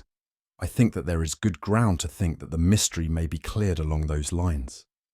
But what, then, did the gypsies do? I cannot imagine. I see many objections to any such theory, and so do I. It is precisely for that reason that we are going to Stoke Moran this day. I want to see whether the objections are fatal or if they may be explained away. But what in the name of the devil? The ejaculation had been drawn from my companion by the fact that our door had been suddenly dashed open, and that a huge man had framed himself in the aperture. His costume was a peculiar mixture of the professional and of the agricultural. having a black top hat, a long frock coat, and a pair of high gaiters, with a hunting crop swinging in his hand. So tall was he that his hat actually brushed the crossbar of the doorway, and his breadth seemed to span it across from side to side. A large face, seared with 1,000 wrinkles, burned yellow with the sun, and marked with every evil passion, was turned from one to the other of us, while his deep-set, bile-shot eyes and his high, thin, fleshless nose gave him somewhat the resemblance to a fierce old bird of prey. "Which of you is Holmes?" asked this apparition. "My name, sir, but you have the advantage of me," said my companion quietly. "I am Dr. Grimesby Roylott of Stoke Moran." "Indeed, doctor," said Holmes blandly. "Pray take a seat." "I will do nothing of the kind. My stepdaughter has been here. I have traced her. What has she been saying to you?" "It is a little cold for the time of the year," said Holmes. "What has she been saying to you?" screamed the old man furiously. "But I have heard that the crocuses promise well," continued my companion imperturbably. "Ha! You put me off, do you?" said our new visitor, taking a step forward and shaking his hunting crop. "I know you, you scoundrel. I've heard of you before. You are Holmes, the meddler." My friend smiled. "Holmes, the busybody." His smile broadened. "Holmes, the Scotland Yard Jack-in-Office." Holmes chuckled heartily. "Your conversation is most entertaining," said he, "when you go out close the door, for there is a decided draught. I will go when I have had my say. Don't you dare to meddle with my affairs. I know that Miss Stoner has been here. I traced her. I am a dangerous man to fall foul of. See here." He stepped swiftly forward, seized the poker, and bent it into a curve with his huge brown hands. "See that you keep yourself out of my grip," he snarled, and hurling the twisted poker into the fireplace, he strode out of the room. "He seems a very amiable person," said Holmes, laughing. "I'm not quite so bulky, but if he had remained, I might have shown him that my grip was not much more feeble than his own." As he spoke, he picked up the steel poker and with a sudden effort straightened it out again. Fancy his having the insolence to confound me with the official detective force. This incident gives zest to our investigation, however, and I only trust that our little friend will not suffer from her imprudence in allowing this brute to trace her. And now, Watson, we shall order breakfast, and afterwards I shall walk down to Doctors' Commons, where I hope to get some data which may help us in this matter. It was nearly 1 o'clock when Sherlock Holmes returned from his excursion. He held in his hand a sheet of blue paper, scrawled over with notes and figures. "I have seen the will of the deceased wife," said he. "To determine its exact meaning, I have been obliged to work out the present prices of the investments with which it is concerned. The total income, which at the time of the wife's death was little short of £1,100, is now, through the fall in agricultural prices, not more than £750. Each daughter can claim an income of £250 in case of marriage.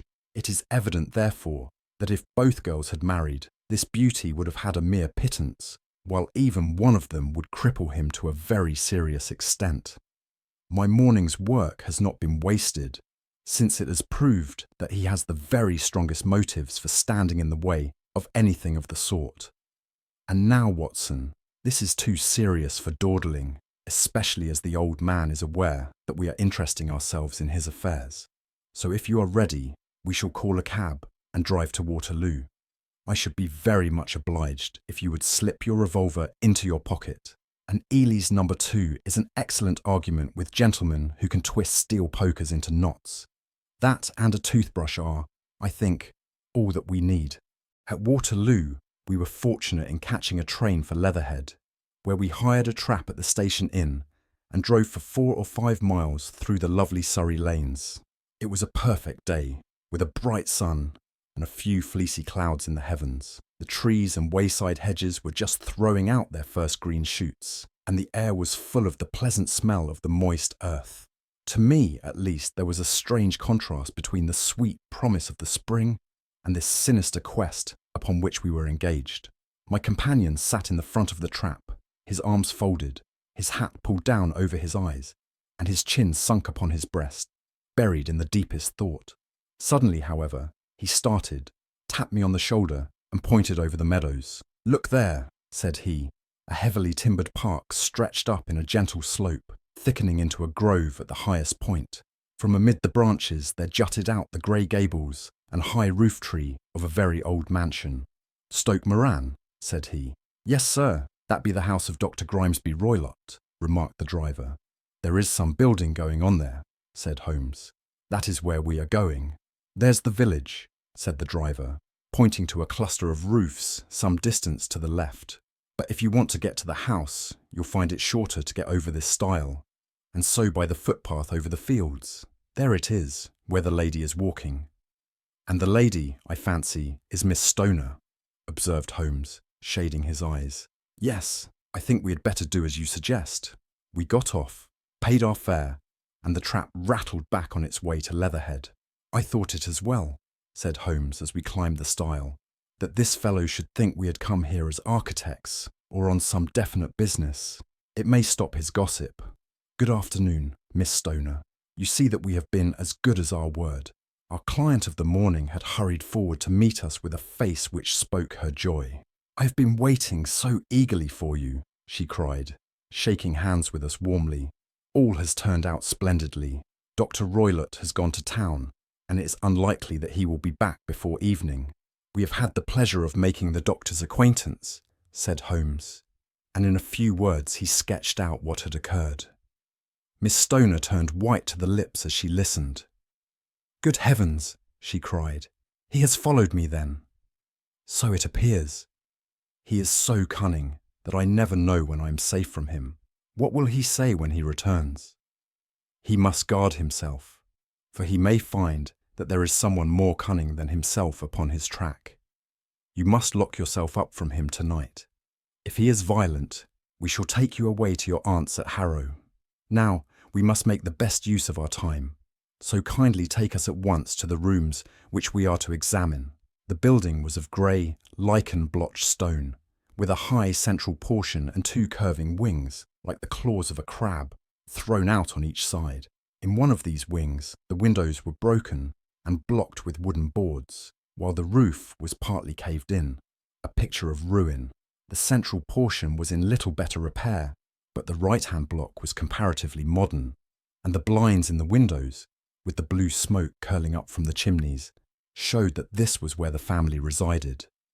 Some scaffolding had been erected against the end wall, and the stonework had been broken into, but there were no signs of any workmen at the moment of our visit. Holmes walked slowly up and down the ill-trimmed lawn and examined with deep attention the outsides of the windows. "This, I take it, belongs to the room in which you used to sleep, the centre one to your sister's, and the one next to the main building to Dr. Roylott's chamber." "Exactly so, but I am now sleeping in the middle one, pending the alterations, as I understand. By the way, there does not seem to be any very pressing need for repairs at that end wall." There were none. I believe that it was an excuse to move me from my room. "Ah, that is suggestive. Now, on the other side of this narrow wing runs the corridor from which these three rooms open. There are windows in it, of course?" "Yes, but very small ones, too narrow for anyone to pass through. As you both locked your doors at night, your rooms were unapproachable from that side. Now, would you have the kindness to go into your room and bar your shutters?" Miss Stoner did so, and Holmes, after a careful examination through the open window, endeavoured in every way to force the shutter open, but without success. There was no slit through which a knife could be passed to raise the bar. Then with his lens he tested the hinges, but they were of solid iron, built firmly into the massive masonry. "Hum!" said he, scratching his chin in some perplexity. "My theory certainly presents some difficulties. No one could pass these shutters if they were bolted. Well, we shall see if the inside throws any light upon the matter." A small side door led into the whitewashed corridor from which the three bedrooms opened. Holmes refused to examine the third chamber, so we passed at once to the second, that in which Miss Stoner was now sleeping, and in which her sister had met with her fate. It was a homely little room, with a low ceiling and a gaping fireplace, after the fashion of old country houses.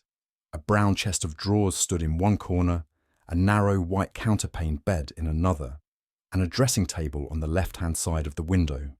These articles, with 2 small wickerwork chairs, made up all the furniture in the room, save for a square of Wilton carpet in the centre. The boards round and the panelling of the walls were of brown, worm-eaten oak, so old and discoloured that it may have dated from the original building of the house. Holmes drew one of the chairs into a corner and sat silent, while his eyes travelled round and up and down, taking in every detail of the apartment. "Where does that bell communicate with?"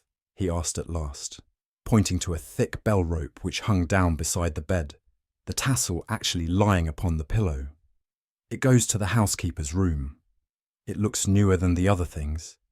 "Yes, it was only put there a couple of years ago." "Your sister asked for it, I suppose?" "No, I never heard of her using it.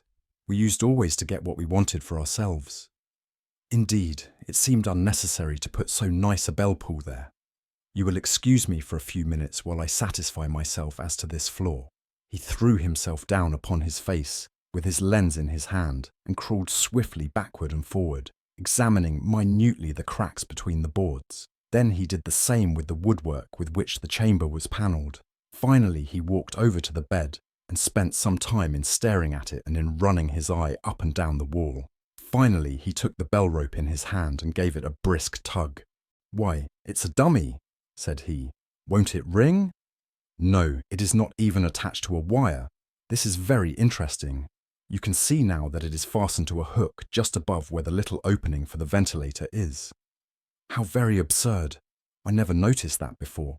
"Very strange," muttered Holmes, pulling at the rope. "There are 1 or 2 very singular points about this room.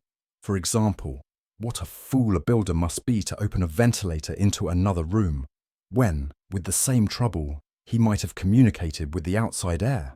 "That is also quite modern," said the lady. "Done about the same time as the bell rope," remarked Holmes. "Yes, there were several little changes carried out about that time. They seem to have been of a most interesting character. Dummy bell ropes, and ventilators, which do not ventilate. With your permission, Miss Stoner, we shall now carry our researches into the inner apartment." Dr. Grimesby Roylott's chamber was larger than that of his stepdaughter, but was as plainly furnished. A camp bed, a small wooden shelf full of books, mostly of a technical character, an armchair beside the bed, a plain wooden chair against the wall, a round table, and a large iron safe were the principal things which met the eye. Holmes walked slowly round and examined each and all of them with the keenest interest. "What's in here?" he asked, tapping the safe. "My stepfather's business papers." "Oh, you have seen inside then?" "Only once, some years ago. I remember that it was full of papers." "There isn't a cat in it, for example?" "No. What a strange idea." "Well, look at this." He took up a small saucer of milk which stood on the top of it. "No, we don't keep a cat, but there is a cheetah and a baboon." "Ah, yes, of course. Well, a cheetah is just a big cat, and yet a saucer of milk does not go very far in satisfying its wants, I dare say. There is one point which I should wish to determine." He squatted down in front of the wooden chair and examined the seat of it with the greatest attention. "Thank you. That is quite settled," said he, rising and putting his lens in his pocket. "Hullo, here is something interesting." The object which had caught his eye was a small dog lash, hung on one corner of the bed. The lash, however, was curled upon itself, and tied so as to make a loop of whipcord. "What do you make of that, Watson?" "It's a common enough lash, but I don't know why it should be tied." "That is not quite so common, is it? Ah me, it's a wicked world, and when a clever man turns his brains to crime, it is the worst of all. I think that I have seen enough now, Miss Stoner, and with your permission, we shall walk out upon the lawn." I had never seen my friend's face so grim, or his brow so dark as it was when we turned from the scene of this investigation. We had walked several times up and down the lawn, neither Miss Stoner nor myself liking to break in upon his thoughts, before he roused himself from his reverie. "It is very essential, Miss Stoner," said he, "that you should absolutely follow my advice in every respect." "I shall most certainly do so. The matter is too serious for any hesitation. Your life may depend upon your compliance." "I assure you that I am in your hands." In the first place, both my friend and I must spend the night in your room. Both Miss Stoner and I gazed at him in astonishment. Yes, it must be so. Let me explain. I believe that that is the village inn over there. Yes, that is the Crown. Very good. Your windows would be visible from there? Certainly. You must confine yourself to your room on pretense of a headache when your stepfather comes back. Then when you hear him retire for the night, you must open the shutters of your window, undo the hasp, put your lamp there as a signal to us, and then withdraw quietly with everything which you are likely to want into the room which you used to occupy. I have no doubt that in spite of the repairs, you could manage there for one night. Oh yes, easily. The rest you will leave in our hands. But what will you do? We shall spend the night in your room, and we shall investigate the cause of this noise which has disturbed you. I believe, Mr. Holmes, that you have already made up your mind, said Miss Stoner, laying her hand upon my companion's sleeve. Perhaps I have. Then, for pity's sake, tell me what was the cause of my sister's death. I should prefer to have clearer proofs before I speak. You can at least tell me whether my own thought is correct, and if she died from some sudden fright. No, I do not think so. I think that there was probably some more tangible cause. And now, Miss Stoner, we must leave you, for if Dr. Roylott returned and saw us, our journey would be in vain. Goodbye, and be brave, for if you will do what I have told you, you may rest assured that we shall soon drive away the dangers that threaten you. Sherlock Holmes and I had no difficulty in engaging a bedroom and sitting room at the Crown Inn. They were on the upper floor, and from our window we could command a view of the avenue gate and of the inhabited wing of Stoke Moran Manor House. At dusk we saw Dr. Grimesby Roylott drive past, his huge form looming up beside the little figure of the lad who drove him. The boy had some slight difficulty in undoing the heavy iron gates, and we heard the hoarse roar of the doctor's voice and saw the fury with which he shook his clenched fists at him. The trap drove on, and a few minutes later we saw a sudden light spring up among the trees as the lamp was lit in one of the sitting rooms. "Do you know, Watson," said Holmes, as we sat together in the gathering darkness, "I have really some scruples as to taking you tonight. There is a distinct element of danger. Can I be of assistance? Your presence might be invaluable." "Then I shall certainly come." "It is very kind of you. You speak of danger. You have evidently seen more in these rooms than was visible to me." "No, but I fancy that I may have deduced a little more. I imagine that you saw all that I did." "I saw nothing remarkable save the bell rope, and what purpose that could answer, I confess, is more than I can imagine." "You saw the ventilator too?" "Yes, but I do not think that it is such a very unusual thing to have a small opening between two rooms. It was so small that a rat could hardly pass through. I knew that we should find a ventilator before ever we came to Stoke Moran." "My dear Holmes." "Oh yes, I did. You remember in her statement she said that her sister could smell Dr. Roylott's cigar. Now, of course, that suggested at once that there must be a communication between the two rooms. It could only be a small one, or it would have been remarked upon at the coroner's inquiry. I deduced a ventilator." "But what harm can there be in that?" "Well, there is at least a curious coincidence of dates. A ventilator is made, a cord is hung, and a lady who sleeps in the bed dies. Does not that strike you? I cannot as yet see any connection. Did you observe anything very peculiar about that bed?" "No. It was clamped to the floor. Did you ever see a bed fastened like that before?" "I cannot say that I have. The lady could not move her bed. It must always be in the same relative position to the ventilator and to the rope, or so we may call it, since it was clearly never meant for a bell pull." "Holmes," I cried, "I seem to see dimly what you are hinting at. We are only just in time to prevent some subtle and horrible crime. Subtle enough and horrible enough. When a doctor does go wrong, he is the first of criminals. He has nerve and he has knowledge. Palmer and Pritchard were among the heads of their profession. This man strikes even deeper, but I think, Watson, that we shall be able to strike deeper still. But we shall have horrors enough before the night is over. For goodness sake, let us have a quiet pipe and turn our minds for a few hours to something more cheerful." About 9 o'clock, The light among the trees was extinguished, and all was dark in the direction of the manor house. 2 hours passed slowly away, and then suddenly, just at the stroke of 11, a single bright light shone out right in front of us. "That is our signal," said Holmes, springing to his feet. "It comes from the middle window." As we passed out, he exchanged a few words with the landlord, explaining that we were going on a late visit to an acquaintance, and that it was possible that we might spend the night there. A moment later, we were out on the dark road, a chill wind blowing in our faces, and one yellow light twinkling in front of us through the gloom to guide us on our sombre errand. There was little difficulty in entering the grounds, for unrepaired breaches gaped in the old park wall. Making our way among the trees, we reached the lawn, crossed it, and were about to enter through the window when out from a clump of laurel bushes there darted what seemed to be a hideous and distorted child, who threw itself upon the grass with writhing limbs and then ran swiftly across the lawn into the darkness. "My God," I whispered. "Did you see it?" Holmes was for the moment as startled as I. His hand closed like a vice upon my wrist in his agitation. Then he broke into a low laugh and put his lips to my ear. "It is a nice household," he murmured. "That is the baboon." I had forgotten the strange pets which the doctor affected. There was a cheetah too. Perhaps we might find it upon our shoulders at any moment.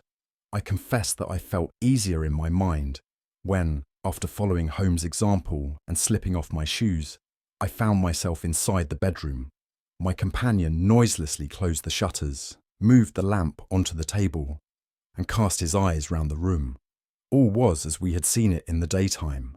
Then, creeping up to me and making a trumpet of his hand, he whispered into my ear again so gently that it was all that I could do to distinguish the words. The least sound would be fatal to our plans. I nodded to show that I had heard. We must sit without light. He would see it through the ventilator. I nodded again. "Do not go asleep. Your very life may depend upon it. Have your pistol ready in case we should need it. I will sit on the side of the bed, and you in that chair." I took out my revolver and laid it on the corner of the table. Holmes had brought up a long thin cane, and this he placed upon the bed beside him. By it, he laid the box of matches and the stump of a candle. Then he turned down the lamp, and we were left in darkness. How shall I ever forget that dreadful vigil? I could not hear a sound, not even the drawing of a breath, and yet I knew that my companion sat open-eyed, within a few feet of me, in the same state of nervous tension in which I was myself. The shutters cut off the least ray of light, and we waited in absolute darkness. From outside came the occasional cry of a night bird, and once at our very window, a long-drawn cat-like whine, which told us that the cheetah was indeed at liberty. Far away, we could hear the deep tones of the parish clock, which boomed out every quarter of an hour. How long they seemed, those quarters! 12 struck, and 1 and 2 and 3, and still we sat waiting silently for whatever might befall. Suddenly, there was the momentary gleam of a light up in the direction of the ventilator, which vanished immediately, but was succeeded by a strong smell of burning oil and heated metal. Someone in the next room had lit a dark lantern. I heard a gentle sound of movement, and then all was silent once more, though the smell grew stronger. For half an hour I sat with straining ears. Then suddenly another sound became audible, a very gentle, soothing sound, like that of a small jet of steam escaping continually from a kettle. The instant that we heard it, Holmes sprang from the bed, struck a match, and lashed furiously with his cane at the bell pull. "You see it, Watson," he yelled. "You see it!" But I saw nothing. At the moment when Holmes struck the light, I heard a low, clear whistle. But the sudden glare flashing into my weary eyes made it impossible for me to tell what it was at which my friend lashed so savagely. I could, however, see that his face was deadly pale and filled with horror and loathing. He had ceased to strike and was gazing up at the ventilator when suddenly there broke from the silence of the night the most horrible cry to which I have ever listened. It swelled up louder and louder, a hoarse yell of pain and fear and anger all mingled in the one dreadful shriek. They say that away down in the village, and even in the distant parsonage, that cry raised the sleepers from their beds. It struck cold to our hearts, and I stood gazing at Holmes, and he at me, until the last echoes of it had died away into the silence from which it rose. "What can it mean?" I gasped. "It means that it is all over," Holmes answered. "And perhaps, after all, it is for the best. Take your pistol, and we will enter Dr. Roylott's room." With a grave face, he lit the lamp and led the way down the corridor. Twice he struck at the chamber door without any reply from within. Then he turned the handle and entered, I at his heels, with the cocked pistol in my hand. It was a singular sight which met our eyes. On the table stood a dark lantern with the shutter half open, throwing a brilliant beam of light upon the iron safe, the door of which was ajar. Beside this table, on the wooden chair, sat Dr. Grimesby Roylott, clad in a long grey dressing gown, his bare ankles protruding beneath, and his feet thrust into red heelless Turkish slippers. Across his lap lay the short stock with the long lash which we had noticed during the day. His chin was cocked upward, and his eyes were fixed in a dreadful, rigid stare at the corner of the ceiling. Round his brow he had a peculiar yellow band with brownish speckles, which seemed to be bound tightly round his head. As we entered, he made neither sound nor motion. "The band! The speckled band!" whispered Holmes. I took a step forward. In an instant his strange headgear began to move, and there reared itself from among his hair the squat diamond-shaped head and puffed neck of a loathsome serpent. "It is a swamp adder," cried Holmes. "The deadliest snake in India. He has died within 10 seconds of being bitten. Violence does, in truth, recoil upon the violent, and the schemer falls into the pit which he digs for another. Let us thrust this creature back into its den, and we can then remove Miss Stoner to some place of shelter and let the county police know what has happened." As he spoke, he drew the dog whip swiftly from the dead man's lap, and throwing the noose round the reptile's neck, he drew it from its horrid perch and, carrying it at arm's length, threw it into the iron safe, which he closed upon it. Such are the true facts of the death of Dr. Grimesby Roylott of Stoke Moran. It is not necessary that I should prolong a narrative which has already run to too great a length by telling how we broke the sad news to the terrified girl, how we conveyed her by the morning train to the care of her good aunt at Harrow, of how the slow process of official inquiry came to the conclusion that the doctor met his fate while indiscreetly playing with a dangerous pet. The little which I had yet to learn of the case was told me by Sherlock Holmes as we travelled back next day. "I had," said he, "come to an entirely erroneous conclusion which shows, my dear Watson, how dangerous it always is to reason from insufficient data. The presence of the gypsies and the use of the word band, which was used by the poor girl, no doubt, to explain the appearance which she had caught a hurried glimpse of by the light of her match, was sufficient to put me upon an entirely wrong scent. I can only claim the merit that I instantly reconsidered my position when, however, it became clear to me that whatever danger threatened an occupant of the room could not come either from the window or the door. My attention was speedily drawn, as I have already remarked to you, to this ventilator, and to the bell rope which hung down to the bed. The discovery that this was a dummy, and that the bed was clamped to the floor, instantly gave rise to the suspicion that the rope was there as a bridge for something passing through the hole and coming to the bed. The idea of a snake instantly occurred to me, and when I coupled it with my knowledge that the doctor was furnished with a supply of creatures from India, I felt that I was probably on the right track. The idea of using a form of poison which could not possibly be discovered by any chemical test was just such a one as would occur to a clever and ruthless man who had had an Eastern training.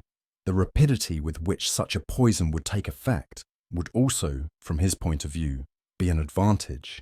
It would be a sharp-eyed coroner, indeed, who could distinguish the 2 little dark punctures which would show where the poison fangs had done their work. Then I thought of the whistle. Of course he must recall the snake before the morning light revealed it to the victim. He had trained it, probably by the use of the milk which we saw, to return to him when summoned. He would put it through this ventilator at the hour that he thought best, with the certainty that it would crawl down the rope and land on the bed. It might or might not bite the occupant. Perhaps she might escape every night for a week, but sooner or later she must fall a victim. I had come to these conclusions before ever I had entered his room. An inspection of his chair showed me that he had been in the habit of standing on it, which of course would be necessary in order that he should reach the ventilator. The sight of the safe, the saucer of milk, and the loop of whipcord were enough to finally dispel any doubts which may have remained.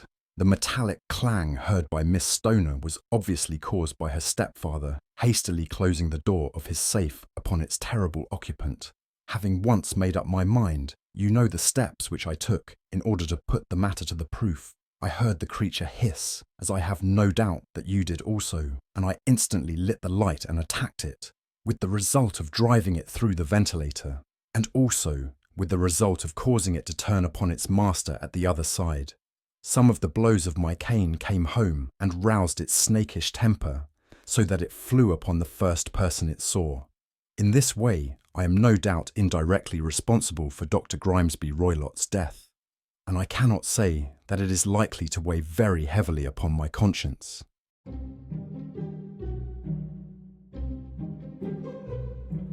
Sonor Books presents The Adventures of Sherlock Holmes, The Adventure of the Engineer's Thumb. Of all the problems which have been submitted to my friend, Mr. Sherlock Holmes, for solution during the years of our intimacy, there were only two which I was the means of introducing to his notice, that of Mr. Hatherley's thumb, and that of Colonel Warburton's madness.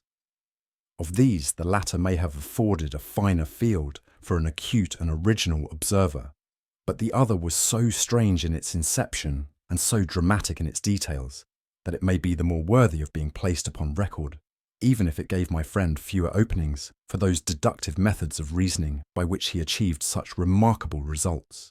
The story has, I believe, been told more than once in the newspapers, but, like all such narratives, its effect is much less striking when set forth en bloc in a single half-column of print than when the facts slowly evolve before your own eyes, and the mystery clears gradually away as each new discovery furnishes a step which leads on to the complete truth. At the time, the circumstances made a deep impression upon me, and the lapse of 2 years has hardly served to weaken the effect. It was in the summer of '89, not long after my marriage, that the events occurred which I am now about to summarise. I had returned to civil practice and had finally abandoned Holmes in his Baker Street rooms, although I continually visited him, and occasionally even persuaded him to forego his bohemian habits so far as to come and visit us. My practice had steadily increased, and as I happened to live at no very great distance from Paddington Station, I got a few patients from among the officials. One of these, whom I had cured of a painful and lingering disease, was never weary of advertising my virtues and of endeavouring to send me on every sufferer over whom he might have any influence. One morning, at a little before 7 o'clock, I was awakened by the maid tapping at the door to announce that 2 men had come from Paddington and were waiting in the consulting room. I dressed hurriedly, for I knew by experience that railway cases were seldom trivial, and hastened downstairs. As I descended, my old ally, the guard, came out of the room and closed the door tightly behind him. "I've got him here," he whispered, jerking his thumb over his shoulder. "He's all right." "What is it then?" I asked, for his manner suggested that it was some strange creature which he had caged up in my room. "It's a new patient," he whispered. "I thought I'd bring him round myself. Then he couldn't slip away. There he is, all safe and sound. I must go now, doctor. I have my duties, just the same as you." And off he went, this trusty tout, without even giving me time to thank him. I entered my consulting room and found a gentleman seated by the table. He was quietly dressed in a suit of heather tweed, with a soft cloth cap, which he had laid down upon my books. Round one of his hands he had a handkerchief wrapped, which was mottled all over with bloodstains. He was young, not more than 25, I should say, with a strong, masculine face, but he was exceedingly pale and gave me the impression of a man who was suffering from some strong agitation, which it took all his strength of mind to control. "I'm sorry to knock you up so early, doctor," said he, but I have had a very serious accident during the night. I came in by train this morning, and on inquiring at Paddington as to where I might find a doctor, a worthy fellow very kindly escorted me here. I gave the maid a card, but I see that she has left it upon the side table. I took it up and glanced at it.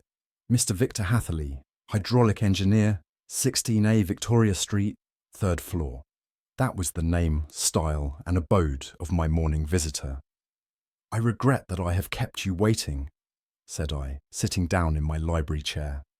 You are fresh from a night journey, I understand, which is in itself a monotonous occupation. Oh, my night could not be called monotonous, said he, and laughed. He laughed very heartily, with a high, ringing note, leaning back in his chair and shaking his sides. All my medical instincts rose up against that laugh. Stop it, I cried. Pull yourself together. And I poured out some water from a carafe. It was useless, however. He was off in one of those hysterical outbursts which come upon a strong nature when some great crisis is over and gone. Presently he came to himself once more, very weary and pale-looking. I have been making a fool of myself, he gasped. Not at all. Drink this. I dashed some brandy into the water, and the colour began to come back to his bloodless cheeks. That's better, said he.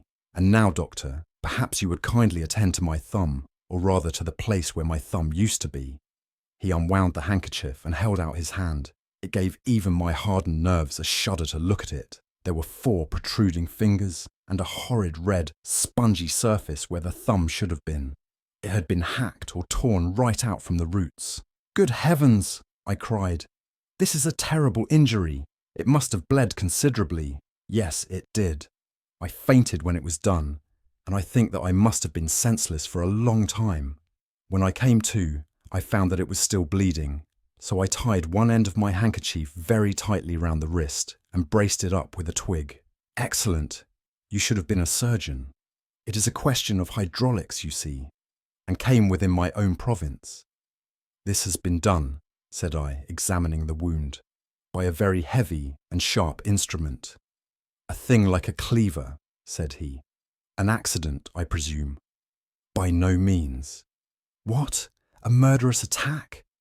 Very murderous indeed. You horrify me. I sponged the wound, cleaned it, dressed it, and finally covered it over with cotton wadding and carbolized bandages. He lay back without wincing, though he bit his lip from time to time. How is that? I asked when I had finished. Capital. Between your brandy and your bandage, I feel a new man. I was very weak, but I have had a good deal to go through. Perhaps you had better not speak of the matter. It is evidently trying to your nerves. Oh no, not now. I shall have to tell my tale to the police. But between ourselves, if it were not for the convincing evidence of this wound of mine, I should be surprised if they believed my statement, for it is a very extraordinary one, and I have not much in the way of proof with which to back it up. And even if they believe me, the clues which I can give them are so vague that it is a question whether justice will be done. Ha! Cried I. If it is anything in the nature of a problem which you desire to see solved, I should strongly recommend you to come to my friend, Mr. Sherlock Holmes, before you go to the official police. Oh, I have heard of that fellow, answered my visitor, and I should be very glad if he would take the matter up, though of course I must use the official police as well. Would you give me an introduction to him?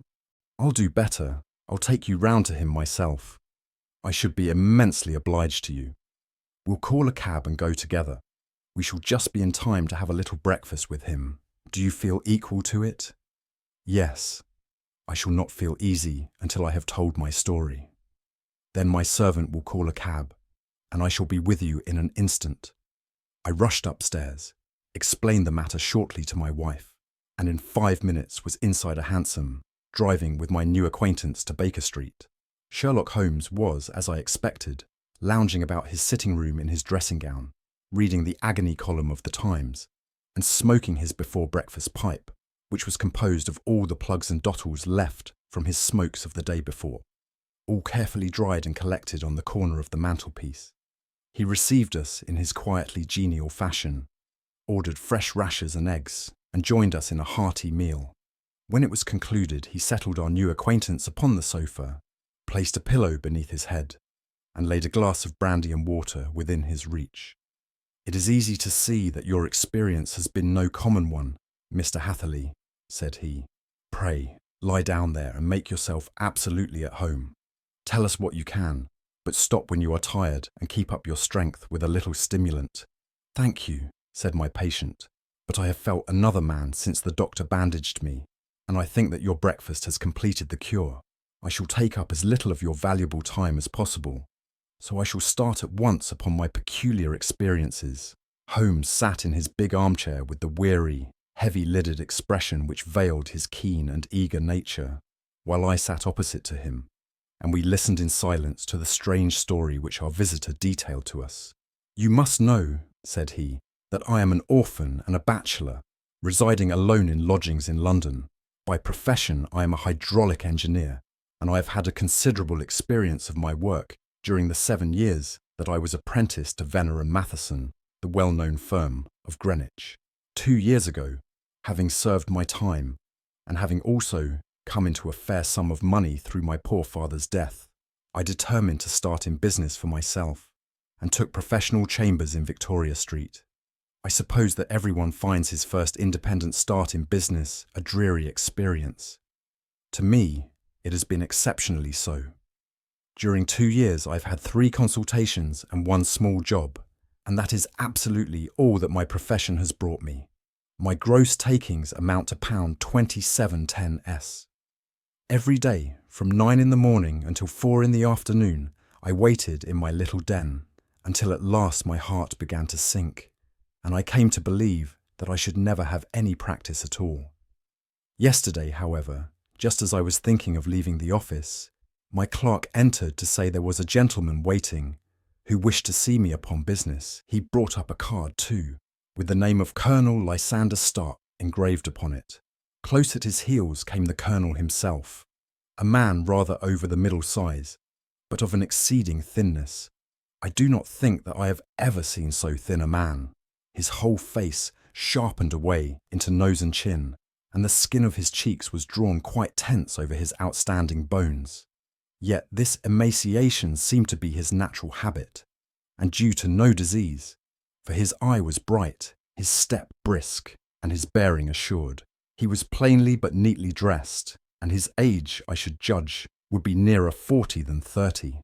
"Mr. Hatherley," said he, with something of a German accent, "you have been recommended to me, Mr. Hatherley, as being a man who is not only proficient in his profession, but is also discreet and capable of preserving a secret." I bowed, feeling as flattered as any young man would at such an address. "May I ask who it was who gave me so good a character?"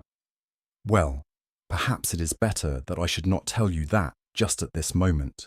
I have it from the same source that you are both an orphan and a bachelor and are residing alone in London." "That is quite correct," I answered, "but you will excuse me if I say that I cannot see how all this bears upon my professional qualifications.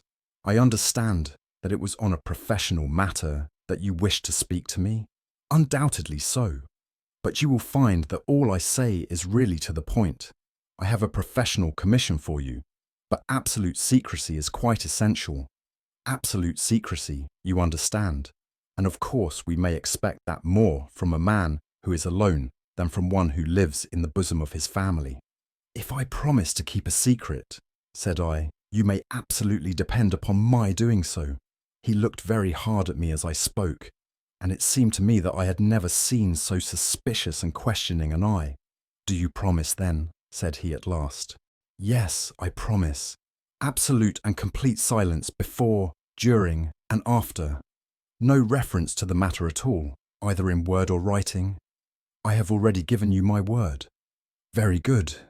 He suddenly sprang up, and darting like lightning across the room, he flung open the door. The passage outside was empty. "That's all right," said he, coming back. "I know that clerks are sometimes curious as to their master's affairs. Now we can talk in safety." He drew up his chair very close to mine, and began to stare at me again with the same questioning and thoughtful look. A feeling of repulsion, and of something akin to fear had begun to rise within me at the strange antics of this fleshless man. Even my dread of losing a client could not restrain me from showing my impatience. "I beg that you will state your business, sir," said I. "My time is of value."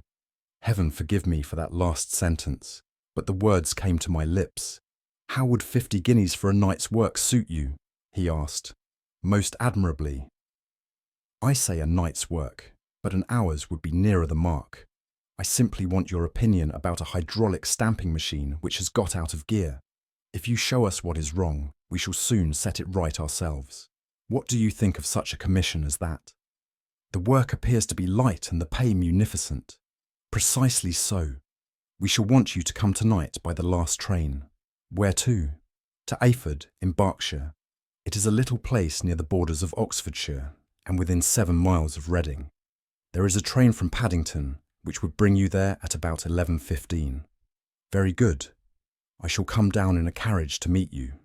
"There is a drive, then?" "Yes. Our little place is quite out in the country.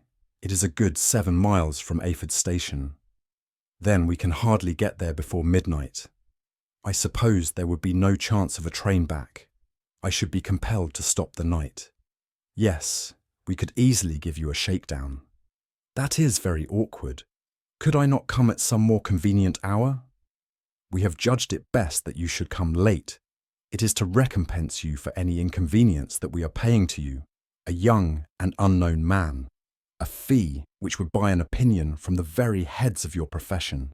Still, of course, if you would like to draw out of the business, there is plenty of time to do so." I thought of the 50 guineas, and of how very useful they would be to me. "Not at all," said I. "I shall be very happy to accommodate myself to your wishes. I should like, however, to understand a little more clearly what it is that you wish me to do." "Quite so. It is very natural that the pledge of secrecy which we have exacted from you should have aroused your curiosity. I have no wish to commit you to anything without your having it all laid before you. I suppose that we are absolutely safe from eavesdroppers?" "Entirely." "Then the matter stands thus. You are probably aware that Fuller's Earth is a valuable product, and that it is only found in 1 or 2 places in England." "I have heard so. Some little time ago I bought a small place, a very small place, within 10 miles of Reading. I was fortunate enough to discover that there was a deposit of Fuller's Earth in one of my fields. On examining it, however, I found that this deposit was a comparatively small one, and that it formed a link between 2 very much larger ones upon the right and left. Both of them, however, in the grounds of my neighbours. These good people were absolutely ignorant that their land contained that which was quite as valuable as a gold mine. Naturally, it was to my interest to buy their land before they discovered its true value. But unfortunately, I had no capital by which I could do this. I took a few of my friends into the secret, however, and they suggested that we should quietly and secretly work our own little deposit, and that in this way we should earn the money which would enable us to buy the neighbouring fields. This we have now been doing for some time, and in order to help us in our operations, we erected a hydraulic press. This press, as I have already explained, has got out of order, and we wish your advice upon the subject. We guard our secret very jealously, however, and if it once became known that we had hydraulic engineers coming to our little house, it would soon rouse inquiry. And then, if the facts came out, it would be goodbye to any chance of getting these fields and carrying out our plans. That is why I have made you promise me that you will not tell a human being that you are going to Ayford tonight. I hope that I make it all plain." "I quite follow you," said I. "The only point which I could not quite understand was what use you could make of a hydraulic press in excavating Fuller's Earth, which, as I understand, is dug out like gravel from a pit." "Ah," said he carelessly, "we have our own process. We compress the earth into bricks, so as to remove them without revealing what they are. But that is a mere detail. I have taken you fully into my confidence now, Mr. Hatherley, and I have shown you how I trust you."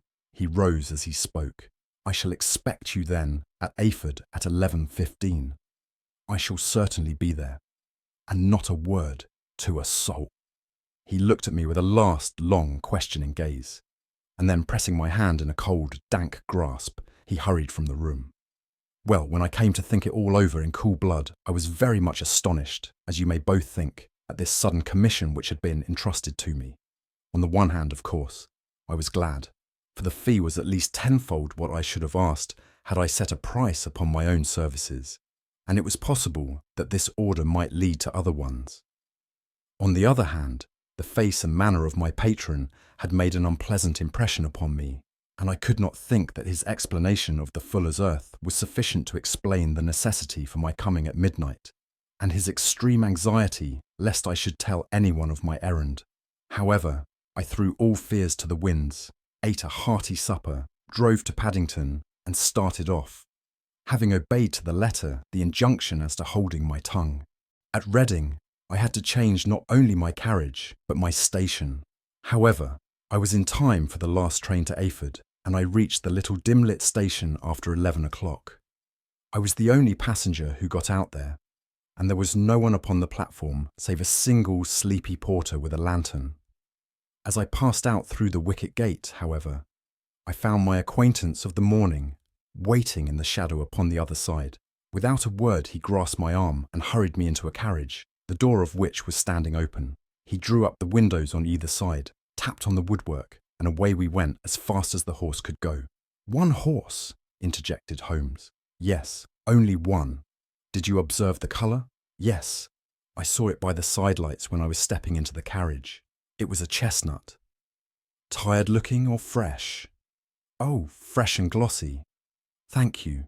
I'm sorry to have interrupted you. Pray continue your most interesting statement." Away we went then, and we drove for at least an hour. Colonel Lysander Stark had said that it was only 7 miles, but I should think, from the rate that we seemed to go, and from the time that we took, that it must have been nearer 12.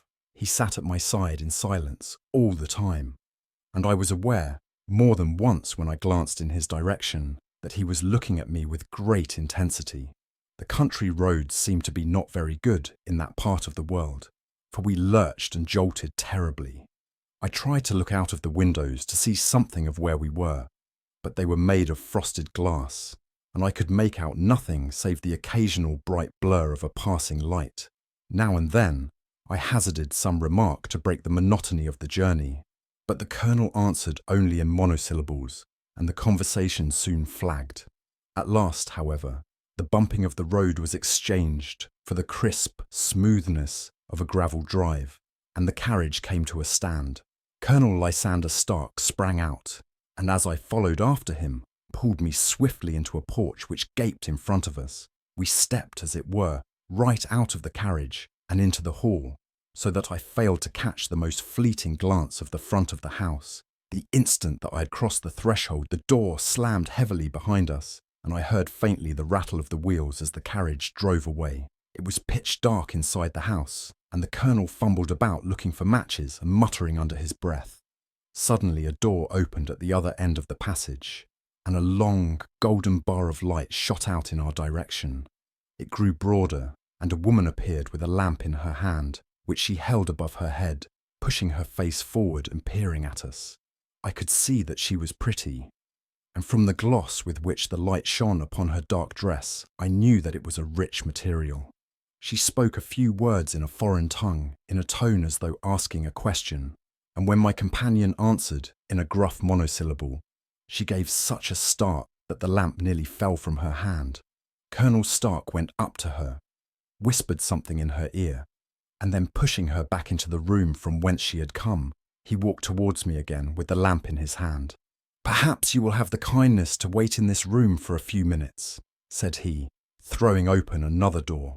It was a quiet, little, plainly furnished room, with a round table in the centre, on which several German books were scattered. Colonel Stark laid down the lamp on the top of a harmonium beside the door. "I shall not keep you waiting an instant," said he, and vanished into the darkness. I glanced at the books upon the table, and in spite of my ignorance of German, I could see that 2 of them were treatises on science, the others being volumes of poetry. Then I walked across to the window, hoping that I might catch some glimpse of the countryside, but an oak shutter, heavily barred, was folded across it.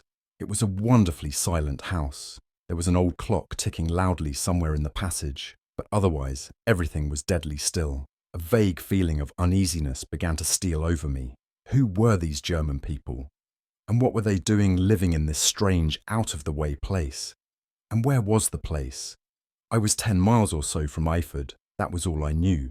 But whether north, south, east or west, I had no idea. For that matter, Reading, and possibly other large towns, were within that radius. So the place might not be so secluded after all. Yet it was quite certain, from the absolute stillness, that we were in the country. I paced up and down the room, humming a tune under my breath to keep up my spirits, and feeling that I was thoroughly earning my 50-guinea fee. Suddenly, without any preliminary sound in the midst of the utter stillness, the door of my room swung slowly open. The woman was standing in the aperture, the darkness of the hall behind her, the yellow light from my lamp beating upon her eager and beautiful face. I could see at a glance that she was sick with fear, and the sight sent a chill to my own heart. She held up one shaking finger to warn me to be silent, and she shot a few whispered words of broken English at me, her eyes glancing back, like those of a frightened horse, into the gloom behind her. "I would go," said she, trying hard as it seemed to me to speak calmly. "I would go. I should not stay here. There is no good for you to do." "But madam," said I have not yet done what I came for. I cannot possibly leave until I have seen the machine." "It is not worth your while to wait," she went on. "You can pass through the door. No one hinders."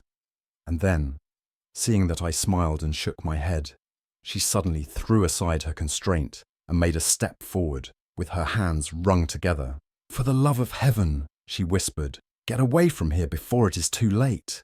But I am somewhat headstrong by nature, and the more ready to engage in an affair when there is some obstacle in the way. I thought of my 50-guinea fee, of my wearisome journey, and of the unpleasant night which seemed to be before me.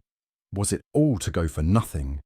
Why should I slink away without having carried out my commission, and without the payment which was my due?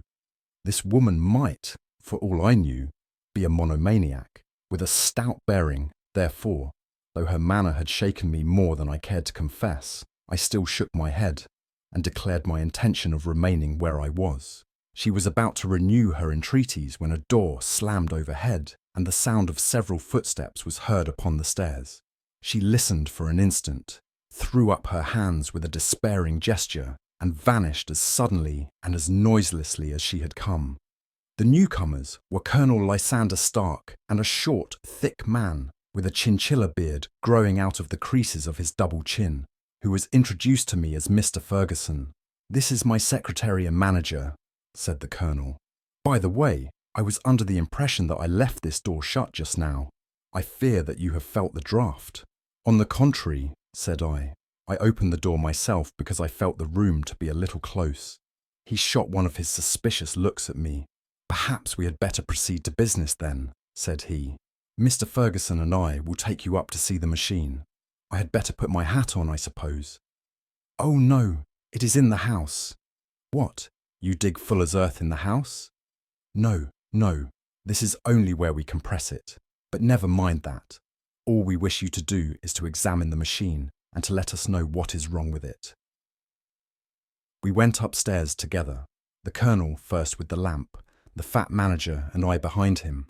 It was a labyrinth of an old house, with corridors, passages, narrow winding staircases, and little low doors, the thresholds of which were hollowed out by the generations who had crossed them. There were no carpets, and no signs of any furniture above the ground floor, while the plaster was peeling off the walls, and the damp was breaking through in green, unhealthy blotches. I tried to put on as unconcerned an air as possible, but I had not forgotten the warnings of the lady, even though I disregarded them, and I kept a keen eye upon my two companions.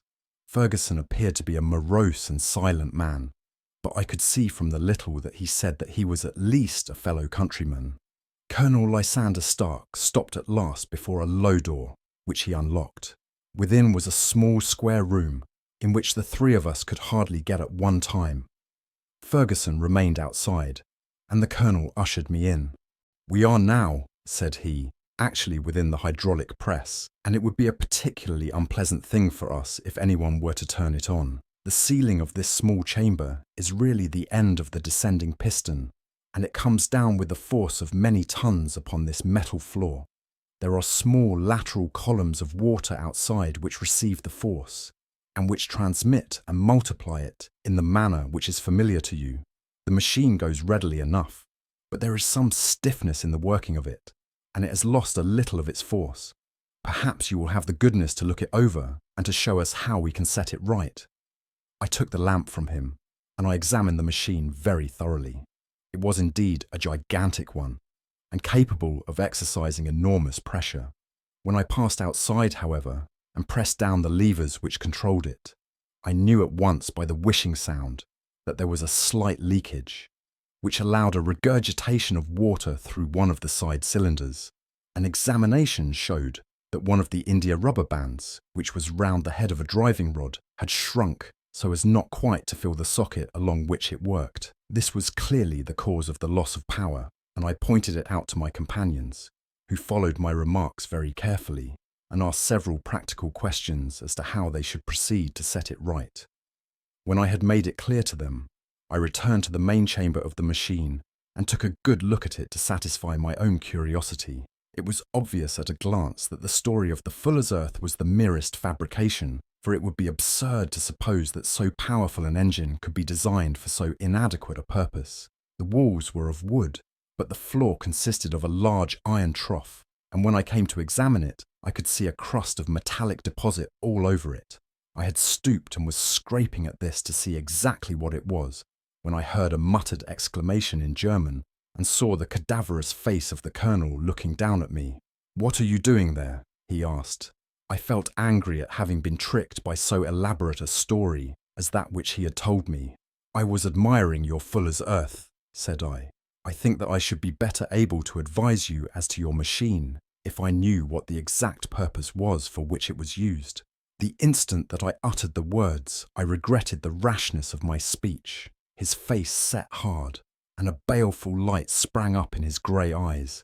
"Very well," said he, "you shall know all about the machine." He took a step backward, slammed the little door, and turned the key in the lock. I rushed towards it and pulled at the handle, but it was quite secure, and did not give in the least to my kicks and shoves. "Hello!" I yelled. "Hello, Colonel, let me out!" And then suddenly in the silence, I heard a sound which sent my heart into my mouth. It was the clank of the levers and the swish of the leaking cylinder. He had set the engine at work.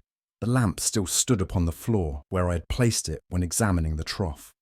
By its light, I saw that the black ceiling was coming down upon me, slowly, jerkily, but as none knew better than myself, with a force which must within a minute grind me to a shapeless pulp. I threw myself, screaming, against the door, and dragged with my nails at the lock. I implored the colonel to let me out, but the remorseless clanking of the levers drowned my cries. The ceiling was only a foot or two above my head, and with my hand upraised, I could feel its hard, rough surface. Then it flashed through my mind that the pain of my death would depend very much upon the position in which I met it. If I lay on my face, the weight would come upon my spine, and I shuddered to think of that dreadful snap. Easier the other way, perhaps, and yet, had I the nerve to lie and look up at that deadly black shadow wavering down upon me? Already I was unable to stand erect, when my eye caught something which brought a gush of hope back to my heart. I have said that though the floor and ceiling were of iron, the walls were of wood. As I gave a last, hurried glance around, I saw a thin line of yellow light between two of the boards, which broadened and broadened as a small panel was pushed backward. For an instant I could hardly believe that here was indeed a door which led away from death. The next instant I threw myself through and lay half fainting upon the other side. The panel had closed again behind me, but the crash of the lamp and a few moments afterwards the clang of the two slabs of metal told me how narrow had been my escape. I was recalled to myself by a frantic plucking at my wrist, and I found myself lying upon the stone floor of a narrow corridor, while a woman bent over me and tugged at me with her left hand, while she held a candle in her right. It was the same good friend whose warning I had so foolishly rejected. "Come, come!" she cried breathlessly. "They will be here in a moment. They will see that you are not there. Oh, do not waste the so precious time, but come." This time, at least, I did not scorn her advice. I staggered to my feet and ran with her along the corridor and down a winding stair. The latter led to another broad passage, and just as we reached it, we heard the sound of running feet and the shouting of two voices, one answering the other from the floor on which we were, and from the one beneath. My guide stopped and looked about her like one who is at her wit's end. Then she threw open a door which led into a bedroom, through the window of which the moon was shining brightly. "It is your only chance," said she. "It is high, but it may be that you can jump it." As she spoke, a light sprang into view at the further end of the passage, and I saw the lean figure of Colonel Lysander Stark rushing forward with a lantern in one hand and a weapon like a butcher's cleaver in the other. I rushed across the bedroom, flung open the window, and looked out. How quiet and sweet and wholesome the garden looked in the moonlight, and it could not be more than 30 feet down. I clambered out upon the sill, but I hesitated to jump until I should have heard what passed between my saviour and the ruffian who pursued me. If she were ill-used, then at any risks I was determined to go back to her assistance. The thought had hardly flashed through my mind before he was at the door, pushing his way past her. But she threw her arms round him and tried to hold him back. "Fritz! Fritz!" she cried in English. "Remember your promise after the last time. You said it should not be again. He will be silent. Oh, he will be silent. You are mad, Elise," he shouted, struggling to break away from her. "You will be the ruin of us. He has seen too much. Let me pass, I say." He dashed her to one side, and rushing to the window, cut at me with his heavy weapon. I had let myself go, and was hanging by the hands to the sill, when his blow fell. I was conscious of a dull pain, my grip loosened, and I fell into the garden below. I was shaken, but not hurt by the fall, so I picked myself up and rushed off among the bushes as hard as I could run, for I understood that I was far from being out of danger yet. Suddenly, however, as I ran, a deadly dizziness and sickness came over me. I glanced down at my hand, which was throbbing painfully, and then, for the first time, saw that my thumb had been cut off and that the blood was pouring from my wound. I endeavoured to tie my handkerchief round it, but there came a sudden buzzing in my ears, and next moment I fell in a dead faint among the rose bushes. How long I remained unconscious I cannot tell. It must have been a very long time, for the moon had sunk, and a bright morning was breaking when I came to myself. My clothes were all sodden with dew, and my coat sleeve was drenched with blood from my wounded thumb. The smarting of it recalled in an instant all the particulars of my night's adventure, and I sprang to my feet with the feeling that I might hardly yet be safe from my pursuers. But to my astonishment, when I came to look round me, neither house nor garden were to be seen. I had been lying in an angle of the hedge close by the high road, and just a little lower down was a long building, which proved, upon my approaching it, to be the very station at which I had arrived upon the previous night. Were it not for the ugly wound upon my hand, all that had passed during those dreadful hours might have been an evil dream. Half dazed, I went into the station and asked about the morning train. There would be one to Reading in less than an hour. The same porter was on duty, I found, as had been there when I arrived. I inquired of him whether he had ever heard of Colonel Lysander Stark. The name was strange to him. Had he observed a carriage the night before waiting for me? No, he had not. Was there a police station anywhere near? There was one about 3 miles off. It was too far for me to go, weak and ill as I was. I determined to wait until I got back to town before telling my story to the police. It was a little past 6 when I arrived, so I went first to have my wound dressed, and then the doctor was kind enough to bring me along here. I put the case into your hands and shall do exactly what you advise. We both sat in silence for some little time after listening to this extraordinary narrative. Then Sherlock Holmes pulled down from the shelf one of the ponderous commonplace books in which he placed his cuttings. "Here is an advertisement which will interest you," said he. "It appeared in all the papers about a year ago. Listen to this. Lost on the 9th instant. Mr. Jeremiah Hayling, aged 26, a hydraulic engineer. Left his lodgings at 10 o'clock at night and has not been heard of since. Was dressed in, etc., etc." Ha! That represents the last time that the Colonel needed to have his machine overhauled, I fancy. "Good heavens!" cried my patient. "Then that explains what the girl said." Undoubtedly. It is quite clear that the Colonel was a cool and desperate man who was absolutely determined that nothing should stand in the way of his little game, like those out-and-out pirates, who will leave no survivor from a captured ship. Well, every moment now is precious. So if you feel equal to it, we shall go down to Scotland Yard at once, as a preliminary to starting for Ayford. Some 3 hours or so afterwards, we were all in the train together, bound from Reading to the little Berkshire village. There were Sherlock Holmes, the hydraulic engineer, Inspector Bradstreet of Scotland Yard, a plainclothes man, and myself. Bradstreet had spread an ordnance map of the county out upon the seat, and was busy with his compasses drawing a circle with Ayford for its centre. "There you are," said he. "That circle is drawn at a radius of 10 miles from the village. The place we want must be somewhere near that line. You said 10 miles, I think, sir. It was an hour's good drive. And you think that they brought you back all that way when you were unconscious?" "They must have done so. I have a confused memory, too, of having been lifted and conveyed somewhere." "What I cannot understand," said I, "is why they should have spared you when they found you lying fainting in the garden.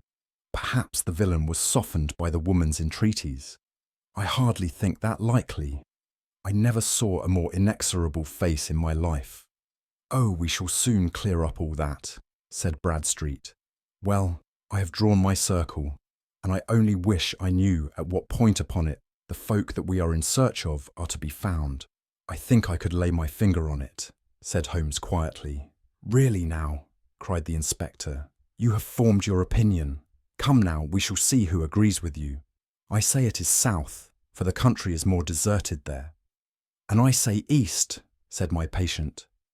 "I am for west," remarked the plainclothes man. "There are several quiet little villages up there." "And I am for north," said I, "because there are no hills there, and our friend says that he did not notice the carriage go up any." "Come," cried the inspector, laughing. "It's a very pretty diversity of opinion. We have boxed the compass among us. Who do you give your casting vote to? You are all wrong, but we can't all be." "Oh yes, you can. This is my point." He placed his finger in the centre of the circle. "This is where we shall find them." "But the 12-mile drive?" gasped Hatherley. 6 out and 6 back, nothing simpler. You say yourself that the horse was fresh and glossy when you got in. How could it be that if it had gone 12 miles over heavy roads? "Indeed, it is a likely ruse enough," observed Bradstreet thoughtfully. "Of course, there can be no doubt as to the nature of this gang." "None at all," said Holmes. "They are coiners on a large scale, and have used the machine to form the amalgam, which has taken the place of silver." "We have known for some time that a clever gang was at work," said the inspector. "They have been turning out half-crowns by the thousand. We even traced them as far as Reading, but could get no farther, for they had covered their traces in a way that showed that they were very old hands. But now, thanks to this lucky chance, I think that we have got them right enough." But the inspector was mistaken, for those criminals were not destined to fall into the hands of justice. As we rolled into Ayford Station, we saw a gigantic column of smoke which streamed up from behind a small clump of trees in the neighbourhood and hung like an immense ostrich feather over the landscape. "A house on fire?" asked Bradstreet as the train steamed off again on its way. "Yes, sir," said the station master. "When did it break out?" "I hear that it was during the night, sir, but it has got worse, and the whole place is in a blaze." "Whose house is it?" "Dr. Becher's." "Tell me," broke in the engineer, "is Dr. Becher a German, very thin, with a long sharp nose?" The station master laughed heartily. "No, sir. Dr. Becher is an Englishman, and there isn't a man in the parish who has a better lined waistcoat. But he has a gentleman staying with him, a patient, as I understand, who is a foreigner, and he looks as if a little good Berkshire beef would do him no harm." The station master had not finished his speech before we were all hastening in the direction of the fire. The road topped a low hill, and there was a great, widespread, whitewashed building in front of us, spouting fire at every chink and window, while in the garden in front 3 fire engines were vainly striving to keep the flames under. "That's it!" cried Hatherley in intense excitement. "There is the gravel drive, and there are the rose bushes where I lay. That second window is the one that I jumped from." "Well, at least," said Holmes, "you have had your revenge upon them. There can be no question that it was your oil lamp which, when it was crushed in the press, set fire to the wooden walls, though no doubt they were too excited in the chase after you to observe it at the time. Now keep your eyes open in this crowd for your friends of last night, though I very much fear that they are a good 100 miles off by now." And Holmes' fears came to be realised, for from that day to this, no word has ever been heard either of the beautiful woman, the sinister German, or the morose Englishman. Early that morning, a peasant had met a cart containing several people, and some very bulky boxes driving rapidly in the direction of Reading. But there all traces of the fugitives disappeared, and even Holmes's ingenuity failed ever to discover the least clue as to their whereabouts. The firemen had been much perturbed at the strange arrangements which they had found within, and still more so by discovering a newly severed human thumb upon a windowsill of the second floor. About sunset, however, their efforts were at last successful, and they subdued the flames, but not before the roof had fallen in, and the whole place been reduced to such absolute ruin that, save some twisted cylinders and iron piping, not a trace remained of the machinery which had cost our unfortunate acquaintance so dearly. Large masses of nickel and of tin were discovered stored in an outhouse, but no coins were to be found, which may have explained the presence of those bulky boxes which have been already referred to. How our hydraulic engineer had been conveyed from the garden to the spot where he recovered his senses might have remained forever a mystery were it not for the soft mould, which told us a very plain tale. He had evidently been carried down by 2 persons, one of whom had remarkably small feet and the other unusually large ones. On the whole, it was most probable that the silent Englishman, being less bold or less murderous than his companion, had assisted the woman to bear the unconscious man out of the way of danger. "Well," said our engineer ruefully as we took our seats to return once more to London, "it has been a pretty business for me. I have lost my thumb and I have lost a 50-guinea fee. And what have I gained?" "Experience," said Holmes, laughing. "Indirectly it may be of value, you know. You have only to put it into words to gain the reputation of being excellent company for the remainder of your existence."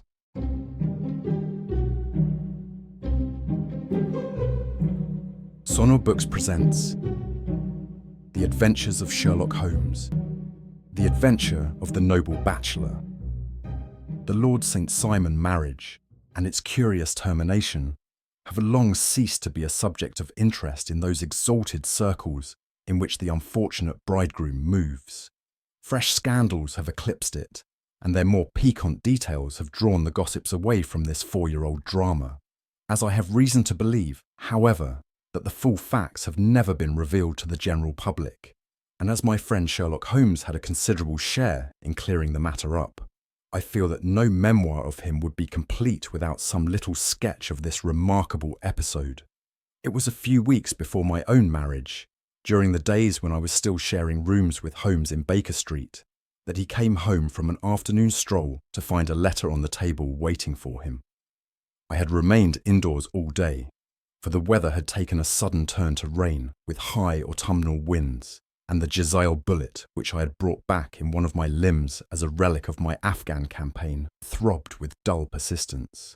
With my body in one easy chair and my legs upon another, I had surrounded myself with a cloud of newspapers until at last, saturated with the news of the day, I tossed them all aside and lay listless, watching the huge crest and monogram upon the envelope upon the table and wondering lazily who my friend's noble correspondent could be.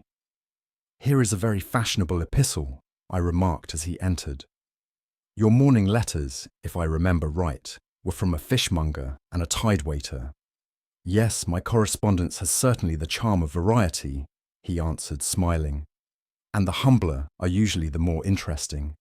This looks like one of those unwelcome social summonses, which call upon a man either to be bored or to lie.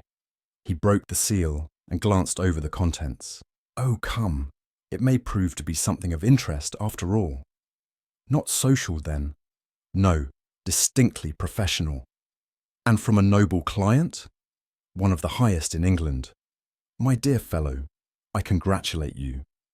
I assure you, Watson, without affectation, that the status of my client is a matter of less moment to me than the interest of his case. It is just possible, however, that also may not be wanting in this new investigation. You have been reading the papers diligently of late, have you not? It looks like it, said I ruefully, pointing to a huge bundle in the corner. I have had nothing else to do. It is fortunate, for you will perhaps be able to post me up. I read nothing except the criminal news and the agony column. The latter is always instructive, but if you have followed recent events so closely, you must have read about Lord St. Simon and his wedding. Oh yes, with the deepest interest. That is well.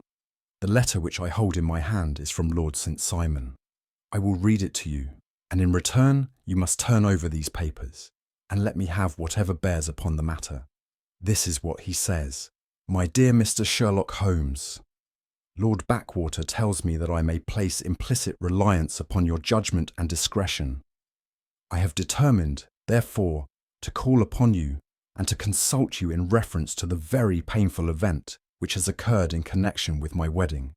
Mr. Lestrade, of Scotland Yard, is acting already in the matter, but he assures me that he sees no objection to your cooperation, and that he even thinks that it might be of some assistance. I will call at 4 o'clock in the afternoon, and, should you have any other engagement at that time, I hope that you will postpone it, as this matter is of paramount importance. Yours faithfully, Robert St. Simon. It is dated from Grosvenor Mansions, written with a quill pen, and the noble lord has had the misfortune to get a smear of ink upon the outer side of his right little finger, remarked Holmes as he folded up the epistle. He says 4 o'clock.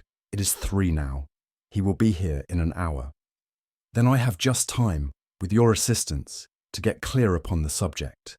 Turn over those papers and arrange the extracts in their order of time, while I take a glance as to who our client is. He picked a red-covered volume from a line of books of reference beside the mantelpiece. Here he is, said he, sitting down and flattening it out upon his knee. Lord Robert Walsingham de Vere St. Simon, second son of the Duke of Balmoral. Arms, azure, 3 caltrops in chief over a fess sable, born in 1846. He's 41 years of age, which is mature for marriage. Was Under Secretary for the Colonies in a late administration. The Duke, his father, was at one time Secretary for Foreign Affairs. They inherit Plantagenet blood by direct descent, and Tudor on the distaff side. Well, there is nothing very instructive in all this. I think that I must turn to you, Watson, for something more solid. I have very little difficulty in finding what I want, said I, for the facts are quite recent, and the matter struck me as remarkable. I feared to refer them to you, however, as I knew that you had an inquiry on hand, and that you disliked the intrusion of other matters. Oh, you mean the little problem of the Grosvenor Square furniture van? That is quite cleared up now, though indeed it was obvious from the first. Pray give me the results of your newspaper selections. Here is the first notice which I can find. It is in the personal column of the Morning Post, and dates, as you see, some weeks back. A marriage has been arranged, it says, and will, if rumour is correct, very shortly take place between Lord Robert St. Simon, second son of the Duke of Balmoral, and Miss Hattie Doran, the only daughter of Aloysius Doran, ESQ, of San Francisco, Calabure, USA. That is all. Terse and to the point, remarked Holmes, stretching his long, thin legs towards the fire. There was a paragraph amplifying this in one of the society papers of the same week. Here it is. There will soon be a call for protection in the marriage market, for the present free trade principle appears to tell heavily against our home product. One by one, the management of the noble houses of Great Britain is passing into the hands of our fair cousins from across the Atlantic. An important addition has been made during the last week to the list of the prizes which have been borne away by these charming invaders. Lord St. Simon, who has shown himself for over 20 years proof against the little god's arrows, has now definitely announced his approaching marriage with Miss Hattie Doran, the fascinating daughter of a California millionaire. Miss Doran, whose graceful figure and striking face attracted much attention at the Westbury House festivities, is an only child, and it is currently reported that her dowry will run to considerably over the 6 figures, with expectancies for the future.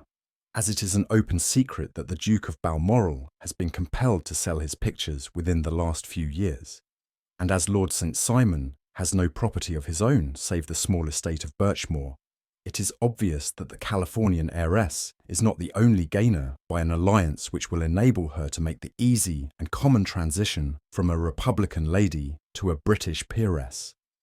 "Anything else?" asked Holmes, yawning. "Oh yes, plenty.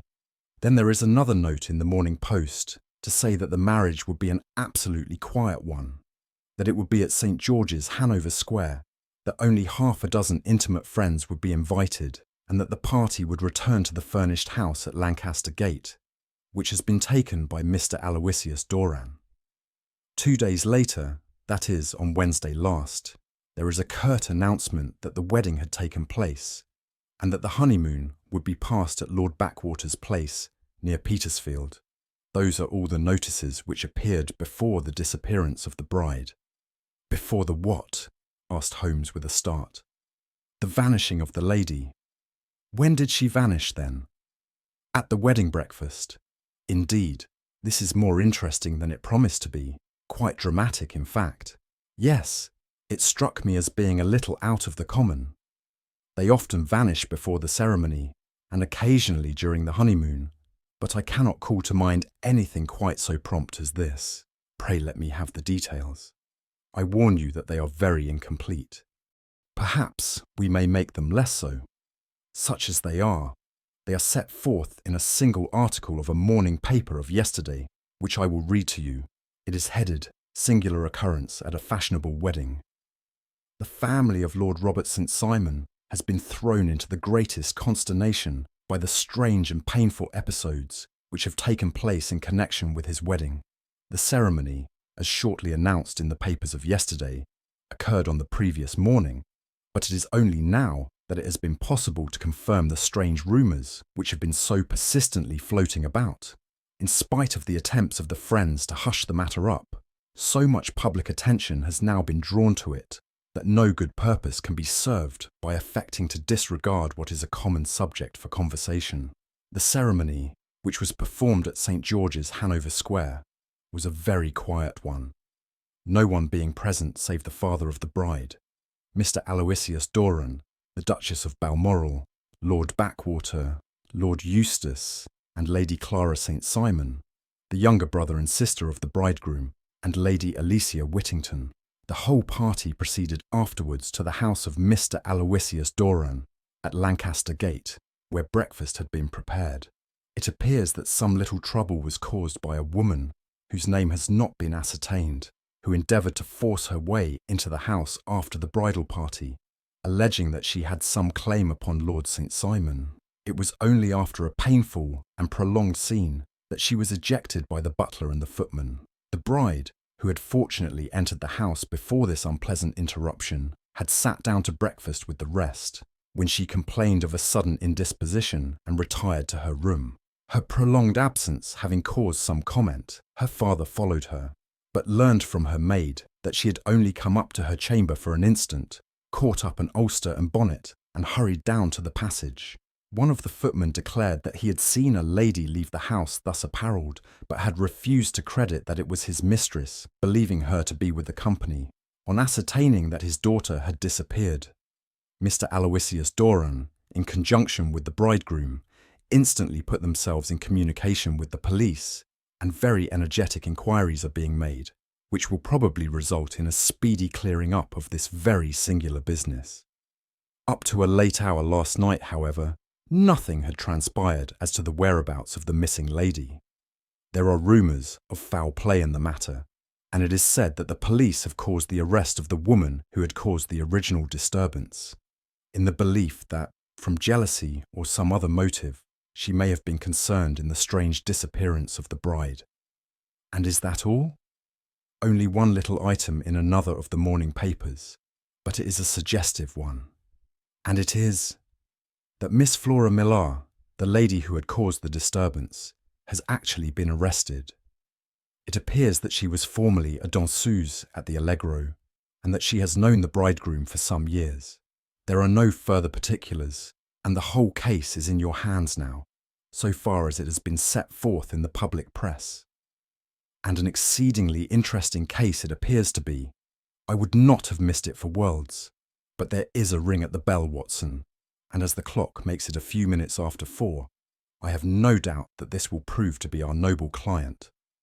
Do not dream of going, Watson, for I very much prefer having a witness, if only as a check to my own memory. Lord Robert St. Simon, announced our page boy, throwing open the door. A gentleman entered, with a pleasant, cultured face, high-nosed and pale, with something perhaps of petulance about the mouth, and with the steady, well-opened eye of a man whose pleasant lot it had ever been to command and to be obeyed. His manner was brisk, and yet his general appearance gave an undue impression of age, for he had a slight forward stoop and a little bend of the knees as he walked. His hair, too, as he swept off his very curly-brimmed hat, was grizzled round the edges and thin upon the top.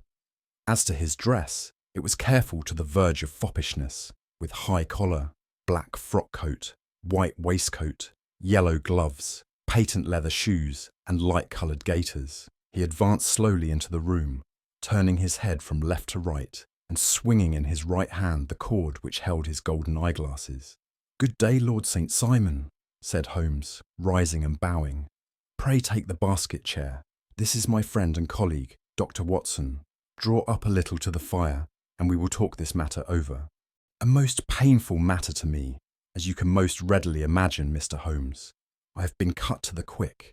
I understand that you have already managed several delicate cases of this sort, sir, though I presume that they were hardly from the same class of society.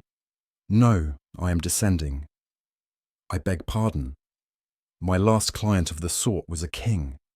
"Oh, really? I had no idea. And which king?" "The king of Scandinavia." "What? Had he lost his wife?" "You can understand," said Holmes suavely, "that I extend to the affairs of my other clients the same secrecy which I promised to you and yours." "Of course. Very right. Very right. I'm sure I beg pardon. As to my own case, I'm ready to give you any information which may assist you in forming an opinion." "Thank you. I have already learned all that is in the public prints, nothing more. I presume that I may take it as correct. This article, for example, as to the disappearance of the bride." Lord St. Simon glanced over it. "Yes, it is correct, as far as it goes. But it needs a great deal of supplementing before anyone could offer an opinion. I think that I may arrive at my facts most directly by questioning you." "Pray do so." "When did you first meet Miss Hattie Doran?" "In San Francisco, a year ago." "You were travelling in the States?" "Yes." "Did you become engaged then?" "No." "But you were on a friendly footing?" "I was amused by her society, and she could see that I was amused." "Her father is very rich." "He is said to be the richest man on the Pacific slope." "And how did he make his money?" "In mining.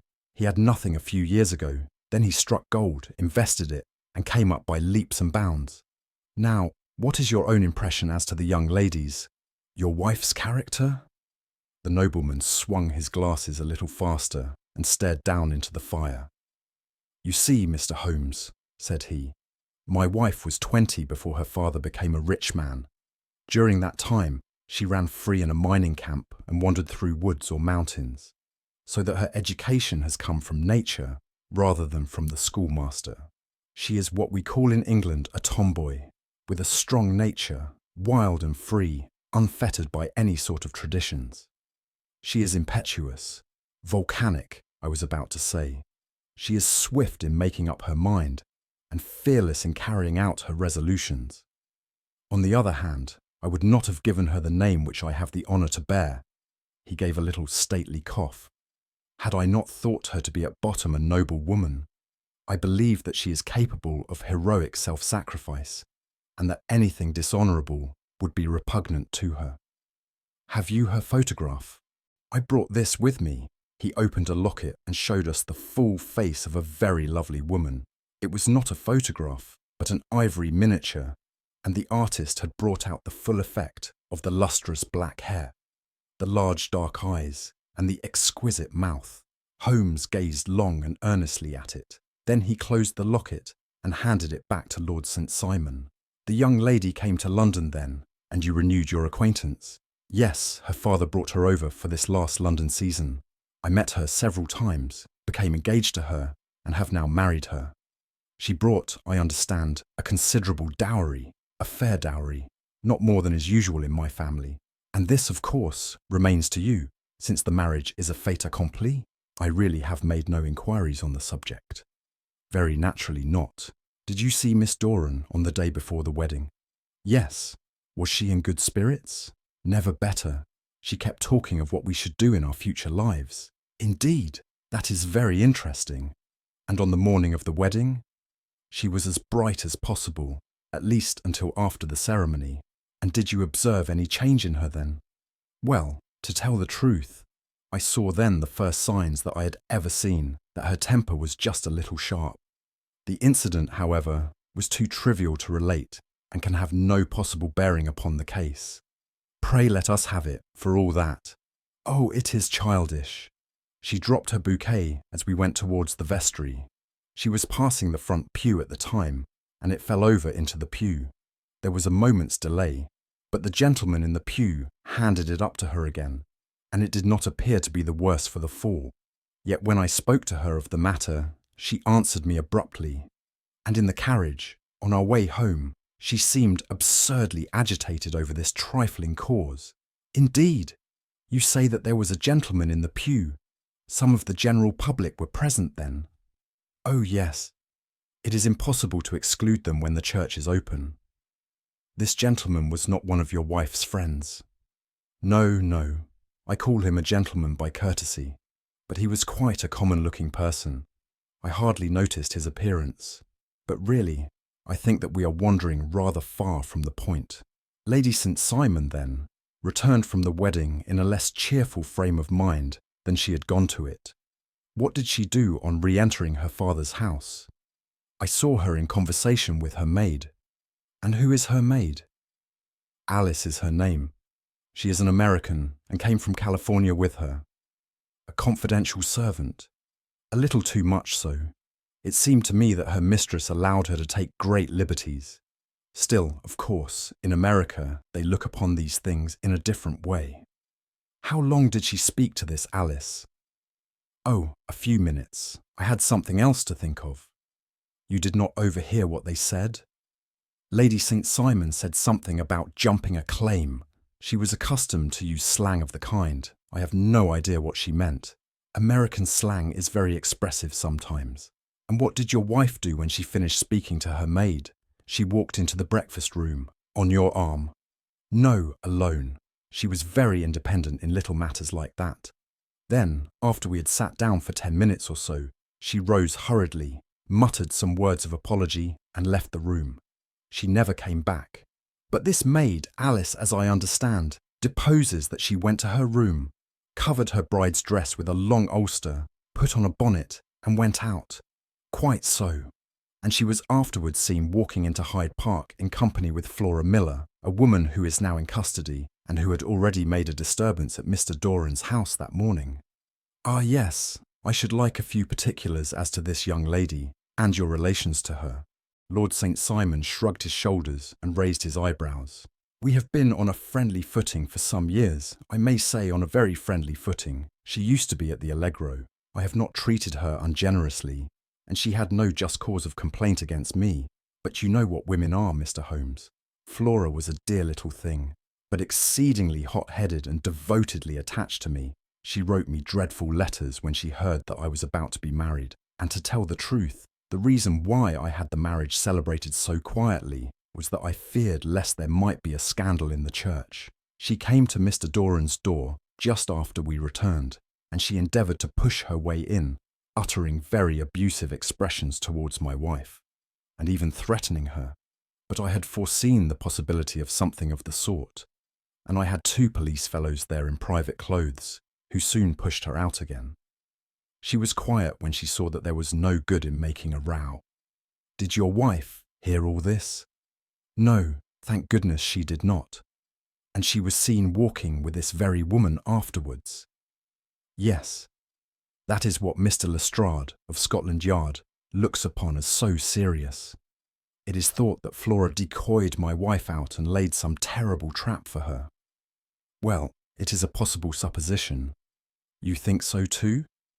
I did not say a probable one, but you do not yourself look upon this as likely. I do not think Flora would hurt a fly. Still, jealousy is a strange transformer of characters. Pray, what is your own theory as to what took place? Well, really, I came to seek a theory, not to propound one. I have given you all the facts. Since you ask me, however, I may say that it has occurred to me as possible that the excitement of this affair, the consciousness that she had made so immense a social stride, had the effect of causing some little nervous disturbance in my wife. In short, that she had become suddenly deranged.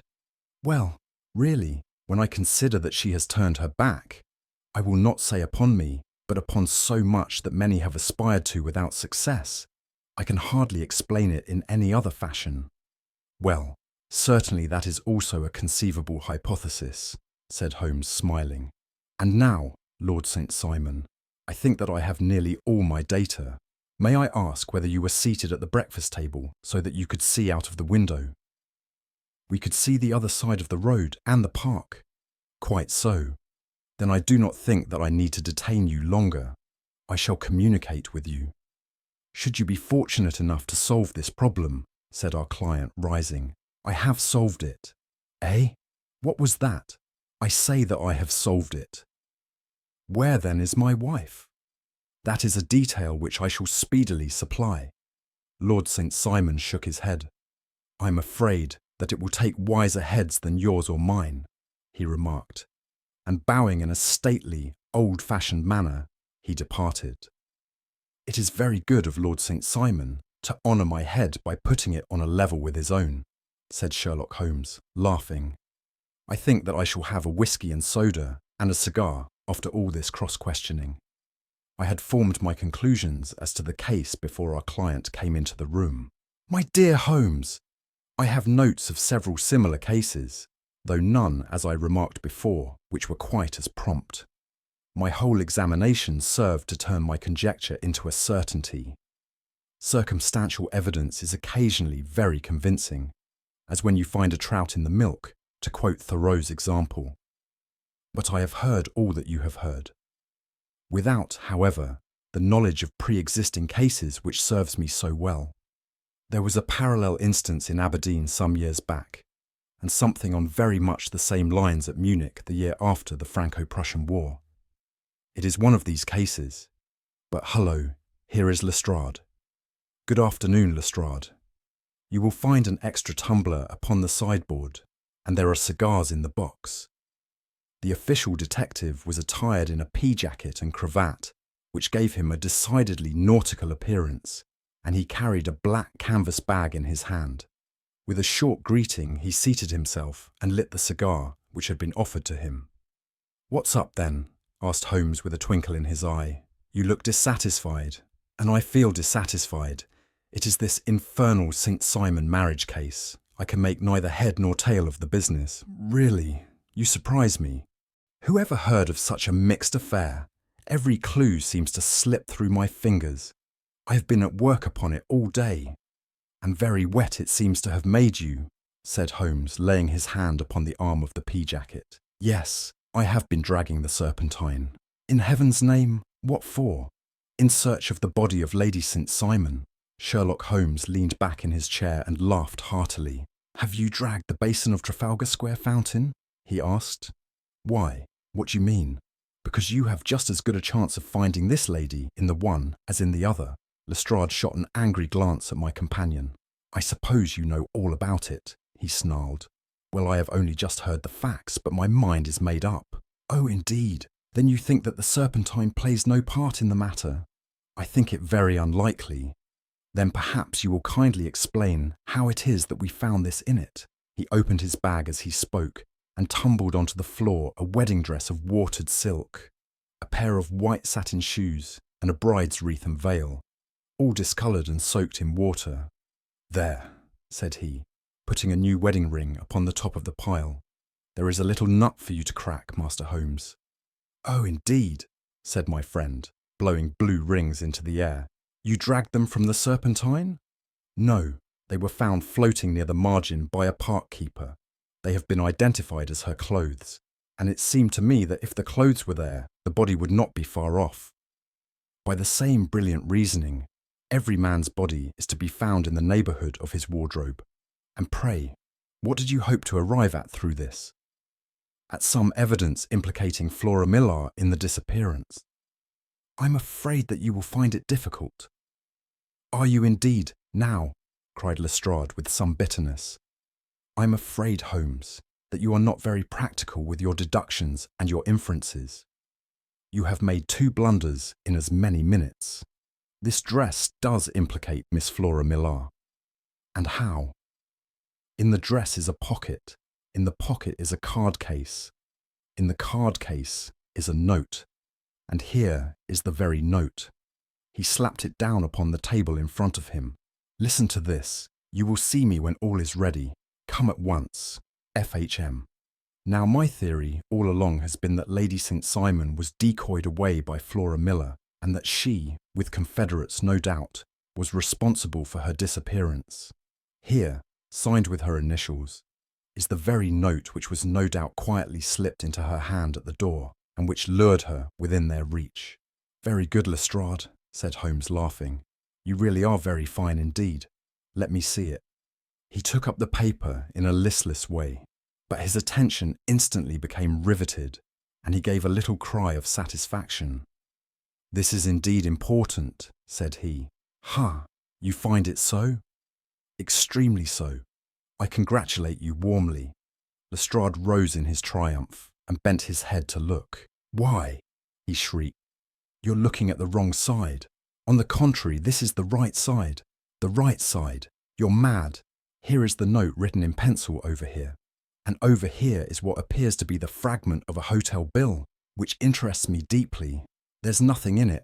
I looked at it before, said Lestrade. Oct 4th, rooms 8S, breakfast 2S, 6D, cocktail 1S, lunch 2S, 6D, glass sherry 8D. I see nothing in that. Very likely not. It is most important all the same. As to the note, it is important also, or at least the initials are, so I congratulate you again. I've wasted time enough, said Lestrade, rising. I believe in hard work, and not in sitting by the fire, spinning fine theories. Good day, Mr. Holmes, and we shall see which gets to the bottom of the matter first. He gathered up the garments, thrust them into the bag, and made for the door. Just one hint to you, Lestrade, drawled Holmes before his rival vanished. I will tell you the true solution of the matter. Lady St. Simon is a myth. There is not, and there never has been, any such person. Lestrade looked sadly at my companion. Then he turned to me, tapped his forehead 3 times, shook his head solemnly, and hurried away. He had hardly shut the door behind him when Holmes rose to put on his overcoat. There is something in what the fellow says about outdoor work, he remarked. So I think, Watson, that I must leave you to your papers for a little. It was after 5 o'clock when Sherlock Holmes left me, but I had no time to be lonely, for within an hour there arrived a confectioner's man with a very large flat box. This he unpacked with the help of a youth whom he had brought with him, and presently, to my very great astonishment, a quite Epicurean little cold supper began to be laid out upon our humble lodging-house mahogany. There were a couple of brace of cold woodcock, a pheasant, a pâté de foie gras pie with a group of ancient and cobwebby bottles. Having laid out all these luxuries, my 2 visitors vanished away, like the genii of the Arabian Nights, with no explanation, save that the things had been paid for and were ordered to this address. Just before 9 o'clock, Sherlock Holmes stepped briskly into the room. His features were gravely set, but there was a light in his eye which made me think that he had not been disappointed in his conclusions. "They have laid the supper then," he said, rubbing his hands. "You seem to expect company. They have laid for 5. "Yes, I fancy we may have some company dropping in," said he. "I'm surprised that Lord St. Simon has not already arrived. Ha! I fancy that I hear his step now upon the stairs." It was indeed our visitor of the afternoon who came bustling in, dangling his glasses more vigorously than ever, and with a very perturbed expression upon his aristocratic features. "My messenger reached you then?" asked Holmes. "Yes, and I confess that the contents startled me beyond measure. Have you good authority for what you say?" "The best possible." Lord St. Simon sank into a chair and passed his hand over his forehead. "What will the Duke say," he murmured, "when he hears that one of the family has been subjected to such humiliation? It is the purest accident. I cannot allow that there is any humiliation. Ah, you look on these things from another standpoint. I fail to see that anyone is to blame. I can hardly see how the lady could have acted otherwise, though her abrupt method of doing it was undoubtedly to be regretted. Having no mother, she had no one to advise her at such a crisis." "It was a slight, sir, a public slight," said Lord St. Simon, tapping his fingers upon the table. "You must make allowance for this poor girl, placed in so unprecedented a position." "I will make no allowance. I am very angry indeed, and I have been shamefully used." "I think that I heard a ring," said Holmes. "Yes, there are steps on the landing. If I cannot persuade you to take a lenient view of the matter, Lord St. Simon, I have brought an advocate here who may be more successful." He opened the door and ushered in a lady and gentleman. "Lord St. Simon," said he, "allow me to introduce you to Mr. and Mrs. Francis Hay Moulton. The lady, I think, you have already met." At the sight of these newcomers, our client had sprung from his seat and stood very erect, with his eyes cast down, and his hand thrust into the breast of his frock coat, a picture of offended dignity. The lady had taken a quick step forward and had held out her hand to him, but he still refused to raise his eyes. It was as well for his resolution, perhaps, for her pleading face was one which it was hard to resist. "You're angry, Robert," said she. "Well, I guess you have every cause to be. Pray make no apology to me," said Lord St. Simon bitterly. "Oh yes, I know that I have treated you real bad, and that I should have spoken to you before I went. But I was kind of rattled, and from the time when I saw Frank here again, I just didn't know what I was doing or saying. I only wonder I didn't fall down and do a faint right there before the altar. Perhaps, Mrs. Moulton, you would like my friend and me to leave the room while you explain this matter." "If I may give an opinion," remarked the strange gentleman, "we've had just a little too much secrecy over this business already. For my part, I should like all Europe and America to hear the rights of it." He was a small, wiry, sunburnt man, clean-shaven, with a sharp face and alert manner. "Then I'll tell our story right away," said the lady. "Frank here and I met in '84 in Macquare's camp near the Rockies, where Pa was working a claim. We were engaged to each other, Frank and I. But then one day, Father struck a rich pocket and made a pile, while poor Frank here had a claim that petered out and came to nothing. The richer Pa grew, the poorer was Frank. So at last, Pa wouldn't hear of our engagement lasting any longer, and he took me away to Frisco. Frank wouldn't throw up his hand though, so he followed me there, and he saw me without Pa knowing anything about it. It would only have made him mad to know, so we just fixed it all up for ourselves. Frank said that he would go and make his pile too, and never come back to claim me until he had as much as Pa. So then I promised to wait for him to the end of time, and pledged myself not to marry anyone else while he lived. "Why shouldn't we be married right away then?" said he, "and then I will feel sure of you, and I won't claim to be your husband until I come back." Well, we talked it over, and he had fixed it all up so nicely, with a clergyman all ready and waiting, that we just did it right there, and then Frank went off to seek his fortune, and I went back to Pa. The next I heard of Frank was that he was in Montana, and then he went prospecting in Arizona, and then I heard of him from New Mexico. After that came a long newspaper story about how a miners' camp had been attacked by Apache Indians, and there was my Frank's name among the killed. I fainted dead away, and I was very sick for months after. Pa thought I had a decline and took me to half the doctors in Frisco. Not a word of news came for a year and more, so that I never doubted that Frank was really dead. Then Lord St. Simon came to Frisco, and we came to London, and a marriage was arranged, and Pa was very pleased, but I felt all the time that no man on this earth would ever take the place in my heart that had been given to my poor Frank. Still, if I had married Lord St. Simon, of course I'd have done my duty by him. We can't command our love, but we can our actions. I went to the altar with him, with the intention to make him just as good a wife as it was in me to be. But you may imagine what I felt when, just as I came to the altar rails, I glanced back and saw Frank standing and looking at me out of the first pew.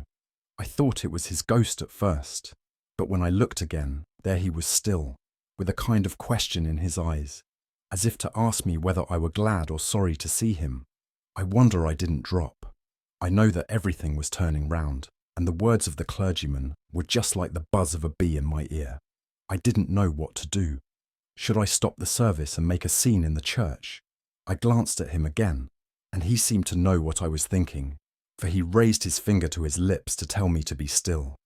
Then I saw him scribble on a piece of paper, and I knew that he was writing me a note. As I passed his pew, on the way out, I dropped my bouquet over to him, and he slipped the note into my hand when he returned me the flowers. It was only a line asking me to join him when he made the sign to me to do so. Of course, I never doubted for a moment that my first duty was now to him, and I determined to do just whatever he might direct. When I got back, I told my maid, who had known him in California and had always been his friend. I ordered her to say nothing, but to get a few things packed and my ulster ready. I know I ought to have spoken to Lord St. Simon, but it was dreadful hard before his mother and all those great people. I just made up my mind to run away and explain afterwards. I hadn't been at the table 10 minutes before I saw Frank out of the window at the other side of the road. He beckoned to me and then began walking into the park. I slipped out, put on my things, and followed him. Some woman came talking something or other about Lord St. Simon to me. Seemed to me from the little I heard as if he had a little secret of his own before marriage also, but I managed to get away from her and soon overtook Frank. We got into a cab together, and away we drove to some lodgings he had taken in Gordon Square, and that was my true wedding after all those years of waiting. Frank had been a prisoner among the Apaches, had escaped, came on to Frisco, found that I had given him up for dead and had gone to England, followed me there, and had come upon me at last on the very morning of my second wedding. "I saw it in a paper," explained the American. "It gave the name and the church, but not where the lady lived." Then we had a talk as to what we should do, and Frank was all for openness, but I was so ashamed of it all that I felt as if I should like to vanish away and never see any of them again, just sending a line to Pa, perhaps, to show him that I was alive. It was awful to me to think of all those lords and ladies sitting round that breakfast table and waiting for me to come back. So Frank took my wedding clothes and things and made a bundle of them so that I should not be traced, and dropped them away somewhere where no one could find them. It is likely that we should have gone on to Paris tomorrow, only that this good gentleman, Mr. Holmes, came round to us this evening, though how he found us is more than I can think, and he showed us very clearly and kindly that I was wrong and that Frank was right, and that we should be putting ourselves in the wrong if we were so secret. Then he offered to give us a chance of talking to Lord St. Simon alone, and so we came right away round to his rooms at once. Now, Robert, you have heard it all, and I'm very sorry if I have given you pain, and I hope that you do not think very meanly of me. Lord St. Simon had by no means relaxed his rigid attitude, but had listened with a frowning brow and a compressed lip to this long narrative. "Excuse me," he said, "but it is not my custom to discuss my most intimate personal affairs in this public manner." "Then you won't forgive me? You won't shake hands before I go?" Oh, certainly, if it would give you any pleasure. He put out his hand and coldly grasped that which she extended to him. I had hoped, suggested Holmes, that you would have joined us in a friendly supper. I think that there you ask a little too much, responded his lordship. I may be forced to acquiesce in these recent developments, but I can hardly be expected to make merry over them. I think that with your permission, I will now wish you all a very good night. He included us all in a sweeping bow and stalked out of the room. Then I trust that you at least will honour me with your company, said Sherlock Holmes. It is always a joy to meet an American, Mr. Moulton, for I am one of those who believe that the folly of a monarch and the blundering of a minister in far-gone years will not prevent our children from being someday citizens of the same worldwide country under a flag which shall be a quartering of the Union Jack with the stars and stripes. The case has been an interesting one, remarked Holmes, when our visitors had left us, because it serves to show very clearly how simple the explanation may be of an affair which at first sight seems to be almost inexplicable. Nothing could be more natural than the sequence of events as narrated by this lady, and nothing stranger than the result when viewed, for instance, by Mr. Lestrade of Scotland Yard. You were not yourself at fault at all then. From the first, two facts were very obvious to me. The one that the lady had been quite willing to undergo the wedding ceremony, the other that she had repented of it within a few minutes of returning home. Obviously something had occurred during the morning then, to cause her to change her mind. What could that something be? She could not have spoken to anyone when she was out, for she had been in the company of the bridegroom. Had she seen someone then?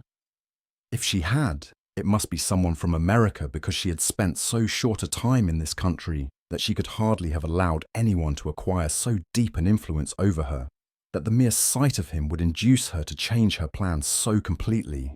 You see, we have already arrived, by a process of exclusion, at the idea that she might have seen an American. Then who could this American be? And why should he possess so much influence over her? It might be a lover. It might be a husband. Her young womanhood had, I knew, been spent in rough scenes and under strange conditions. So far I had got before I ever heard Lord St. Simon's narrative.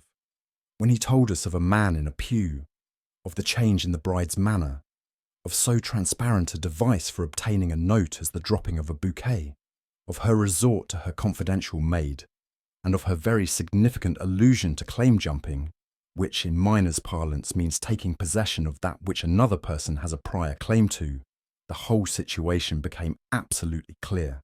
She had gone off with a man, and the man was either a lover or was a previous husband, the chances being in favour of the latter. And how in the world did you find them? It might have been difficult, but friend Lestrade held information in his hands the value of which he did not himself know. The initials were, of course, of the highest importance, but more valuable still was it to know that within a week he had settled his bill at one of the most select London hotels.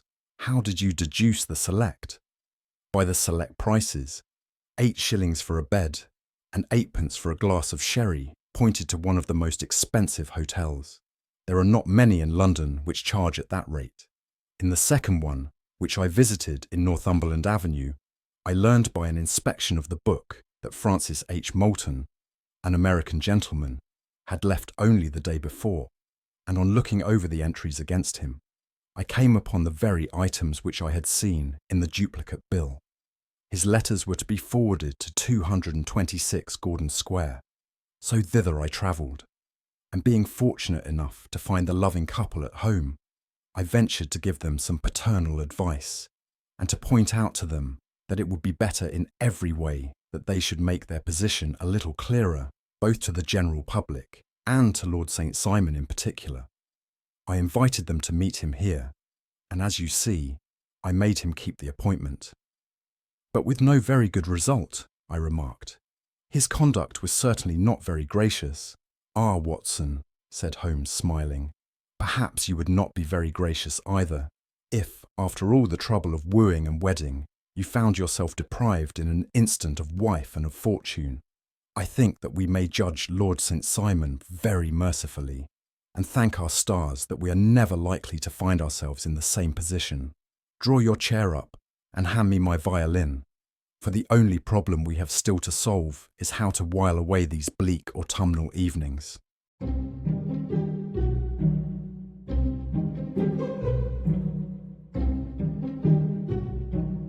Audiobooks presents The Adventures of Sherlock Holmes.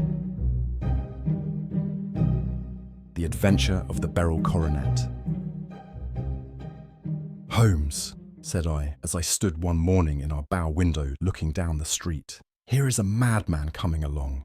It seems rather sad that his relatives should allow him to come out alone." My friend rose lazily from his armchair and stood with his hands in the pockets of his dressing gown, looking over my shoulder. It was a bright, crisp February morning, and the snow of the day before still lay deep upon the ground, shimmering brightly in the wintry sun. Down the centre of Baker Street it had been ploughed into a brown, crumbly band by the traffic, but at either side, and on the heaped-up edges of the footpaths, it still lay as white as when it fell. The grey pavement had been cleaned and scraped, but was still dangerously slippery, so that there were fewer passengers than usual. Indeed, from the direction of the Metropolitan Station, no one was coming, save the single gentleman whose eccentric conduct had drawn my attention. He was a man of about 50, tall, portly, and imposing, with a massive, strongly marked face and a commanding figure. He was dressed in a sombre yet rich style, in black frock coat, shining hat, neat brown gaiters, and well-cut pearl-grey trousers. Yet his actions were in absurd contrast to the dignity of his dress and features, for he was running hard, with occasional little springs, such as a weary man gives, who is little accustomed to set any tax upon his legs.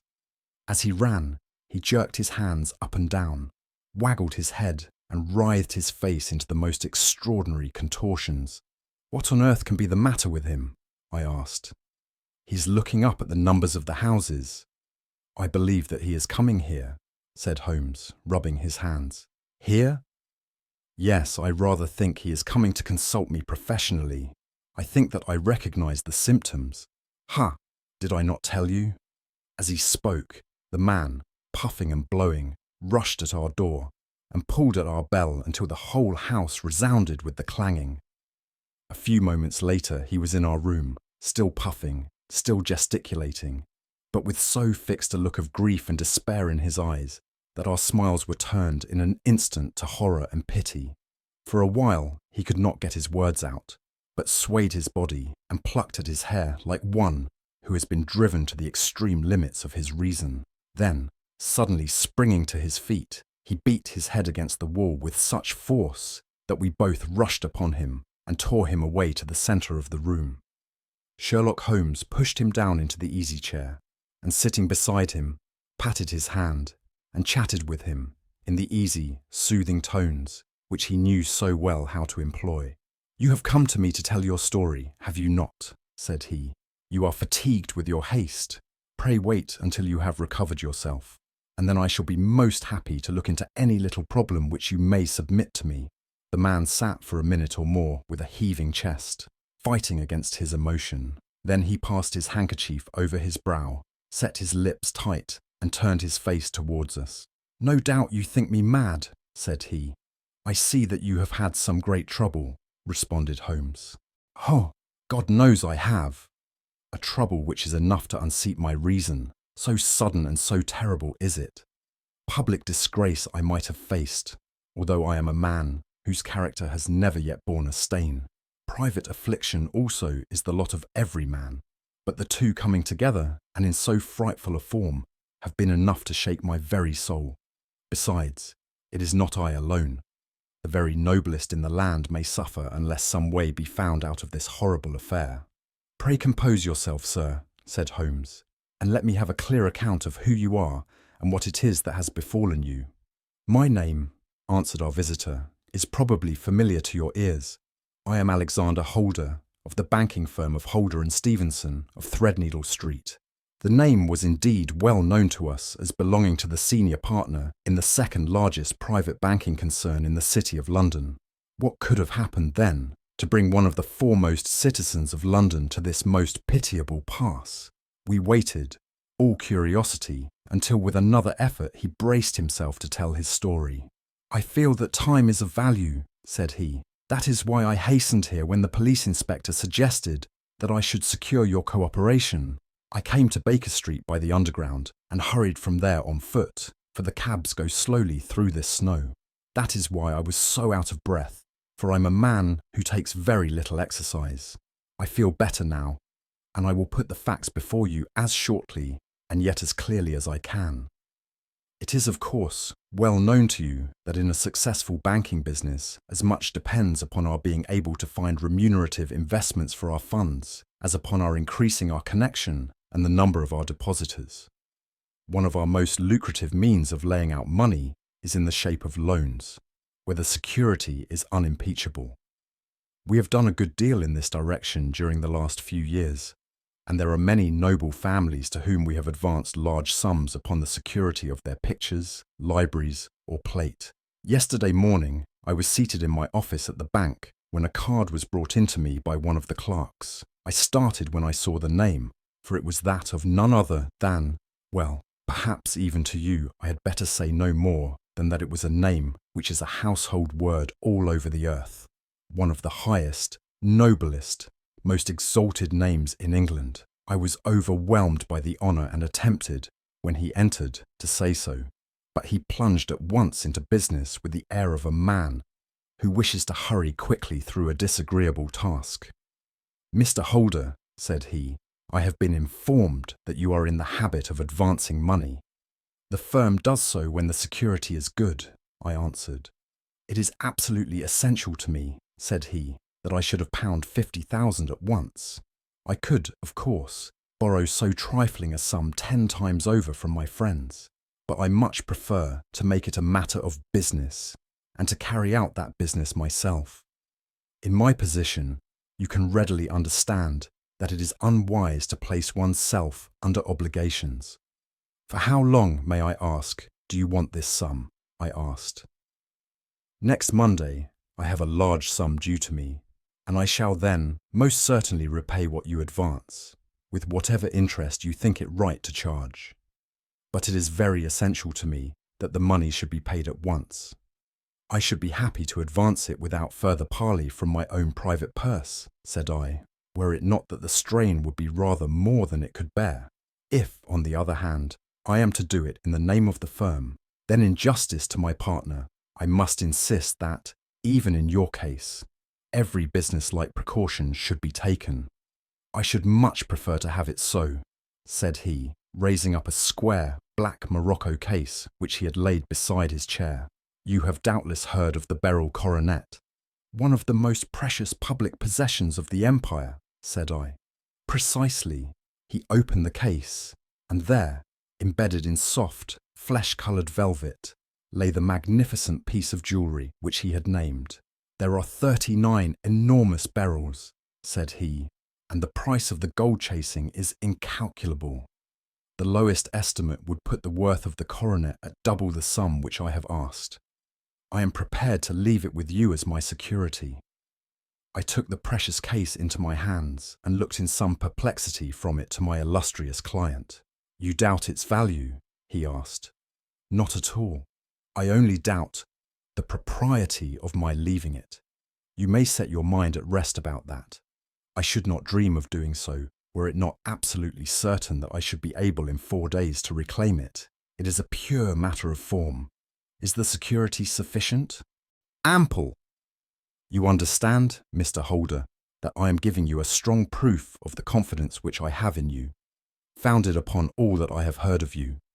I rely upon you, not only to be discreet and to refrain from all gossip upon the matter, but, above all, to preserve this coronet with every possible precaution, because I need not say that a great public scandal would be caused if any harm were to befall it. Any injury to it would be almost as serious as its complete loss, for there are no beryls in the world to match these, and it would be impossible to replace them. I leave it with you, however, with every confidence, and I shall call for it in person on Monday morning." Seeing that my client was anxious to leave, I said no more, but calling for my cashier, I ordered him to pay over £50 1,000 notes. When I was alone once more, however, with the precious case lying upon the table in front of me, I could not but think with some misgivings of the immense responsibility which it entailed upon me. There could be no doubt that, as it was a national possession, a horrible scandal would ensue if any misfortune should occur to it. I already regretted having ever consented to take charge of it. However, it was too late to alter the matter now, so I locked it up in my private safe and turned once more to my work. When evening came, I felt that it would be an imprudence to leave so precious a thing in the office behind me. Bankers' safes had been forced before now, and why should not mine be? If so, how terrible would be the position in which I should find myself. I determined, therefore, that for the next few days I would always carry the case backward and forward with me, so that it might never be really out of my reach.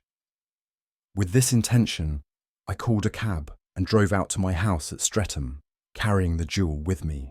I did not breathe freely until I had taken it upstairs and locked it in the bureau of my dressing room. And now a word as to my household, Mr. Holmes, for I wish you to thoroughly understand the situation. My groom and my page sleep out of the house, and may be set aside altogether. I have 3 maidservants who have been with me a number of years, and whose absolute reliability is quite above suspicion. Another, Lucy Parr, the second waiting maid, has only been in my service a few months. She came with an excellent character, however, and has always given me satisfaction. She is a very pretty girl, and has attracted admirers who have occasionally hung about the place. That is the only drawback which we have found to her, but we believe her to be a thoroughly good girl in every way. So much for the servants. My family itself is so small that it will not take me long to describe it. I am a widower and have an only son, Arthur. He has been a disappointment to me, Mr. Holmes, a grievous disappointment. I have no doubt that I am myself to blame. People tell me that I have spoiled him. Very likely I have. When my dear wife died, I felt that he was all I had to love. I could not bear to see the smile fade even for a moment from his face. I have never denied him a wish. Perhaps it would have been better for both of us had I been sterner, but I meant it for the best. It was naturally my intention that he should succeed me in my business, but he was not of a business turn. He was wild, wayward, and to speak the truth, I could not trust him in the handling of large sums of money. When he was young, he became a member of an aristocratic club, and there, having charming manners, he was soon the intimate of a number of men with long purses and expensive habits. He learned to play heavily at cards and to squander money on the turf, until he had again and again to come to me and implore me to give him an advance upon his allowance, that he might settle his debts of honour. He tried more than once to break away from the dangerous company which he was keeping, but each time the influence of his friend, Sir George Burnwell, was enough to draw him back again. And indeed, I could not wonder that such a man as Sir George Burnwell should gain an influence over him, for he has frequently brought him to my house, and I have found myself that I could hardly resist the fascination of his manner. He is older than Arthur, a man of the world to his fingertips, one who had been everywhere, seen everything, a brilliant talker, and a man of great personal beauty. Yet when I think of him in cold blood, far away from the glamour of his presence, I am convinced from his cynical speech and the look which I have caught in his eyes that he is one who should be deeply distrusted. So I think, and so too thinks my little Mary, who has a woman's quick insight into character. And now there is only she to be described. She is my niece. But when my brother died 5 years ago and left her alone in the world, I adopted her, and have looked upon her ever since as my daughter. She is a sunbeam in my house, sweet, loving, beautiful, a wonderful manager and housekeeper, yet as tender and quiet and gentle as a woman could be. She is my right hand. I do not know what I could do without her. In only one matter has she ever gone against my wishes.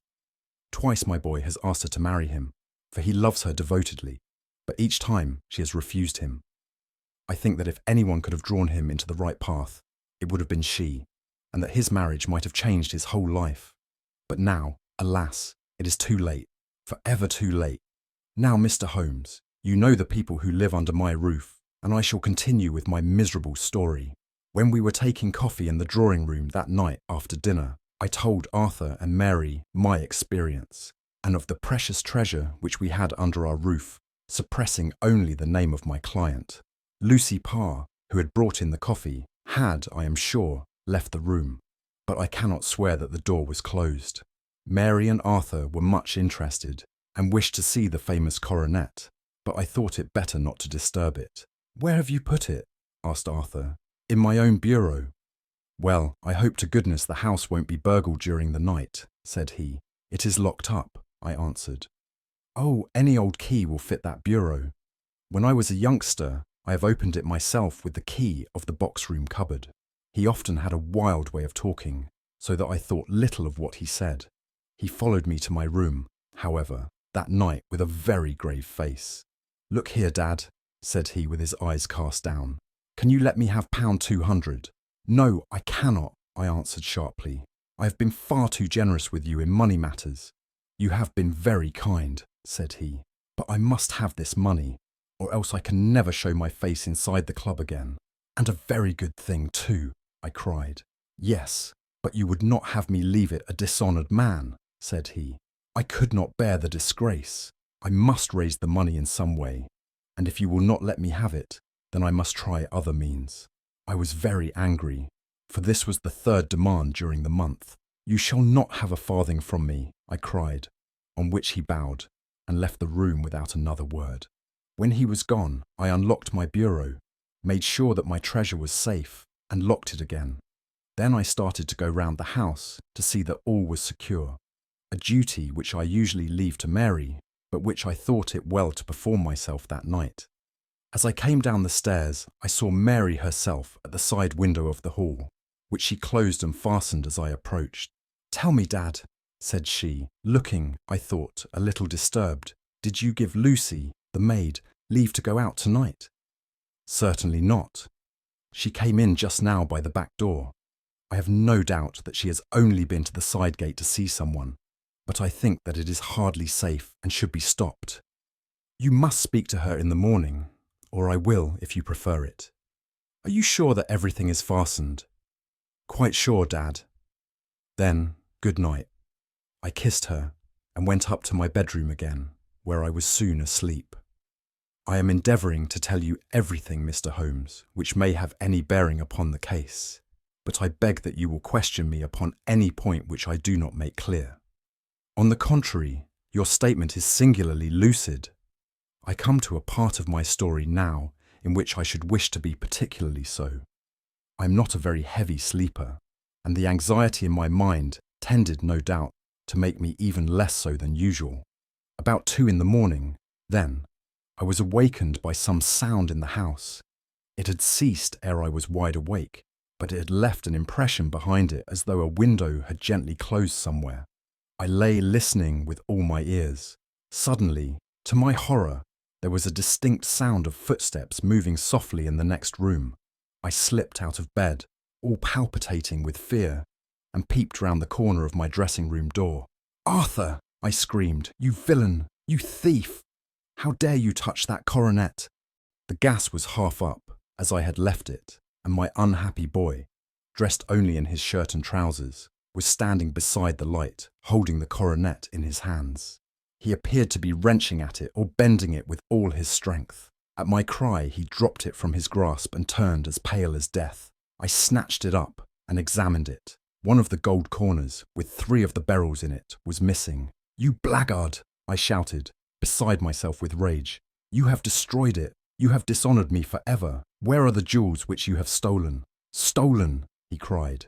"Yes, thief!" I roared, shaking him by the shoulder.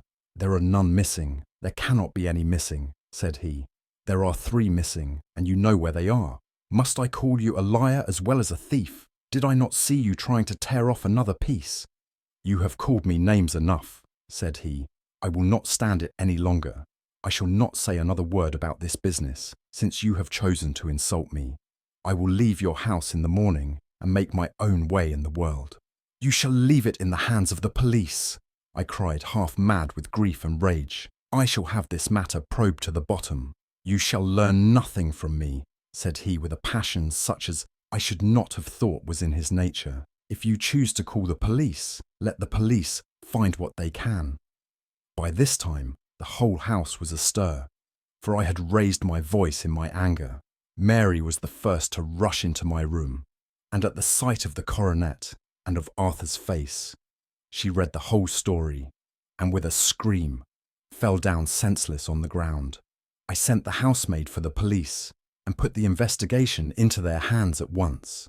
When the inspector and a constable entered the house, Arthur, who had stood sullenly with his arms folded, asked me whether it was my intention to charge him with theft. I answered that it had ceased to be a private matter, but had become a public one, since the ruined coronet was national property. I was determined that the law should have its way in everything. "At least," said he, "you will not have me arrested at once. It would be to your advantage as well as mine if I might leave the house for 5 minutes. That you may get away, or perhaps that you may conceal what you have stolen," said I. And then, realizing the dreadful position in which I was placed, I implored him to remember that not only my honour, but that of one who was far greater than I was at stake, and that he threatened to raise a scandal which would convulse the nation. He might avert it all if he would but tell me what he had done with the 3 missing stones. "You may as well face the matter," said I. "You have been caught in the act, and no confession could make your guilt more heinous. If you but make such reparation as is in your power by telling us where the beryls are, all shall be forgiven and forgotten." "Keep your forgiveness for those who ask for it," he answered, turning away from me with a sneer. I saw that he was too hardened for any words of mine to influence him. There was but one way for it. I called in the inspector and gave him into custody. A search was made at once, not only of his person, but of his room, and of every portion of the house where he could possibly have concealed the gems. But no trace of them could be found, nor would the wretched boy open his mouth for all our persuasions and our threats. This morning he was removed to a cell, and I, after going through all the police formalities, have hurried round to you to implore you to use your skill in unravelling the matter. The police have openly confessed that they can at present make nothing of it. You may go to any expense which you think necessary. I have already offered a reward of £1,000. My God, what shall I do? I have lost my honour, my gems, and my son in one night. Oh, what shall I do? He put a hand on either side of his head and rocked himself to and fro, droning to himself like a child whose grief has got beyond words. Sherlock Holmes sat silent for some few minutes, with his brows knitted and his eyes fixed upon the fire. "Do you receive much company?" he asked. "None save my partner with his family, and an occasional friend of Arthur's. Sir George Burnwell has been several times lately. No one else, I think. Do you go out much in society?" "Arthur does. Mary and I stay at home. We neither of us care for it." "That is unusual in a young girl." "She is of a quiet nature. Besides, she is not so very young. She is 24. This matter, from what you say, seems to have been a shock to her also." "Terrible. She's even more affected than I." "You have neither of you any doubt as to your son's guilt?" "How can we have when I saw him with my own eyes with the coronet in his hands?" "I hardly consider that a conclusive proof. Was the remainder of the coronet at all injured?" "Yes, it was twisted." "Do you not think, then, that he might have been trying to straighten it?" "God bless you. You are doing what you can for him and for me, but it is too heavy a task. What was he doing there at all? If his purpose were innocent, why did he not say so?" "Precisely. And if it were guilty, why did he not invent a lie? His silence appears to me to cut both ways. There are several singular points about the case. What did the police think of the noise which awoke you from your sleep?" "They considered that it might be caused by Arthur's closing his bedroom door." "A likely story. As if a man bent on felony would slam his door so as to wake a household. What did they say then of the disappearance of these gems?" "They are still sounding the planking and probing the furniture in the hope of finding them." "Have they thought of looking outside the house?" Yes, they have shown extraordinary energy. The whole garden has already been minutely examined. Now, my dear sir, said Holmes, is it not obvious to you now that this matter really strikes very much deeper than either you or the police were at first inclined to think? It appeared to you to be a simple case. To me, it seems exceedingly complex. Consider what is involved by your theory. You suppose that your son came down from his bed, went, at great risk, to your dressing room, opened your bureau, took out your coronet, broke off by main force a small portion of it, went off to some other place, concealed 3 gems out of the 39, with such skill that nobody can find them, and then returned with the other 36 into the room in which he exposed himself to the greatest danger of being discovered. I ask you now, is such a theory tenable? But what other is there? Cried the banker with a gesture of despair. If his motives were innocent, why does he not explain them? It is our task to find that out, replied Holmes. So now, if you please, Mr. Holder, we will set off for Streatham together and devote an hour to glancing a little more closely into details. My friend insisted upon my accompanying them in their expedition, which I was eager enough to do, for my curiosity and sympathy were deeply stirred by the story to which we had listened. I confess that the guilt of the banker's son appeared to me to be as obvious as it did to his unhappy father, but still, I had such faith in Holmes's judgment that I felt that there must be some grounds for hope, as long as he was dissatisfied with the accepted explanation. He hardly spoke a word the whole way out to the southern suburb, but sat with his chin upon his breast and his hat drawn over his eyes, sunk in the deepest thought. Our client appeared to have taken fresh heart at the little glimpse of hope which had been presented to him, and he even broke into a desultory chat with me over his business affairs. A short railway journey and a shorter walk brought us to Fairbank, the modest residence of the great financier. Fairbank was a good-sized, square house of white stone, standing back a little from the road. A double carriage sweep with a snow-clad lawn stretched down in front to 2 large iron gates which closed the entrance. On the right side was a small wooden thicket, which led into a narrow path between 2 neat hedges stretching from the road to the kitchen door, and forming the tradesman's entrance. On the left ran a lane which led to the stables, and was not itself within the grounds at all, being a public, though little used, thoroughfare. Holmes left us standing at the door and walked slowly all round the house, across the front, down the tradesman's path, and so round by the garden behind into the stable lane. So long was he that Mr. Holder and I went into the dining room and waited by the fire until he should return. We were sitting there in silence when the door opened and a young lady came in. She was rather above the middle height, slim, with dark hair and eyes, which seemed the darker against the absolute pallor of her skin. I do not think that I have ever seen such deadly paleness in a woman's face. Her lips, too, were bloodless, but her eyes were flushed with crying.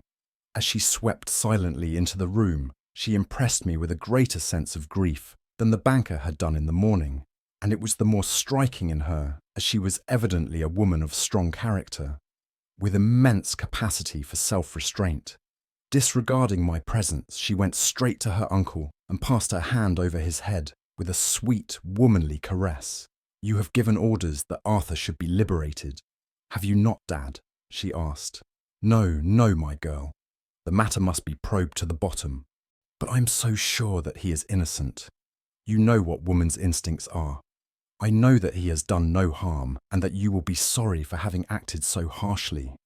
Why is he silent then, if he is innocent? Who knows? Perhaps because he was so angry that you should suspect him. How could I help suspecting him, when I actually saw him with the coronet in his hand? Oh, but he had only picked it up to look at it. Oh, do take my word for it that he is innocent. Let the matter drop and say no more. It is so dreadful to think of our dear Arthur in prison. I shall never let it drop until the gems are found. Never, Mary. Your affection for Arthur blinds you as to the awful consequences to me. Far from hushing the thing up, I have brought a gentleman down from London to inquire more deeply into it." "This gentleman," she asked, facing round to me. No, his friend. He wished us to leave him alone. He's round in the stable lane now. The stable lane. She raised her dark eyebrows. What can he hope to find there? Ah, this, I suppose, is he. I trust, sir, that you will succeed in proving what I feel sure is the truth, that my cousin Arthur is innocent of this crime. I fully share your opinion, and I trust with you that we may prove it, returned Holmes, going back to the mat to knock the snow from his shoes. I believe I have the honour of addressing Miss Mary Holder. Might I ask you a question or two? Pray do, sir, if it may help to clear this horrible affair up. You heard nothing yourself last night? Nothing, until my uncle here began to speak loudly. I heard that, and I came down. You shut up the windows and doors the night before. Did you fasten all the windows? Yes. Were they all fastened this morning? Yes. You have a maid who has a sweetheart? I think that you remarked to your uncle last night that she had been out to see him. Yes. And she was the girl who waited in the drawing room and who may have heard uncle's remarks about the coronet. I see. You infer that she may have gone out to tell her sweetheart, and that the two may have planned the robbery. But what is the good of all these vague theories? Cried the banker impatiently, when I have told you that I saw Arthur with the coronet in his hands. Wait a little, Mr. Holder. We must come back to that. About this girl, Miss Holder. You saw her return by the kitchen door, I presume? Yes. When I went to see if the door was fastened for the night, I met her slipping in. I saw the man, too, in the gloom. Do you know him? Oh, yes, he is the greengrocer who brings our vegetables round. His name is Francis Prosper. He stood, said Holmes, to the left of the door. That is to say, farther up the path than is necessary to reach the door? Yes, he did. And he is a man with a wooden leg. Something like fear sprang up in the young lady's expressive black eyes. Why, you are like a magician, said she. How do you know that? She smiled, but there was no answering smile in Holmes's thin, eager face. I should be very glad now to go upstairs, said he. I shall probably wish to go over the outside of the house again. Perhaps I had better take a look at the lower windows before I go up.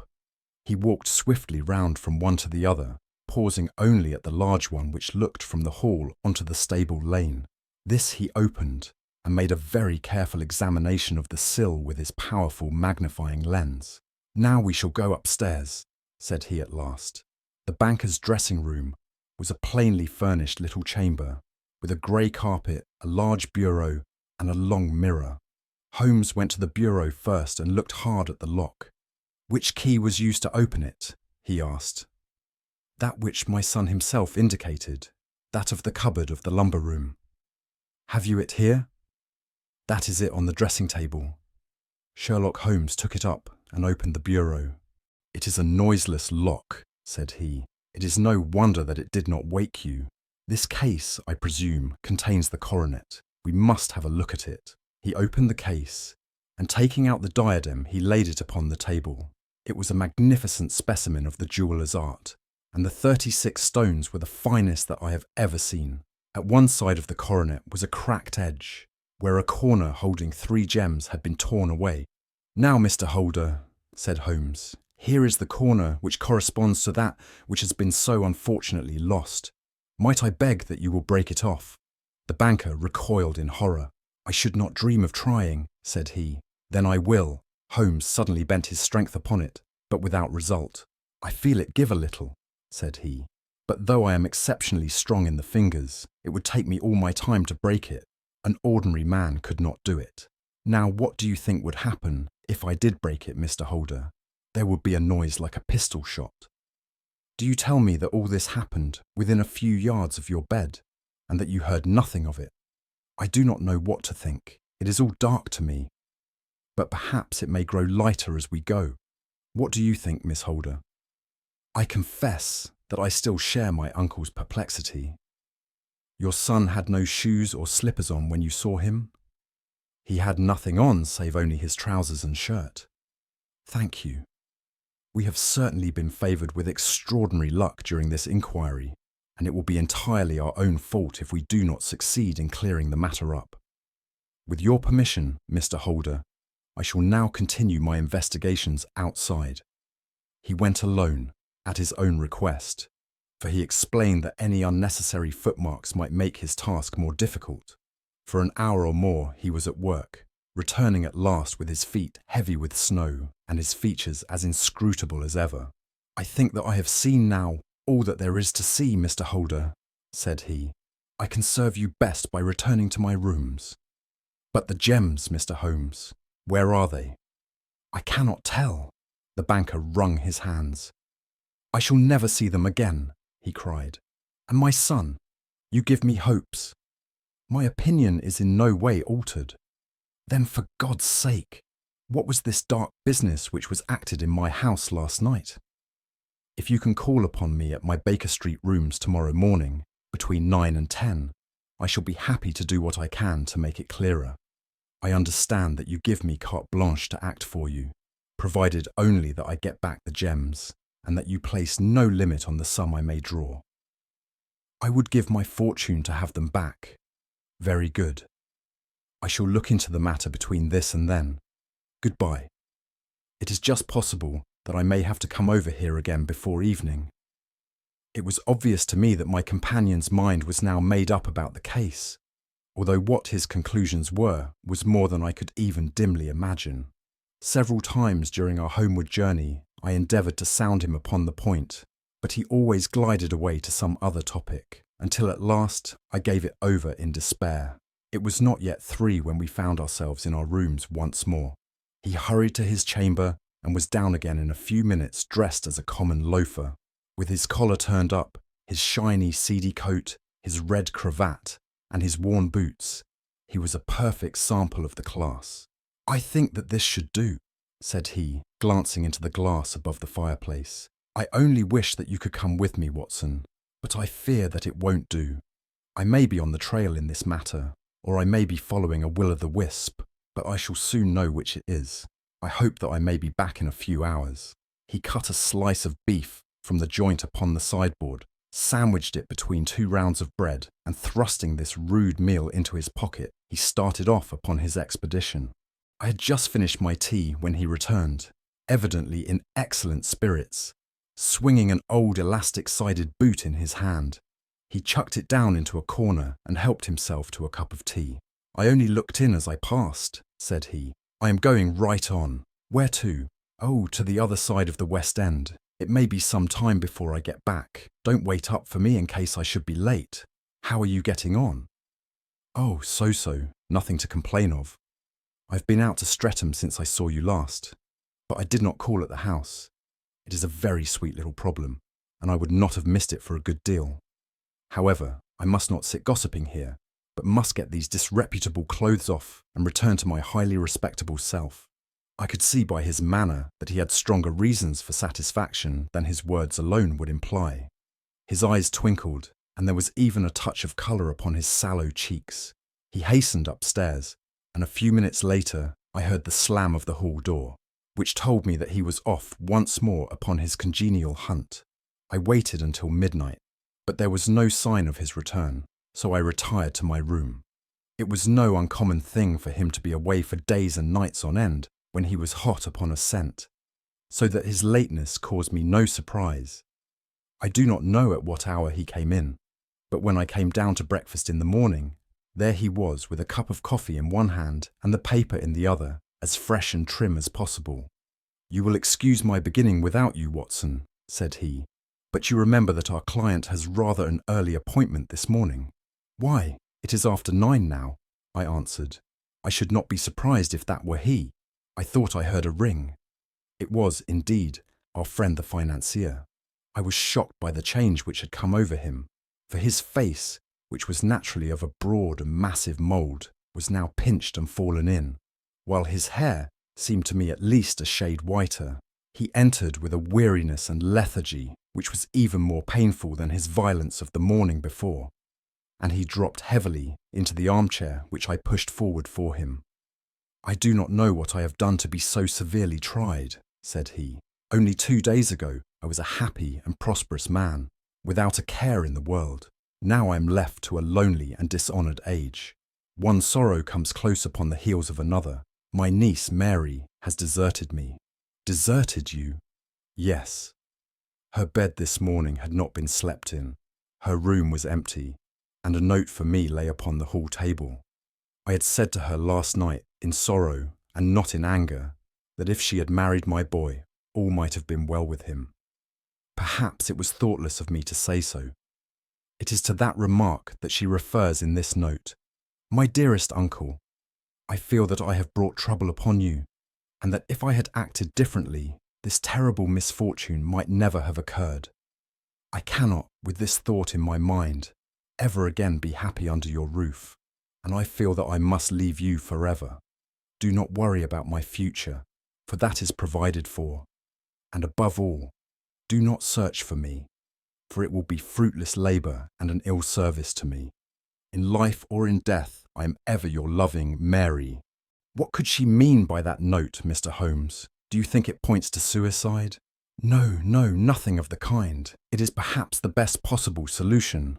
I trust, Mr. Holder, that you are nearing the end of your troubles. Ha! You say so. You have heard something, Mr. Holmes. You have learned something. Where are the gems? You would not think pound 1,000 apiece an excessive sum for them. I would pay 10. That would be unnecessary. 3,000 will cover the matter, and there is a little reward, I fancy. Have you your cheque-book? Here is a pen. Better make it out for pound 4,000. With a dazed face, the banker made out the required cheque. Holmes walked over to his desk, took out a little triangular piece of gold with 3 gems in it, and threw it down upon the table. With a shriek of joy, our client clutched it up. You have it, he gasped. I am saved. I am saved. The reaction of joy was as passionate as his grief had been, and he hugged his recovered gems to his bosom. There is one other thing you owe, Mr. Holder, said Sherlock Holmes rather sternly. Oh, he caught up a pen. Name the sum, and I will pay it. No, the debt is not to me.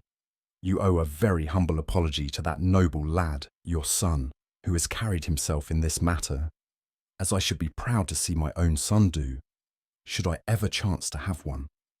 Then it was not Arthur who took them. I told you yesterday, and I repeat today, that it was not.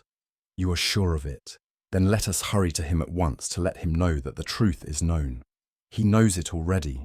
When I had cleared it all up, I had an interview with him, and finding that he would not tell me the story, I told it to him, on which he had to confess that I was right, and to add the very few details which were not yet quite clear to me. Your news of this morning, however, may open his lips. For heaven's sake, tell me then, what is this extraordinary mystery? I will do so, and I will show you the steps by which I reached it. And let me say to you, first, that which it is hardest for me to say and for you to hear. There has been an understanding between Sir George Burnwell and your niece Mary. They have now fled together. My Mary? Impossible! It is unfortunately more than possible. It is certain. Neither you nor your son knew the true character of this man when you admitted him into your family circle. He is one of the most dangerous men in England, a ruined gambler, an absolutely desperate villain, a man without heart or conscience. Your niece knew nothing of such men. When he breathed his vows to her, as he had done to 100 before her, she flattered herself that she alone had touched his heart. The devil knows best what he said, but at least she became his tool, and was in the habit of seeing him nearly every evening. I cannot and I will not believe it, cried the banker with an ashen face. I will tell you then what occurred in your house last night. Your niece, when you had, as she thought, gone to your room, slipped down and talked to her lover through the window which leads into the stable lane. His footmarks had pressed right through the snow. So long had he stood there. She told him of the coronet. His wicked lust for gold kindled at the news, and he bent her to his will. I have no doubt that she loved you, but there are women in whom the love of a lover extinguishes all other loves, and I think that she must have been one. She had hardly listened to his instructions when she saw you coming downstairs, on which she closed the window rapidly and told you about one of the servants' escapade with her wooden-legged lover, which was all perfectly true. Your boy, Arthur, went to bed after his interview with you, but he slept badly on account of his uneasiness about his club debts. In the middle of the night, he heard a soft tread pass his door. So he rose and, looking out, was surprised to see his cousin walking very stealthily along the passage, until she disappeared into your dressing room. Petrified with astonishment, the lad slipped on some clothes and waited there in the dark to see what would come of this strange affair.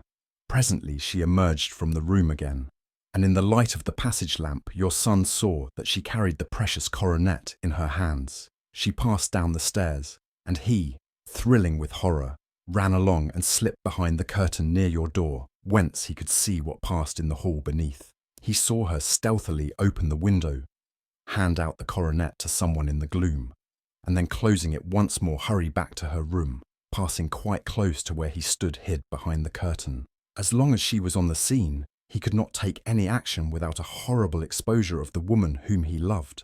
But the instant that she was gone, he realized how crushing a misfortune this would be for you, and how all-important it was to set it right. He rushed down, just as he was, in his bare feet, opened the window, sprang out into the snow, and ran down the lane, where he could see a dark figure in the moonlight. Sir George Burnwell tried to get away, but Arthur caught him, and there was a struggle between them, your lad tugging at one side of the coronet, and his opponent at the other. In the scuffle, your son struck Sir George and cut him over the eye. Then something suddenly snapped, and your son, finding that he had the coronet in his hands, rushed back, closed the window, ascended to your room, and had just observed that the coronet had been twisted in the struggle, and was endeavouring to straighten it when you appeared upon the scene. "Is it possible?" gasped the banker. You then roused his anger by calling him names at a moment when he felt that he had deserved your warmest thanks. He could not explain the true state of affairs without betraying one who certainly deserved little enough consideration at his hands. He took the more chivalrous view, however, and preserved her secret.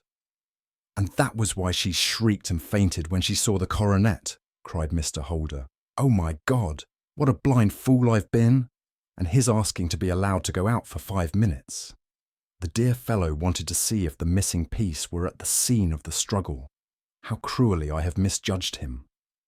"When I arrived at the house," continued Holmes, "I at once went very carefully round it to observe if there were any traces in the snow which might help me. I knew that none had fallen since the evening before, and also that there had been a strong frost to preserve impressions. I passed along the tradesman's path, but found it all trampled down and indistinguishable. Just beyond it, however, at the far side of the kitchen door, a woman had stood and talked with a man, whose round impressions on one side showed that he had a wooden leg. I could even tell that they had been disturbed, for the woman had run back swiftly to the door, as was shown by the deep toe and light heel marks, while Wooden Leg had waited a little and then had gone away. I thought at the time that this might be the maid and her sweetheart, of whom you had already spoken to me, and inquiry showed it was so. I passed round the garden without seeing anything more than random tracks, which I took to be the police. But when I got into the stable lane, a very long and complex story was written in the snow in front of me. There was a double line of tracks of a booted man, and a second double line, which I saw with delight belonged to a man with naked feet. I was at once convinced from what you had told me that the latter was your son. The first had walked both ways, but the other had run swiftly, and as his tread was marked in places over the depression of the boot, it was obvious that he had passed after the other. I followed them up and found they led to the hall window, where Boots had worn all the snow away while waiting. Then I walked to the other end, which was 100 yards or more down the lane. I saw where Boots had faced round, where the snow was cut up as though there had been a struggle, and finally, where a few drops of blood had fallen to show me that I was not mistaken. Boots had then run down the lane, and another little smudge of blood showed that it was he who had been hurt. When he came to the high road at the other end, I found that the pavement had been cleared, so there was an end to that clue. On entering the house, however, I examined, as you remember, the sill and framework of the hall window with my lens, and I could at once see that someone had passed out. I could distinguish the outline of an instep where the wet foot had been placed in coming in. I was then beginning to be able to form an opinion as to what had occurred. A man had waited outside the window. Someone had brought the gems. The deed had been overseen by your son. He had pursued the thief, had struggled with him. They had each tugged at the coronet, their united strength causing injuries which neither alone could have effected. He had returned with the prize, but had left a fragment in the grasp of his opponent. So far I was clear. The question now was, who was the man, and who was it brought him the coronet? It is an old maxim of mine that when you have excluded the impossible, whatever remains, however improbable, must be the truth. Now I knew that it was not you who had brought it down, so there only remained your niece and the maids. But if it were the maids, why should your son allow himself to be accused in their place? There could be no possible reason. As he loved his cousin, however, there was an excellent explanation why he should retain her secret. The more so, as the secret was a disgraceful one.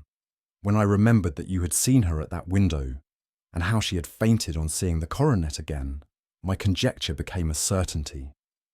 And who could it be who was her confederate?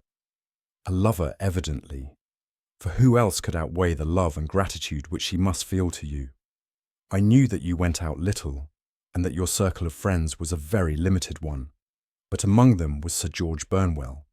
I had heard of him before as being a man of evil reputation among women. It must have been he who wore those boots and retained the missing gems. Even though he knew that Arthur had discovered him, he might still flatter himself that he was safe, for the lad could not say a word without compromising his own family. Well, your own good sense will suggest what measures I took next. I went in the shape of a loafer to Sir George's house, managed to pick up an acquaintance with his valet, learned that his master had cut his head the night before, and finally, at the expense of 6 shillings, made all sure by buying a pair of his cast-off shoes. With these, I journeyed down to Streatham and saw that they exactly fitted the tracks. "I saw an ill-dressed vagabond in the lane yesterday evening," said Mr. Holder. "Precisely, it was I. I found that I had my man, so I came home and changed my clothes. It was a delicate part which I had to play then, for I saw that a prosecution must be avoided to avert scandal, and I knew that so astute a villain would see that our hands were tied in the matter. I went and saw him. At first, of course, he denied everything, but when I gave him every particular that had occurred, he tried to bluster and took down a life-preserver from the wall. I knew my man, however, and I clapped a pistol to his head before he could strike. Then he became a little more reasonable. I told him that we would give him a price for the stones he held, £1,000 apiece. That brought out the first signs of grief that he had shown. "Why, dash it all," said he, "I've let them go at 600 for the 3. I soon managed to get the address of the receiver who had them, on promising him that there would be no prosecution. Off I set to him, and after much chaffering, I got our stones at £1,000 apiece. Then I looked in upon your son, told him that all was right, and eventually got to my bed about 2 o'clock, after what I may call a really hard day's work. A day which has saved England from a great public scandal," said the banker, rising. "Sir, I cannot find words to thank you, but you shall not find me ungrateful for what you have done. Your skill has indeed exceeded all that I have heard of it, and now I must fly to my dear boy to apologise to him for the wrong which I have done him. As to what you tell me of poor Mary, it goes to my very heart. Not even your skill can inform me where she is now." "I think that we may safely say," returned Holmes, "that she is wherever Sir George Burnwell is. It is equally certain, too, that whatever her sins are, they will soon receive a more than sufficient punishment."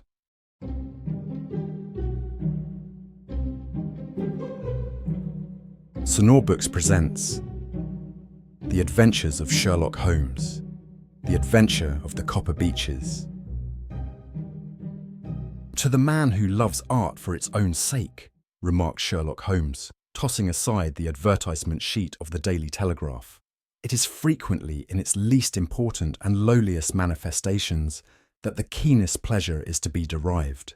It is pleasant to me to observe, Watson, that you have so far grasped this truth, that in these little records of our cases, which you have been good enough to draw up, And I am bound to say, occasionally to embellish, you have given prominence not so much to the many causes célèbres and sensational trials in which I have figured, but rather to those incidents which may have been trivial in themselves, but which have given room for those faculties of deduction and of logical synthesis which I have made my special province. And yet, said I, smiling, I cannot quite hold myself absolved from the charge of sensationalism which has been urged against my records. You have erred, perhaps, he observed, taking up a glowing cinder with the tongs and lighting with it the long cherry-wood pipe which was wont to replace his clay when he was in a disputatious rather than a meditative mood. You have erred, perhaps, in attempting to put colour and life into each of your statements, instead of confining yourself to the task of placing upon record that severe reasoning from cause to effect, which is really the only notable feature about the thing. It seems to me that I have done you full justice in the matter, I remarked with some coldness, for I was repelled by the egotism which I had more than once observed to be a strong factor in my friend's singular character. No, it is not selfishness or conceit, said he, answering, as was his wont, my thoughts rather than my words. If I claim full justice for my art, it is because it is an impersonal thing, a thing beyond myself. Crime is common, logic is rare. Therefore, it is upon the logic, rather than upon the crime, that you should dwell. You have degraded what should have been a course of lectures into a series of tales.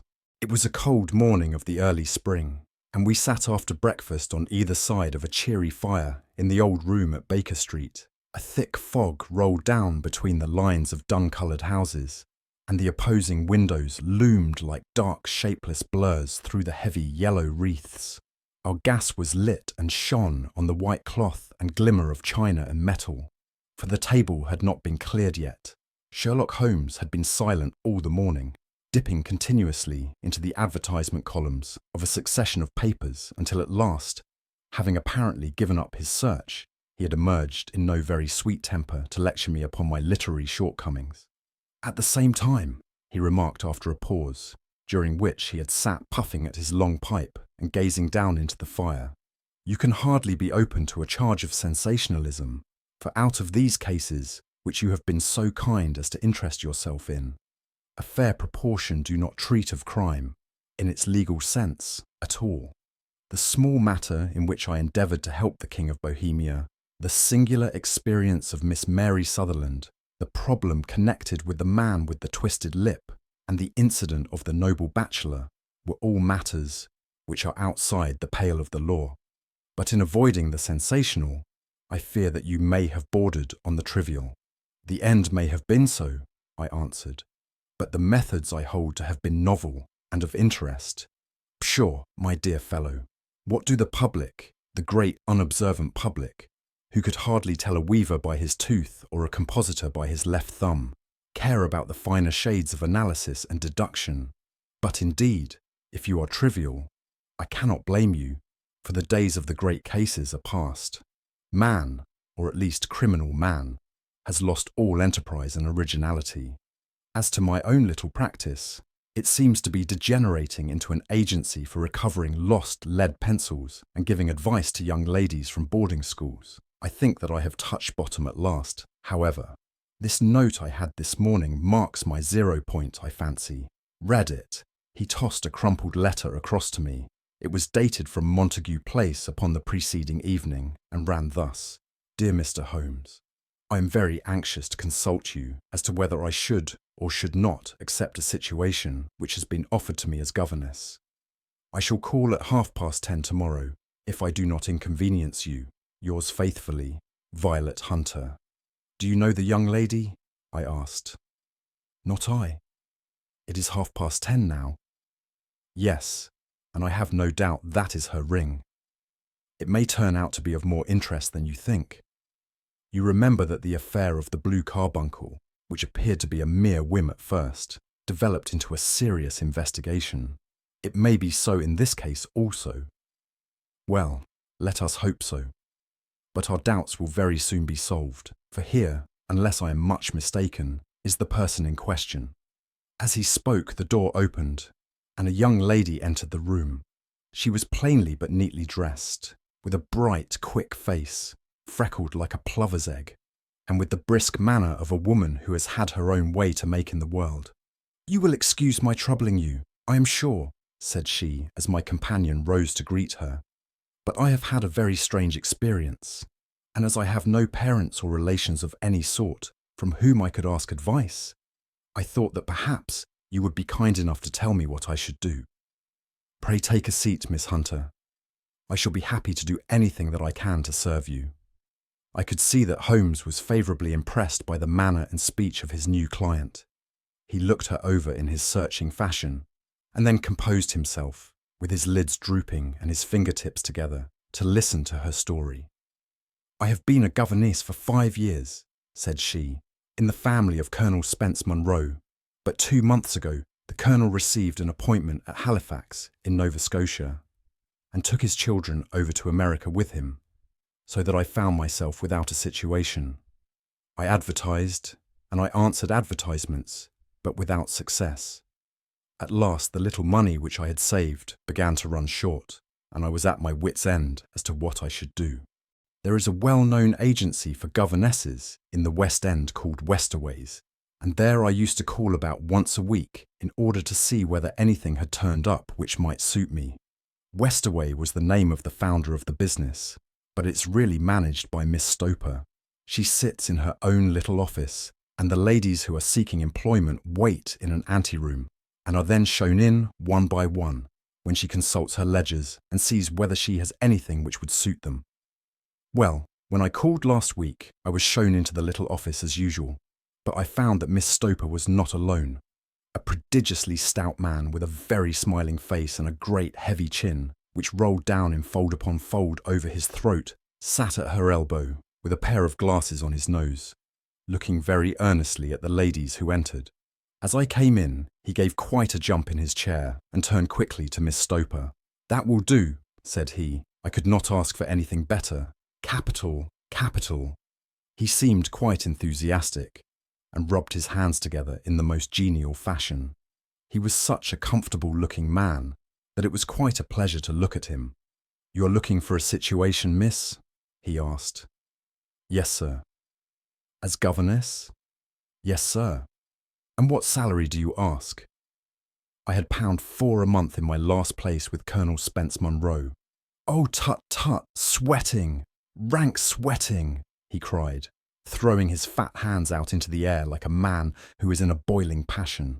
How could anyone offer so pitiful a sum to a lady with such attractions and accomplishments? "My accomplishments, sir, may be less than you imagine," said I. "A little French, a little German, music and drawing." "Tut, tut," he cried. "This is all quite beside the question. The point is, have you or have you not the bearing and deportment of a lady? There it is in a nutshell. If you have not, you are not fitted for the rearing of a child who may some day play a considerable part in the history of the country.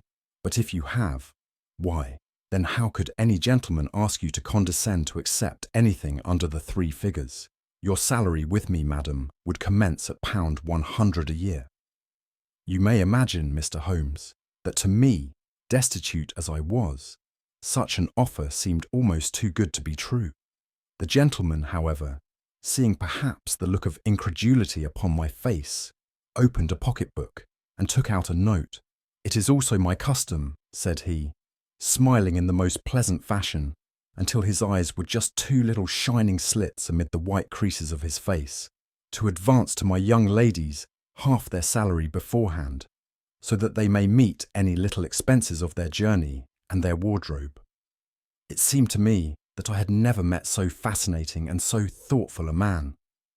As I was already in debt to my tradesmen, the advance was a great convenience, and yet there was something unnatural about the whole transaction which made me wish to know a little more before I quite committed myself. "May I ask where you live, sir?" said I. "Hampshire, charming rural place. The Copper Beeches, 5 miles on the far side of Winchester. It is the most lovely country, my dear young lady, and the dearest old country house. And my duties, sir? I should be glad to know what they would be. 1 child. One dear little romper, just 6 years old. Oh, if you could see him killing cockroaches with a slipper. Smack, smack, smack. 3 gone before you could wink. He leaned back in his chair and laughed his eyes into his head again. I was a little startled at the nature of the child's amusement, but the father's laughter made me think that perhaps he was joking. My sole duties, then, I asked, are to take charge of a single child. No, no, not the soul, my dear young lady, he cried. Your duty would be, as I am sure your good sense would suggest, to obey any little commands my wife might give, provided always that they were such commands as a lady might with propriety obey. You see no difficulty, huh? I should be happy to make myself useful. Quite so. In dress now, for example. We are faddy people, you know. Faddy but kind-hearted. If you were asked to wear any dress which we might give you, you would not object to our little whim, hey? No, said I, considerably astonished at his words. Or to sit here, or sit there, that would not be offensive to you? Oh no. Or to cut your hair quite short before you come to us? I could hardly believe my ears. As you may observe, Mr. Holmes, my hair is somewhat luxuriant and of a rather peculiar tint of chestnut. It has been considered artistic. I could not dream of sacrificing it in this offhand fashion. I'm afraid that is quite impossible, said I. He had been watching me eagerly out of his small eyes, and I could see a shadow pass over his face as I spoke. I'm afraid that it is quite essential, said he. It is a little fancy of my wife's, and ladies' fancies, you know, madam. Ladies' fancies must be consulted, and so you won't cut your hair? No, sir, I really could not, I answered firmly. Ah, very well. Then that quite settles the matter.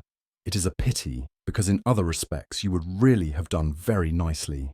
In that case, Miss Stoper, I had best inspect a few more of your young ladies. The manageress had sat all this while busy with her papers without a word to either of us, but she glanced at me now with so much annoyance upon her face that I could not help suspecting that she had lost a handsome commission through my refusal. Do you desire your name to be kept upon the books? She asked. If you please, Miss Stoper. Well, really, it seems rather useless, since you refuse the most excellent offers in this fashion, said she sharply. You can hardly expect us to exert ourselves to find another such opening for you. Good day to you, Miss Hunter. She struck a gong upon the table, and I was shown out by the page. Well, Mr. Holmes, when I got back to my lodgings and found little enough in the cupboard, and 2 or 3 bills upon the table, I began to ask myself whether I had not done a very foolish thing. After all, if these people had strange fads and expected obedience on the most extraordinary matters, they were at least ready to pay for their eccentricity. Very few governesses in England are getting £100 a year. Besides, what use was my hair to me? Many people are improved by wearing it short, and perhaps I should be among the number. Next day, I was inclined to think that I had made a mistake, and by the day after, I was sure of it. I had almost overcome my pride so far as to go back to the agency and inquire whether the place was still open when I received this letter from the gentleman himself. I have it here, and I will read it to you. The Copper Beeches, near Winchester. Dear Miss Hunter, Miss Stoper has very kindly given me your address, and I write from here to ask you whether you have reconsidered your decision. My wife is very anxious that you should come, for she has been much attracted by my description of you. We are willing to give £30 a quarter, or £120 a year, so as to recompense you for any little inconvenience which our fads may cause you. They are not very exacting, after all. My wife is fond of a particular shade of electric blue, and would like you to wear such a dress indoors in the morning. You need not, however, go to the expense of purchasing one, as we have one belonging to my dear daughter Alice, now in Philadelphia, which would, I should think, fit you very well. Then, as to sitting here or there, or amusing yourself in any manner indicated, that need cause you no inconvenience. As regards your hair, it is no doubt a pity, especially as I could not help remarking its beauty during our short interview, but I am afraid that I must remain firm upon this point. and I only hope that the increased salary may recompense you for the loss. Your duties, as far as the child is concerned, are very light. Now do try to come, and I shall meet you with the dogcart at Winchester. Let me know your train. Yours faithfully, Jeffro Rucastle. That is the letter which I have just received, Mr. Holmes, and my mind is made up that I will accept it. I thought, however, that before taking the final step, I should like to submit the whole matter to your consideration. Well, Miss Hunter, if your mind is made up, that settles the question, said Holmes, smiling. But you would not advise me to refuse. I confess that it is not the situation which I should like to see a sister of mine apply for. What is the meaning of it all, Mr. Holmes? Ah, I have no data. I cannot tell. Perhaps you have yourself formed some opinion? Well, there seems to me to be only one possible solution. Mr. Rucastle seemed to be a very kind, good-natured man. Is it not possible that his wife is a lunatic, that he desires to keep the matter quiet for fear she should be taken to an asylum, and that he humours her fancies in every way in order to prevent an outbreak? That is a possible solution. In fact, as matters stand, it is the most probable one. But in any case, it does not seem to be a nice household for a young lady. But the money, Mr. Holmes, the money! Well, yes, of course the pay is good, too good. That is what makes me uneasy. Why should they give you £120 a year when they could have their pick for £40? There must be some strong reason behind. I thought that if I told you the circumstances, you would understand afterwards if I wanted your help. I should feel so much stronger if I felt that you were at the back of me. Oh, you may carry that feeling away with you. I assure you that your little problem promises to be the most interesting which has come my way for some months. There is something distinctly novel about some of the features. If you should find yourself in doubt or in danger— Danger! What danger do you foresee? Holmes shook his head gravely. It would cease to be a danger if we could define it, said he. But at any time, day or night, a telegram would bring me down to your help. That is enough. She rose briskly from her chair, with the anxiety all swept from her face. I shall go down to Hampshire quite easy in my mind now. I shall write to Mr. Rucastle at once, sacrifice my poor hair tonight, and start for Winchester tomorrow. With a few grateful words to Holmes, she bade us both good night and bustled off upon her way. At least, said I, as we heard her quick, firm steps descending the stairs, she seems to be a young lady who is very well able to take care of herself. And she would need to be, said Holmes gravely. I am much mistaken if we do not hear from her before many days are past. It was not very long before my friend's prediction was fulfilled. A fortnight went by, during which I frequently found my thoughts turning in her direction and wondering what strange side alley of human experience this lonely woman had strayed into. The unusual salary, the curious conditions, the light duties, all pointed to something abnormal, though whether a fad or a plot, or whether the man were a philanthropist or a villain, it was quite beyond my powers to determine. As to Holmes, I observed that he sat frequently for half an hour on end, with knitted brows and an abstracted air, but he swept the matter away with a wave of his hand when I mentioned it.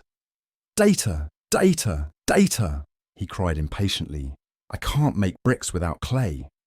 And yet he would always wind up by muttering that no sister of his should ever have accepted such a situation.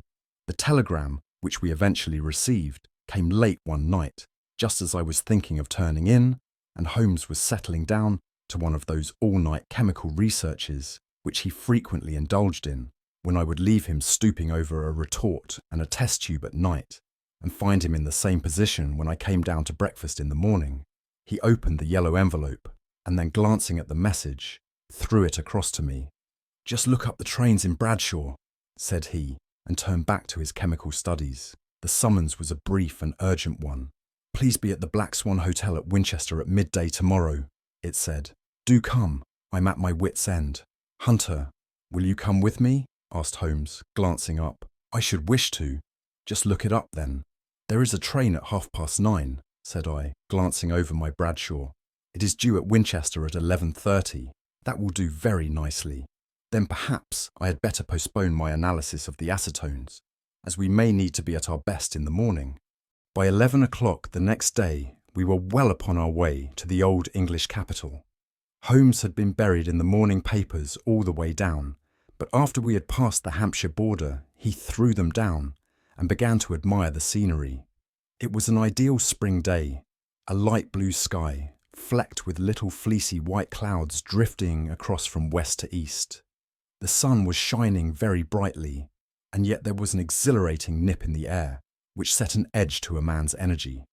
All over the countryside, away to the rolling hills around Aldershot, the little red and grey roofs of the farmsteadings peeped out from amid the light green of the new foliage. "Are they not fresh and beautiful?"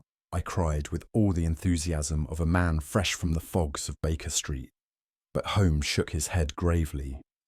"Do you know, Watson," said he, "that it is one of the curses of a mind with a turn like mine, that I must look at everything with reference to my own special subject. You look at these scattered houses, and you are impressed by their beauty. I look at them, and the only thought which comes to me is a feeling of their isolation, and of the impunity with which crime may be committed there." "Good heavens!" I cried. "Who would associate crime with these dear old homesteads? They always fill me with a certain horror.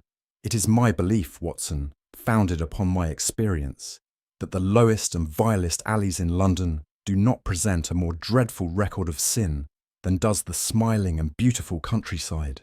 You horrify me.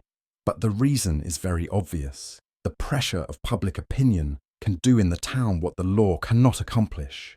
There is no lane so vile that the scream of a tortured child or the thud of a drunkard's blow does not beget sympathy and indignation among the neighbours. And then the whole machinery of justice is ever so close that a word of complaint can set it going, and there is but a step between the crime and the dock. But look at these lonely houses, each in its own fields, filled for the most part with poor ignorant folk who know little of the law. Think of the deeds of hellish cruelty, the hidden wickedness which may go on, year in, year out, in such places, and none the wiser. Had this lady, who appeals to us for help, gone to live in Winchester, I should never have had a fear for her. It is the 5 miles of country which makes the danger. Still, it is clear that she is not personally threatened. No, if she can come to Winchester to meet us, she can get away." "Quite so. She has her freedom. What can be the matter then? Can you suggest no explanation?" "I have devised 7 separate explanations, each of which would cover the facts as far as we know them. But which of these is correct can only be determined by the fresh information which we shall no doubt find waiting for us. Well, there is the tower of the cathedral, and we shall soon learn all that Miss Hunter has to tell. The Black Swan is an inn of repute in the High Street, at no distance from the station, and there we found the young lady waiting for us. She had engaged a sitting room, and our lunch awaited us upon the table. "I am so delighted that you have come," she said earnestly. "It is so very kind of you both, but indeed I do not know what I should do. Your advice will be altogether invaluable to me. Pray tell us what has happened to you." "I will do so, and I must be quick, for I have promised Mr. Rucastle to be back before 3. I got his leave to come into town this morning, though he little knew for what purpose. Let us have everything in its due order." Holmes thrust his long thin legs out towards the fire and composed himself to listen. "In the first place, I may say that I have met on the whole with no actual ill treatment from Mr. and Mrs. Rucastle. It is only fair to them to say that, but I cannot understand them, and I am not easy in my mind about them." "What can you not understand?" "Their reasons for their conduct, but you shall have it all just as it occurred. When I came down, Mr. Rucastle met me here and drove me in his dog-cart to the Copper Beeches. It is, as he said, beautifully situated, but it is not beautiful in itself, for it is a large square block of a house, whitewashed, but all stained and streaked with damp and bad weather. There are grounds round it, woods on 3 sides, and on the 4th a field which slopes down to the Southampton High Road, which curves past about 100 yards from the front door. This ground in front belongs to the house, but the woods all round are part of Lord Southerton's preserves. A clump of copper beeches immediately in front of the hall door has given its name to the place. I was driven over by my employer, who was as amiable as ever, and was introduced by him that evening to his wife and the child. There was no truth, Mr. Holmes, in the conjecture which seemed to us to be probable in your rooms at Baker Street. Mrs. Rucastle is not mad. I found her to be a silent, pale-faced woman, much younger than her husband, not more than 30, I should think, while he can hardly be less than 45. From their conversation, I have gathered that they have been married about 7 years, that he was a widower, and that his only child by the first wife was the daughter who has gone to Philadelphia. Mr. Rucastle told me in private that the reason why she'd left them was that she had an unreasoning aversion to her stepmother. As the daughter could not have been less than 20, I can quite imagine that her position must have been uncomfortable with her father's young wife. Mrs. Rucastle seemed to me to be colourless in mind as well as in feature. She impressed me neither favourably nor the reverse. She was a nonentity. It was easy to see that she was passionately devoted both to her husband and to her little son. Her light grey eyes wandered continually from one to the other, noting every little want and forestalling it if possible.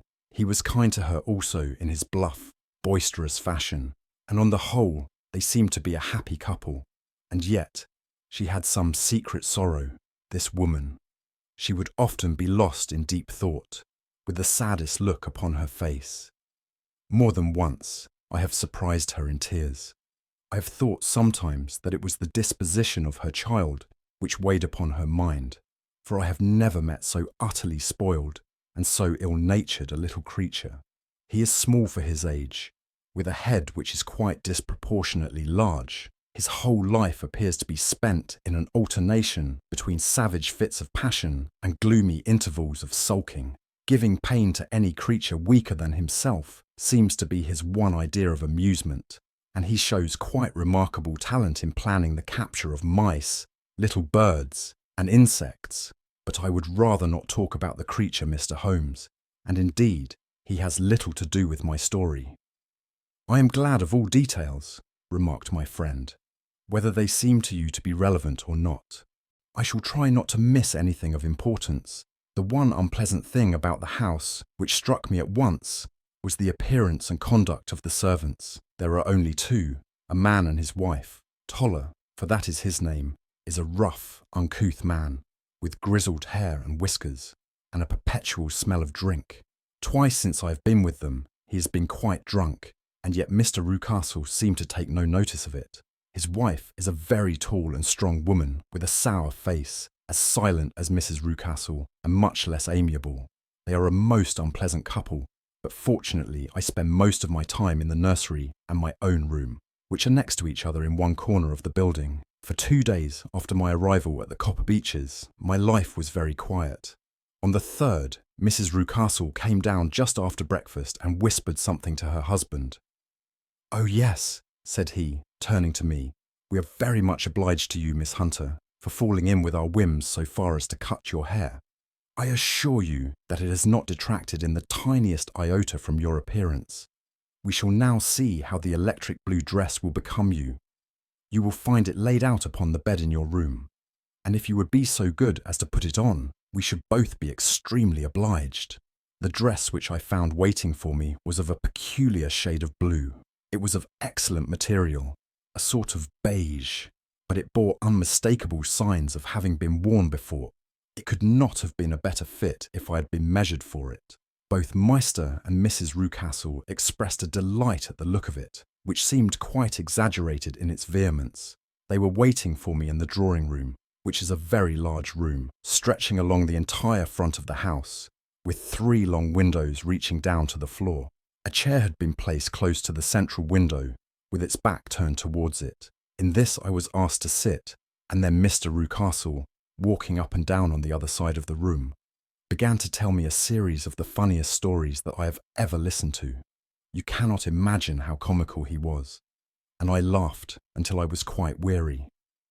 Mrs. Rucastle, however, who has evidently no sense of humour, never so much as smiled, but sat with her hands in her lap and a sad, anxious look upon her face.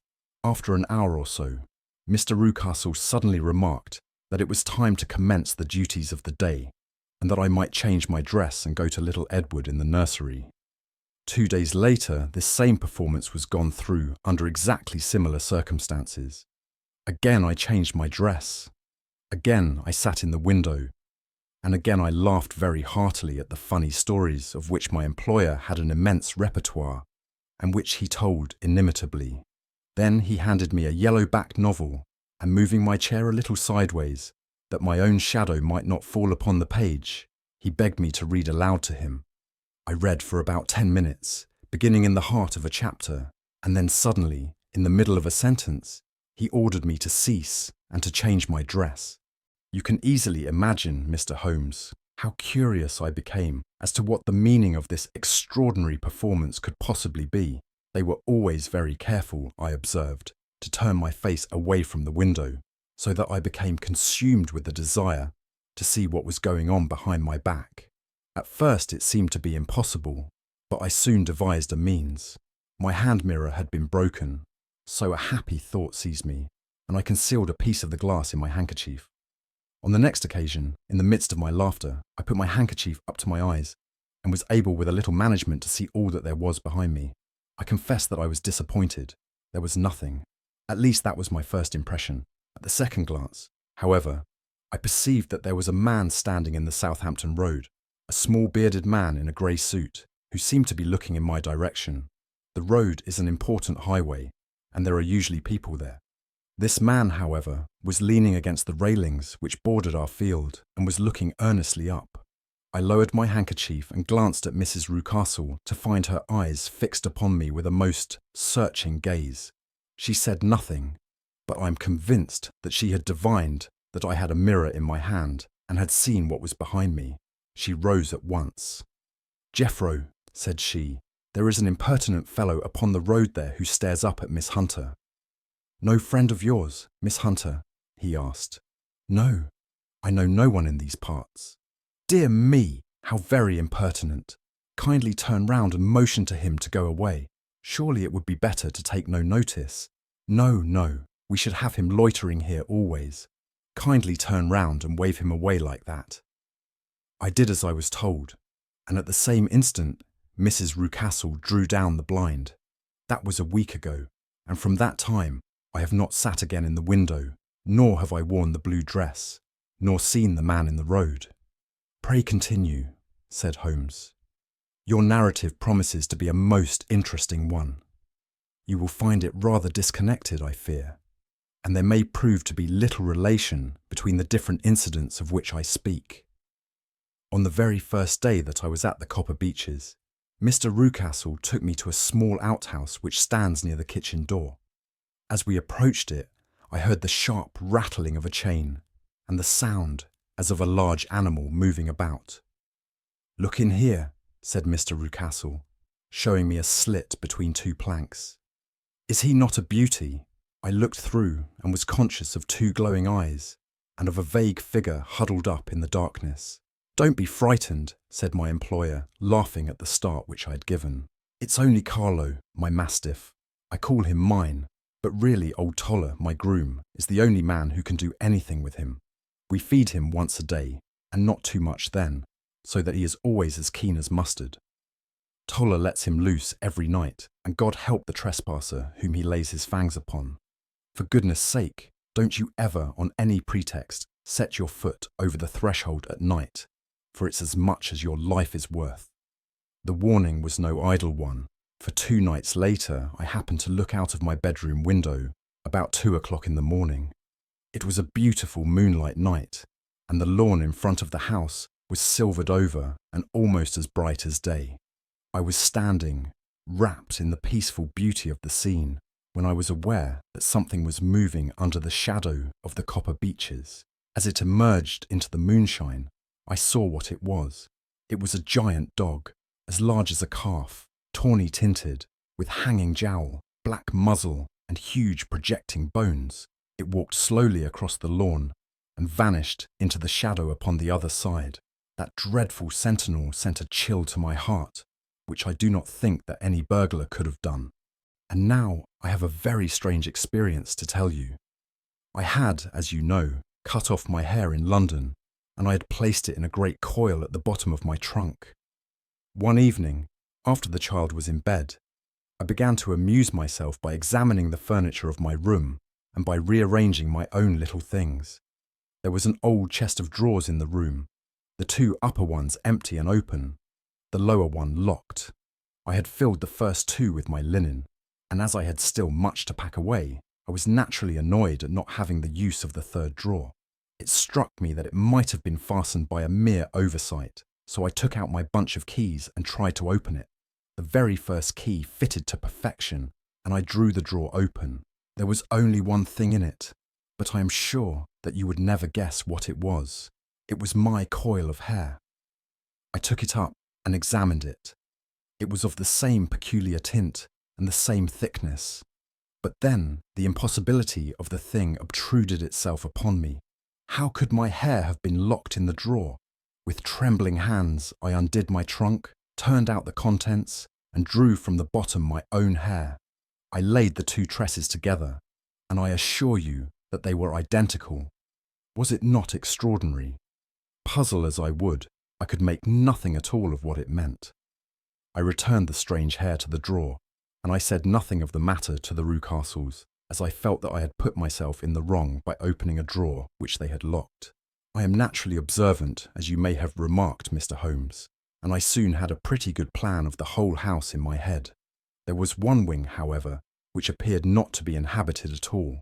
A door which faced that, which led into the quarters of the Tollers, opened into this suite, but it was invariably locked.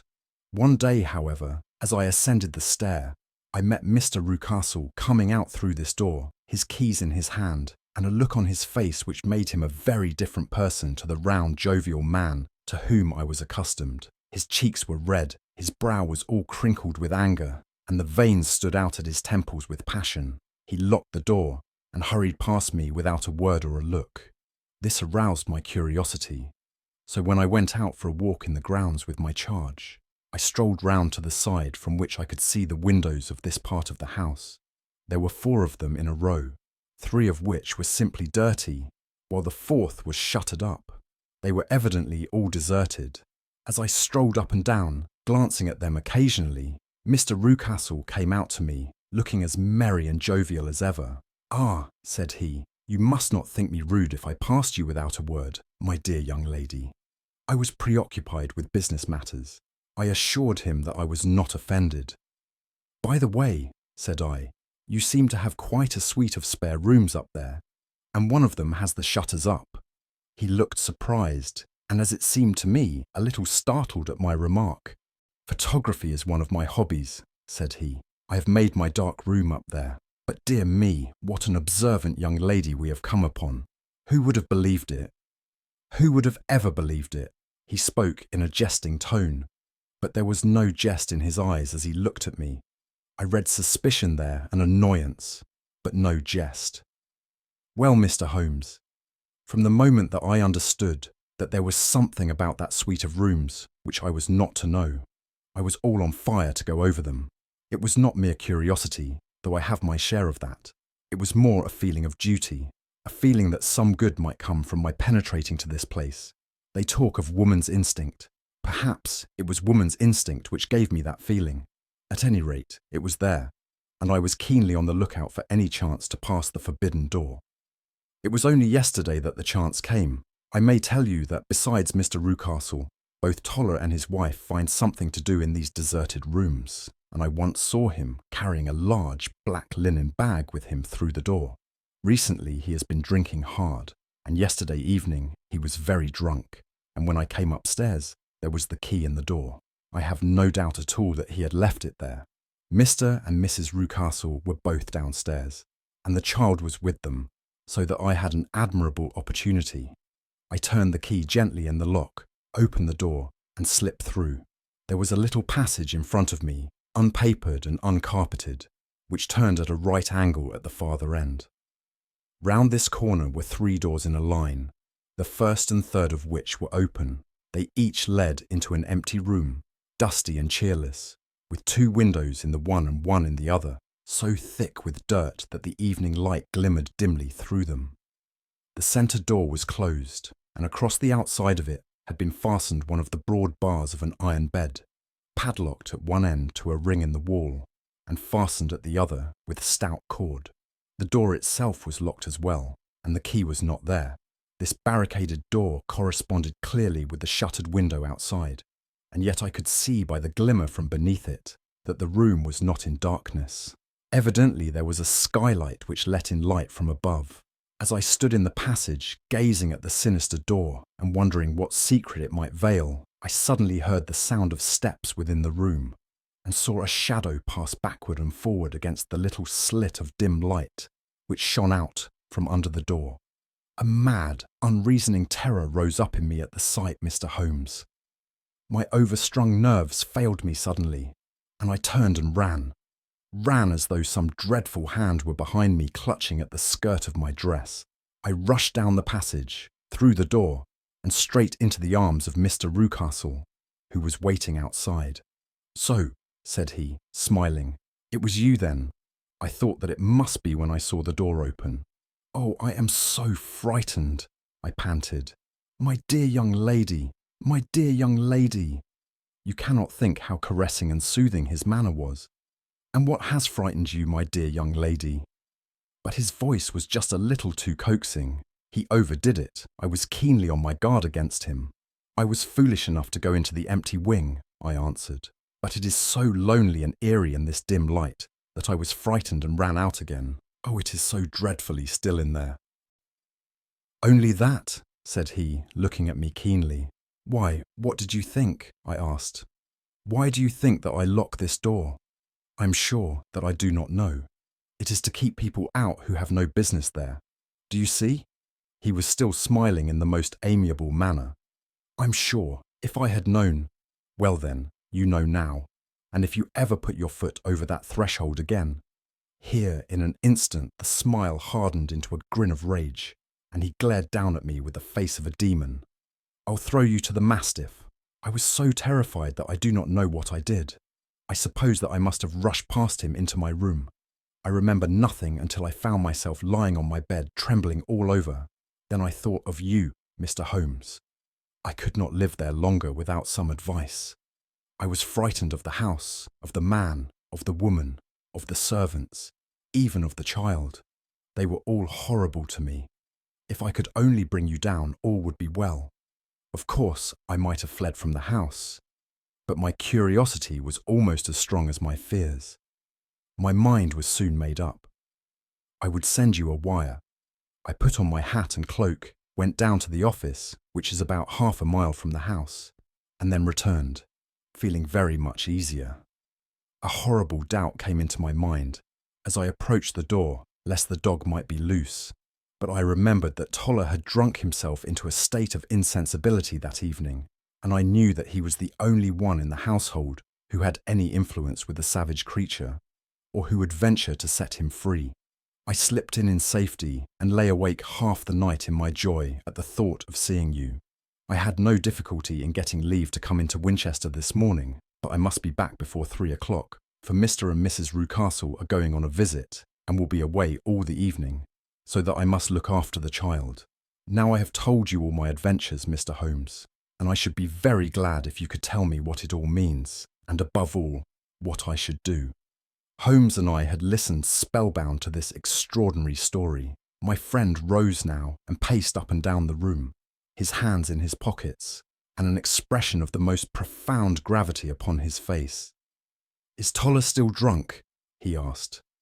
"Yes, I heard his wife tell Mrs. Rucastle that she could do nothing with him." "That is well. And the Rucastles go out tonight?" "Yes." "Is there a cellar with a good strong lock?" "Yes, the wine cellar." "You seem to me to have acted all through this matter like a very brave and sensible girl, Miss Hunter. Do you think that you could perform one more feat? I should not ask it of you if I did not think you a quite exceptional woman." "I will try. What is it?" "We shall be at the Copper Beeches by 7 o'clock, my friend and I. The Rucastles will be gone by that time, and Toller will, we hope, be incapable. There only remains Mrs. Toller, who might give the alarm. If you could send her into the cellar on some errand and then turn the key upon her, you would facilitate matters immensely. I will do it. Excellent. We shall then look thoroughly into the affair. Of course, there is only one feasible explanation. You have been brought there to personate someone, and the real person is imprisoned in this chamber. That is obvious. As to who this prisoner is, I have no doubt that it is the daughter, Miss Alice Rucastle, if I remember right, who was said to have gone to America. You were chosen, doubtless, as resembling her in height, figure, and the colour of your hair. Hers had been cut off, very possibly in some illness through which she has passed, and so, of course, yours had to be sacrificed also. By a curious chance you came upon her tresses. The man in the road was undoubtedly some friend of hers, possibly her fiancé, and no doubt, as you wore the girl's dress and were so like her, he was convinced from your laughter whenever he saw you, and afterwards from your gesture, that Miss Rucastle was perfectly happy, and that she no longer desired his attentions. The dog is let loose at night to prevent him from endeavouring to communicate with her. So much is fairly clear. The most serious point in the case is the disposition of the child. What on earth has that to do with it? I ejaculated. My dear Watson, you as a medical man are continually gaining light as to the tendencies of a child by the study of the parents. Don't you see that the converse is equally valid? I have frequently gained my first real insight into the character of parents by studying their children. This child's disposition is abnormally cruel, merely for cruelty's sake, and whether he derives this from his smiling father, as I should suspect, or from his mother, it bodes evil for the poor girl who is in their power. I am sure that you are right, Mr. Holmes, cried our client. 1,000 things come back to me which make me certain that you have hit it. Oh, let us lose not an instant in bringing help to this poor creature. We must be circumspect, for we are dealing with a very cunning man. We can do nothing until 7 o'clock. At that hour, we shall be with you, and it will not be long before we solve the mystery. We were as good as our word, for it was just 7 when we reached the Copper Beeches, having put up our trap at a wayside public house. The group of trees, with their dark leaves shining like burnished metal in the light of the setting sun, was sufficient to mark the house, even had Miss Hunter not been standing smiling on the doorstep. "Have you managed it?" asked Holmes. A loud thudding noise came from somewhere downstairs. "That is Mrs. Toller in the cellar," said she. "Her husband lies snoring on the kitchen rug. Here are his keys, which are the duplicates of Mr. Rucastle's." "You have done well indeed," cried Holmes with enthusiasm. "Now lead the way, and we shall soon see the end of this black business." We passed up the stair, unlocked the door, followed on down a passage, and found ourselves in front of the barricade which Miss Hunter had described. Holmes cut the cord and removed the transverse bar. Then he tried the various keys in the lock, but without success. No sound came from within, and at the silence, Holmes's face clouded over. "I trust that we are not too late," said he. "I think, Miss Hunter, that we'd better go in without you. Now, Watson, put your shoulder to it, and we shall see whether we cannot make our way in." It was an old rickety door, and gave at once before our united strength. Together we rushed into the room. It was empty. There was no furniture, save a little pallet bed, a small table, and a basket full of linen. The skylight above was open, and the prisoner gone. "There has been some villainy here," said Holmes. "This beauty has guessed Miss Hunter's intentions, and has carried his victim off." "But how?" "Through the skylight. We shall soon see how he managed it." He swung himself up onto the roof. "Ah, yes," he cried. "Here's the end of a long light ladder against the eaves. That is how he did it." "But it is impossible," said Miss Hunter. "The ladder was not there when the Rucastles went away. He has come back and done it. I tell you that he is a clever and dangerous man. I should not be very much surprised if this were he whose step I hear now upon the stair. I think, Watson, that it would be as well for you to have your pistol ready." The words were hardly out of his mouth before a man appeared at the door of the room, a very fat and burly man, with a heavy stick in his hand. Miss Hunter screamed and shrunk against the wall at the sight of him, but Sherlock Holmes sprang forward and confronted him. "You villain," said he. "Where's your daughter?" The fat man cast his eyes round and then up at the open skylight.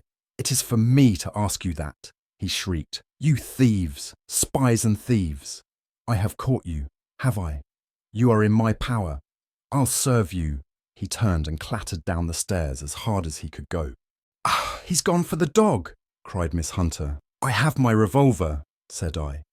"Better close the front door," cried Holmes, and we all rushed down the stairs together. We had hardly reached the hall when we heard the baying of a hound, and then a scream of agony, with a horrible worrying sound which it was dreadful to listen to.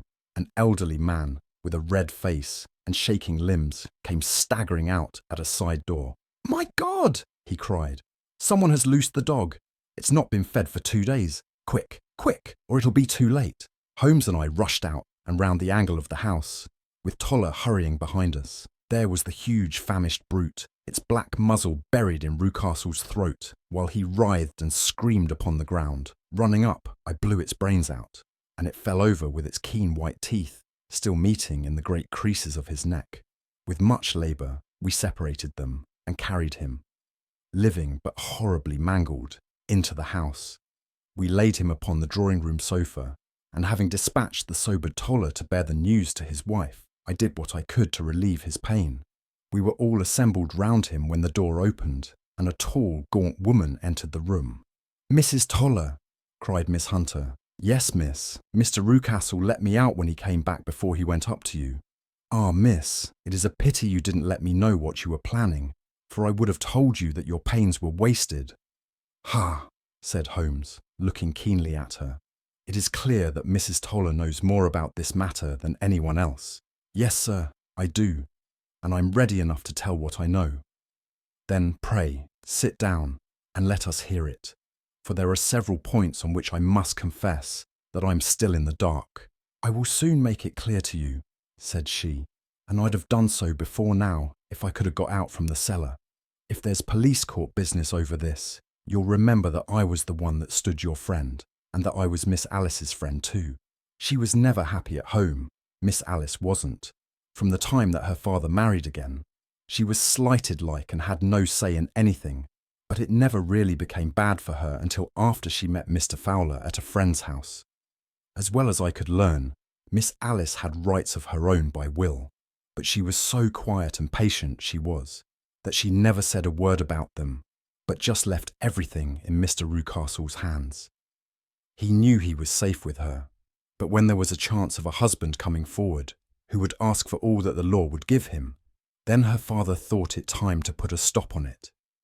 He wanted her to sign a paper, so that whether she married or not, he could use her money. When she wouldn't do it, he kept on worrying her until she got brain fever, and for 6 weeks was at death's door. Then she got better at last, all worn to a shadow, and with her beautiful hair cut off. But that didn't make no change in her young man, and he stuck to her as true as man could be. "Ah," said Holmes, "I think that what you have been good enough to tell us makes the matter fairly clear, and that I can deduce all that remains. Mr. Rucastle, then, I presume, took to this system of imprisonment." "Ah, yes, sir." "And brought Miss Hunter down from London in order to get rid of the disagreeable persistence of Mr. Fowler." "That was it, sir. But Mr. Fowler, being a persevering man, as a good seaman should be, blockaded the house, and having met you succeeded by certain arguments, metallic or otherwise, in convincing you that your interests were the same as his. Mr. Fowler was a very kind-spoken, free-handed gentleman," said Mrs. Toller serenely, "and in this way he managed that your good man should have no want of drink, and that a ladder should be ready at the moment when your master had gone out. You have it, sir, just as it happened." "I'm sure we owe you an apology, Mrs. Toller," said Holmes, "for you have certainly cleared up everything which puzzled us, and here comes the country surgeon and Mrs. Rucastle, so I think, Watson, that we had best escort Miss Hunter back to Winchester, as it seems to me that our locus standi now is rather a questionable one." And thus was solved the mystery of the sinister house with the copper beeches in front of the door. Mr. Rucastle survived, but was always a broken man, kept alive solely through the care of his devoted wife. They still live with their old servants, who probably know so much of Rucastle's past life that he finds it difficult to part from them. Mr. Fowler and Miss Rucastle were married by special licence in Southampton the day after their flight, and he is now the holder of a government appointment in the island of Mauritius. As to Miss Violet Hunter, my friend Holmes, rather to my disappointment, manifested no further interest in her, when once she had ceased to be the centre of one of his problems, and she is now the head of a private school at Walsall, where I believe that she has met with considerable success.